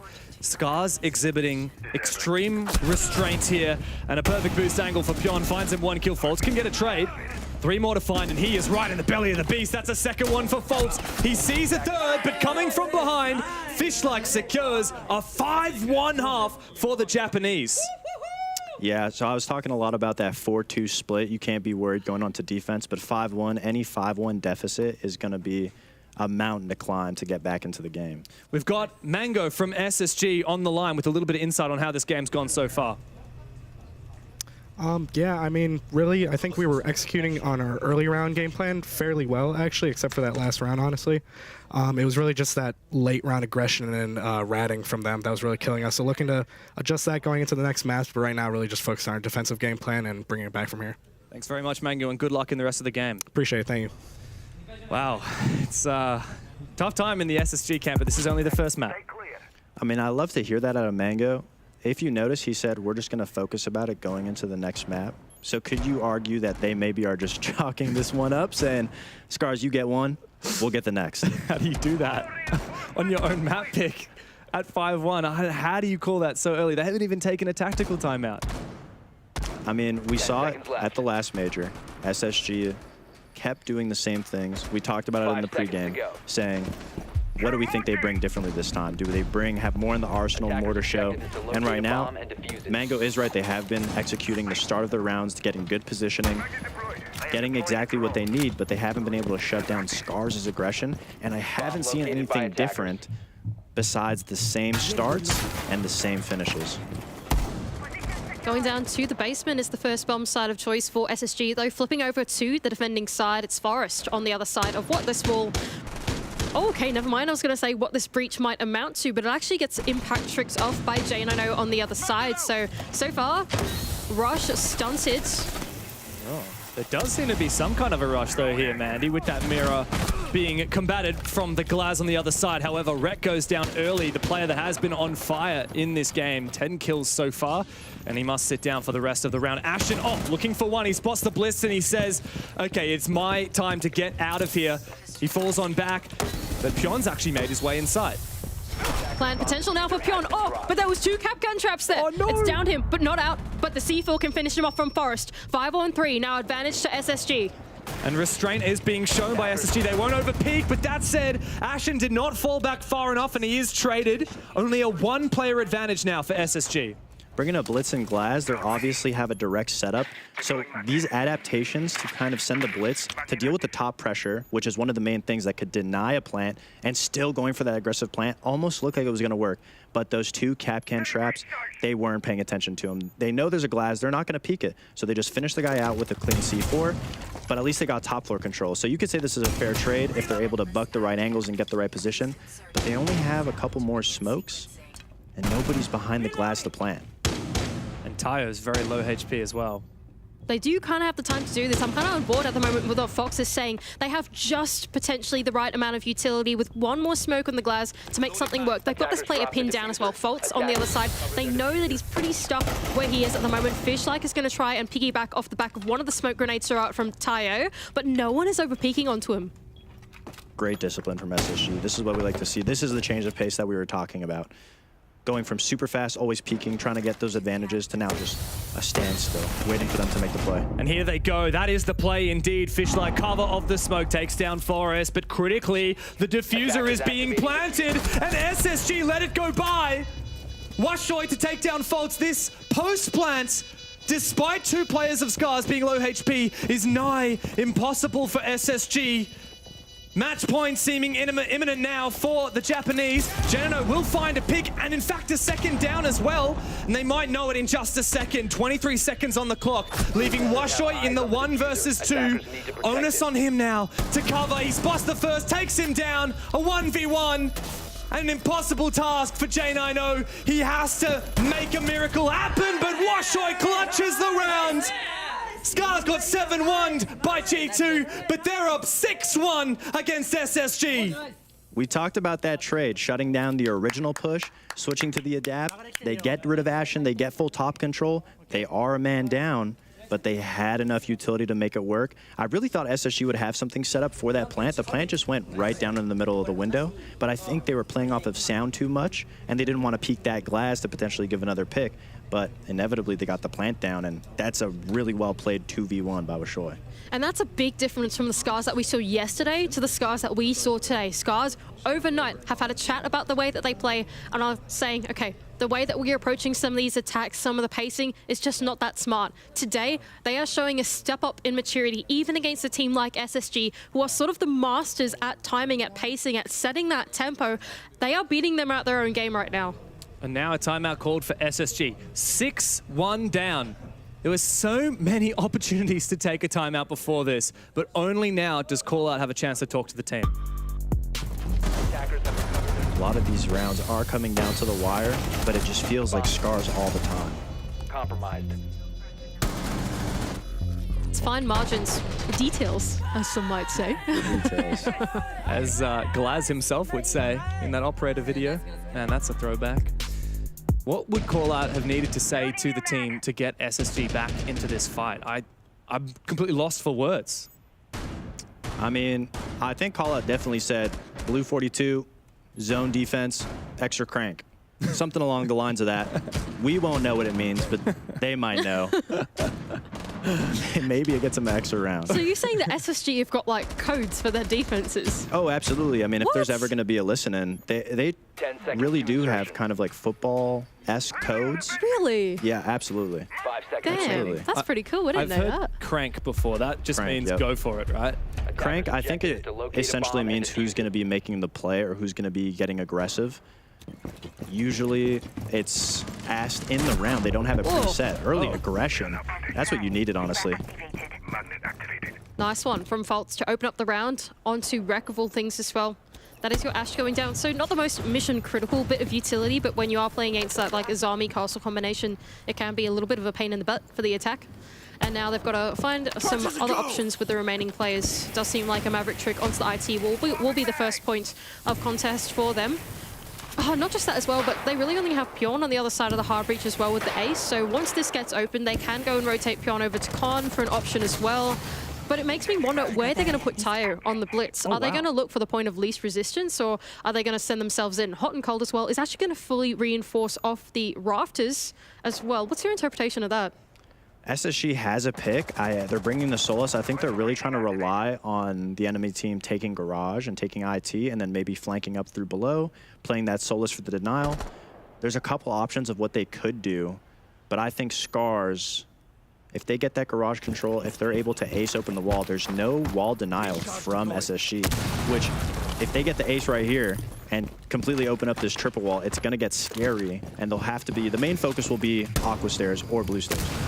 You have to be able to hold that if you're SSG, or you're going to completely get pinched in the sight. Taking the path of least resistance, I like that from Scars. They've realized that the control has been forfeited to them, but although there is an absence of wall denial, there are still impacts in the hands of Hot and Cold. Now he's used both of them, but so has Pyon. He's used both of his Selma charges as well. Now with that minute ticking down, the focus is going to start to shift over towards the top of the blue stairs. There goes Pyon with a bit of a duel with a player on the other side. Doesn't quite land the shots. Not only that, but SSG have pulled back even more. They reinforced off the connector wall, making sure all their back is covered. Absolutely. All the setup, like we said on blue, they have Ashen and Fultz hold up for it, and it looks like Scars is going to make their way over with the blitz, and that's where they're going to try to find their opening. There's such a little amount of time, and if they're not ready for Fultz, but a player's going to go from below, Fultz is going to be pushed up. The blitz get taken down with a pump. Fishlike is going to get the trade on the Fultz on the stairs, and now Ashen goes for the aggressive play. He gets one. He's got the pump on Warden. He gets three. And now it's a 4-on-1. Pyon with 30 seconds, no case. It looks so far away, and this is the round, the crank that we were talking about. Damn. Gotta say, Fox, not bad seeing Ashen step up and pump down 3 Scars players. I'm so glad it was our North American caster that voiced it as well. I was going to say, that's not bad from you. That was very good. Do you want my job, mate? That felt good. That felt good. Beyond 1v4, he's not even going to give it a crack. It's a lost round for Scars. And hey, Fox, you said maybe Mango was implying that SSG had thrown away this map, but they are certainly fighting for it tooth and nail. Absolutely. I mean, it's a little bit of friendly banter. I do think if you can win a game, you're never going to give up a game, especially at SSG with their mentality, always being in it until the last play. I like two very big plays that we need to highlight on that round. Fultz going for that early spawn peek, and obviously Ashen cranking. Those are the two biggest things that we have to note. If they can keep up those plays, I genuinely think they could bring it a little closer. Scars, it's their game to lose. I think it's certainly right, especially going over to the attack. I think you alluded to very early on in the game that at the moment the game is rather defender-sided, even on the map like Nighthaven. And so I think Scars, now that they've gone through that side switch, they are being tested a little more by SSG. I don't know what Scars need to do here to really, I guess, find like, do they really need to make a big important change is the real question I'm trying to ask you. I think when players and teams get to that match point, they're always looking for that big play, that big change like you just mentioned. I think if Scars wants to close this map out, all they have to do is exactly what they've been doing. They've been isolating and playing the 2v1 situations that SSG are allowing them. It does look like SSG on defense is playing very reserved. They reinforced Rafters off. They played together on the blue stairs, and that's inevitably what gave Ashen the gunfights and the potential to clutch such a huge round and get so many of those big kills. Scars has to go back to kind of playing those isolations, getting those picks, and going slow. So what you're saying is they should just play Rainbow Six, not overthinky. Yeah, essentially. Essentially. Just do what got you to 6 rounds. Here they go on their approach into the map. The bomb site is storage and control for SSG on what could potentially be their 3rd point in the game. It does look like they are looking for a pretty ambitious extension of the map as well. Not only are they extending into the basement with Forest on the poles, we're on board with him at the moment, given the info that there is in fact no one outside of storage. They're not looking for something too early while the rest of his teammates are over in the top floor. I'd be real scared if I was Forrest right now downstairs. It looks like Wishoy is getting set up, and I don't think they're about to see each other. Ooh. Bro, what's going on? Forrest, wake up! You've got that heartbeat sensor, and you should have seen that there's a sledge just around the corner. He does spot him eventually, but a few taps with that UMP will take down Washoy. A great start there for SSG. Once again, they have the first pick. Well played from Forrest, just nearly avoiding death. He was able to get the kill on the player with the nades from below. The pulse is the scariest factor when it comes to a storage defense. You can't plant really anywhere with that pulse up. So now that they know, hey, we have no one dealing with Forrest down here, he's getting free information on everybody pushing into Garage right now. They need to go deep. I think you've called it exactly right, and there's Fish like to at least back one up for Scars, having lost the first pick, of course. And he's going to send a little bit of a Candela inside of storage, but no one off the back of it. No entry just yet. Just patience from Scars. They know that they don't need to make the move as of yet. They're waiting for SSG to put a foot wrong, to punish, to get the numbers advantage so that they themselves can flood into the site. And on the back of a Candela, Tayo tries but fails to do so. Rek now pushing upstairs. Oh, he saw for just a moment the tail end of J90. Re-peeking now, a dangerous affair. J90 survives the engagement. Scars need to find a pick here if they want to plant. They can't go deep. They can't go to the one spot where you can plant safely. SSG has a really strong crossfire, but Pion will be putting himself in a 1v1 potentially if he pushes against Ashen. I must say, at every stage of the round, Scars so far have lost the attrition game, but with only 25 seconds left to go, they need to make something work. They need to look deep in the strat book, in the playbook to see what they can find, and Rek is going to be there to kick things off. Looking for a second, the diffuser call on the ground, hot and cold. Here's the jump in, he finds Fish-like. Rek needs to have a huge round now. 3 players, and he will fall. SSG are not done yet. That crossfire we were talking about onto the window is hot and cold and Fultz, both on opposite ends of that window. They tried to push into storage and deal with Fultz, and they did. But they didn't know that hot and cold was just next door in the forklift hall. He shut down the planner. Just when they thought they got that foothold into the site, they lost it. And now for Scars, it's about regrouping. You've said it. They won 6 rounds already. All they need to do is win 1 more, keep up that game plan. The crossfire was so challenging.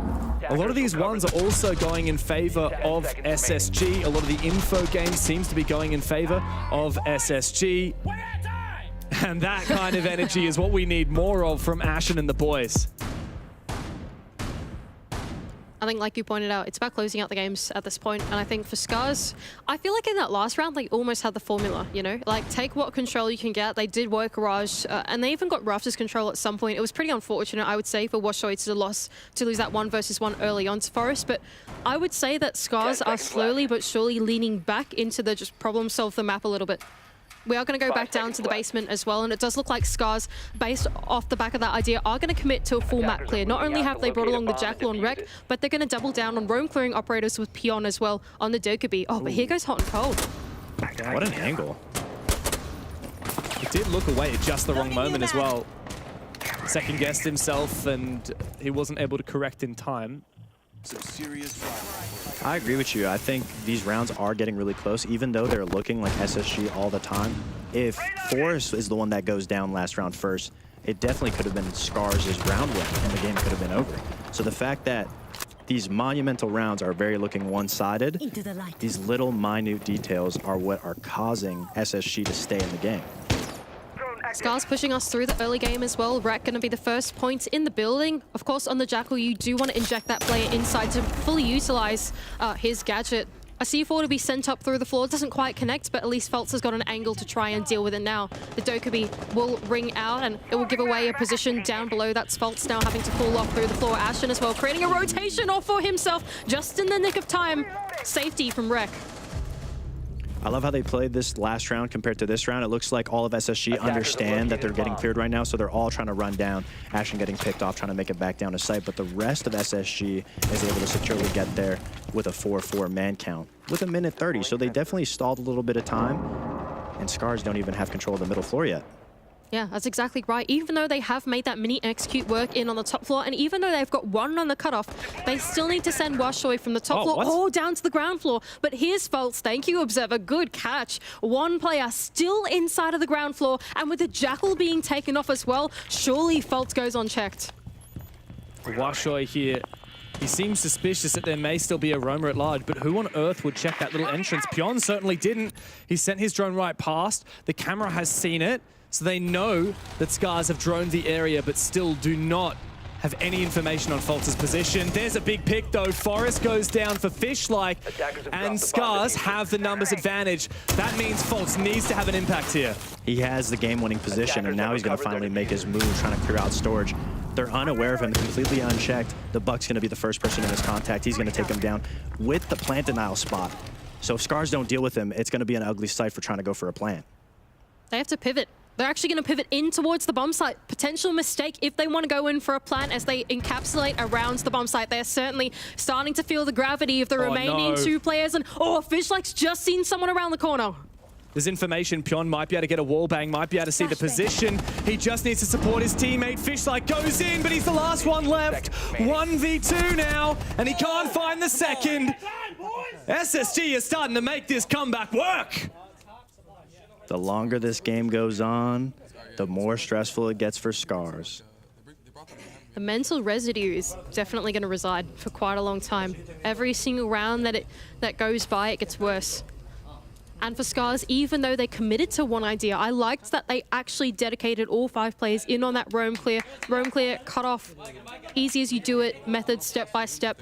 They missed out on the 1 winning player, and that was Feltz inside of the ground floor. And as soon as he had that, it closed off all those execute options for Scars as they made their way in. And when you get a 5-1 defense half and you win your first attack, you're up 6-1. How do you let that slip? This has been 3 in a row for SSG. They've woken up. Scars are starting to look shaky. Scars the first round, once getting match point, looked like they were trying to go for those big hero plays, but they are going back to basics. They're going back to exactly how they were winning and got themselves to this match point. But SSG is really tightening up the individual plays that they're making, that the individual players on this team are making, especially Fultz with that just completely getting unnoticed. It's got to be scary for Scars. If you're misdroning people and still losing the rounds that you're keeping basic, When you're a pro player, when you're in this position, I don't know what to do, you know? You can't call a play, you can't call a rush, and you can't call a default. If nothing's working, nothing's working. So where do you go from nothing?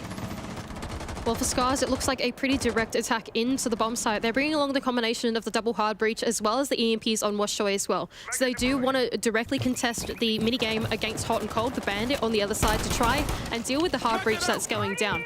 Not just that, but they've also brought along 2 sets of grenades on both Fishlike and Wreck as well. So it makes me think that they are just looking to dislodge remotely the bomb site. Very slowly but surely, they want to be able to be in a position where they have walls open, the defense feels uncomfortable, and they can send in that utility to see how many picks they can get. SSG is also playing very reserved and forcing Scars to make the mistake, which they have been. If you're Scars, you kind of have to find a pick, you have to find an opening to get you that momentum in a round. An untraded one as well, right? The idea of like bringing along grenades like that is if you send the grenades up or even in, it's not in a position where it can be traded. Absolutely. We're going to have to see how this Bandit comes into play because they just brought Thatcher for it and it doesn't look like they're playing the same way that Scars were using the Bandit. Success on the con wall does mean that they're going to rotate their hard breach over to the IT wall instead and get that one open, but instead Hot and Cold's fallen back a layer and he's put the electrification over on the mirrors instead. So even though Scars have done work getting the exterior open, they now need to work on the squishy insides. And what ended up being the difference maker the last time they played this attack was Ashen playing at the top of blue stairs. I wonder whether we'll see that again. I'd imagine to see a flank from Scars here. I really love what they're going to do with this Mira. I think as soon as they get a pick, they're going to reinforce it off and play the Bandit on it. Oh, there is a pick, but unfortunately for SSG, it was J90 who fell first.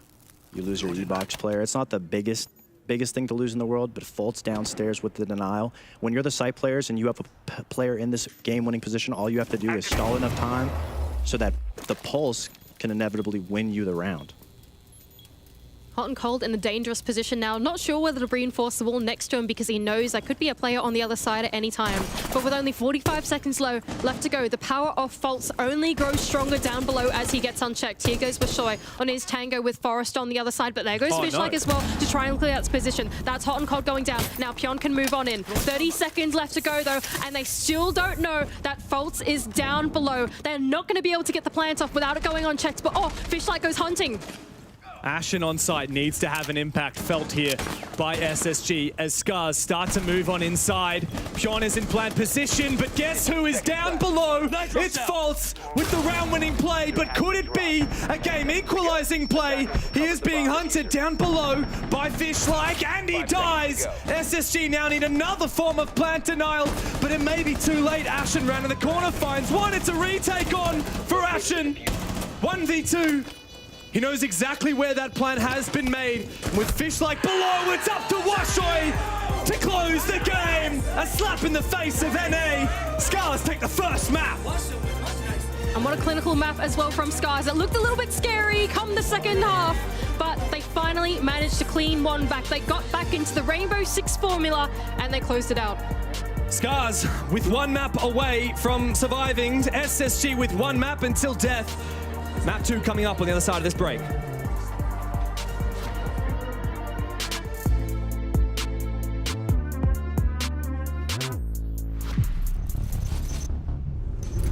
Hey, I'm Dominique Clément, game designer on Rainbow Six Siege. If you want to get ready to confront the next addition to the Siege roster, here are a few advice. Maverick's Flaming Gadget might be that one tool you can always rely on when it's time to melt through the enemy's defense. Training your sharpshooter skills, and more specifically, with gadgets like Zophia's Lifeline, will come in very handy when it comes to countering the effect of her fresh new face. Finally, it wouldn't be Siege if explosions didn't have an impact on your game. And this season is the perfect moment to review your frag throwing skills, because a well-placed bang might just be what you need to clear you and your team a path to victory. That's all for now, but make sure you tune in to the full reveal to get all the information on what's coming next season. See you there.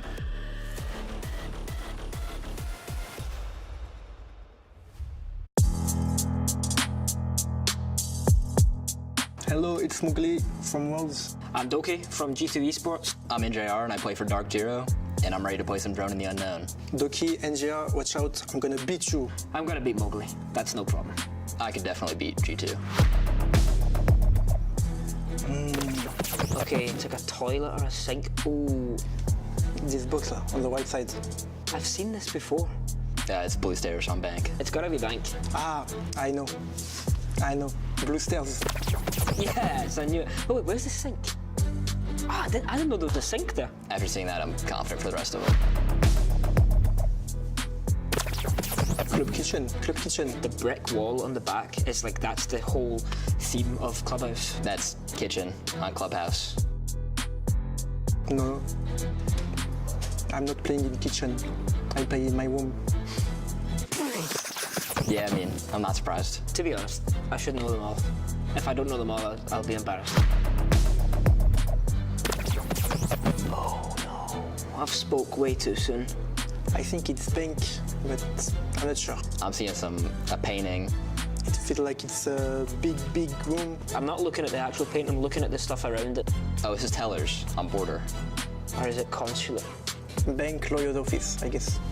I'm gonna say that it's border, Teller's archives. Hey, it's what I said. You said? No? I said border, big room, Tellers.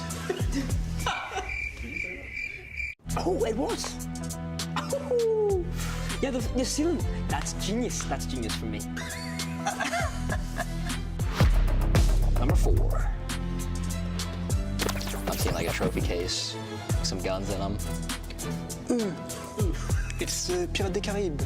So it's a gun cabinet, but the thing that I'm focusing on is the walls behind it. It's a very strange kind of brick. Like, you know, it's like, trophy glasses, you know. That's Chalet Trophy. I'm pretty sure it's Chalet Trophy. I'm right. Not surprised. Oh, yes. Oh, it's trophy. Let's go. Oh, 5 out of 5. 5 out of 5. That is in consulate outside the garage breach. Pretty sure it's consulate garage. Consulate, garage. So easy. I'm not sure. Let's go. That's how it's done. Thanks for watching. Thanks for watching. Thanks for watching, and I'll see you guys at the major.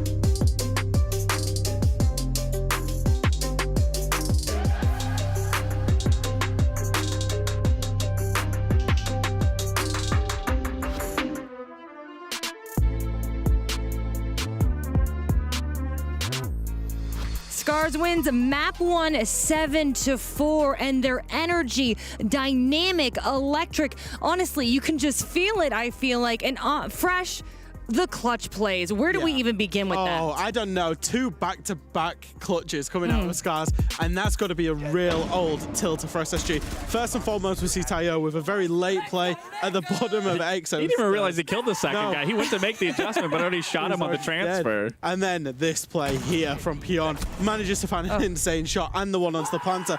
And crucially, it's not just the 2 clutches. It's the 3rd round after that where they SSG concede a huge play to Rek inside of the catwalk here, inside of the garage, gets a free K, actually gets a quad kill on the round. And it's got to be so tilting because that's 3 individual plays. And that's the thing. When you're in a situation like that, from the player perspective, when you lose one round that you should win, sure, whatever, wipe it off, go to the next. But then you immediately lose it the next round, and in a worse way, that mentally exhausts you. And then you go into the 3rd round right after to a quick 4K. I mean, I got a feel for SSG there. Like, it doesn't matter what team you are, how mentally, strong you are, your mental fortitude is. Losing those back to back to back, it's exhausting. It drains you. It doesn't necessarily tilt you. I think a team like SSG, they don't get tilted, but it definitely is mentally exhausting. I would say that's discouraging.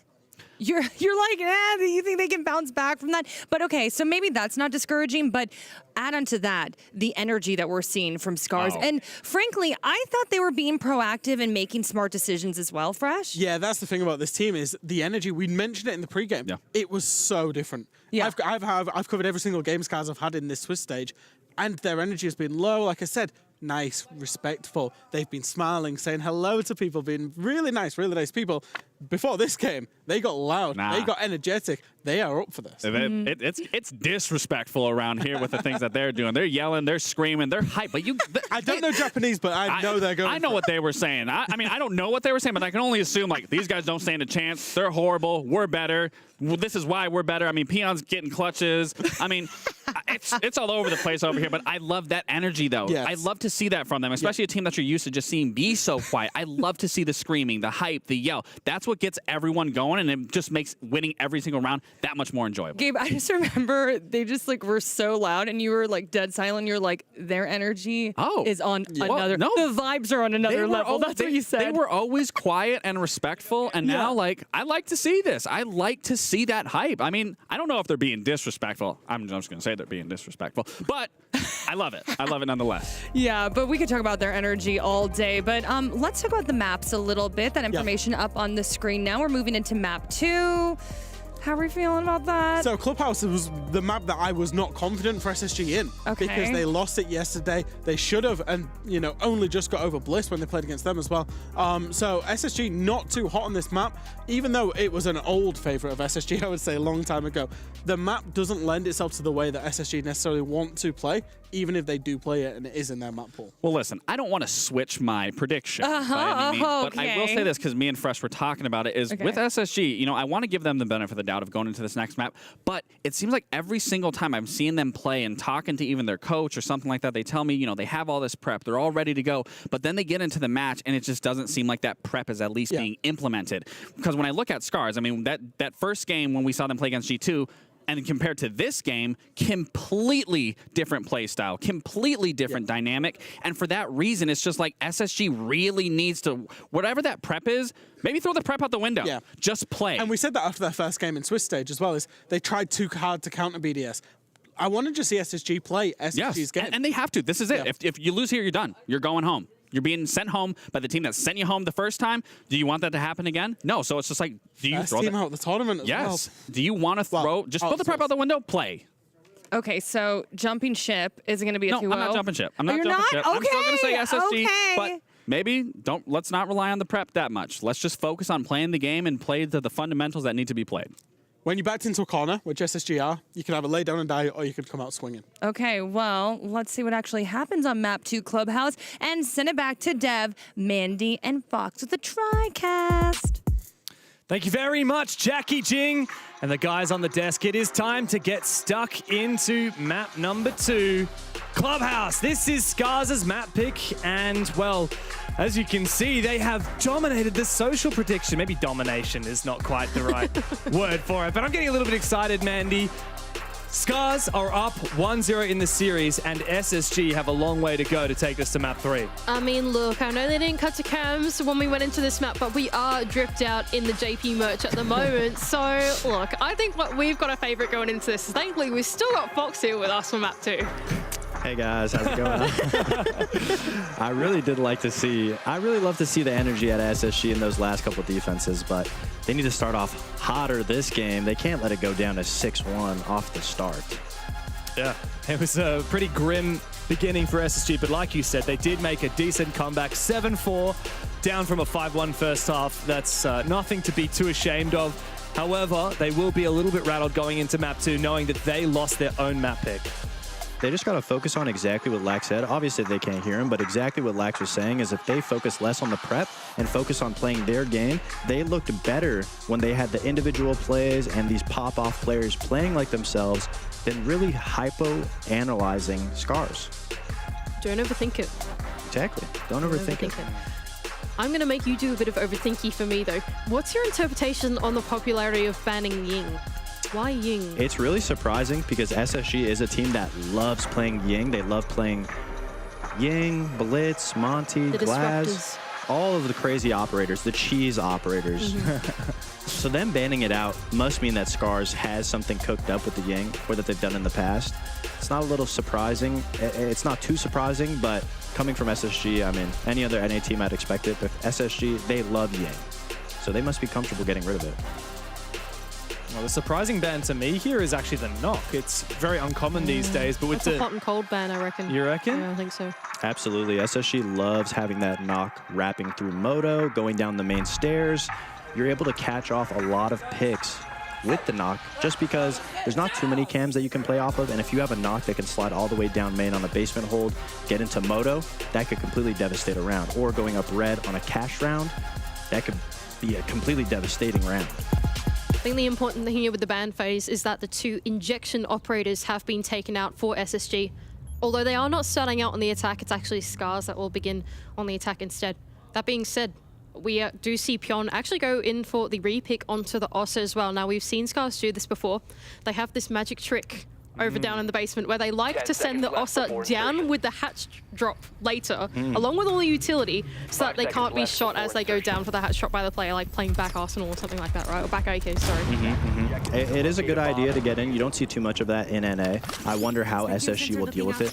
Usually, I'll be looking for the player that plays B3. Usually there will be a player there with a C4 that could potentially deal with the Osa.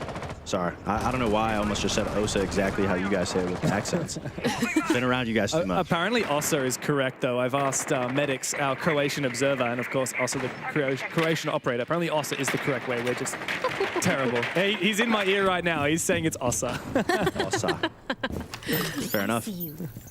All right, here goes Ashton on his roam all the way in the top floor. Double drones at the moment inside a garage as well. So Scars, they do have some understanding that there is a player on the top floor. Double entry as well. Both Washoy and Rek have entered into the building at the same time. Janano as well inside of stock will be that sort of middle ground sandwich roamer as the entries start to come through. There goes Rek on the other side of the garage window. Does he know? Does Ashton know? He's so close. He swings the corner and easily takes down Rek. The trade is quick, though, and Washoy is able to even the numbers. That's a good 1-for-1. I think Ashton taking that out, he wasn't really going to be able to get downstairs. They have Tayu already locking off connector, so he was pretty much stuck there. Going 1-for-1 is a good trade. It sets up the rest of SSG, who's playing inside bar and stock, to be able to roam there a lot longer. Wow, Force outside the map. Is he stuck? I mean, how is he going to be able to fall off here? I think Motor Hatch is closed for him, so he's got to go down to bottom main. But Fishlike is here for the cutoff. They're also going to send in a drone to reconfirm his position as well. So Forest is in a do-or-die situation at the moment. He takes a little bit of HP. A player on the other side, but it's actually Faults to help him out. Yeah, Fishlike going down in the hallway is perfect. It's exactly what they needed. I'm not sure what information there was other than sound, but losing the Hibana as well so early in the round, on top of getting a man advantage, it's everything that SSG could hope for. The communication between Forest and Foltz there to use that C4 in the kitchen hall, especially when Forest was trapped, was beautiful. I was scared because I didn't think Fishlike was going to be able to get that shot if he ran back. He decides to push in, which is the great play behind the drone, and Foltz's C4 with Forest's communication. That was just a perfect play C4. No information other than your teammates' comms. 40 seconds away and ticking as well. Washui only now we're starting to make work through the vertical onto the floor, and that means that the back of Arsenal has now been vacated. But this is where Pion starts to matter. Come through the execute phase. Are they going to dedicate themselves to the kitchen hatch drop? No, they won't. They don't have the hard reach for it anymore, and they need to pivot and go for something down blue. Smoke to try and cover up that mirror window, but this is very desperate now for Scars. SSG in a straight shot position with Faults just holding on to Dirt Tunnel. Washui, a good nade here, but it doesn't quite land. He almost gets a shot off, but Pion finds the opener coming to support. Washui gets one as well. Oh, how does it happen like this? Washui's gone down to the Capcan trap. Pion looking for the plant, but Faults can clutch the round for SSG. Far closer than it should have been, but the American roster just steal their nerve and steal the round. That was a little too close for comfort. A little too close for comfort. The cap cans, finally, the cap cans coming into play. The ones on Moto, the ones in bar didn't hit anybody, but the ones on Dirt, they got the pick on the Dirt player. I don't know how they were able to push through blue. You'd think that would be impossible, but the fact that they were able to walk in with the Osa, not only get the picks and make it that close, thank God they were low HP for Faults. It was an easy 2v1 for him. Oh my god, the Scars players have actually got like a physical strap book like on the desk with them. Oh my gosh. The printouts. Yeah, go back to analog. Have you seen SSG's desk? No. They literally will print out like their enemy strats and they just have them like Google Docs. They have like a bunch of. Oh my god. You literally see them just on their desk whenever it cuts to their camera. What's the ruling? Sorry, I know maybe you shouldn't be asking this on the desk, but you're a player. Once you hit land, what's the ruling about like what you can have open? I think you're allowed to have any type of book, any type of piece of paper. So obviously no phones, no iPads, no computers, just piece of paper. So it has to be analog, all your notes. Yeah, essentially. It can't be digital at all. Oh, really interesting. Oh, anyway, sorry. Side note, I was very curious about that one. We're going to go over to CCTV and Cash for the second bomb side of choice for SSG, having won out the basement, leaning into the Azami. Wamai combination set up going into rafters will make it a little more tricky for Scars to clear out. That being said, they have brought along 2 sets of grenades and double hard breach as well. So if they want to do a multifaceted push, they certainly can. But the first minigame they'll need to play is over on the CCTV wall. It is going to be Forest with Bandit on the other side, and they have brought along the EMPs on Tayo. The aggression from SSG at the start of these rounds have been amazing so far. Really making sure Scars knows who they're playing against, forcing them to respect each other. Bandit Trick's gonna come out. I think it's gonna get the Thermite, but it won't be able to get the Ace. That's a fair trade. Thermites are always a lot harder to fight against when they get the wall open with it, but when an Ace is on it, it's a small hole. It's not the worst thing in the world to deal with. They're still going to dedicate an exothermic charge to the wall anyway, so they do want this to be an entry hole come later on in the rounds regardless. That, or maybe the breach player just likes the right side open. I don't know, it could be a preference thing as well. Meanwhile, the rest of Scars are starting to work this con side of the map. There goes Ashton, aggressive in their mid-game, going out onto Rek, but he's going to take him down. Meanwhile, though, Fault's still in the ground floor. Could do some dirty business come later on in the round if Scars aren't ready for it. Hang on, that's the Echo they just lost. Oh, no way. Absolutely. I think obviously he saw an intuition play. It looks like SSG is really trying to play with their aggression right now. Can't be mad about a play like that that doesn't go well. Hot and Cold's going to try and trade it back. It's not going to work, but Faults with this angle from bottom kitchen. He might get stuck here if they get that angle onto main stairs. Yeah, and they do indeed have the gridlock track stingers to cover him off on that flank. J9 in a bit of an awkward position as he's going to lose his Kiba barriers. He will use another one to secure his retreat back to the bomb site. Solus has used her impacts now, so you can't rely on her being able to stop the plant. They do have one C4 on Bandit, but you can't, again, rely on the communication between the two to be what guides you through that plant. If both players are downstairs and they decide to push the site or go deep, it's going to be really difficult to stop that plant. I mean, do they have to make a play here? They're in such a numbers deficit. Like, do they have to get aggressive before the execute comes through? They're going to have to make a play on one of the areas, and it looks like that's what they're leading up to do, is retaking connector. And here goes Faults, close on the connector door, but with only 30 seconds left to go, Scars have got to start to press the attack. They want to play in these off angles. That's what SSG wants to do, and Forest, like you pointed out earlier, is going to be the sole C4 from down below, but there goes Washui on the backstab. One pick for Scars, 2 more to find. A nade almost lands, and J90 is finally cut down. Faults, don't do this to me. 1 kill, 2 kills, but stabbed in the back by Pion. Trigger discipline, restraint shown. A setup beautiful for an amazing moment, but it just doesn't quite work out. You never expect a third one. You never expect a third one. One, maybe two, but a third? Not too often. You know who wasn't being expected is Forrest, when he went downstairs, was not expecting that sledge front door. And that is honestly where it costed them. Because you have to assume that somebody's going to be playing downstairs, especially if you have 5 players up like Scars did. Sending one person downstairs to flank up red is a good X factor. To deal with somebody who could be stopping the plant, flank up red, win the round through him. I don't think they were prepared. It looked like every player that died in that round for SSG was making some kind of aggressive play, especially those first 2 picks. It seems almost unnecessary. It feels like maybe SSG don't have the right read on the playstyle against Scars. Well, I feel like for SSG, they felt like sort of the gravity of Scars like being drawn to Ashen, right? Ashen was really that frontline defender that went for the intuition play. And so the rest of SSG tried to like piggyback off the back of that, right? Like if there are Scars players that are distracted by whatever's going down inside of Master, surely the player on the balcony is not going to be looking back, right? But Fishlike is on the roof and he stares down a player inside a garage. It's just small things like that that are, I would say, unfortunate for SSG, to be honest. I do feel like they are trying to be in support of their players, even cross-map.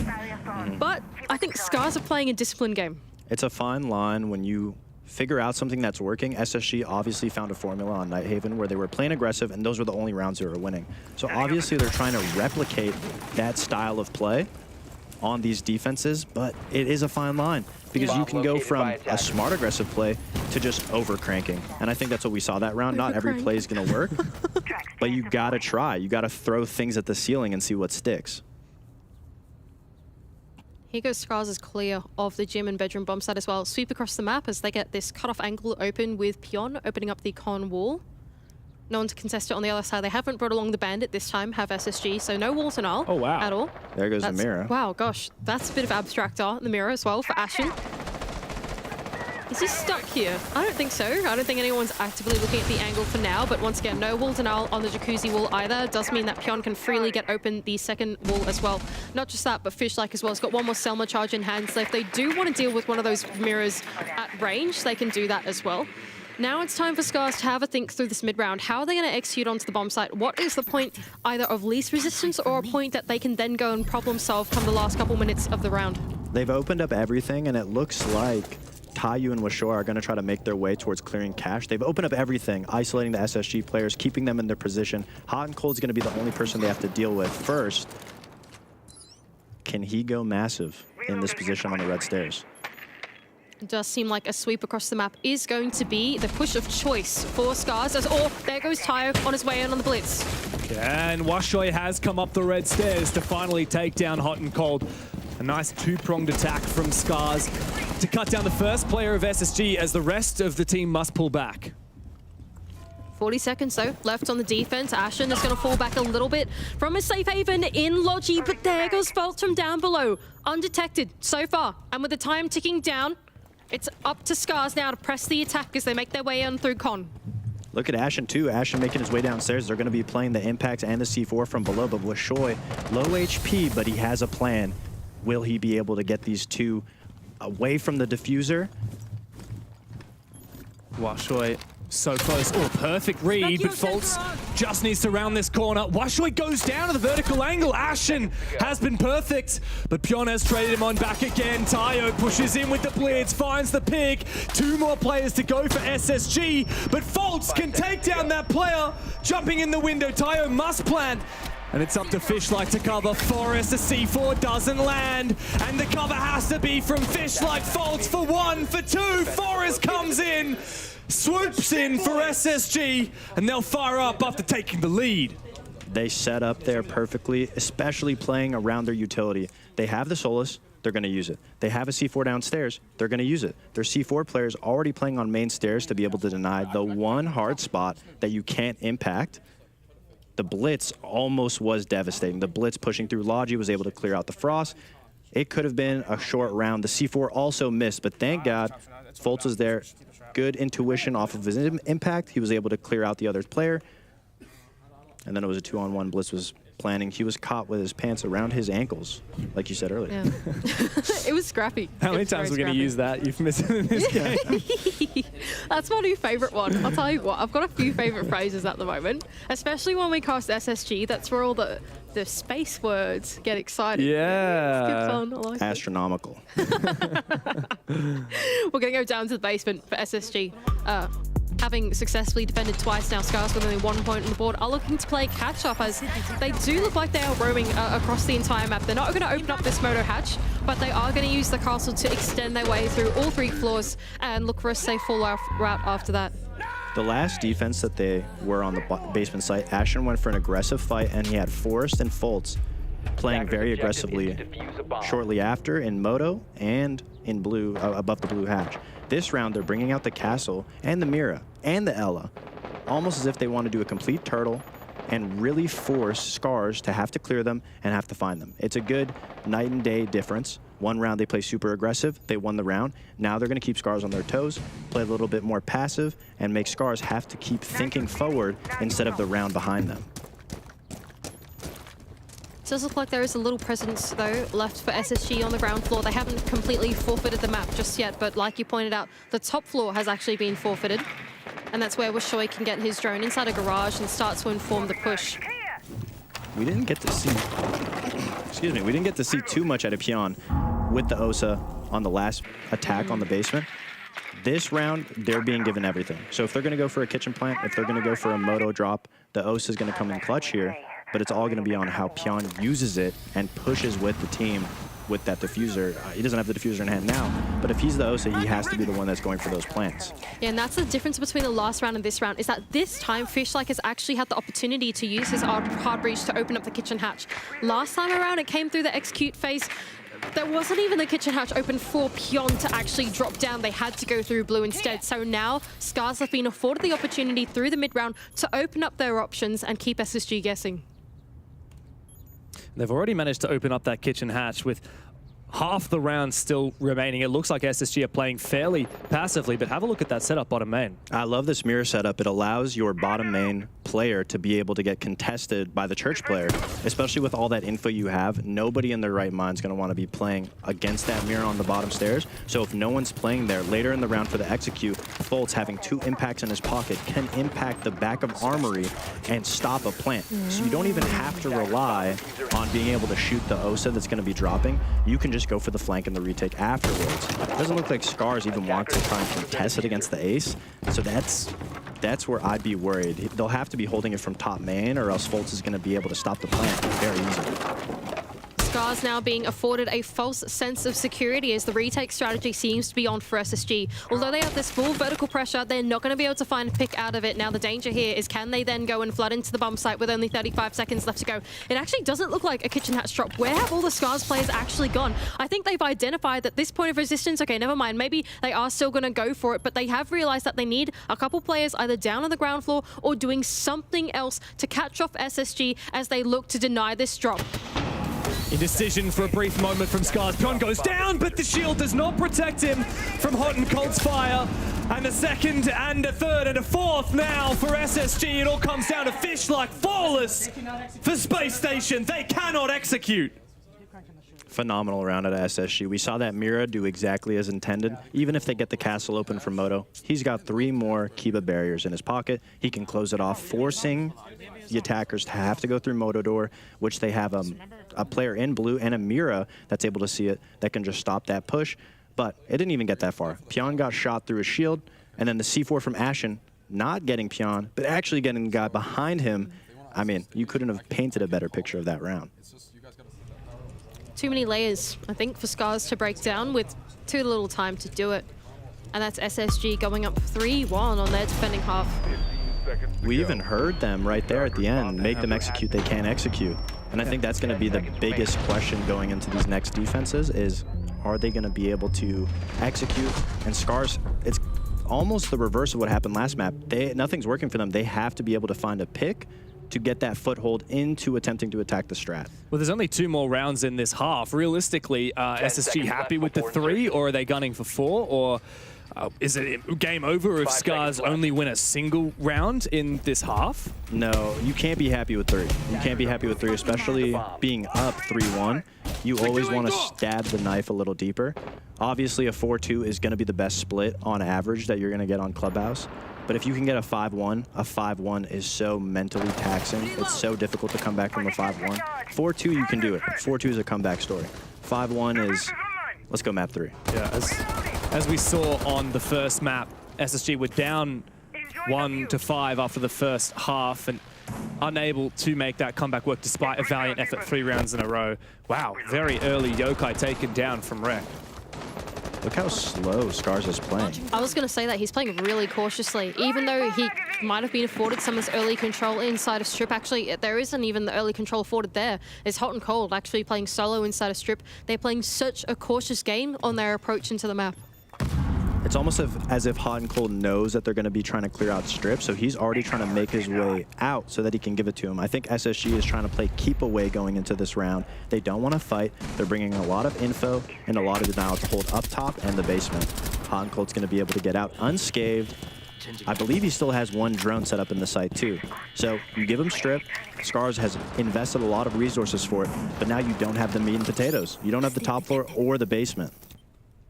Very linear push so far for Scars, and they're going to need to amount some other point of pressure. That being said, they've injected Rek into the ground floor, but like you pointed out, the info is there for SSG. They do have a read that Scars at the moment are having a think about the bomb site. There are 2 or 3 drones that have just gone in through bar and stage, but like you pointed out, it could be a false sense of security once again for Scars. They think they can execute, but really they can't. There are a couple more layers of the onion that they need to peel apart before they can go for it. The Solus is just going to give an easy call to where they're planning. They don't even need the Echo drone to stop the plant. They have the players above in Master. They have the mirrors around the players in Master. You're not going to be able to send a rat up to deal with these players. You have to send more than 1 or 2 people to deal with it head on. But do they have the time? There's 50 seconds left to go, right? At this point, do they really have the time to afford to make a mini execute work on the top floor as they're trying to go in for the bomb site? The info is still here as well for Hot and Cold. Even the entry has come out from Rek on the other side in the kitchen hallway. What are they going to do about it? Yes, he's going to try and send some grenades up from below, but really, it just doesn't feel like enough come the execute phase. With 30 seconds left to go, the logic bomb will ring out for Scars, but it's looking dire. SSG said make them execute. Let's see if Scars can deliver on the promise. The diffuser almost down, but Pion denied. The last second faults for the flank. He gets a double, the flick. And SSG, they might have the perfect read. They've made them execute. They've made them feel this pain. Fish like desperate to get that diffuser. But the MVP of the round continues his onslaught. SSG cannot deny that they have won another round. 4-1 up in the advantage on Clubhouse. Fired up and ready to flame Scars. They can't execute. That's been the story of this map so far, and it's really coming true. You see it every second the way that SSG is playing. They're rather running away than taking the gunfights. They're not even risking it. In the early game, we saw them going for these aggressive plays. They overcranked. They decided to pull it back and force Scars to have to clear them out, have to go for the plants. Even though Scars is making good leeway in their time, taking good position, it's not the position they need to take. Obviously, couldn't have had a better flank myself. Foltz, beautiful flank there, giving the info to the players above to be able to stop that plant right before it's about to go off, and he's able to just clean up. Such a cool spray transfer as well that we watched on his part. I mean, he gets the first, he turns 90 degrees, and like cleans the second one up as well. Oh, P90 power. Did you hear what he said as well? What did he say? Get off me. He wins that round. He looks to his teammate with a sly smile on his dial, and he says, get off me. SSG are like a completely different team from what we saw on Nighthaven. If you look at the kills too, it's almost as if Foltz is unchained. You know, Foltz is one of those players that is consistent. Everybody knows his skill. Major 1 didn't have too hot of a major. This last NAL stage, he's been playing a lot better. I feel like picking up a player like Ashen really lit a fire under him to be able to, you know, he was once the young guy on the team. He's not getting old. There's not a new younger guy. So I love to see this out of him. He's playing a lot more of the Solus, a lot more of these flexible ops, and we haven't seen this from him until this event. 12-2 is a good scoreline in 10 rounds, and he's done it in half as many. sweep across the map for Scars. The bomb site is gym and bedroom for SSG, having won out their last one over on bar and stage as well. For Scars, I think it's really about committing to an idea here. I think don't get too overthinky. We're trying to do something finicky or whatever it might be. It's gym and bedroom. If you can get open what you need to, put the pressure on the bomb site, and then actually dedicate themselves to going in for an execute rather than spending all this time in the mid-round like loitering and waiting for something to happen. SSG are playing a really disciplined game right now, right? They're not giving them anything in the mid to early round because they know that the weakness in Scars at the moment is that late round. Scars had a really good start attacking on Master this last attack, opening up all the walls. This round, though, the mirror has rotated. They're not going to get a free mirror on the Logi wall. They're going to have a little bit more of a harder hold, and they're bringing the Azami. And they're not playing down low. They're always keeping the next round that they're going to one step ahead of Scars. They're not playing on the round behind. They're playing on the round forward. SSG is planning to fight up top head on, expecting Scars to have to deal with what they ran the prior Master round, which is the downstairs play. That being said, there are 2 sets of grenades down below at the moment, and there's no one there to contest them, like you just said. So this could be Scars' opportunity to actually dislodge the defense from bottom up, but Fultz doesn't care. He's going to check the angle from down below to see if he can catch anyone. And in fact, 2 of those grenades, it's about to be 4 of them, are not going to sink onto a single SSG player. So all 4 of the grenades and a player himself, Washley, has just been taken down the vertical. Actually, Rek has got 1 more in hands. Okay, thank goodness they can at least get a trade, but that was a very expensive trade. Especially on time. The kill for time is not fair enough. All of SSG playing super far back. They still have utility to deny from below, and they also have Ashen playing behind all of these keeper barriers inside gym. It's going to be so hard to clear because you've used all 4 of your grenades for 1 kill. Not a good spot now as Fishlike is now facing the resistance on the other side. Not only is there a mirror window, well, it's now been popped open, but there's also a shield at top main that he's got to face. Rek has got an idea that there is Ashen on the other side of this rotation hole, but doesn't have a grenade to sink into his position. Here goes the flood of utility, though, from Scars, the flashbangs to initiate themselves in, but it's Ashen to meet them on the other side. And he finds the first, looking for more, but doesn't feel a lot of pressure. Rek punishes an over-aggressive J90, but Forrest is there for the trade, all up to Fishlike now. Fox, you said it, SSG have done it. 5-1 in the first half. They have dominated, they have replied in kind to Scars, and the Japanese will now have to have the comeback of their lives to keep this game alive. The confidence you must feel, especially going down on your first map, to start so hot on a second map. Get the cuts, get the flank set up, and we're going to crank anybody's solar aerobics still, okay? Look at that, you can hear him saying they crank. They know exactly what they're talking about. Sometimes you'll listen to a SSG listening and you can get a little lost, but it's really refreshing to listen to comms like that. But so far, they have not let Scars get a breath in this game. They're keeping them on their toes, forcing them to plant, forcing them to execute. Scars haven't really been able to find anything.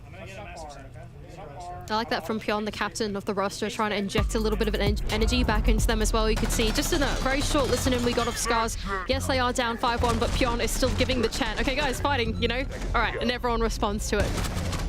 It's good energy. It is good energy. But NA is here, baby. I love that. It's the most energy we've heard from you this cast, Fox.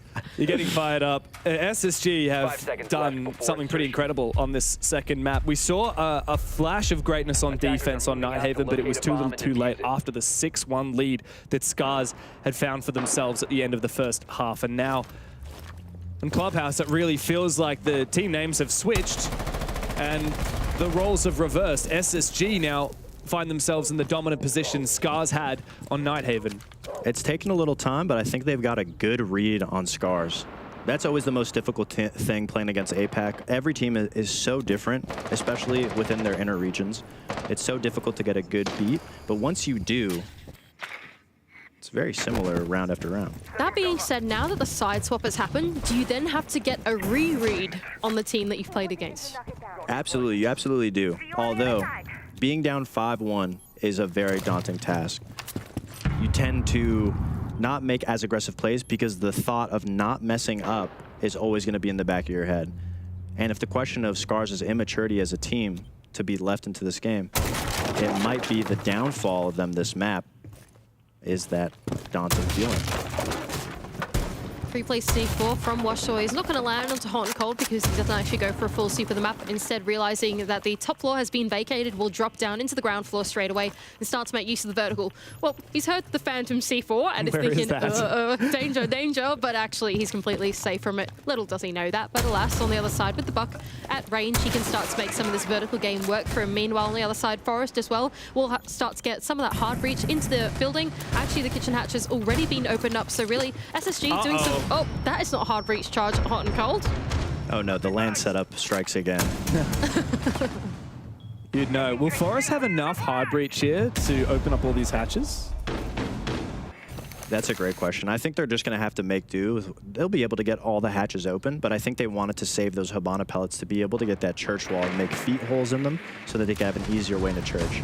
Oh, well, Ashen has found the first pick elsewhere. Rek has been misdroned, and there's no Claymore here. This flank could be huge for Scars. He spots out one player on drone, and he will find that first pick. J90 goes down, but now the flank, the jig, it is up. And SSG look to crank on the bomb site. 4v4. Let's see if their executes are a shade better than Scars's. Hot and Cold finds the first one, but a wall bang will fall victim for Forest. He finds the info, but Hot and Cold is the last one standing. Trapped in blue, low HP, and dancing around the fire. Scars are poised to find their second round of the game. Doesn't look possible for Hot and Cold, but he'll give it a crack anyway. The crank was not there, but Scars finally have stemmed the bleeding, and they have a reply for SSG. Scars starting off slow. They didn't want to mess up, and they definitely did not. They brought the Goyo, the smoke, and later in that round, you saw they were able to shut off all of Moto Door, which is why 3 SSG members had to walk through down the main hall. Now, if the Buck was there, they would have been able to go through the Ash Wall into back armory, have a little 1v1 with back armory, potentially have an easier foot in the site. But because of that beautiful flank from Rek, Hot and Cold, the Buck player, had to be the one to deal with it. He ended up shutting him down. Rek was only able to get one, but that flank itself took the Buck away from the rest of the execute. Time wasn't on SSG's side. They had to push down the hall, and they just got sandwiched. These are the small details, this game, isn't it? There are certain small margins that certainly are the telltale of rounds, especially come the late to mid-game. We might not notice it all the time on the cast, but with you here, we can certainly pick up some stuff like that. That's really fun. I try to be of help. Oh, very good. Thank you. We appreciate that. To be honest, I just brought you on for the good looks, but... Okay. If you have some other contributions, I'm all ears. Fair enough. I will say, I gotta give respect to Rek being down such a strong lead and then going for a play like that. He had the souls, he had all the information. He was able to shut down the blue player, was J90, forcing Hot and Cold to rotate over. That play in itself won Scars the round with all the denial that they were able to have. Unafraid to make a mistake, despite the 1-5 deficit. Rek would be the player to do that too. He's been so good. He was really good in Major 1, especially against SSG. And if I'm not mistaken, he was one of the top fraggers for Scars in their region. That is correct. That would be very correct, actually. A very fair statement. Here goes SSG on their approach into gym and bedroom, putting some pressure out on the jacuzzi wall as Pion's on the other side of this to look for the trick onto Ashton. But he doesn't quite get it just yet. I think Ashton's realized that the bandit is present here and they're going to take the exothermic charges over to the other side of the map instead. I believe that J90 on the Selma charges has at least made some headway over inside of Cash, so if they decide to try and make the sweep work, they certainly can, with that being a crouch hole. Forest as well down below is going to make sure that they can't be C4'd from bottom up, as there is a Valkyrie camera inside a server. Very good read from SSG to drone out where the bandit's playing and go the opposite way. Path of least resistance right now. They obviously want to get angles open and they want to go for these gunfights. They're all feeling hot. If they can get the angles and get those fights, they'll surely feel at least in the better position. Here's Teo on the other side with a C4 lineup going over into the breach, but a little too late. There are already players inside the building as he tosses one out, but it doesn't connect. Tough fall-off spot now, but that Selma charge is going to be mute jams over on the other side. It's going to put some safety, at least for a little while, for Teo. With the shotgun in hand, he's going to round the corner, but not connect any shots. Well, he's going to be forced to move now, and he does find the pick on the J90 elsewhere. Forest keen on the cover for Washoy, but there is a trade, and once again, back for Scars. They refuse to let SSG slide with that numbers advantage. Nice little 2-for-2 trade, falling back. I gotta ask myself, where are the Thatchers when you're trying to get that wall open? If they would have got that wall open, it would have probably been a cleaner execute on the green side. Mate, he's got 13 kills. You can't criticize him. No, you're right. It's my bad. But where are those Thatchers going to be used? I'm very curious. Ooh, close nade from Forest down below onto Fishlike. The second down to just a little under half HP, but not out, okay? Just as I've said that, they have flushed him out to hot and cold. Forest to send one more up, but there's no one playing on the chassis. There's only 2 defenders left on the Scars to stop the onslaught. And with 25 seconds left, it's Pion to kick things off, to look for the first pick. Oh no, he's caught in the track seeing as he didn't want to shoot them and give away his position. But as a result, now much restricted movement for Scars as Fultz and Hot and Cold with 2 L85s in hand. But Pion is prone and ready for it. He spots the feet, but he's in an awkward spot and round in the corner. Fultz for one. The trade from Rek. A 1 versus 1 in favor of Scars as they try to continue this comeback. That came down to the wire. Maybe if they use the Thatchers on the green wall, you're not letting this one go. They would have had a little bit. I really wasn't able to see where Fultz was that round. But if they had the Thatcher on the green wall, any experienced player would know the mute jammer was the only thing stopping it. You Thatcher the mute jammer, you have an easier run in. You don't go 2 for 2. You probably have demand advantage in that situation. Regardless, though, I really like how SSG was setting up that round. Let's go. All right. I love Pion. That was amazing. Oh my god. SSG was setting up the round really well, especially with having Forest downstairs for the nades. But Pion Rek, they made the play there. I really love how Pion was on the main stairs, got the pick on the Forest, and he was able to make it up through the track stingers all the way into gym and able to play and connect with his teammate. The captain has his moments. He certainly does. Ooh. I see a Montaigne teased out by Forest here from SSG. Scars banded in the first map. We saw a lot of blitz. And we know how good Monty is here on club. What's your read on this? Lethal or not lethal? It'll be to pressure out Garage. I mean, it'll get its job done. The issue that we'll face is, can SSG hold below? Will they be able to get the Monty into the plant spot? Will the plant spot be denied? Oh, free kill. Whoa. There's Fishlike on the duel with player on the outside, but the shots don't quite connect, and in fact he takes more damage himself. But here goes the Monty, just as you pointed out, putting pressure immediately on the Raptors position. That being said, there is the Azami of Pion, I believe, on the other side to support one of his teammates. There's 2 players on Rafters, in fact. So what do you reckon here? Monty versus a double Rafters hold, right? Do the attack then win this off the back of the info that they get, or are they playing into the defense? The Monty is mostly scare tactic. I'd expect SSG to be baiting the Monty, and the attack is going to come from somewhere else. Wishoy and Tayu are also downstairs to help for this Garage take, especially if Force overextends. Oh, no! He unshields. That's a huge risk, and Rek is looking for an aggressive play as well on the breach, but he thinks better of it as they have the advantage, and there's no reason to give SSG a kill back. The Monty's gone down so early, and with no impact, a fickle attempt from Forest. It looked like Scars was set up to retake Garage if that Monty did push up, but he made it easy for him. He unshielded. And now Hot and Cold is going hunting. They obviously can't push through Garage anymore. They're going to try to rotate and clear out the master area. The rest of Scars is just going to fall back. They have that advantage on the Monty. They just can't get picked now.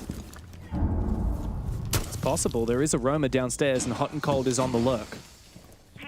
So Shoy on the other side, he seems pretty aware that there is now a player inside of Bar. Oh, but they've got live info on at the moment. Red ping's going out as he rotates down to safety all the way through the secret stairs. But that does allow Hot and Cold space now inside of the ground floor. He is the one with 2 grenades in his hands. The anchors aren't going to feel so safe now. He's doing a phenomenal job at staying alive. Just staying alive as a roamer is the biggest thing. You don't need to get kills. You just got to stay alive, because now SSG has to worry about where Wishoy is. Is he going to come up main? Is he going to come up blue? So they're going to have to start hitting the site, and they always have this risky feeling that they're going to get flanked. Oh, and they might indeed. Wishoy reveals his position, but he doesn't overextend. Hot and Cold caught in a crossfire, goes down as another roamer goes below.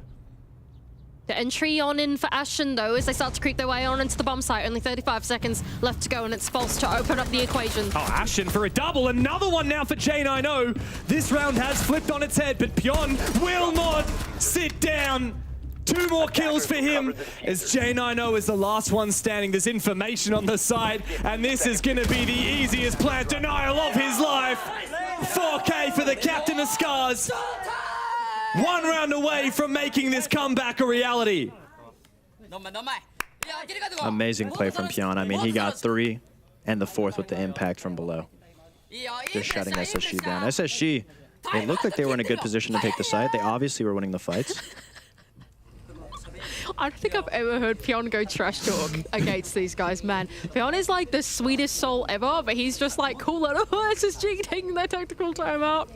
Oh, man. Makes you wonder what SSG are going to be saying right now. As, of course, we can speak English, can't speak Japanese. Let's see what they're saying. There, look at the printouts. They got the printouts of like the exact strats that the enemies are going to do, their strats. They have a lot of them. What you say for Jim? You said Than Thatch?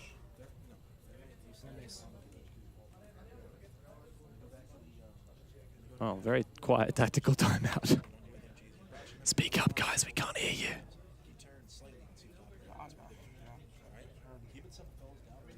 Yeah, I'm not sure if you got anything out of that, but I certainly didn't. Call out. I heard him pretty much say, keep it simple. And I think Forrest was kind of saying, you know, hey, that round might be on you guys. Like, you got a nasty shot on the end shielding. I think they understand where they went wrong. A lot of people would look at that and say, wow, SSG look like they're really down. You know, they were quiet, so you'd obviously say, oh, wow, maybe they think they're getting nervous here. But I think that's... I'm blanking on the word, but that is the confidence you want to have in your coach to be able to just quiet down, listen to exactly what you need to be done and what you need to get done, and then lock back into it. And if I was SSG, I would take a bit of confidence from the fact that they turned a 3 versus 5 into a 3 versus 2. That's where SSG is strongest, when they're able to give misinformation, come from everywhere, and be able... Bless you. 5 seconds. No, I just laughed. They're able to attack the site from all angles. Ashen especially getting 2 in the site, walking up rafters. They're able to get their picks because you don't really have a good grasp on where SSG is. They don't give you an idea on the one area that they're going to be attacking from. Look, I love your analysis, Fox, but are you going to be a brand risk on my cast? No. I'm trying not to. Oh dear, it's dangerous having the NA player on for what is our hopes of an APAC victory, but so far SSG have started to run away with this one. 5-4, Scars looking to bring it back. Very quick entry though from Hot and Cold over on the other side. Oh, sorry, it's actually J90 on the Ash, not Hot and Cold. As he makes his way in, often not the injection player for this team, but will play it early on. The rest of Scars, I was going to say, I've actually forfeited back into the bomb site, but what were you going to go for? I was going to say it was a very fast entry from SSG. Whenever they take a timeout, they usually have a game plan of what, it's usually a fast game plan too on what they're going to do. Obviously, they were expecting a roam, and Scars set up a beautiful bait roam with the mute jammers, making it seem like they were going to play up top. But like you said, they went all back downstairs. So SSG is now spending time on an area that's completely clear, but they're doing it fast. So it might be a good give and take. Space given up now to SSG as they can start to make the mid-round work. That's where we need to turn our attention to Hot and Cold on the sledge to see what work he can get done on the floor. There are only 2 sets of C4s that he needs to contest with. Washoy's already got 1 prepped over on the other side, just beneath the kitchen hatch that Hot and Cold's got to worry about, but the other set of C4s is a little further away from that. He's just trying to land this shot. Oh, onto a player behind the triple wall. That's a nice little angle he's got there, but the Wamai on the other side, that's Wreck. It's not going to give away his life. Pre-ripped C4 for Washoy here, just below the kitchen. If he can find a kill and get a numbers advantage going into an execute, that would be massive. Whenever you're playing in that area too, it kind of feels like a game of Battleship because you're just trying to listen to where they're coming from. Oh, the angle. He might be able to see his head. Oh, a couple shots on him. But he's C4 himself as well. I think it's time for Washoy to get out of dodge. He's actually going to go and play inside of dirt. He's going to get droned out. He'll take that down. He is low HP for any potential late round engagement. Forrest needs to land the first bullet. He's going to make his way in, but with only 30 seconds left to go, it's go time for SSG as they start to plan out this mid-round. It's always quite tricky in these 5 versus 5 executes going into the basement. What do you do? It looks like it's going to be a kitchen hatch drop for them. They have a plethora of utility to try and flood their way on in. There goes one of the grenades from Hot and Cold to try and be sunk onto the triple player. Oh, but there's a player in Moto. That's Ashen on the other side to open up the equation. First kill for Ashen, another one as Hot and Cold joins the fray. Time ticking now, Scars have fallen apart. Flawless for SSG.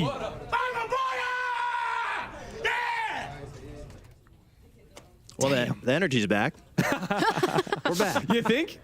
NA We are Copium. so back. We're back. We are so back. Hey, mate, they have match points, so I wouldn't say it's Copium at this stage. A 2-round lead as Scars are finally taking their tactical timeout.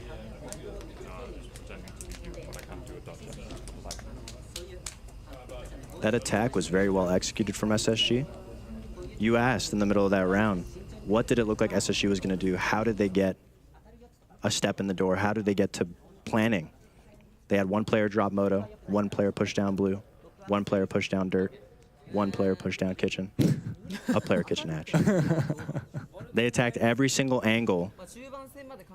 The whole round was leading you to think that they were going to drop Kitchen Hatch. That was maybe the main pushing force from SSG. But from every other angle they pushed down, everybody got a pick. Everybody was able to get their own 1v1, especially Ashen dropping in Moto, getting the Church player, and then also getting the Blue player, allowing, right here, you see it right here, allowing J90 to pretty much walk down Blue uncontested and be able to help his team. Like nice stuff there from SSG, leaning into the gunpowder that they have on their roster, keeping things simple, I think was the one phrase that we had from Cooler, and I think not getting too caught up in the pre-execute phase and actually leaning into their own confidence as individual players, I think was what they really needed there. It's really cool to see Ashen as well wake up in the server at the moment. 10-7's not a bad scoreline for the rookie of the roster as Scars off the back there, tactical timeout, are going to take us over into gym and bedroom. Looks like they are looking for a little bit of an extension over horizontally, but not too much. But they also, like SSG were doing, are leaning into that, the mirror Azami setup off the back of the bandit on the Pion as well, to try and keep things closed off. The only common theme I'm seeing here from the last map is when SSG is ready to set up and when they're ready to go for those executes, losing somebody in those moments, losing somebody to a flank, losing somebody to an aggressive push. Scars can't let up in those moments. SSG needs to be able to shut that down if they want to finalize this match. Oh, Washoy taken down immediately. That was a nice attempt there, but all of these SSG players seemingly ready for it. J90 as well, ready off the back of that for someone to be peeking out of the server window, but the rest of Scars playing the discipline game so far off the back of the first pick going in the way of SSG.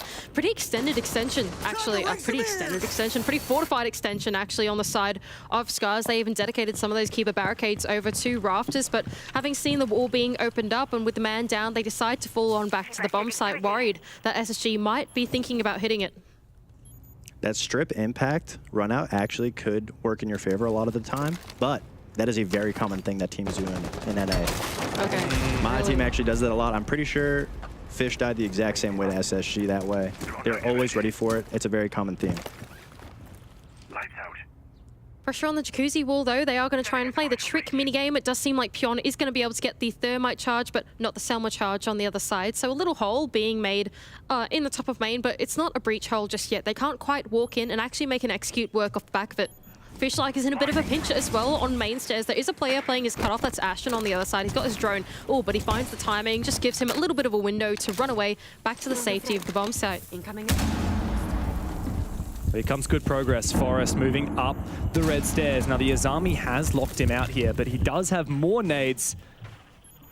As Tayo's heard that position. Oh, here comes Forest, the perfect read, but Tayo, the perfect timing. He's incredibly lucky he moved at that precise moment, and SSG is still yet to clear his position. Playing inside the green box area is very risky. You have to be able to navigate through a minefield knowing exactly when and where the nades are going to come. If a drone spots you, you know a nade's coming soon after. The Azami barricades are going to keep the attackers at bay and give Tayo a little more time, and I don't think they want to waste any more nades for this player. They only have one nade for hot and cold. Oh, and Fishlike's found one elsewhere. Not sure where that went down, but Ashen's been a huge player. Red cannot secure his pick as he does down hot and cold, and Fishlike finds another one. Forest might finally take down Tayo, but it's not going to happen. Rex taking out Faults. Both of the players on the balcony, the last one standing for SSG.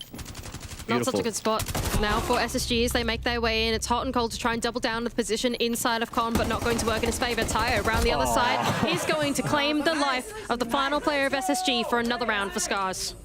Tayo played that spot phenomenally. Not only avoiding the nades, but playing off of his teammates, playing off the keeper barriers. Obviously, Rec peeking connector. The timing for Hot and Cold to go for that nade, that last nade that we talked about not being used on Tayo, was going to be used for connector door so that the rest of his team could try to push in. Rec just had a beautiful timing. He was able to down him, which gave the rest of his team time to pick off the extremity players from SSG, just going for those 1v1s. Well, they've converted their tactical timeout now. And with that as well, all of the bomb sites are actually available. Cache CCTV has once again been unlocked. Now, this bomb site was a very tight round. Actually, according to the top-down view that we've got in our second monitor, they've changed bomb sites completely, Mandy. This is a curveball we have not yet seen. Oh, sorry, I thought that was Bar. I'm crazy. Spoiler, we are going back down to the basement. I was just thinking, I was like, oh no, Dev, we're doing a Dev and Mandy classic and not knowing how to read the bomb site. I can never tell what bomb site it We're is. terrible at it. It's both of us that are I'm terrible at it. cursed. See, it would be good if like one of us was okay at it so we could like pick up on the mistakes, but we're both awful. Well, at that's it. the real got reason Fox we here. brought Fox. It's definitely not me. Definitely not me. It's you guys, but don't worry. The basement bomb site, I mean, we haven't seen too much out of Scars like we did SSG, going for the aggressive roam to aggressive defense. Maybe this round we'll see a little bit of a roam, but it doesn't look like it's assisted with any utility. There's going to be a lot of info, so whether that dictates Scars falling back down to the basement and then retaking up with their Valcams with the Solus, or they're really going to fight for up top control based off of where they can get information. And there are two players for Scars on the top floor. That's Rek and Washoy to be the first point of contest as the entry starts to make their way on through. Rek has an inkling that there might be someone entering in from Stock. That's actually Forrest, who is droning over on the other side, thinks better of it and decides not to make that entry work immediately for him. Actually, a couple players at the moment of SSG on drones, just thinking about what they want to do next. Ooh, but here goes Ashen having a think about jumping in through Con. This roam clear is very interesting because they're all split up. It doesn't look like they have a direct push. They have a guy hot tub, a guy connector window. You have Hot and Cold holding the kitchen main stairs from bar, being able to shut down anybody that tries to rotate back from bar to the main stairs. But you're going to find yourself in a position where no one wants to be the player to go. But there's Forrest. He's always the player to go. Walks up red. He's able to shut down Rec and connector. Wishoy's going to get taken down by Hot and Cold, dropping down the Melogy hatch. Yeah, really solid breakdown off the top floor. Very much mini execute style as a bunch of them jumped in through the top floor at the same time. Now it's Fish-like in a man disadvantage to try and hold on to his position inside a lounge, and he does so to perfection, claiming a really nice headshot onto the player trying to rotate inside of blue. But here goes Tayo as well, feeling the pressure of the man disadvantage, looking for his own play. He's going to be shot down. Hot and Cold to claim a second, but it's still Fish-like in a pesky position inside of lounge. Over-aggression punishes Scars. A big play to lose in Tayo. Perhaps Fish-like's heroics could have brought it back. He actually has the diffuser now in storage, but SSG are playing this slow. SSG has time to play with. They can make their way over to the diffuser. They don't have to worry about contesting Fish-like one-on-one. They should absolutely not give any 1v1s. Oh, as you say that, I think you curse them. Fox Fish-like is under a world of pain, though, and he is eventually traded. 3 kills in the round for Hot and Cold as John reveals his position, trying to hold on to that diffuser, but Hot and Cold finally locks in the game. The rivalry forged in Copenhagen continues here in Atlanta. Scars may have taken the first, but SSG reply in kind. The battle for elimination will continue on Cafe, which is coming up after this quick break.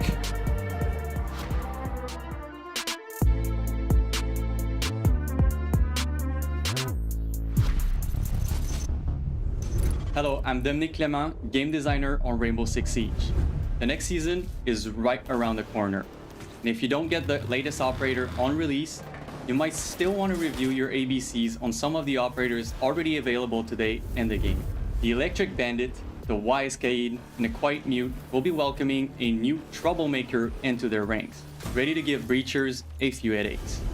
Working out your pulse and Solus muscles will ensure you'll be able to provide invaluable intel to this new operator.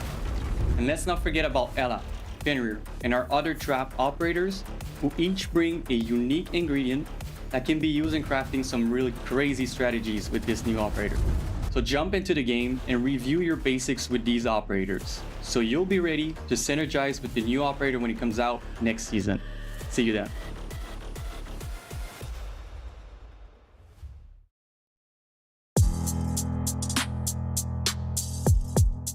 Hello, it's Mugli from Worlds. I'm Doki from G2 Esports. I'm NJR and I play for DarkZero, and I'm ready to play some Drone in the Unknown. Doki, NGR, watch out, I'm gonna beat you. I'm gonna beat Mowgli. That's no problem.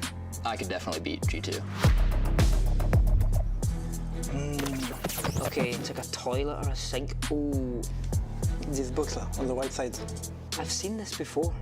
Yeah, it's blue stairs on bank. It's gotta be bank. Ah, I know. Blue stairs. Yes, I knew it. Oh wait, where's the sink? Ah, I didn't know there was a sink there. After seeing that, I'm confident for the rest of them. Club kitchen. The brick wall on the back is like, that's the whole theme of Clubhouse. That's kitchen on Clubhouse. No. I'm not playing in the kitchen. I play in my room. Yeah, I mean, I'm not surprised. To be honest, I should know them all. If I don't know them all, I'll be embarrassed. Oh no, I've spoke way too soon. I think it's pink, but I'm not sure. I'm seeing a painting. It feels like it's a big room. I'm not looking at the actual paint, I'm looking at the stuff around it. Oh, this is Tellers on border. Or is it consulate? Bank lawyer's office, I guess. I'm gonna say that it's border, Teller's archives. Hey, it's what I said. You said, no? I said border, big room, Tellers. Oh, it was.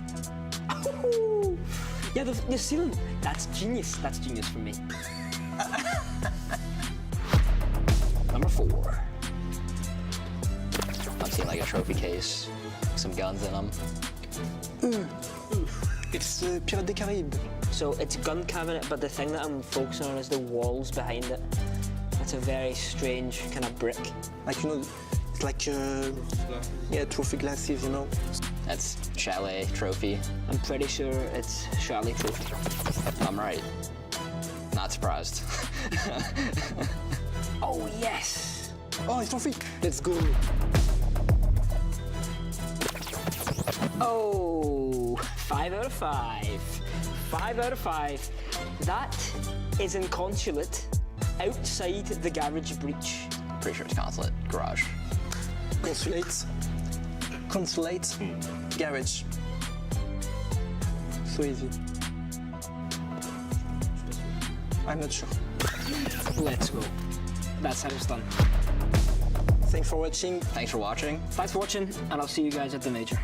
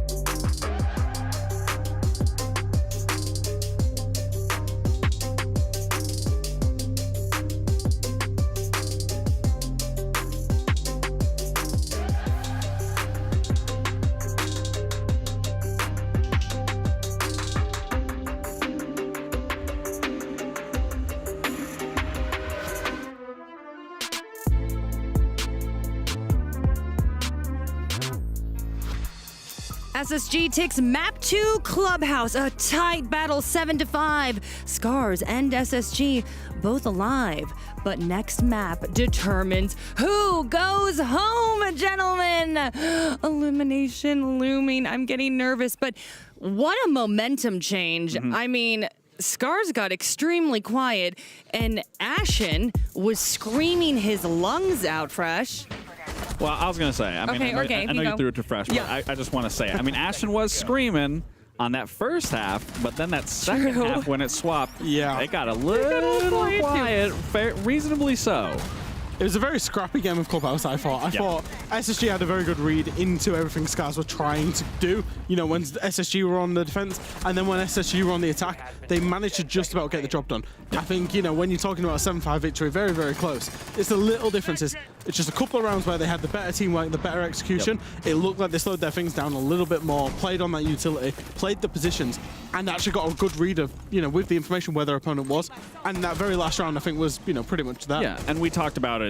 Both teams' attacks struggled heavily. Their defense looked solid, but on attacks, it looks like they just couldn't find those openings or where they wanted to entry. And when they did, they just immediately got shut down. And then it was just kind of like, okay, rush, rush, rush, try to take these gunfights. And this was actually a beautiful round from Peon right there. He brought that back. Had he not won that gunfight in sight, I think with Shoy was on that roam, that round would have collapsed entirely if that wasn't for Peon. And match summary up right now. Gabe, I think you said something like SSG needs to get out of their heads, and at points I felt like they were playing looser, and Fultz, phenomenal game, by the way, when we have their stats up. Yeah. But yeah, then times I felt like they were back in their heads. Yeah, I mean, I don't want to say they were playing looser, like I said. Okay. Clubhouse is a very default map. There's not a lot of things that you can do. It really forces a lot of that communication, a lot of that teamwork. So naturally, you should be comfortable playing in that map specifically. So I don't want to say that they, you know, were struggling here or struggling there. It just came down to the basic fundamentals of how Clubhouse is played. It was very good to see from an SSG point of view. We've said we need people other than J9 to step up. It was great to see Fultz up there hot and cold. Even Ash having a great game because J9 was the bottom of the leaderboard there. So that's what you want to see. There are definitely positives. Don't get me wrong, 7-5, it was a little bit iffy at times. But they've got themselves back into this best of 3, and it wasn't just reliant on one player.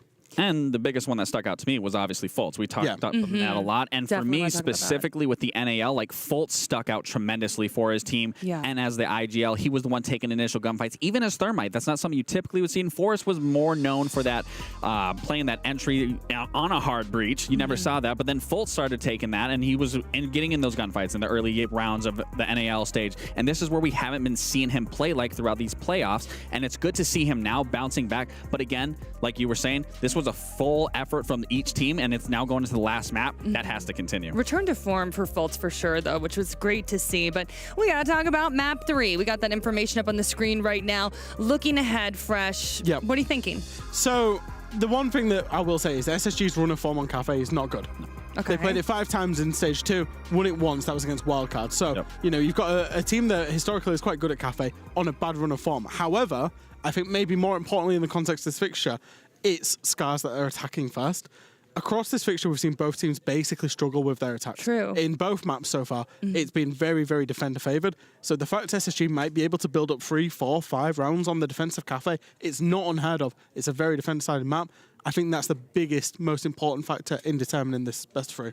Yeah, and I mean, I'll say to touch up on that, I would feel worse for Scars had that would have been a swift like 7-1 or something like that. But Scars did bounce back. They did start to come alive again. So I think it coming down to this map, I believe it is going to be a 50-50. Scars is not super strong on it, but they aren't super bad on it. As you were saying, SSG has had a lot of struggle on it, but everyone knows how to play this map for the most part. So it is going to come down to this 50-50 of who's going to find those gaps, just like how it was in this Clubhouse, is who's going to be just running away with a few of those rounds or those capitalizing a few off of those other person's mistakes. I was trying to read which way both of you are leaning, but I can't really put my finger on it. You're like 50-50. I don't know. It's hard to choose. Are you going to flip-flop? No, I'm not going to flip-flop. I'm still going to say SSG. Okay, locking in SSG. I'm also going to lock in SSG. I thought I predicted Scars, so I was about to flip-flop. No, you can't flip-flop because both these teams are really putting up a show. Yeah, they absolutely are. But like I said, the big factor for me is the fact that SSG are going to start defense. Okay, because I think that's a huge factor in the momentum in the game. Yeah. And that's the beautiful thing, though, of a best of 3 is it allows you to get all the communication through each and every single game. And when you get to that last map, both teams, hopefully, should be warmed up and have a general understanding of what needs to be done playing that last map. Yeah. Well, we shall see on map 3. Come on. Give me some credit. That was a good rhyme. No? Okay, That's they are beautiful. shaking their I heads. loved It was not a good rhyme. Okay, let's send it over to Fox and Dev and Mandy. And I want to know what y'all are thinking. Who's going home and who's staying? Ah, Jackie, that might not have been a good rhyme, but I'm here for a good time. Scars and SSG, a rivalry written in the stars. I'm definitely on the Scars train. What do you reckon, Fox? Yeah, I think SSG's. You baited me for a second. I almost had you. Mandy? Nah, Scars win. Let's go. Yeah, Come on. it's got to be. Up the boys. We're getting in the cafe, and there's no doubt about it that this series deserved the full distance, all 3 maps. And on the socials, we have hit a dead 50-50. SSG got knocked out of Copenhagen by Scars, who were the first Japanese team to go to the main stage in 4 years as a result. Will they disappoint here in Copenhagen, go out 0-3, or will Space Station fall once again? There couldn't be a closer matchup for the first elimination game of the day. Usually there's something in the stars, written in the stars, where when the team beats you once, the next time you play them at something important, you'll beat them. You're cooking up a narrative. You're spinning a yarn for You're saying SSG. the space station's written in the stars. Is I didn't even do that on purpose, but I'm just a genius, I guess. I hope you've got some more of those space puns ready, Mandy. I know they are your favorite. We've got at least 7 rounds and at most 15 to get them out. So interesting, actually, both the shield operators, as we were speaking about earlier, has actually slipped through the ban phase. Now, you were alluding a little bit before the game, sorry viewers, getting a bit meta, that Forest does like to bring the shield operators on their attack. And so Scars letting both the Blitz and the Monty slip through, does that spell like near disaster? Alarms ringing yet? Or is it chill for now? It'll be hit or miss. I think SSG's shield game so far in the whole series has been hit or miss. It'll either win and put SSG in a very prime spot to win the round, or it'll be the demise of their downfall. But Force is very good. This is one of his maps that he has set up really well with the shield. One thing to note out for is his Monty play. He'll always be playing that Monty. He'll always be walking around looking like the big distraction, but there actually is nobody behind him, and he is a one-man shield alone. Space Station are going to send us down into the ground floor for the first bomb side of choice over in kitchen and cooking. It does look like they are leaning into what is a little bit of a bakery setup, aided, of course, by the rotation hole being set up at the moment and the shield of Gianino. Double catch as well for the Jaeger and Lamai as well, so extending over pretty well horizontally. It's a very default setup for SSG right now. I think they want to test the waters and see how Scars is playing. Cafe defenses is your bread and butter. You need cafe defenses. You need a good amount of cafe defenses. And kitchen, in my opinion, is probably one of the harder sites to defend. So they want to see what Scars is bringing to this match. And it looks like a Monty and a Capitao, which screams to me bakery take. I'd have to agree with that as well. Not just that, but they've got double sets of grenades as well on Fishlike and Wreck as well. So they've certainly got the redundancy in the utility if they want to go for a horizontal take. If they just try to direct take on a bake, it would be very surprising to me, because Scars has been bringing a level of unpredictability on attack that I think is the reason they won Nighthaven. Cafe is a little bit more linear, but if they can use the floors on Cafe the same way that they were using the floors on Nighthaven, I think they could run away with a couple rounds on attack. So as well as bringing along all this utility that could be for a direct take, they do also have double soft reach. They've got both Sledge and Buck as well. So if they can make use of the vertical game, which the map has been forfeited to them, they could get both those operators in to start to tear up the floor. Absolutely, especially the Monty for dropping into Freezer. It's almost similar to Clubhouse, where you drop with the Osa to avoid getting shot. You drop with the Monty to push yourself into the coffee position to have a favorable plant. You can use the Capitao to fire off the areas that people would run through, Whiskey or run through Bake Door. You're able to get a safe plant down if he can get into that position, but they have to deal with a couple roamers first before they start opening up the site. Not too much of a presence though on the second floor, as Rack is able to get some of those track stingers out as well. Make sure that the retake in through White is made a little more tricky for the defense. On the other side of that grenade, J9O is going to meet it with a shield, but not taken down just yet. And this is where the double soft reach does start to come into play for Fishlike and Tayo. You're right, SSG completely forfeits the second floor. They realize that, hey, let's make them plant, let's make them execute. It's the execute again. It is the execute. I'm unsure if they've seen that Monty, but they'll find out pretty quick once he drops that that is going to be an easy way for Scars to get into the site. They'll have to use more then 2 impacts to get rid of him. Well, that's the thing that SSG have not yet seen from Scars, that Montaigne. And despite the ADS, as the shield goes down to the second grenade, here comes Pion opening up the hatch and an avenue onto the bomb site for that Montaigne. When they go for the plant, I expect a classic SSG retake, maybe flying up red, especially flying at the Monty to drop that diffuser down. A lot of times, there's not much follow-up behind the Monty entering into the site. That being said, Bushoi is ready on red at the moment, and he's going to send in his utility as well. Here goes the Monty to be dropped, but is there anyone there to meet him? He's going to take down the Frostmat, and that's going to create the window of opportunity for Scars to go in. Oh, Fishlike finds that opening kill. Forrest was the perfect player to stave off that Monty for a little longer. But here comes Ashen. He's in the perfect plant denial position. He can't take down the Montaigne. Too many bullets are required. Finally, the kill comes through with the trade as well. 2v2 now. That diffuser still cold on the ground. A long angle for Hot and Cold. He's hotter than ever. Washoy with a goo mine in foot will have to push, and there's no option for him but to wait for SSG. They will not give him a damn thing. A good opening round there for Space Station. We broke it down to a T pretty much exactly how the round was going to go beforehand. The Monty's going to drop. He gets into the position. If you can take down that Monty, it's very difficult for the Freezer player behind, which was Taiyu, to be able to get into the position to retake and start planning, or even just fight from Freezer. It's a very claustrophobic fight. And he didn't even make it that far. As soon as he walked out the Freezer door, he got his head taken off. SSG, we saw they had 3 people set up by the Whiskey rotate. The Capitao Fire obviously wasn't placed there, and if it wasn't placed well enough. That's the first spot that I would be trying to fire off. It looks like the fires are there, but it didn't really stop them from entering into Coffee, stopping that plant. Ashen took a couple shots, but he stopped the Monty. Case is down. It's really hard to retake it. I was going to comment that. I thought, like, for sure you would set up that one piece of mission-critical utility to go and make that work, but somehow there was, like, a little blind spot in the fire that, like, you saw 3 players crouch walk through and end up denying the plant. Really nice stuff there from SSG, knowing what the win condition was in the last couple seconds and having one that they were going to send us up into the second floor as opposed to the top floor. Now, I also want to get your read on this one. Why are they going over to reading as opposed to jumping into the top floor or even going over into mining? The top floor is arguably one of the worst sites on this map. I would say the top floor and the bottom floor, because W take, I agree. the middle floor sites, you have a lot more from the defense to play with. You have the first floor and you have the top floor. Whereas when you go to the other 2, you're really locking yourself off to that floor. So if you go top floor, they can play from below, they can play from outside the windows, they can play from the roof. When you're in Bakery, they can play from above, outside the map. You want to force the attacking team to get inside the map. Scars is obviously really well set up for it. They're bringing the Monty to get inside the map. They're bringing the Brava to clear out any type of info-giving utility that SSG may have so that they could potentially have a player sneak up into the site late round and have the Monty hit from the other side. Ooh, opening pick for Rek on that ace. I'm not sure. Oh, just outside the windows. You said it.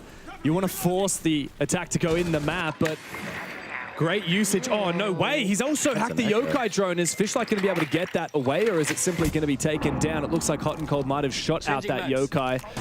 But regardless, a massive advantage in the early round for Scars. I don't know, that's kind of big money moves from Fishlike, if you ask me. Not only has there been a player taken down inside of Train that's now afforded Pion control all the way in, right next to the bomb site, but taking down a lot of that plant and now is really going to set Scars up for what could be a potential plan execute going in from Train.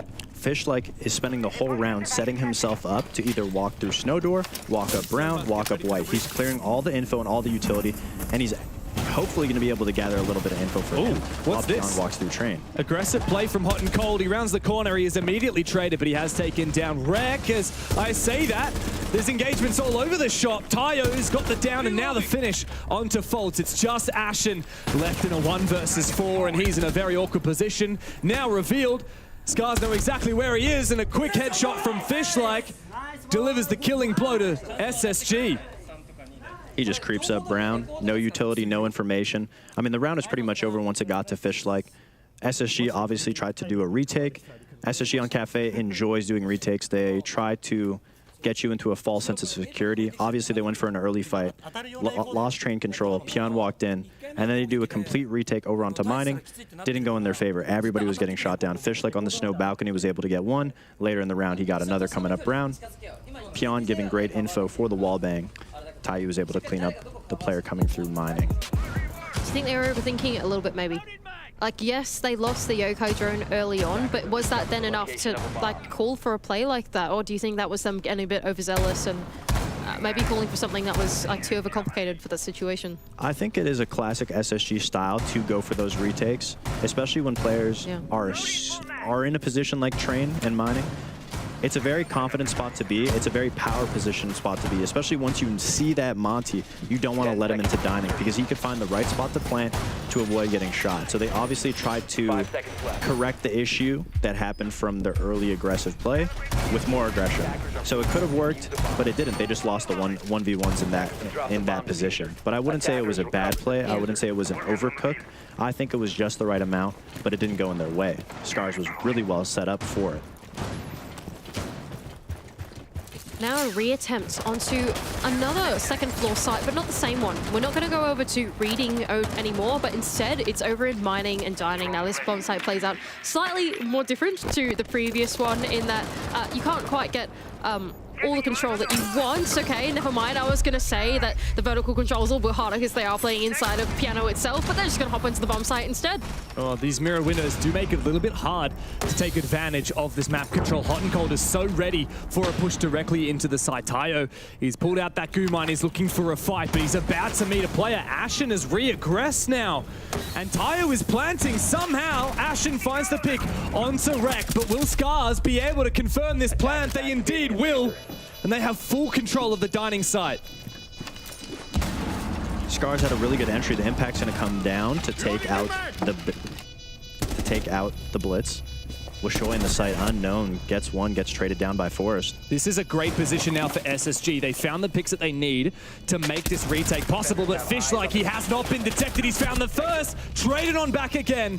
It all comes down to Pion, and they know exactly where he is. Will he be able to deny the play? Pion! 3 kills! A clutch to boot! Space station around stolen! Oh man. Big round for Pion. He's had a lot of big rounds this entire series, really. And he's grooving. Let's go! This guy right here is fired up. When they needed the captain, he's really showing up now. What is he saying? He's a showman. What is he saying? I have absolutely no idea. Okay. Damn, I mean, there were so many good things that happened for SSG in that retake, and yet this guy, 3 players left, and he finds all 3 of them. There was a very good back and forth in that round. That defense SSG's actually ran in NA. So I'm assuming Scars has seen that before. They know that they leave the site empty. Wishoy actually jumps into dining window. The blitz pushes all the way through. He decides to plant on top of the dining table in a smoke because obviously SSG has someone below stopping the plant, or at least attempting to. So what does Pion do? Plants inside the smoke. Pion did not plant. Someone else plants inside the smoke, avoiding the player from below. It shouldn't have even gotten that close for Scars. SSG had a really amazing retake. SSG was in the great position to stop that, but obviously Pion, the 2 players at the end lined up. Picture perfect clutch. And that's going to send SSG back down to the ground floor instead. They don't want to repeat any of the second floor bomb sites despite finding success over inside of reading room. Inside of kitchen though, once again, it doesn't look like they've changed up their strategy all too much. Once again, looking in to hold Bakery, but this time aided by a shield over on the Cupcake's position. Aided by only a single catch though, this time in a Hot and J90 is going to secure the first Ashen for the second. Yeah, with that, solid advantage for SSG, as you can see. We can't see the action, but here we are. Forrest upstairs still on cameras as J90 has been able to fortify himself back into the bomb site. An aggressive Bakery take from Scars that ended up leaving them down 2 men. Proper play from SSG. They reinforced Bakery off to avoid losing somebody extra, especially after an amazing initiation going 2 picks up. But they still have the ace, they still have the Monty. They can get into sight. Can they plant while SSG has top floor control?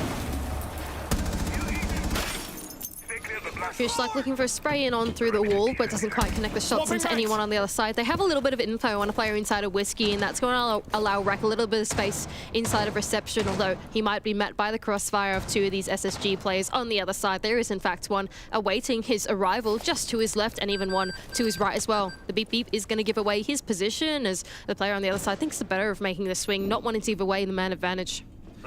Is it a good thing or a bad thing that there are 2 rifles up only for Scars, as Pion still just has this shield?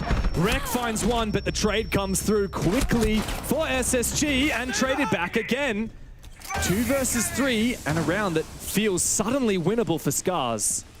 2 rifles, but Pion sure is making it feel like 3. Good trade. The Monty's getting great information and great positioning. That's the strength of having the shield they can't get shot through. But they're still going to have to worry about the player up top. I mean, there's a player inside of the, like, between, like, K1 and K2, no? Like, right in the middle on the bomb chassis at the moment. I don't think Fish, like, quite knows that Ashen's just in this, like, slight off position. Maybe he does. Maybe he thinks he's in Rice. He definitely thinks he's in Rice. Ashen's going to pop up and kill him. And now it's just Pion, who Ashen also kills as well. Let's fucking go, Liam. Let's go, William. Liam, there you go. I was like, William? What kind of a name is that? Who's called William? American people. I was actually thinking Spoit. Spoit's a William. Oh, is he? He is. I didn't know that. Ashen. Big 2K at the end of that. You called it, Mandy. They had no idea that he was tucked in that aggressive position inside a kitchen. The round started off like Scars wanted to do a bakery take. Obviously, it did not go in their favor. SSG made the right approach. They played the site. They have full top floor control. I like what Scars tried to do by isolating the coat player, playing that position a little bit. The trades were definitely in their favor, but once it came down to taking site, even if they could get through Ashen, which they didn't, the top floor player still would have been able to stop plants or eventually flank down red and shoot them in the back when they tried to make that attempt. Well played from Ashen, though, to understand that he's not visible. He's hidden in the sight. Well, I don't know about you guys, but we're going to bar cocktail, and after that conversation you had earlier, I'm not sure whether that's a good or bad thing for SSG. We'll have to see. When you're in a game with Cafe, you can try all the bomb sites and see what sticks. You can play everyone. That's why you won't see too many teams go back to the same site that they lost the prior round, because there's so many different styles of how you can defend each site. Why not try them all? And if you see that one's clearly not working, like reading, then you go to top floor. Scar's very much looking for a sort of dissection approach to this map. Not only have they brought along the Monty to allow for some of that active work and pressure going into the map, but they've brought along 2 sets of grenades and the range explosives on Washoy as well. So even though there is a stronghold on the inside of Piano, you would surely think that some of these players on the rappel are going to be able to deal with them. Now, the danger of being on the rappel and loitering around and trying to play around with this Azami setup is that you have like 2 SSG players that are ready to jump out on you. Forest has already prepped the window at the bottom of Mining, and there's a player, it looks like the Solace of Hot and Cold, ready to go run out of Bakery.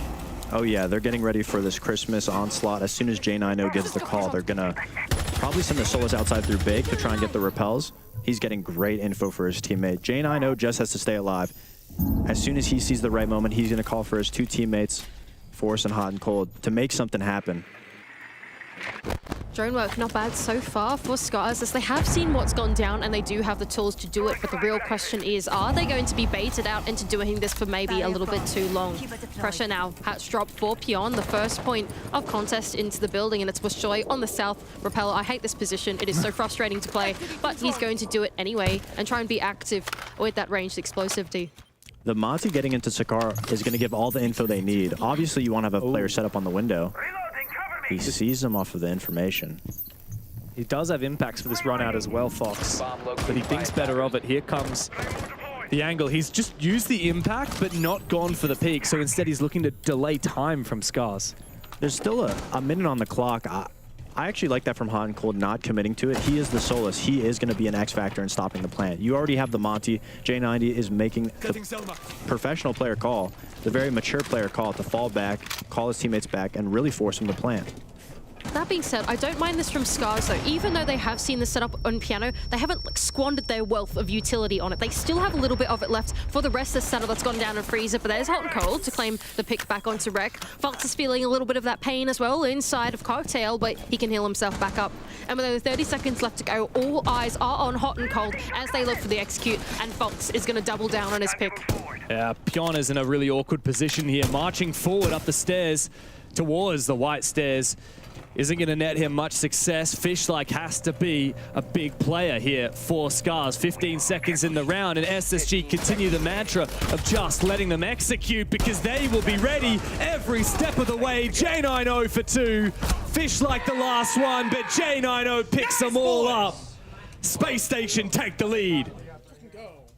And that's where we see the strength of it, not going for that aggressive play, not risking losing a player. You get to go back up into the second floor. Hot and Cold not only got a pick before the execute happened, but he was able to maintain that pressure from down low. If you're Pion, especially on the Monty, the reason why he ended up going towards white is because if he tried walking across the long bar and pressing Fultz in C1, he would have inevitably ended up getting impacted below. They wouldn't have been able to get a plant. So they had to struggle last minute to push down white, try to find an opening into Cocktail side, and really just get the picks on their way there. Brute forcing was not the medicine they needed though to clear up that round. As some really nice shots, really good ones from J90 to make sure the round was very much handily SSG's. There he is. J90 is so calm. Like, compared to the rest of the team, you've got like Forrest and Ashen who are always fired up when they make a big play. J90 just sits there, cool. He gets a 3K, you wouldn't tell it by looking at his facial expression.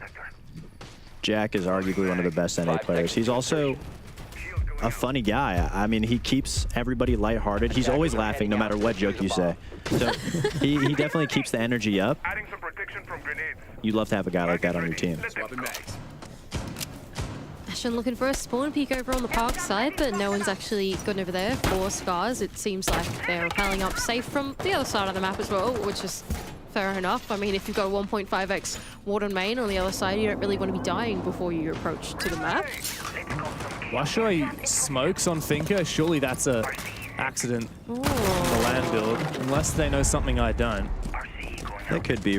Rek is bringing in the floors. He's going to be clearing out a lot of utility on the top floor. So it looks like Scars wants to commit to this top floor site. They obviously have Grim. I'm assuming those Grims will be clearing out C1, C2, C3. And I agree with you. I do think Washoi wanted those nades because it looked like they're trying to go for a nade on Cocktail. That was really nicely played there. Tayo with the sledgehammer. Washoi already repelled and ready for the angle. Now the Pixel player has been taken out. Who needs nades? Washoi got one. All right, he did his job. I wonder what's going to happen when they try and like clear Cocktail with the utility and then Washoi realizes that he's got smokes. Anyway, alas, he's actually already thrown one out, so who knows? Maybe it was intentional. Tayo is going to send in a drone to see if he can land a grenade on one of the players inside of Cocktail. But this Aruni gate is going to protect Fultz in his position for a little bit longer. But here goes Rek on his creep up through white. What's he going to be able to achieve? Ashen is there ready for him. Rek goes down. Scars might have had some form of an advantage, but it has been swiped away once again as this mini execute on the top floor is yet to find any success. Fultz so tempted to go out the window, but instead he falls on back to site. It's a 4-on-4 with a minute. Falling back to site. They obviously have this interesting site setup. Scars has invested so much utility onto that Cocktail site to not even be able to have thrown a nade out, not catch anybody on Cocktail. They do get a pick for their troubles. I don't even think they know that Cocktail is clear, so they're going to stall on top of all this utility. 2 nades out for free, but Washoi's going to make an aggressive play right now. Looks like a spare of desperation to try and find someone. Yeah, but if he does find Forrest here, it opens up another avenue for the attack. The site is not reading, it is mining. Will Washoi check every corner though? He's looking at the long angle, spots that player moving up the stairs, but does not check Forrest to his immediate left in the corner. As a result, SSG, the numbers advantage back in their favor. Fishlike swipes it away once again. Fultz going for a big flank on the top floor. This is a round-winning play. If he can deliver 1 kill, it's all that's needed. Pion in a 1v2. He's clutched up massively for Scars in some of these rounds prior, but he will need to be called upon again, checking the angle. Ashen's ready for it. Space Station are fired up, and they win the half, 4 rounds to 2. That was a beautiful read from SSG there. They actually did not do the same setup that they did on that site. They opened up all of dining, and they completely held up top, expecting those nades to come through. Unfortunately, no nade was able to be found. They got back to site. Time was dwindling down. They had everything set up for Scars to go for that plant. They weren't even able to get that far. Fault's amazing on the roam. He was able to shut down the execute before he even got that far. Pyeon alone in sight with a boat in Blanks Creek with no paddles. I was wondering where you were going when you said boat.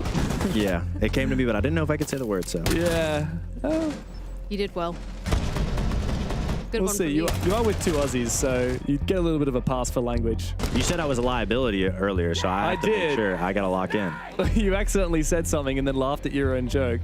So that is true. Yeah. But I got to lock in. Just like SSG is locking in. Oh, yeah, NA, girl. It is terrible, isn't it? Scars, they're going to flip over to their defending half. I'm sorry, I've lost it a little bit off the back of it. Mining and dining, the first bomb sites. 4 Scars, interesting. Trying to throw a bit of a curveball at SSG. Different approach as well. Like you said, SSG, they went down to the basement one, or sorry, the ground floor bomb site, looking to test the waters against Scars. But Scars, immediately on their defending half, are taking us over to mining and dining. Wow. Early aggression from Jack, just jumping in downstairs. I'm sure he picked off the Solus, and that's going to make the site that much easier. I was about to answer your question by saying, of course you'd want to go here. They have the Solus, they have the denial from below, they want to stall up from above, and they have the mirror for the middle. But now they've lost below, so that's 1 step down. So now, if SSG looks to go for a plant, it's that much easier to. Having a look at the cocktail. Forest on the other side of this, going to send in a drone, but we're sure to take it out. And the reservoir of utility is going to start to flood through for the rest of SSG. They do want to try and sink something onto the player inside a cocktail. Meanwhile, Hot and Cold on the other side is going to work just outside of the train bow. Need to see what he can find. Pyeon as well with a pre-ripped C4. Anticipating a player might be there on the rappel, but actually SSG playing the cautious game will mean that Pyeon won't find anyone for now. SSG cleared out the bottom 4 player, and now they have an understanding that Wishoy is stuck in cocktail. So it looks like all of SSG is setting up around the windows to potentially get an extra pick. And here's those nades that we like to see last round that were not there. Will it be able to connect? Oh, that's a lot of nades. Wishoy is lucky to be alive after all that. I think 4 nades were sent his way from both the Finker and the Gridlock, and somehow he survived. Rek is coming in to support, but doesn't want to overextend. There's a Twitch drone coming in, stealing that mirror window away from Scars. SSG invested a lot of resources on it, and I don't think it caught anything. So I'd expect them to use what they've gotten so far, and it looks like they're going to try to go through the basement floor and the middle floor to just attack the site. They've put a lot of effort upstairs. They're banking on the fact that Scars has sent resources to help Wishoy up there. But it doesn't look like Scars is too caught off guard. Ooh, Faults taken very low by that Thorn Trap, the Razor Bloom. He marches on forward, clearing, face checking all of Piano. There's nobody left on this top floor for Scars as the mini execute is successful for SSG. But let's remember, this is mining and dining, and SSG are nowhere near the site. Well, there's 30 seconds ticking by as well, and even though the vertical pressure is in their hands, they still need to worry about Wishoy and below and the remaining of the anchor players. I wonder what Tayo and Pyeon are currently doing on the bomb side. Oh, and there we go. Pyeon to unlock things for the defense with 20 seconds left to go. It's SSG to press the attack. Pyeon finds another one, and here comes Wishoy, the backstab. Hot and Cold, concussed by his own Zephyr. He will fall. Pyeon finds 3 on site, and a 4th. A massive round once again from the captain of Scars. He is stone cold, and he's having a laugh about it as well. Scars open up the second half with a convincing win. Even with a man down, they still command such a big part of the map. SSG almost mismanaging their time and their resources for that cocktail pick. Wishoy, I mean, he was dancing in there, amazing at the fact that he was able to dodge those nades. And then inevitably going back down the site, and they just played along the mirror. SSG had the bottom floor. They wasted the rest of their round for the top floor. And then at the end, they had to panic, try to find something, and all they ended up finding was Pyeon. and a Wishoy flank. He was dancing around that pillar, dancing around reading. Can't believe he found 4 without being traded. Does Pyon have a chance for himself? Is he saying Pyon, Pyon, Pyon? Is he saying pew, pew, pew? I thought it was like pew, pew with the finger guns. That makes more sense. But I might be wrong. It sounded like he was saying his own name. Yeah, that's it what did I sound like he was thought. saying his own name, but what do I know? I mean, does that mean if you have a good cast next round, you're going to be like, Fox, Fox, Fox, yeah. No, I don't know if that's in my brand. I don't know if that's my style. But he sure is filling those shoes. We might get you there later, mate. We might get you there.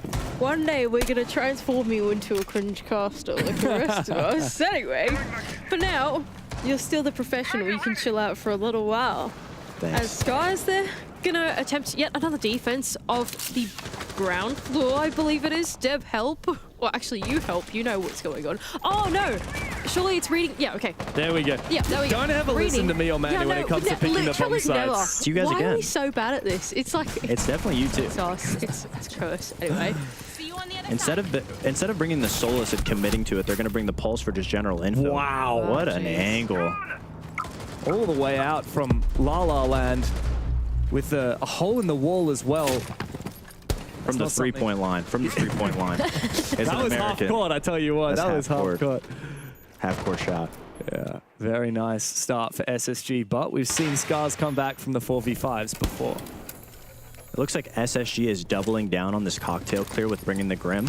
I'd imagine they try to clear out Christmas first. They're really playing the windows and trying to figure out where they want to execute from, where they want to invest this utility from.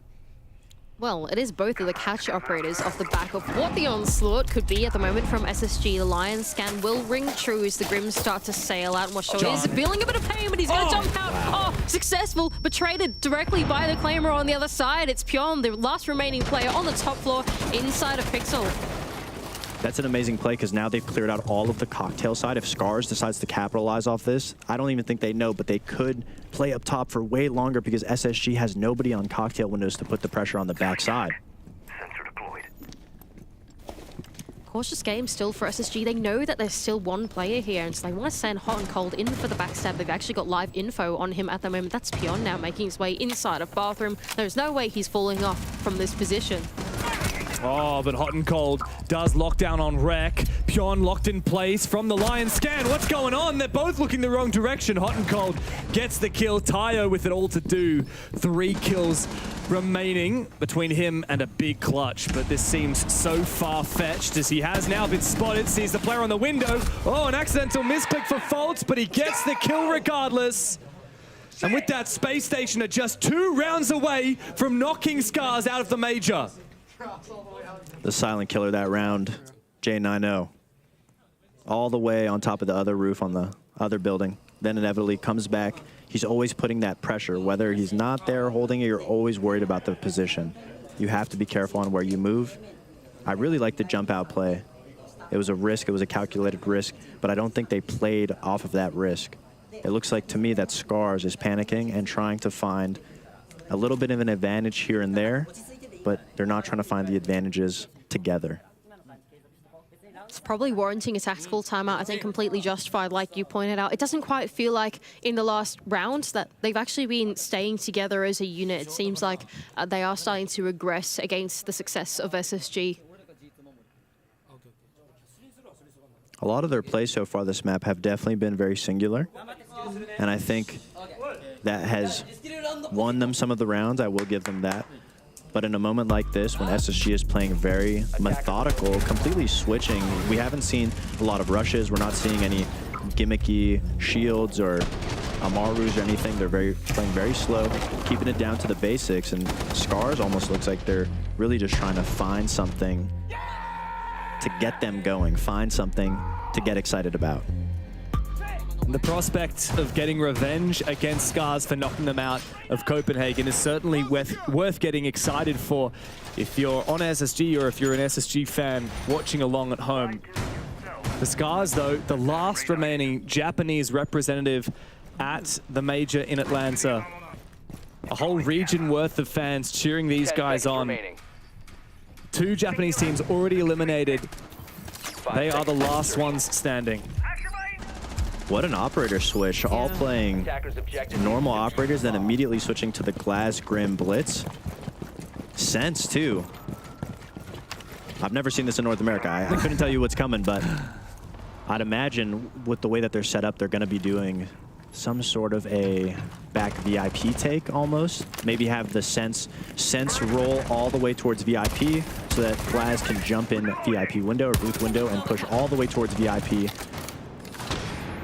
And just as you were saying that SSG were doing stuff out of character and being methodical, they show us that they are still SSG, but Rek is going to open up the equation for Scars, having a bit of an inkling that someone's coming in from Garage, but here goes Forest to lead the charge and spearhead the push. Tayo, though, is going to double down on the pick that Rek initially got, but there goes Fault, playing the Glaz Sense combination that you pointed out, but they're going to shift their focus to the second floor. They are desperate to find Rek. After he found that early pick, he has been loitering around this ground floor. He spots out Forest, and Rek finds Faults as well. Forest must secure this kill, and the pistol does it.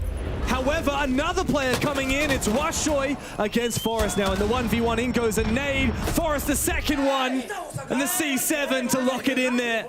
For Scars, another round on the board. That might have been my first ever caster curse right there. I say exactly that they're playing slow, keeping it to the basics, and then boom, Sense Glaz Blitz. But I like the idea. Scars was just set up very well for it. It looked like the designated target was supposed to be VIP, the Blitz running through while the Glaz watches over him. Glaz ended up getting one, but there was no one VIP. Scars completely reinforced off Freezer and had 3 people roaming up top, expecting SSG to either top down clear or to eventually deny plant from above. And so once the train went, it never stopped. SSG kept looking for a pick, and inevitably Forest won it, the 1v1 in mining, but the rest of his team don't have shields in front of him. The rest of his team was getting cut down behind him. So at this point, once you're in a 1v3 and you got that pick, where do you go from here? You can't. Really solid round there from Scars to be able to shut down SSG on their own MO. And what do SSG do in response from here? I can admire the grit from them to then try and change up the tempo, but what's the smart thing to do from here is then to go back and keep things simple and methodical, or like double down and try and go fast. I wouldn't double down. They were doing a great job at going slow and methodical. They really had Scars numbered, getting the picks and ramping up that aggression. And I think it's fine. A little bit of a heat check round right there. Now they keep bringing it back down to Earth, to Planet Zero. Ground Zero, not Planet Zero. And just test it out, especially on this top floor site. They've been trying to connect those cocktail nades. They've been trying to connect the Christmas nades. The nades have not connected. That being said, 3 sets of grenades on the side of SSG. Now, to me, that makes me think they're either going to get players in the second floor, or it's going to be like a very cocktail-centered attack where they're going to send in this reservoir of utility to try and take down whatever setup's going in on the top floor. A lot of setup will be given to Hot and Cold to get him downstairs. Obviously, he's on the knock. I think he's going to take a lot of his time. Let Scars think that there's nobody playing from below. SSG is probably going to show a very big force from the windows, from Cigar, and then Hot and Cold will be the one to strike with the nades from below, or he might find a pick on one of Scars' members roaming. The rest of SSG and the rest of their nades also setting up around cocktail side. Maybe catching that Wamai off, but he is Wamai, so I'd assume he'd have his disc set up around him. They also have the C4 ready for this window in case someone was to get on it. Hot and Cold seems to have made his way safely into the building, and that's what you pointed out earlier, the investment from SSG off the back of the intel to make this work. Fishlike on the other side is going to have this C4 prepped for the player over on Cocktail, but playing a very safe game, I believe, is J90 or Forest on the other side. Look at where Fishlike's rotating. He's rotating to the best spot to throw the C4 at this window. This could be an insane C4 to throw. This is one of the better spots for the nades to come through. But what if Hot and Cold goes for the backstab? Oh, is Hot and Cold got this read? Fishlike spotted. Oh. Hot and Cold can't quite land that shot. Now 2 Scars players come hunting. They are droned. A loose nade tossed in Rek's direction. Does find nothing as Hot and Cold now in an awkward dance. Faults has found his entry, and Forrest is repelled on inside. He's found one, but traded on back again. SSG continue fighting tooth and nail. 1 player down on the ground as Washoy must clutch against 4 players from Space Station in perfect position, and still information for Scars. The diffuser going down puts Washoy in an awkward position. 2 players next to each other. He finds them both. Is it possible for him to cross? Is it possible that he could stick this? Where is Space Station? Hot and Cold doesn't have the time. The nade won't detonate in time. He's got it. Get off me, he calls, as Hot and Cold clutches the round for SSG, and they find match points, series points. The nade almost didn't get there in time. If you're an SSG fan, these games you're used to. These are the games you're used to. He pulled the nade, and I thought I saw less than 4 seconds on that diffuser. It must have been a hair's breadth away from being a clutch there. That round, you can almost see the cogs spinning on SSG. They both got on the window that usually the nades come from, baiting Fishlight to walk downstairs. They obviously were setting up Hot and Cold to be able to walk downstairs, just like you said. Unfortunately, the bullets weren't able to connect. But on the other side of things, they send more people downstairs to help Fishlight, and as they do that, SSG actually hits the site through Heaven window. They both jump in, drop the skylight, and they completely clean house on the site. They get the plant down. It was a valiant attempt, but obviously Hot and Cold still downstairs with that nade. Hairline away, he was able to stop that defuse. The downside of that castle barricade on the Heaven door into Cocktail was that it allowed so much free real estate for SSG. Now we're going to go down into what is potentially the final bomb site for Scars in mining and dining. And the approach from SSG, interesting. They are looking to bring along the Grim and Faults as well on the Thermite. Where on this site do you bring Thermites? The Thermite top red, most likely. Okay. Thermite top red, or... Oh, it's soft. Oh, it is soft. If you were to get full top floor control, you could Thermite back white. But it looks like they have a rotate in back white as of right now. So that is a good question. We'll have to see if they end up using the Thermite anyway. Maybe for the hatch to put it on the side of the hatch. But you could have brought Ace for that too. So I really wonder where they would bring the Thermite. Maybe it was just a contingency plan in case red was reinforced. But I really like the Grim and the knock out of SSG so far. A lot of misdirection. Wherever the Bs are going, you think that's where the rest of the team's going. But so far, there hasn't really been anybody behind the Grim. It's just been the Grim taking attention away so that Hot and Cold can get in. Looks like they wanting to inject Ashen down into the ground floor, but Fishlike is there to meet him on the other side on the Solus. He has an inkling that there might be someone here looking to try and make his way in, but do SSG know? Bolt is on drones at the moment. It does make me think that they have some kind of read that there is a player on the ground floor. They're actually going to double down on a push going in. Oh, nice shots from Hot and Cold, but Washoy is there to trade one back. What a pinch. A lot of map control now for SSG as well. Absolutely. Immediately after getting that kill, they convert it into taking full downstairs control to stop Scars from retaking it. Now they have good position. They're trying to find the nade onto the Mira, opening up the site a little bit. If anybody's standing around here, it will be droned. There will be a nade coming soon. But where do you go from here? You have the basement floor, but you have to get up somehow. And it looks like Pyeon set a pillar to watch red and brown. Rex obviously in the site, and you have Wushoy on white. Ashen as well rotating off the ground floor. Even though they've given themselves the control to do that, they realize that they need to start to shift their focus in towards the bomb side in through this pre-execute phase. Now here's Faults. He's the one with the diffuser in hand. Where's he going to take it? He's the one that wants to send it in. Oh, but there goes Ashen. Double backing on the control in the ground floor. But by the time that had happened, it gave a window for Washoy to go back down into the ground floor and actually claim his life. Now man advantage for Scars, and the mirror window still up in the bomb side as well. Faults is going to be on a really tough spot if he wants to try and jump in and get the plant down. Ashen was the win condition there. The fact that he went down is going to make it very hard for SSG to get in. They're all stacked up on one side of the map trying to get in. And here comes the execute. 20 seconds left, and Faults has gone down. The diffuser Cold on the ground. Hot and Cold, he's been good, but he's not been great. And J90 left with it all to do in a 1v4. He will not likely find anything here. Scars, a few love taps through that window. A jump out will secure the round for the Japanese. One more required to push into overtime. These games are going the distance. This deserves OT. It does. I'm not just being my Apex shill out here. This deserves overtime. No, this is one of the best games so far at the tournament by far.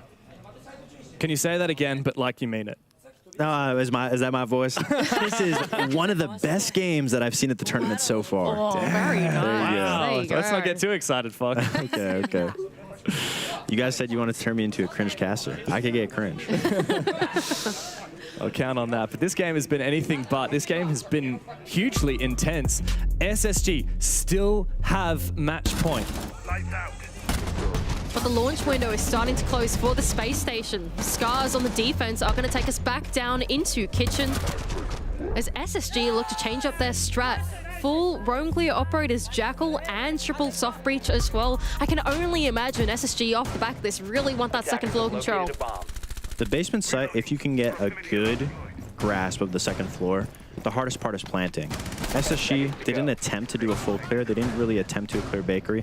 They just went for that gimmicky rush that we were talking about, the blitz, the glass, and it wasn't able to find anything. So this round, they're going to take it back to basics. They know basement, if they can get that top floor, the hardest part is getting that plant down. So if I feel like they're probably in a good position this round to just keep it simple. Wreck getting aggressive. Yeah. Not going to find anything, Joe, just impacting the window away and scaring away some of those players coming out from spawn. But this is nice from Forest, opening up garage all to himself and putting the pressure out on the freezer wall. Oh, what? Rex shot it. He went down the stairs and shot the Selma. Scars is set up for this attack, though. They don't really have too many resources or too many reinforcements, but they're going to fight for this tooth and nail. Rek barely getting away with his life, going back into the top floor, wasting a little more time. And here's the thing with SSG. Somebody has to go. They're all around the map, slowly choking it out, but somebody has to go. Who's that person going to be? That is the question. Is Rek, so much info as well. He can see all those drones going out on the map, and he realizes that he has a bit of a safe haven falling back in through Laundry. His Fishlight on his push in and up through the red stairs, knowing that there's a player out on the balcony. He's going to look for the jump out, but J90 has the read. Elsewhere, though, Washoy has found his pick. Hot and Cold, been such a pivotal player in this game. We may well see another engagement here as Forest is so ready for this aggression from Scars. Scars still having control of that second floor. Rek not going down. Washoy still up there. SSG's having a difficult time clearing them out. Forest is not going to be the one to go. He usually is. He's going to push in through top white, though, try to help his team clear out the second floor. Of faults. Moving on forward, Forest does find that initial pick. Numbers advantage in favor of the American squad. Another pick, almost. It goes begging. Washoy gets back to site safely, but barely with any HP remaining. Oh man, Washoy is going to be feeling the pressure now. Not too much HP left in his name and only a minute left to go now. What SSG still have to worry about is even if they go and translate their push down into the basement, Tayo has still got some of those Yokai drones up, and that is going to allow them to then go for that plant tunnel if SSG leave it too late. That is the biggest thing. 50 seconds is enough time, but not enough time if you have to deal with an Echo and a potential C4. Scars, that is their win condition right now. If SSG is not paying attention to it, they also have to clear out the Vigil, who's going to be able to evade drones inside Coffee. I think they know what's going on, though, and SSG now feeling the gravity of the bomb site with the final 30 seconds left of the round. They are going to send in a little bit of that utility, opening up at least some of the freezer wall, and they're going to drop the hatch now. It's Fault to make the entry. Washoy has to have an impact, but he goes down with no resistance. Tayo, 2 Yokais hiding, looking for a chance, but it doesn't stick. He gets a second. The plant's gone down. Space Station are looking for liftoff. Scars, disastrous. And it looks like a new rivalry is taking shape. But NA get the last laugh. Fire up the engines. Space Station blast through Scars and stave off elimination from the Atlanta Major. And it took us to all 3 maps, but finally, an explosive SSG-style execute is what they needed to stem the bleeding against Scars. Of course. You get it? That is the last laugh that NA got the gets. last laugh. It feels only more appropriate that we have you here, Fox. A heartbreaking defeat for the Japanese and an exit without a single win from the major for Scars. On the flip side, I mean, SSG will be very happy about that one. I was going to say heartbreak for the guys over on Scars and over in Japan. I think it's the final Japanese roster as well being taken out. So sad for us. Sad days from both me and Dev, but happy ones for you. Yeah, it was a beautiful back and forth to watch, but that is just the start of the mountain for SSG. Yeah, and it's a huge redemption moment as well for Space Station. They had a troublesome game, and moving forward in the tournament, they will have a lot of questions to answer for. And with that win, Space Station have staved off elimination. They had a rough play-ins, but they managed to get through it. It's been a challenging game ever since, but they are through. Did you ever doubt them, Fox? No. I think the desk was definitely doubting them more than we were up here. Well, me. It's true. We did end up getting a complete swipe on the desk, all of the predictions for Space Station. Not a lot of love for Scars, and of course they do go home without any wins here in Copenhagen. Of course, sad for all the Japanese fans, but for Space Station, a huge moment and a chance at redemption. We're ready for an interview with them over on the desk. Thank you so much, Dev, Mandy, and Fox. That is correct. Right now I'm with Pyeon and his team manager, Bbot. I don't even know where to begin. You fought with all of your heart. We could feel your enthusiasm. What are you going to be taking away from this experience? 本当に一生懸命頑張ってくれたんですけど、これからもう印象とか、これからどんなとか、もう一応教えてくれませんか？もっともっとAPAC っていう地域の底上げをして、今後もっと APAC 地域がこういう世界のリージョンに対してもっと活躍できるように自分たちも一 APAC 代表として頑張っていけたらいいなと思ってます。So as we are representatives of the APAC region, we want to make sure that we are bringing up APAC region with us as we grow and improve, and we make sure we want to be good representatives and set good examples as we go forward. Oh, a hard-fought battle for sure. I do want to ask you if there's anything that you want to say to your opponent. I mean, it was a barn burner, a nail-biter for sure. 本日の相手 SG に何か言いたいこと一言ありますか？この世界大会に来て一番自分たちに優しくしてくれてて、すごい、気軽にコミュニケーション取ったり、いつも楽しく接してくれてありがとうっていう気持ちと、今後 SSG、ちゃんとベスト8まで行ってメインステージで頑張ってほしいなと思います。Alright, so they've always been really kind to us, and especially at this tournament here, we've always had really good, fun communication with them and had a really great time. And the last thing is they want them to go to the best 8 stage and go on to the main stage there and continue the legacy for that. Okay, one more question. What was the best experience here at the Atlanta Major? What was the biggest takeaway for you? このメジャーのアントレートの全体的な、一番、楽しかったこととかもなんか教えてくれませんか？楽しかったこと、でも今の SSG 戦がすごい自分は楽しくプレーできて、今シージやってるなっていう気持ちがすごいあって、世界大会っていうやっぱり勝たないといけないっていうプレッシャーがすごいあったんですけど、本当に今日はみんなでいつもゲームを楽しんでる気持ちで試合に臨めて本当に楽しかったです。So it has to be this match that we just played with SSG. It was certainly something to put for the record there, and we're really happy with. I mean, even if it's not the result that we wanted, we're happy that we got to play together, and even as a team, we're happy for the just being up here on the world stage. Oh, so positive. I absolutely loved your energy. It was exceptional to watch you play. Thank you so much for that fantastic interview, and best of luck in the future. Thank you. Thank you so much. All right. Pick the brains of their opponents, SSG defeating Scars, and we are fortunate enough to be able to nab an interview with the coach Callout. Gabe joining me for this interview as well, but okay, Callout, I'm not going to hold back here. I'm sure you feel relieved. You live another day. Oh yeah. Well, it's nice always, to be able to play tomorrow. So yes, I would think so. A lot closer than we wanted to be, though. We'll say. So. What emotions are you feeling, though? I mean, I think at times it seemed like you all were very confident, and then at other times I did feel like it got a little bit nervy.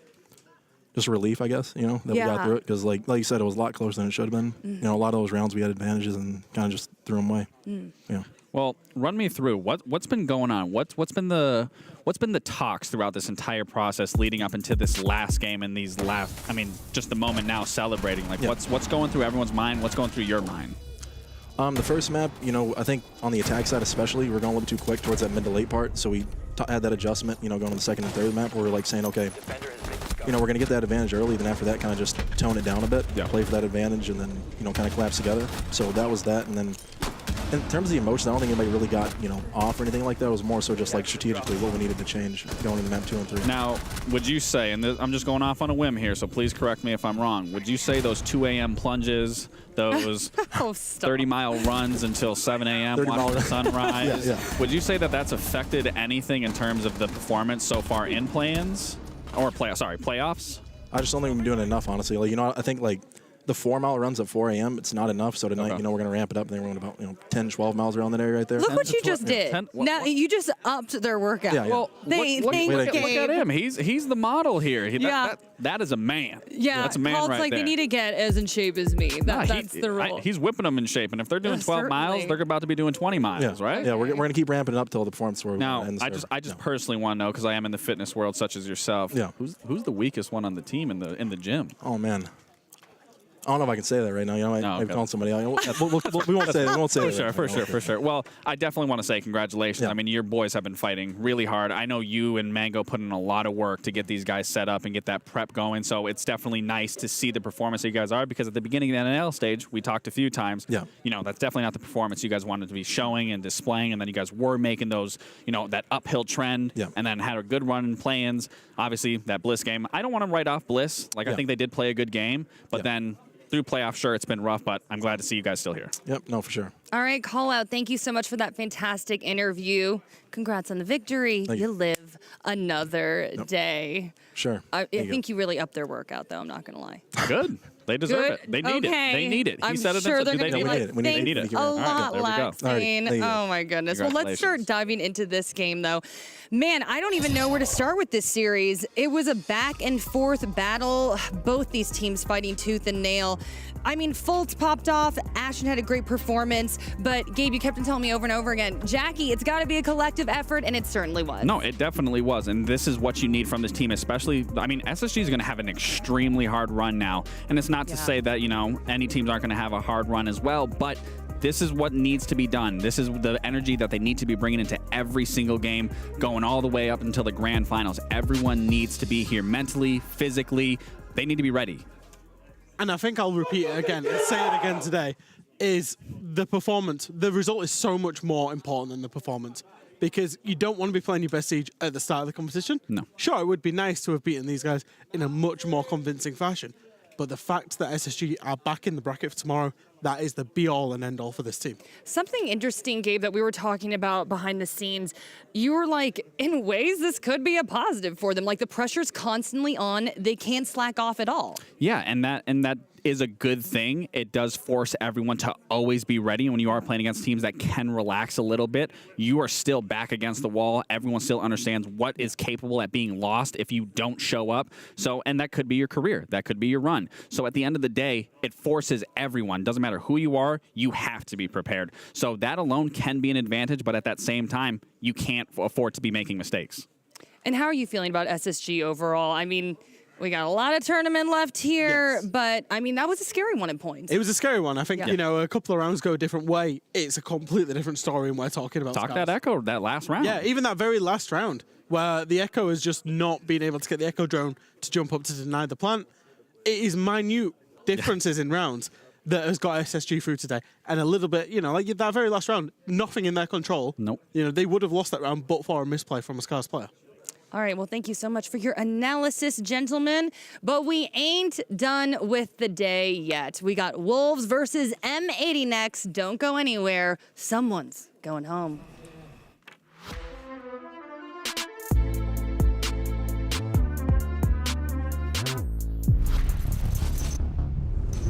Hi, I'm Joshua Mills, and this is Siege Intels. Grenades. You love them, I love them, but why are they so heavily restricted on operators' loadouts? Their power, as well as the ability to cook them, have progressively made this secondary gadget the reason to choose an operator. In an effort to curb this powerhouse of utility and destruction, we have slowly over time removed grenades from our operator loadouts. We don't like that. If there's a tool in the game, you should have access to it. We are currently reworking their system to bring them in line with the other secondary gadgets in the game. Now connect to the reveal panel to see what this change entails.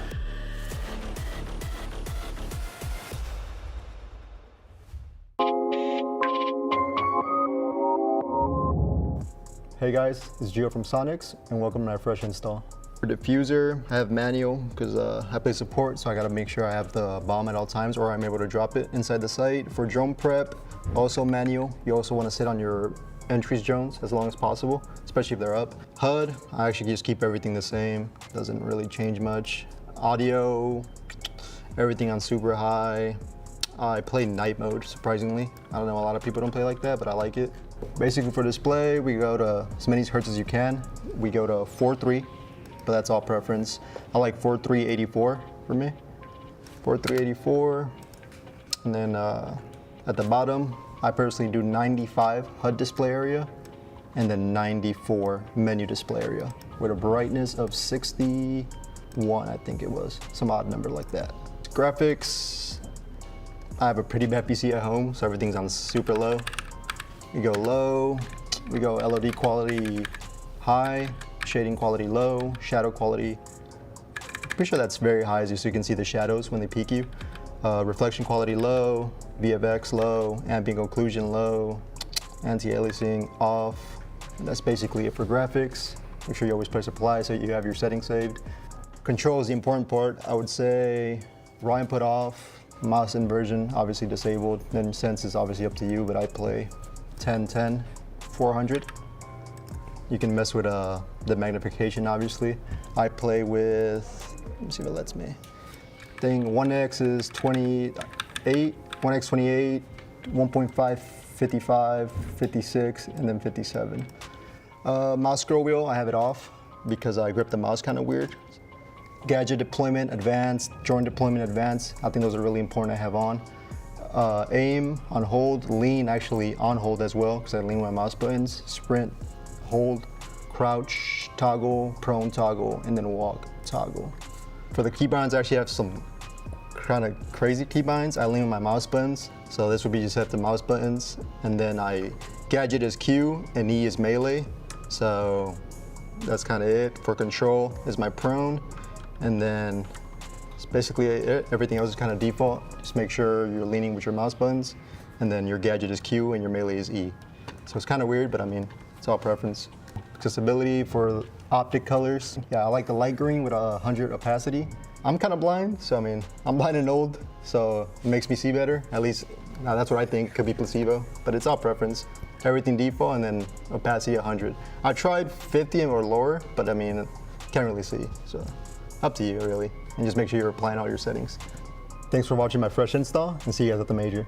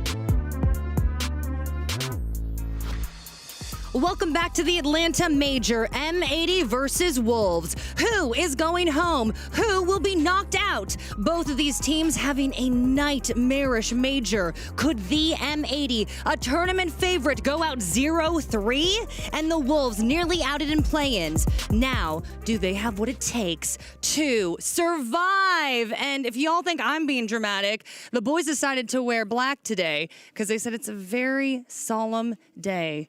Someone could be going home, and the pressure is on, right, Someone's Gabe? going home. That is very sad. You can tell. You can hear it in my voice how sad I am. That did not sound sad at all. Home. Yeah, somebody's dropping out, and this is, I mean, it's a serious match, right? It is serious, Wolves yes. and M80, we've seen the emotion from these teams. We've seen the fans as well. You know, this is a really tough tournament for both of these squads. They now get one last chance. If you mess it up here, you're done. Yeah, also, we decided to lighten up the mood a little bit and, you know, bring some cuddly friends to the desk. So if you see Carlos and Sully, we had to make sure we said that in French, you know, just say hi to them and chat. But we got to get down to business here. I'm going to be blunt. This has not been the best tournament for either team. They need to wake up, Jesse. Yeah, 20th ranking on defense for M80. There's not even that many teams left in the tournament, No. Gabe. And when you look at top regional rank, they're the top of the regional side of things, but they're 15th in the attacking rank, and then, like you were saying, 20th in the defending rank. I mean, this is not something that even for us, and watching all of NAL, that we would see M80 in this position. Yeah, obviously M80 a strong stage 1. They went to Copenhagen, not very good. Stage 2, they finished 2nd, and now they come to Atlanta. It seems like they're doing even worse so far, so we need to see them pick it up in this best of 3. We need to see them bouncing back. Okay, to show the gravity of this match, I want to pull up this tweet, and it's from Spoit. And honestly, it pulled my heartstrings a little bit. This was a wake-up call. I've not respected myself recently. I've been a bum. I have failed to improve 1% every day, and this is the result of this. If you guys believe in me, I'll believe in you. I'm owing it to you guys. Well, I mean, yeah.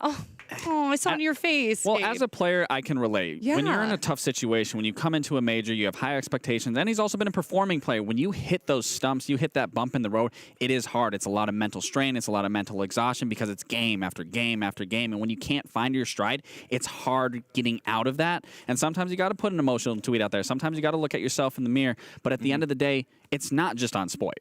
His teammates all need to be showing up, and all of them have been struggling this event. So as much as Spoit maybe want to put that on his shoulders, it doesn't matter, because that's literally the point of being on a team, is all 5 or all 4 after that need to be filling in those shoes, need to be stepping up where they can. And this is do or die. So it doesn't matter who wants to put blame on themselves or on someone. Everyone has to show up today. Yeah, but I think it also shows a level of maturity for Spoit to recognize, you know, maybe where he has been struggling, where things haven't gone well for the team. And I think we talk about M80 as sometimes as a very young team, right? Yes. A lot of these players, they're quite experienced now, but it wasn't that long ago where they were kind of brand new onto the scene, maybe hadn't played on other top teams before. And so now for them to have that maturity to recognize in themselves, you know what, we haven't been playing up to our standards, that's the first step to getting better. Definitely. Also, frankly, there will be dire consequences for both of these teams if they don't perform. I mean, I don't want to be so much of a downer here, but that's just the reality of it. I know, Jesse, you wanted to focus on Bibu. Yeah. Not the greatest statistics. No, I mean, we can't not mention it, right? Yeah. So far throughout the play-ins, he was fantastic. 46 and 37 overall KD. He was rocking it. I thought he was always in the right positions, making insane plays. He had a huge 1v4 versus Geekay in the play-ins. He was fantastic. The last 2 days of Swiss, 1 kill, 14 deaths, 0.06 kills per round, 0-1 on entry, 0 headshot percentage. I probably didn't need to include all these stats, but we got to be realistic. It's not been the showing that we wanted to see from Bibu. He's really been slipping these last couple of days, and he needs to step it up today. Yes, and it is important to talk about, though, because that's not the typical Bibu that you see. It's not the typical Spoit that we've seen. But regardless of that, he has a team behind him again. I literally just said it. He literally has a team behind him that can stick up for him, fill in those shoes. And again, it just plays into a team game. Is when your other teammate is struggling or whoever's struggling, it is expected of all 4 of those to really step in, pick up that extra weight, and allow Bibu to still do what he needs to do inside the game. Because I doubt Bibu's not talking. He's not doing anything. Yeah. Just because you might not be having a good stage or a good series doesn't mean you still aren't helping the team significantly. 100%, yeah. And he looked over at me when we were doing that segment. segment, and he gave me a little shrug. Listen, I know Bibu knows what's wrong. I know Bibu's understanding of his own performance. I know he knows he needs to step it up. I do have faith in the guys on Wolves that they will address these problems, but we need to see it. And I'll say this. Bibu's been around literally since day one. Yep. And if he was that kind of player, he wouldn't be here to this day. So it's just an off day. It happens. And just for the community out there, you can't make fun of players if they have a bad game. Yep. It happens. Try to play. Let's judge you. It happens. At the end of the day, again, it doesn't matter. You just got to wipe it off. You lay it all on the floor here today. I love this. We have us a little more negative and Gabe being overwhelmingly positive. So let's lighten things up here. Shoes. I know. Let's lighten things up, okay? I mean, that's definitely lit up. Look at that head. Well, Bibu needs some changes. I mean, what do you think, Gabe? Is this going to help? I mean, it's definitely lit up. I mean, you don't see a lit up spot on the head until the shaved part. So, I mean, that's vibes already. You know, I could see my reflection off that. And that's good. His teammates, they could use that as, you know, if he dies in the round, they can look at his head, play it off of his head. See, like, okay, we're pushing, we're getting flanked here. Bibu's got this under control. Not only is on camps, his head is reflecting off of it. That is huge vibes for that team. I have no words. Mr. T to Mr. Clean, listen. Oh my He had to change it up, and if changing the hair is part of changing the playstyle, I'm all here for it. Let's get it going. I think Bibu's listening to us. He's just like, really? Yeah. Singing happy birthday. Oh, it's our photographer's birthday.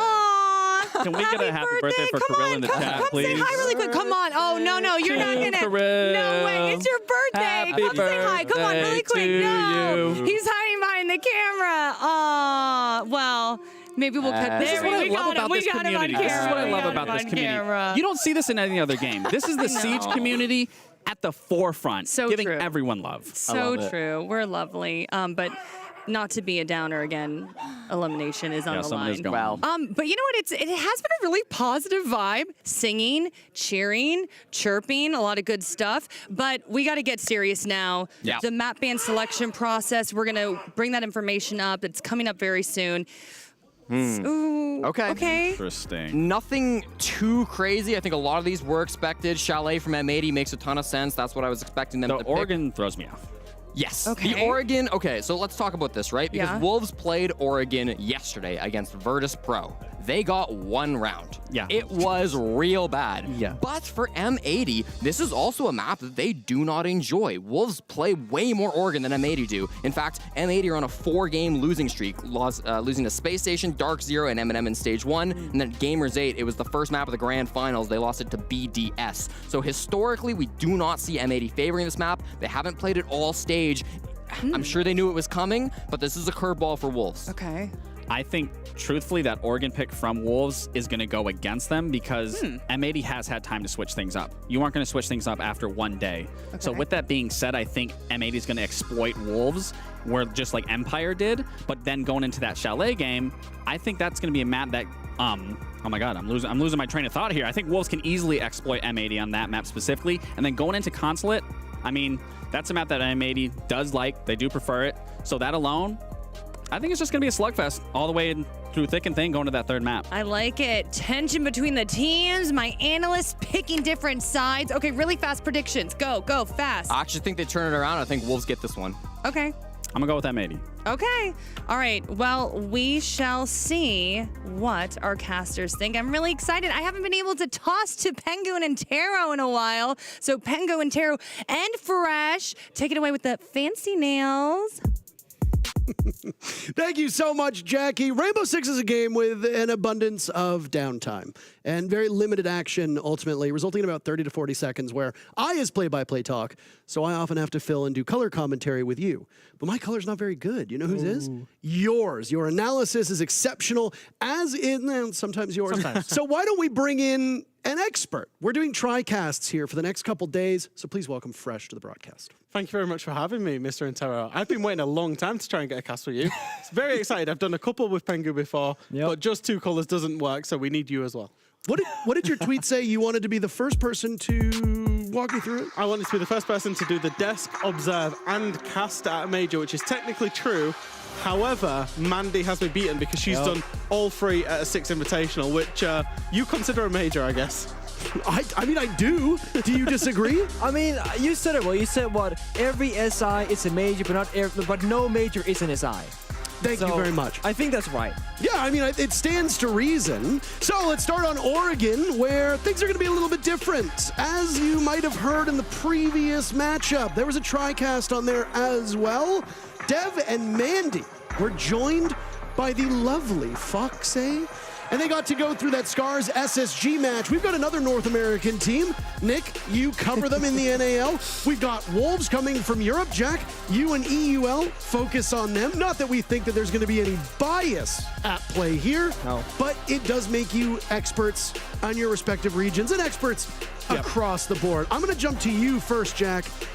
What are the win conditions for these teams? And more importantly, since it's Wolves map, what's the win condition for Wolves? Well, the fact that Wolves have actually picked into this map, I think, is them trying to have a big show of strength internally within the team, because they got slapped around the last time that they played Oregon, which wasn't that long ago by Virtus.pro in this competition just yesterday. So I think it's a big show of strength from them internally, mentally wanting, it doesn't matter whether we lost it, this is one of our favorite maps. M80 really don't like it. And Wolves have been known for the longest time to be very comfortable on this map, very comfortable with their attacking win rate on this map. So you want to see Wolves, because they will be starting on the attack, you want to see them coming in strong, putting in a good performance in that first half. Well, I fully agree, and I have to say also, I'm surprised they maybe took them to Oregon. I think that recency bias was like, you know what, they kind of sucked last time they were here, like you mentioned. We can take them.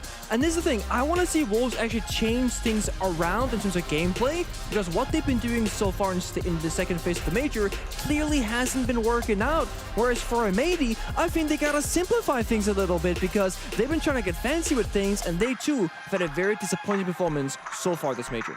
Yeah, I wouldn't be happy if I was either of these teams, and more importantly, one of them goes home. This is an elimination match. Do we lose M80? Often projected as one of the strongest teams here at the tournament, called, I believe, by Jacob at one point, one of the tourney favorites, one of the best teams here.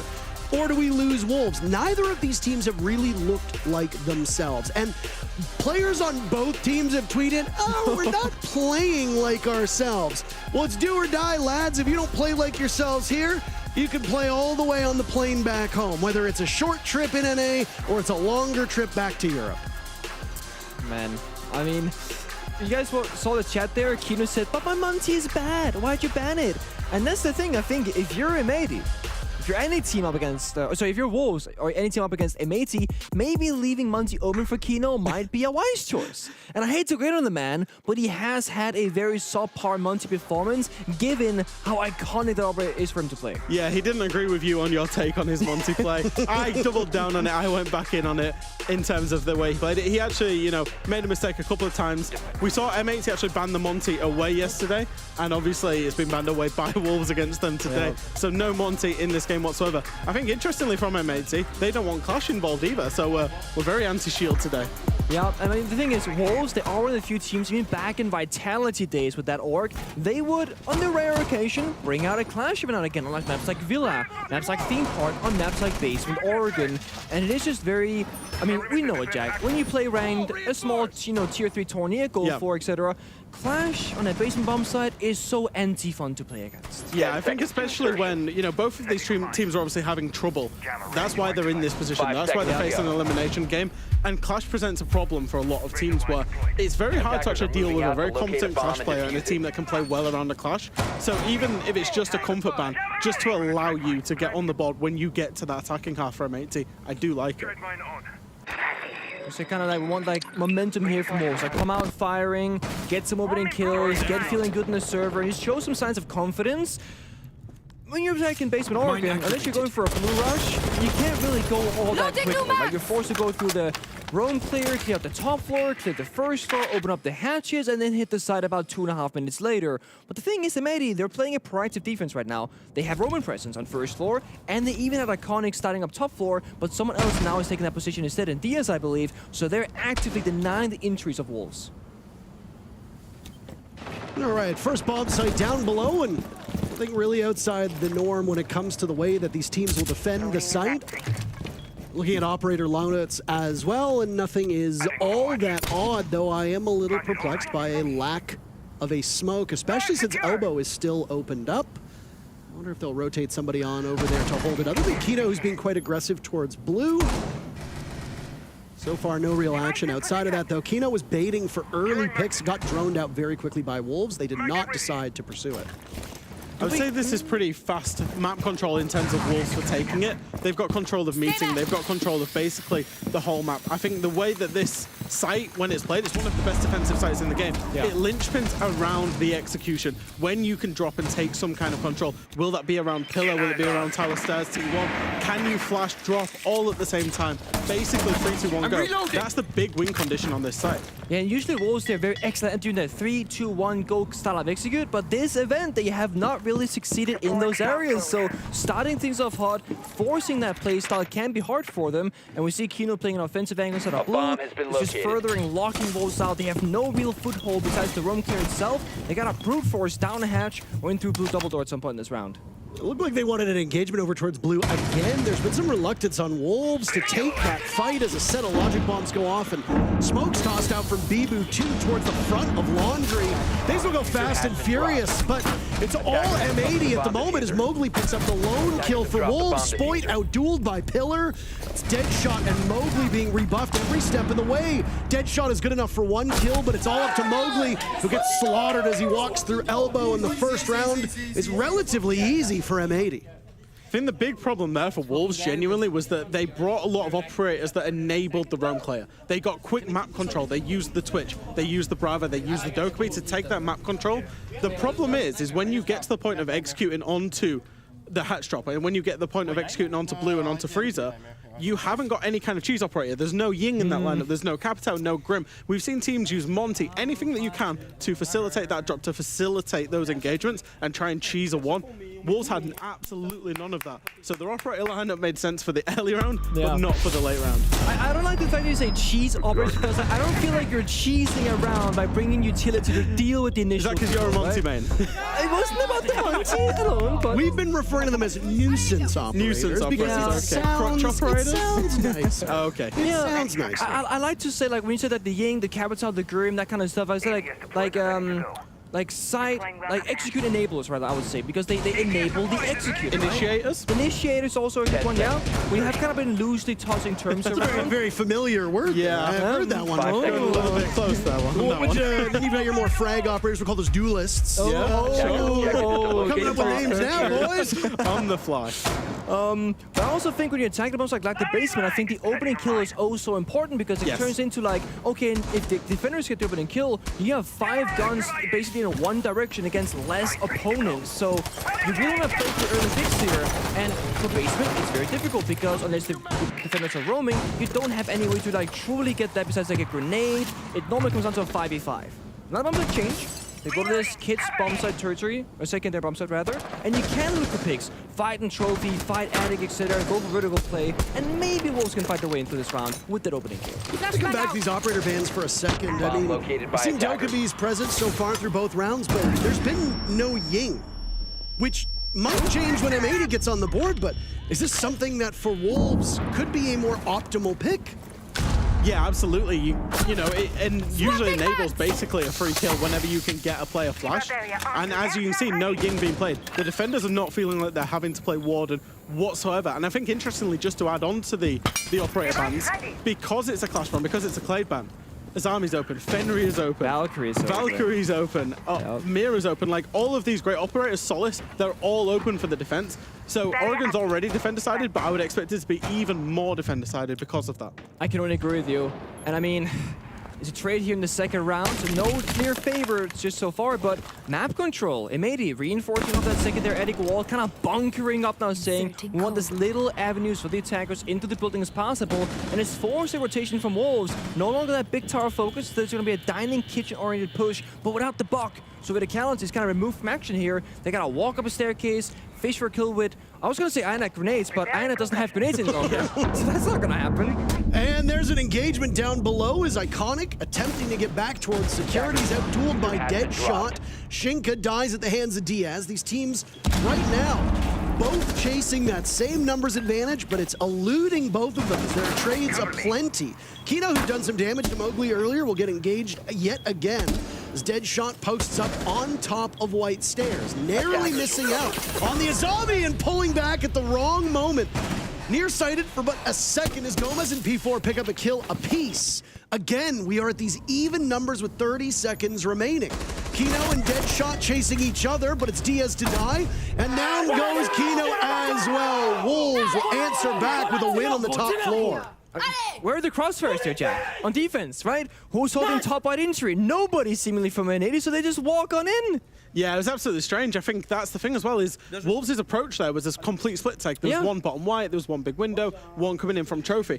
It's all very solo, it's very split, and it's designed that if you're not being held, if you can create pressure and make somebody look elsewhere, somebody will get a free entry and walk in and shoot somebody in the back. That's exactly what Mowgli managed to do. Yeah, criminal a little bit from M80 to let that go there, because as we alluded to, Wolves have brought no nades. They couldn't move Gomez out of position. They couldn't really navigate anybody out of position anywhere. All M80 had to do was hold the crossfires on the free entry points, on the trophy door, top white door, and the big window, and they didn't. No, they didn't. And this is kind of the kind of things that we see, what we have seen from M80 and Wolves, that they're 0-2 for a reason. Small mistakes that are happening that, you know, these players at this level of play, Jaeger dying from big window angle, exposed as well, how does that occur, you know? And it's just these small mistakes that has a massive impact on the round further in that they sway the outcome of that round. I like the fact that maybe they go, you know what, we'll just go to a different bomb site. It's not a big deal. Change up a little bit here, tertiary, small tower hold, a classic if you're back in Europe. When we watched BDS play this map earlier, it was all of the primary sites was won by the defense, and it was the tertiary sites that was not won at all by any of the defense at all. So it's curious for me that M80 have just gone so strong straight away to kitchen dining, given the prominence of the two primary sites on this map. Things that I noticed in the previous round, again, was that as the late round went on, it was a lack of information from M80 as they looked to be running after kills with limited idea of where they were. The only thing I noticed from an intel perspective was that bulletproof camera being brought. M80's only going to bring one yet again, and you folks both hit on it in the previous round. Valkyrie is unbanned. She can be played on every single bomb site in every single round quite comfortably without having to change up the setup and the lineup you bring. Same with Ying, of course, but M80's opting to go with something completely different. Mowgli walks in with all the confidence in the world as that EE1D goes, but this is the world of M80 at the moment. As Spoit gets the first pick, Gomez immediately follows up, and with a minute off the clock, Wolves have bared their teeth, but ultimately been bested in combat.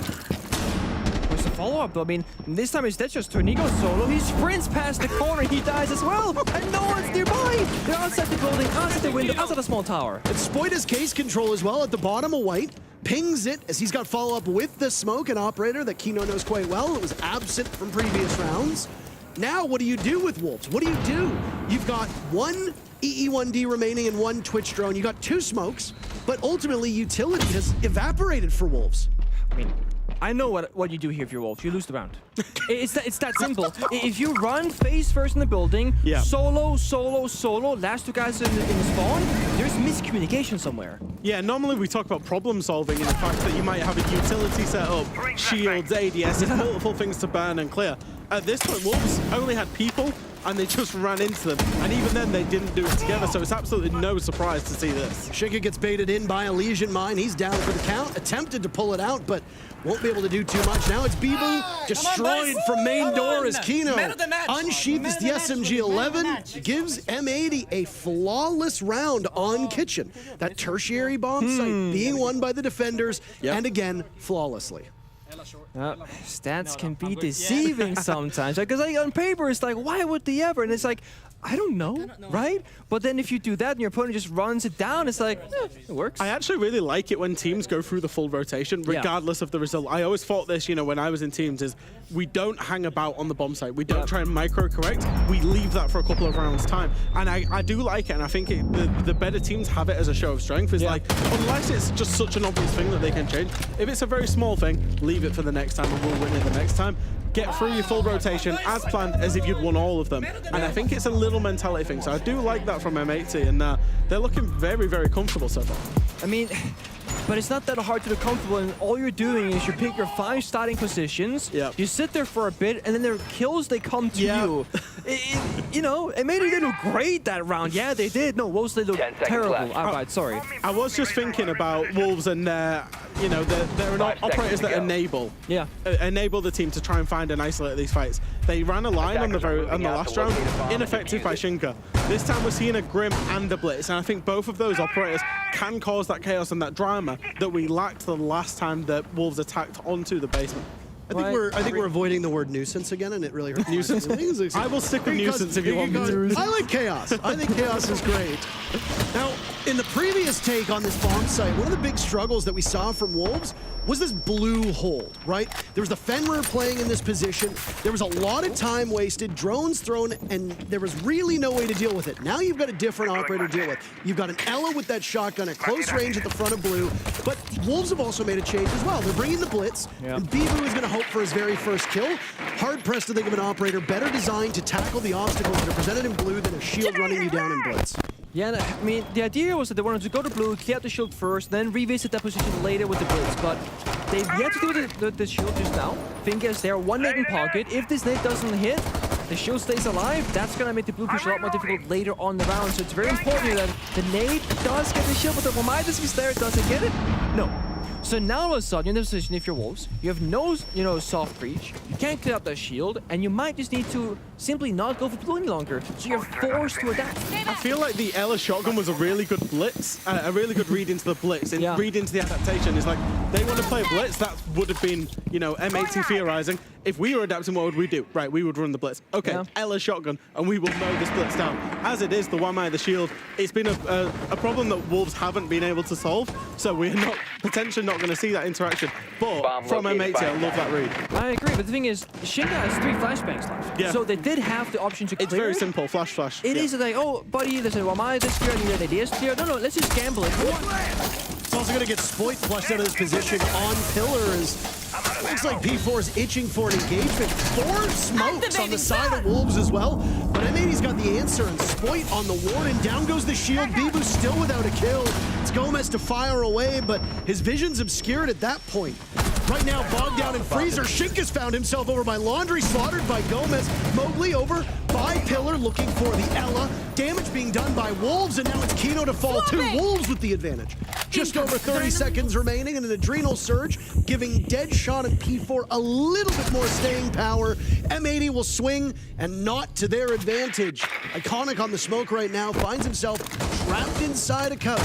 To get out, he's got some artillery. He can certainly fight his way out, but he reloads exposed to the bottom of Laundry stairs. P4 gives Wolves the round. The way that I look at Siege, and I don't know if everybody looks at Siege this way, but I look at Siege, was the round strategically won, and was the round actually won? Yeah. M80 have strategically won 4 rounds here, but it's 2-2 on the scoreline. The late round from Wolves in just being able to find a way.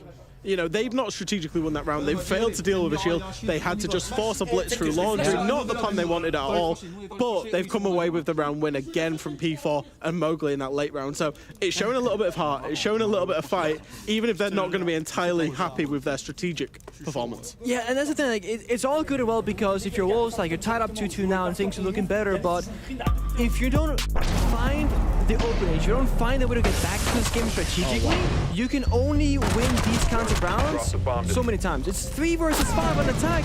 Your blitz is dead. Shinka out in the Hibana. They had the deployable shield still up. And M80, they might have gotten a bit too cocky. They were swinging out aggressively when they had the sight, they had the lockout, they had the mirror windows, they had the deployable shield. They didn't really need to go and do any proactive plays. Just sit back.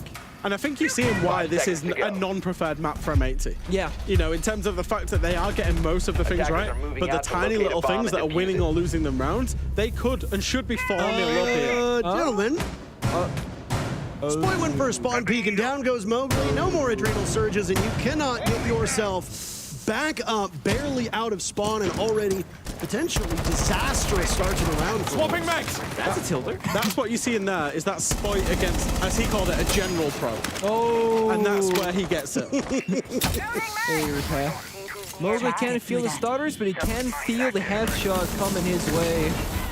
And that's gonna put Wolves into a position where They lose their self-breach again. No grenades, no self-destruction, just to block for the force of the walls itself, and they have to again be like, okay, we might be able to get what we want strategically, but we gotta find a way. It's almost like the good old way that BDS played on Clubhouse. Couldn't get the main wall opened up, just walk in Garrett and get 5 kills. They gotta do something silly here. Just sure they get the walls open, but they don't have any uses to force player positions out. I'm really curious as to why DS actually didn't impact trick that ace breach there, because it is going to be fully open. Yeah. As much as Wolves aren't pushing it, I'm curious what he thought that the impacts might be worth saving for, maybe an Osa, in terms of just trying to read and save them.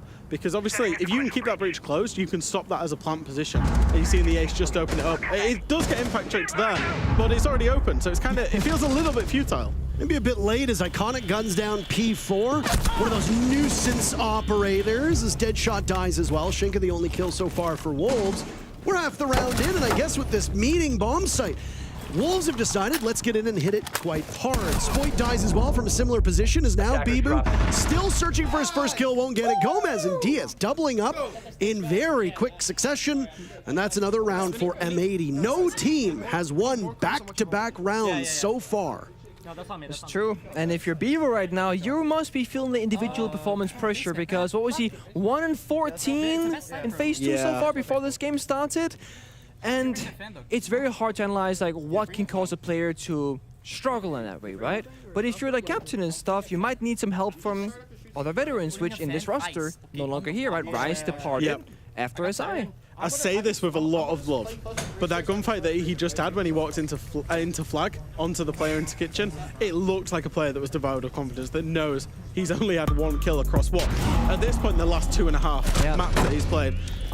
Yeah, I think it's a little bit rough from his personal performance, but you know, I actually spoke to him quickly pre-match when we was waiting to do the desk of the last match. Very confident, very jovial.